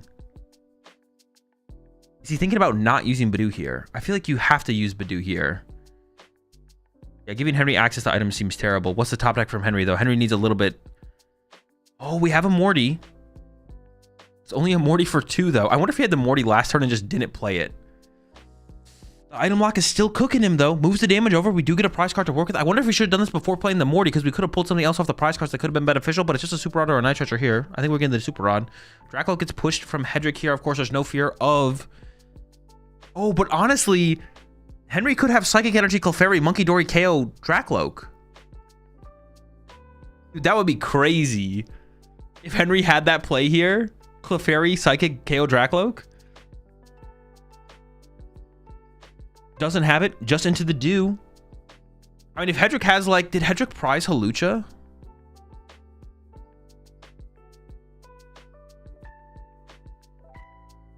Fudge, where were their prize cards? Oh, this is so hard to find. Oh. No Hawlucha prize. Hedrick could KO the lone Ralts here. Oh, they just showed him. Cool. Thank you. Oh, we have Clops, though. Clops works as well to KO this Ralts off the bench. Of course, this only matters if Hedrick actually has Dragapult and Psychic Energy. I mean, Dragapult Boss would also work here as well. You could just KO the Ralts with Dragapult Boss.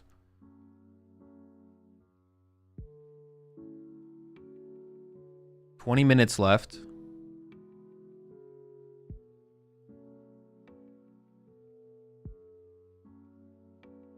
Pass. We're out of the item lock here for Henry. This is huge. Candy Gardevoir is potentially there. Honestly, Candy Gardevoir would be brutal. We got Ultra Balls.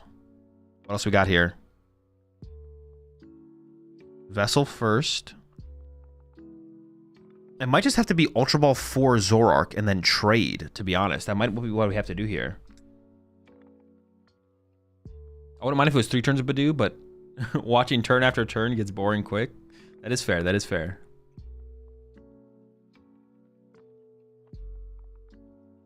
Can you have the Clefairy play here? Oh, he could Clefairy here. Yeah, he could KO the Dracloak with Clefairy here. With Monkey Dory plus Clefairy, yeah. But then Dusknoir KOs your lone Ralts, and then things get weird. But I guess that would be fine, because you have no bench. Yeah, Ultra Ball for Clefairy KO. I honestly, the Zoroark might still be better, though. Because if you do that, then you just get unfair stamped and leave yourself with no draw potential. This is definitely the better play. This is definitely the better play, because you don't want to get unfair stamped. I don't think you're trying to unlock unfair stamp. Now we just Ultra Ball again. And we go get Kirlia. Yeah, now we Ultra Ball for Kirlia. Or loading the second monkey up. Maybe we don't Ultra Ball for Kirlia here then. Dude, Hedrick could still KO this Ralts next turn. We're just chilling? We're not even trying to get this Ralts out of range? Dragapult's in the hand here. Iono. That's good, right? Evolve, go dig for that Psychic Energy. Take this Ralts off the board. I feel like we should have Ultra Balled for Kirlia there for sure from Henry. Now, it doesn't protect you from Dusclops plus Dragapult spread. You still die. You still gets KO'd, but then you're only you're 1 turn away from getting to Gardevoir. Now, I guess the thing is, Henry didn't do a whole ton last turn, so do you really want to... No, you definitely Iono here, right? We definitely Iono. If you can at least find Artisan or Badoo, you at least Badoo for the turn, delaying it further. But if you find the Psychic Energy, you can take tempo here. If you find Psychic Energy Hawlucha, you're cooking. You could just save the Dusclops. All right, here we go. Psychic Energy is huge here for Hedrick. Take this Ralts off the board. Yeah, I don't like that from Henry. I think Henry should have at least put the Kirlia in play. Like I said, it doesn't protect from the play, but Vessel, no, you can't play it. Oh, he's got the Psychic! Dude. It was like he was trying to keep it out of vision for us. He didn't know that, of course, but made things way more intense. This is huge. Ralts is going to... The other thing Henry could have done would be to Ultra Ball for a second Ralts, to be honest.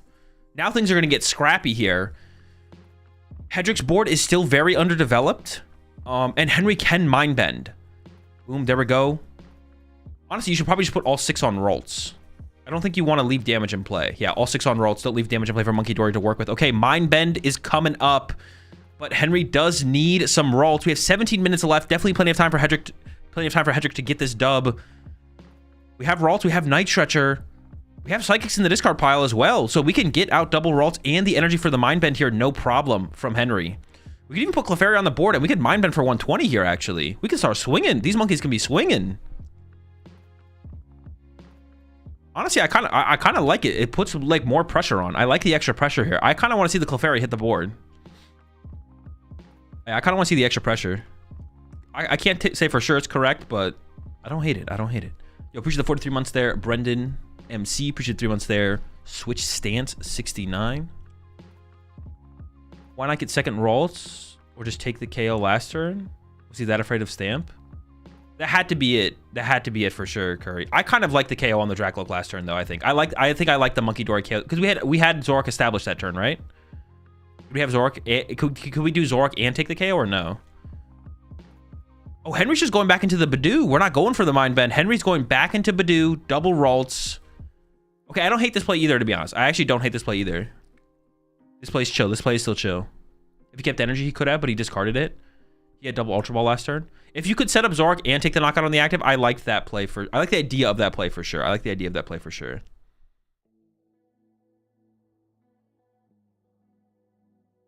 I'd have to go back and look at the situation.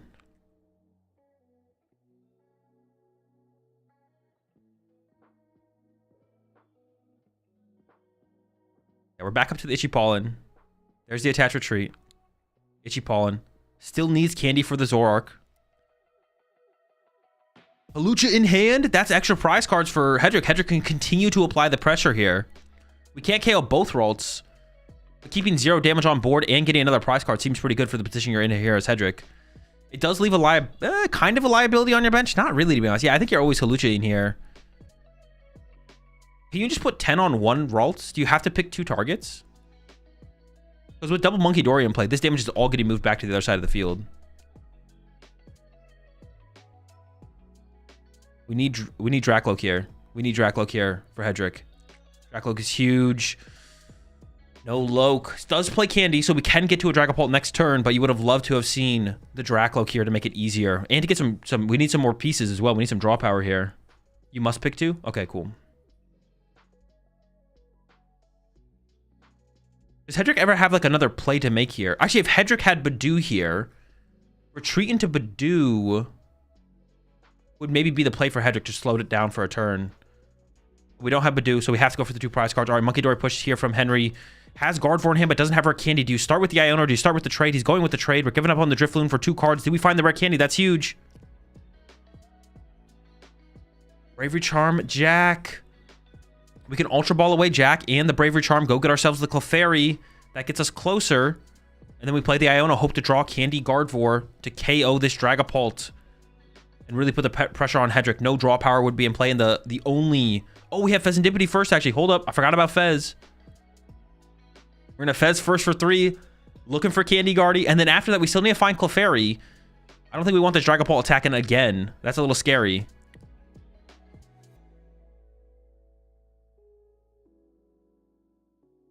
Here we go. Can we find... I don't even know how many Candy Henry plays. It's probably 2. I would assume 2, but I don't actually know. It's a Candy! Oh my gosh! Hold up. We're not out of it yet, though. We need Clefairy still, I think. I think we still need Clefairy here. I mean, we can KO the Duskull off the bench, which is a big deal with Double Monkey Dory, possibly. But I feel like we want the KO this turn. I feel like we want to get the KO on this active Dragapult. I think Clefairy is what we need. I mean, if we whiff, though, Ionoing Hedrick to 2 is still a pretty big deal. Like, Hedrick's going to go down to 2. You can take the Dusclops off the board with the Double Monkey Dory. Hold up. I'm losing frames. Let me refresh. Wait, I'm still losing frames. Oh, maybe it's not me. Maybe it's them, actually. I think Pokemon's dropping frames. I don't think it's me. Okay, we're back. It is a whiff. It is a whiff. Okay. The Dragapult survives for a turn. You got to get rid of this Dusclops, though. The Duskull, excuse me. Duskull has to go here, I feel like. And you have a counter catcher here from Henry as well, so you could not even punch the Dragapult. You could take out like you go after like Duskull plus Dreepy. Yeah, I feel like going Duskull plus Dreepy makes the most sense, right?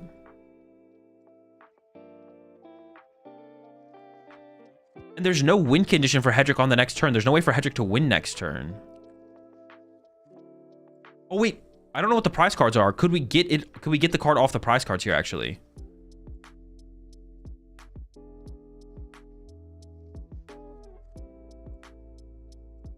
This opens up Dusclops, Countercatcher, Bear, GG. That is true. The Bear is a possibility. Well, no, not Countercatcher. No, because we're not KOing the Duskull here? Wait, no, you have to KO Duskull here, right? Am I trolling? Oh, you don't want to draw prize cards. Henry's not trying to draw prize cards here. Sure. Okay, so avoiding drawing prize cards to not give the Pheasantipity option, but that leaves the Dusclops option. That's the Dusclops. You can't win with the Dusclops here. Does Henry win next turn with this play? If Henry doesn't win next turn with this play... Yeah, I guess you can use Mew, right? You can use Mew to copy Dragapult's attack to win the game next turn. But wait, does the Lux Cape actually help? Does the Lux Cape keep Hedrick out of range here, actually?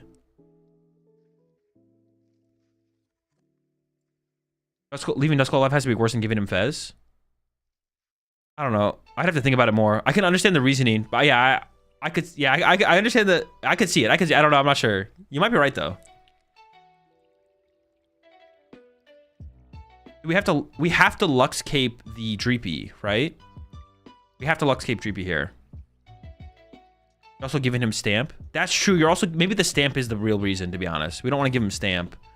Lux Cape is big here to protect the Dreepy. 2 Monkey Mew still kills. Does that get us 4 prize cards?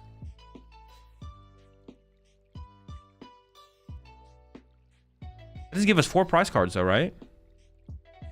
What if Dreepy dies by Monkey? You still get 2 prizes? No, if it dies, it doesn't. Does it say damage? It has to be damage. Yeah, damage counters doesn't get through the Cape. Cape doesn't trigger if it's damage counters. So currently, Henry doesn't win next turn.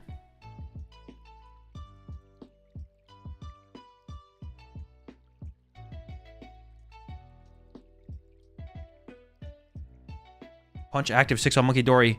Turo in hand. What that leads to... Gonna start with the trade. You're definitely not playing Iono here. You got a Bravery Charm to protect your bench a little bit as well.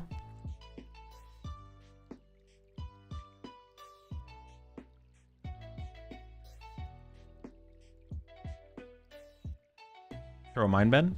Probably not. Ooh, no, probably not.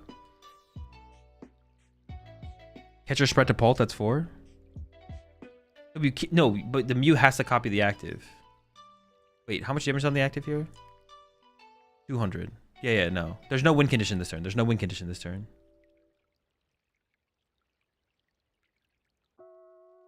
The play here from Henry is literally just knockout active, spread damage to the bench. Oh, is going with the Iono. Wait, can Henry win off this Iono, though? Hedrick had a 1-card hand. Now it's going to become a 2-card hand. Henry couldn't win off that, though, could he? Shouldn't Henry put 60 on the active? Well, no, because he was playing for the win. No, 60 on the bench repeat made sense, because then Mew wins the game if the Lux Cape doesn't exist, right? It's just like, oh, Hedrick got the Lux Cape. That feels bad.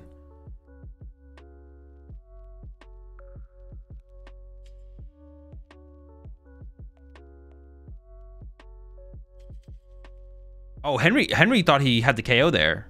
Henry went to go draw a prize card after moving that 30 to the Dreepy. He forgot about the Lux Cape completely. Okay, with Mind Bend via Clefairy? No, you don't want to...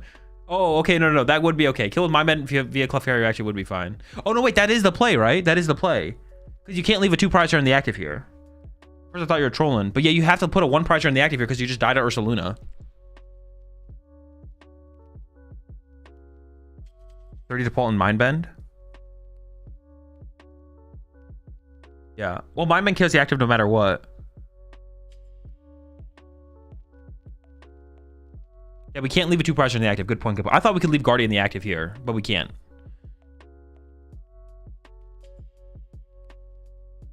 Killing Duskull was correct then because of Cape. I mean, just because of Cape's existence doesn't mean it was correct to KO the Duskull, but I don't know. I feel like just leaving the option of Dusclops or even like Candy Dusknor to Hedrick feels...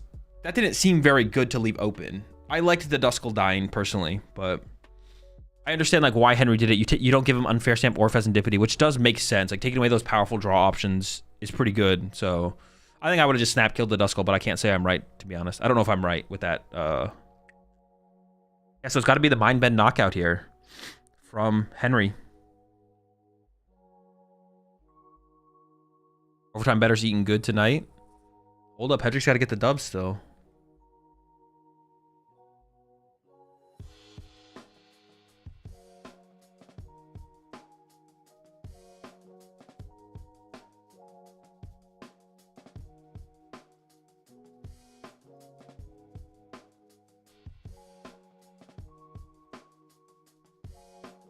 I mean, you just move this 3 off and put it on the Dreepy, right? Or maybe this is fine too. I'm not going to overthink it. I'm just going to let him cook. I'm locked. There's a knockout. Clefairy, double weakness. Sure. We got... Henry definitely wins next turn. So Hedrick has to win this turn. What is Hedrick's hand? What does Hedrick need? The bench Monkey Dory has how much HP left? Wait, did Henry throw again by not healing the bench Monkey Dory?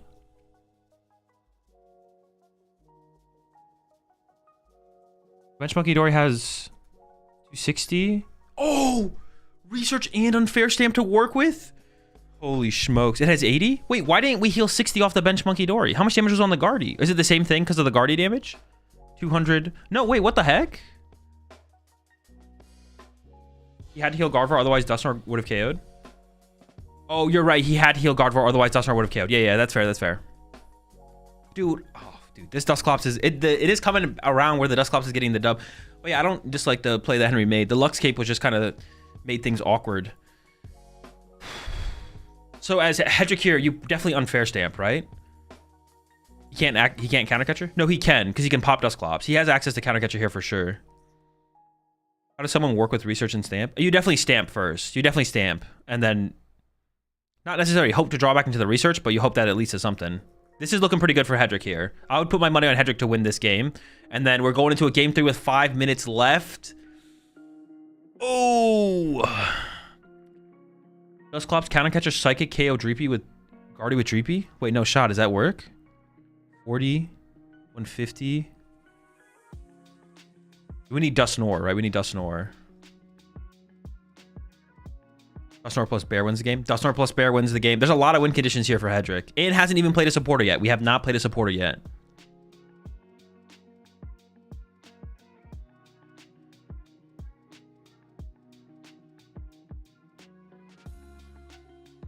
All right.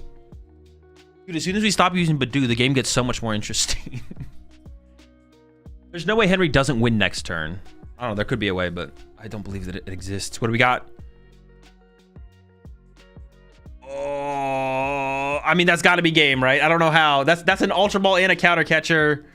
As long as Ursaluna... Wait, Ursaluna was prized, I think.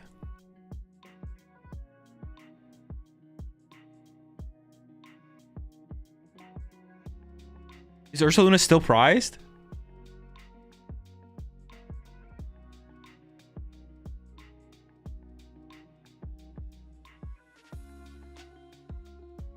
Arvin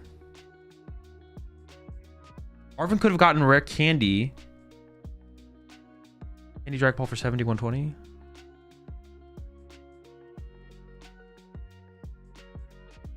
Nest Ball, okay. Nest Ball for Ursaluna. I mean, I'm sure he checked. He's not just getting Nest Ball.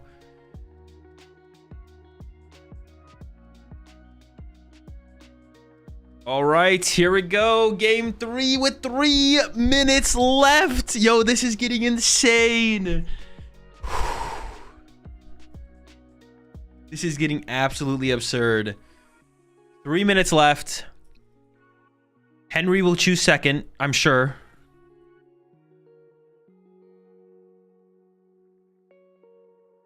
And honestly, it's probably going to come down to the initial Badoo War as well. The initial Badoo War is probably going to set the tone for the game 3 here.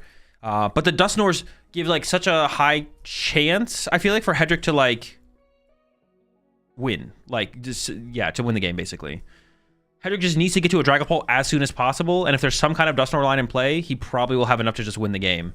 Because Henry can't kind of put on that kind of pressure the way Hedrick can. Also, like, Halucha could be a big part for getting a multi-prize turn.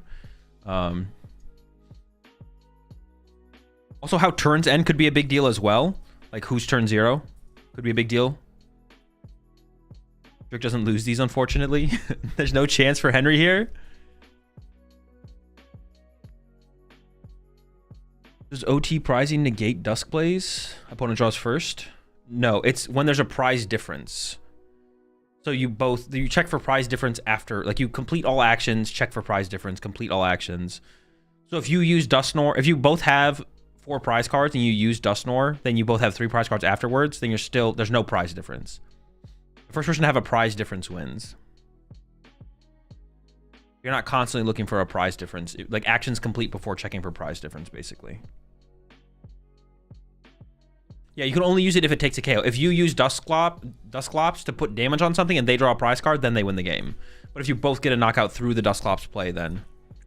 1 minute left. Henry going second.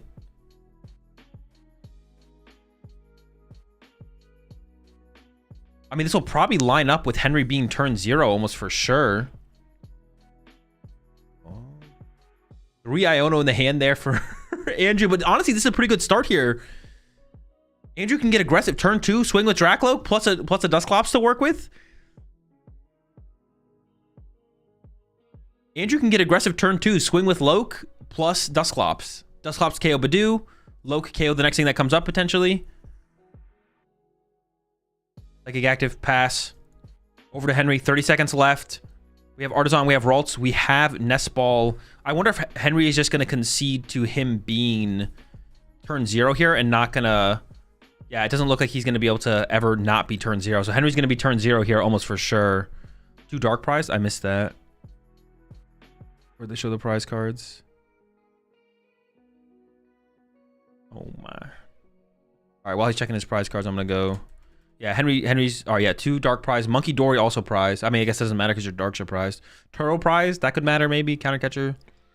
Luxurious Cape on the other side could matter as well. Just more HP can get you out of range of knockouts potentially. All right, yeah. So Henry's turn 0. Honestly, they should indicate that on the screen somewhere. Like right down here where it says time called, it should be like turn 0 plus turn 2. And on this side should be like turn 1 plus turn 3 or something. Does Curly do 30 or 40? Just 30.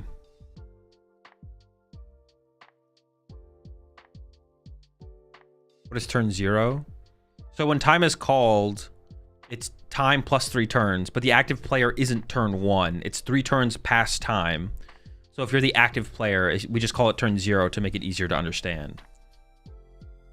Oh wait, Henry's not fucking around here. That's a Clefairy. He's like, alright, if you're gonna turn 2 Dragapult me, I'm gonna knock you out back. But honestly, that's not even true. Hedrick has 1 bench Pokemon. The Clefairy's not even swinging like that. He's not even like that, bro. Now first KO wins? No, you play turns and then you check prize cards. So finish time, finish turns, check prize count is how it works. So first KO does not win here. Do you think Henry should have opted to go first considering the time, or do you always go second? I think you still always go second because the chance to just set pace with Badoo is so high. Honestly, I don't know if that's true though. Limit bench to play around Morty and Clefairy. Yeah, and also play around the Morty. Gotta remember the Morty, of course.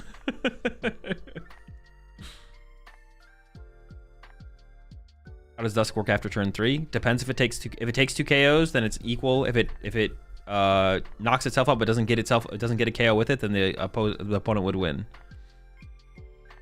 Conclude, resolve the full Dusknoir action, check prize count.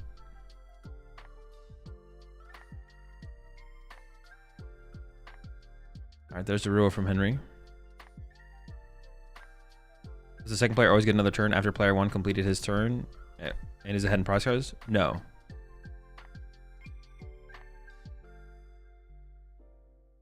Attach bench vaults, research. Fairy and Zarua. Oh, did we see an extra card? Dude, that would have been tragic. Why don't they allow the final to be played without time limit? Because we'd be here all day.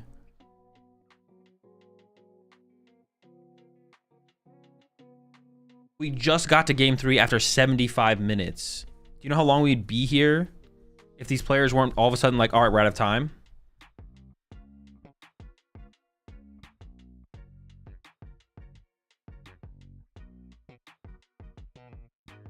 We'd still be in game 1? Exactly, yeah.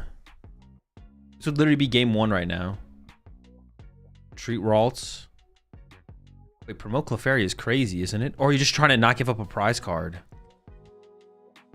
Dude, but if he has Candy Dragapult, he doesn't have Candy Dragapult. Oh, he topped that Candy, bro! What a sack! No way, dude! Oh! How do you beat that? How do you beat this? Henry's turn has to be absurd. Henry's turn would have to be like Clefairy, Candy, Gardevoir. Yeah, Henry's turn has to be like Clefairy, Candy. You have to recover the Clefairy and have Candy, Gardevoir, Gardevoir KO active. Okay, yeah.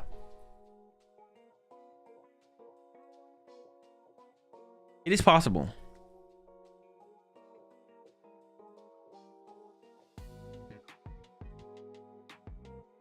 This is the idea. Is Clefairy a better call than Mew?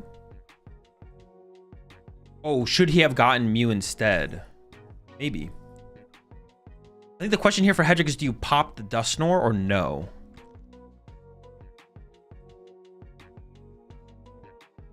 Why not promote Zarua? Because you don't want Dracloak to KO. You don't want to give Dracloak a knockout. We're playing around the Dracloak KO with that.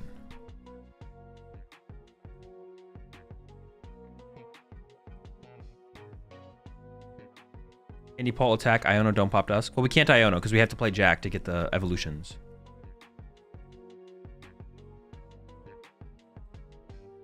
Oh wait, that's our only basic. We can't pop the Dusknoir, right? We probably don't want to pop because then, yeah, we would lose. I don't know if that's... yeah, then we just lose to Candy Guardy Clefairy. Do we want to lose to Candy Guardy Clefairy is the question. Because you could KO the Zorua, so there's less draw power on the next turn. Does he have a counter catcher? No, I don't think there's a counter catcher on hand. Otherwise, yeah, KO double Ralts is just game for sure.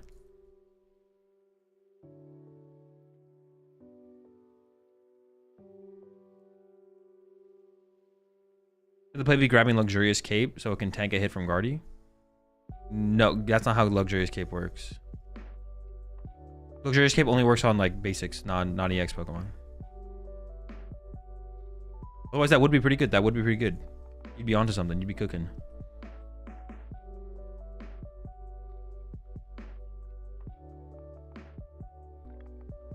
You pop Clops? I don't think so. I don't think you pop Clops.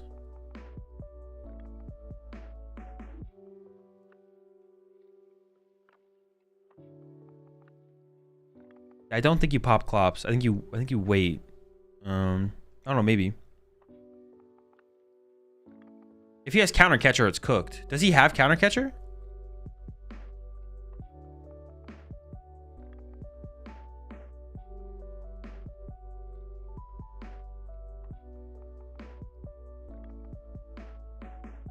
He's popping it.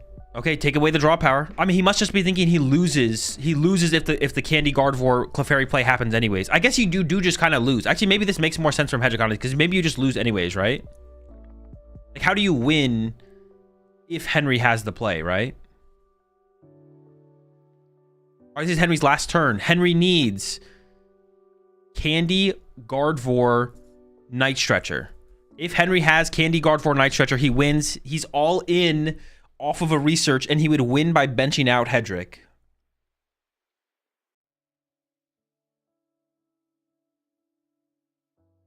Candy Gardevoir Night Stretcher. And he's discarding a Candy?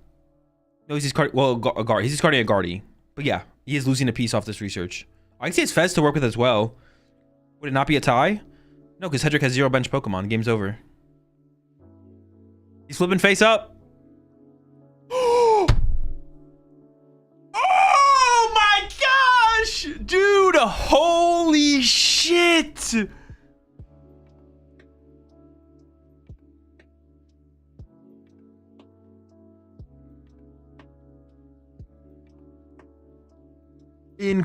Unbelievable.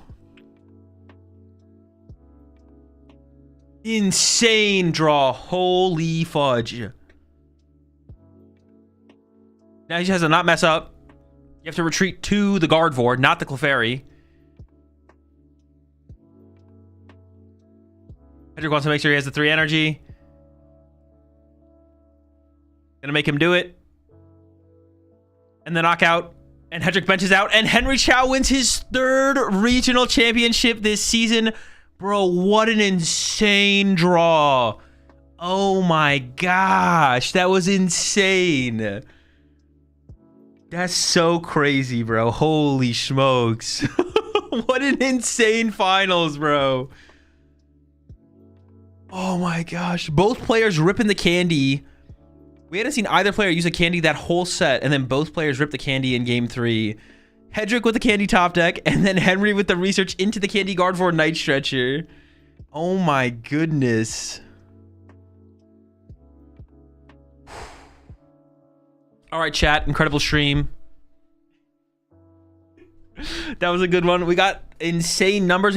We have 3,400 players over here on YouTube. We got 1,200 watchers here on Twitch as well. I appreciate y'all tuning in and supporting the stream. Oh my gosh, what an insane finals. Holy smokes. That's insane. Twitch numbers. Dude, that is absolutely absurd. Holy smokes. All right, I'm gonna go ahead and raid the main channel so y'all can catch the interview with Henry here at the end. Yeah, y'all can catch the interview here at the end with Henry. I'm sure they're gonna be jumping to a winner's interview here in a little bit. Yeah, appreciate everyone tuning in. Had a ton of fun with the streams. Like I said, got 1,200 here on Twitch, 3,400 here on YouTube. We'll be doing it all again in 2 weeks. I'll be away next weekend, but I don't think there's a stream for Monterey anyways. But the Sevilla special event, I'll be back to do it all again. Another watch party. I'm gonna go ahead and find some raids here real fast before I get out of here. Let me pay out the prediction first though. Who won? Henry Chow. Henry Chow won. Player on the right. Insane. Henry winning 3 majors this season already as well. Hedrick has already got a dub and a finals to go with it now. Absolutely absurd. Absolutely absurd. Sheesh. That was hype. That was sick. That's what it's all about. A little bit of everything.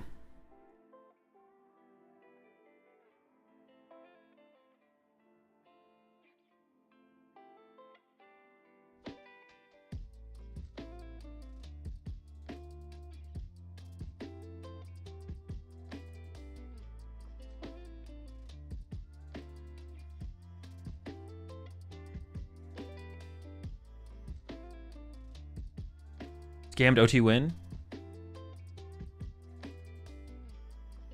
That was OT win? No, it wasn't. He won in turns. He won in turns. That was an overtime win. Henry was turn 2. He won in turns. He benched him out in turn 2. That's not overtime. We were in overtime. Dude, for a second I thought y'all got me. That was not overtime. All right, I'm rating the main channel. He got benched out. He got benched out. Don't talk to me ever again. All right, chat. I'll see you not tomorrow. I'm not going to be streaming tomorrow. I got to do some laundry, prep some meals. Got to go shopping for some clothes, do some dishes, stuff like that. So I'll see y'all again on Tuesday for some more action. Go check out the winner's interview over there on the main channel. Have a good rest of your day. Goodbye.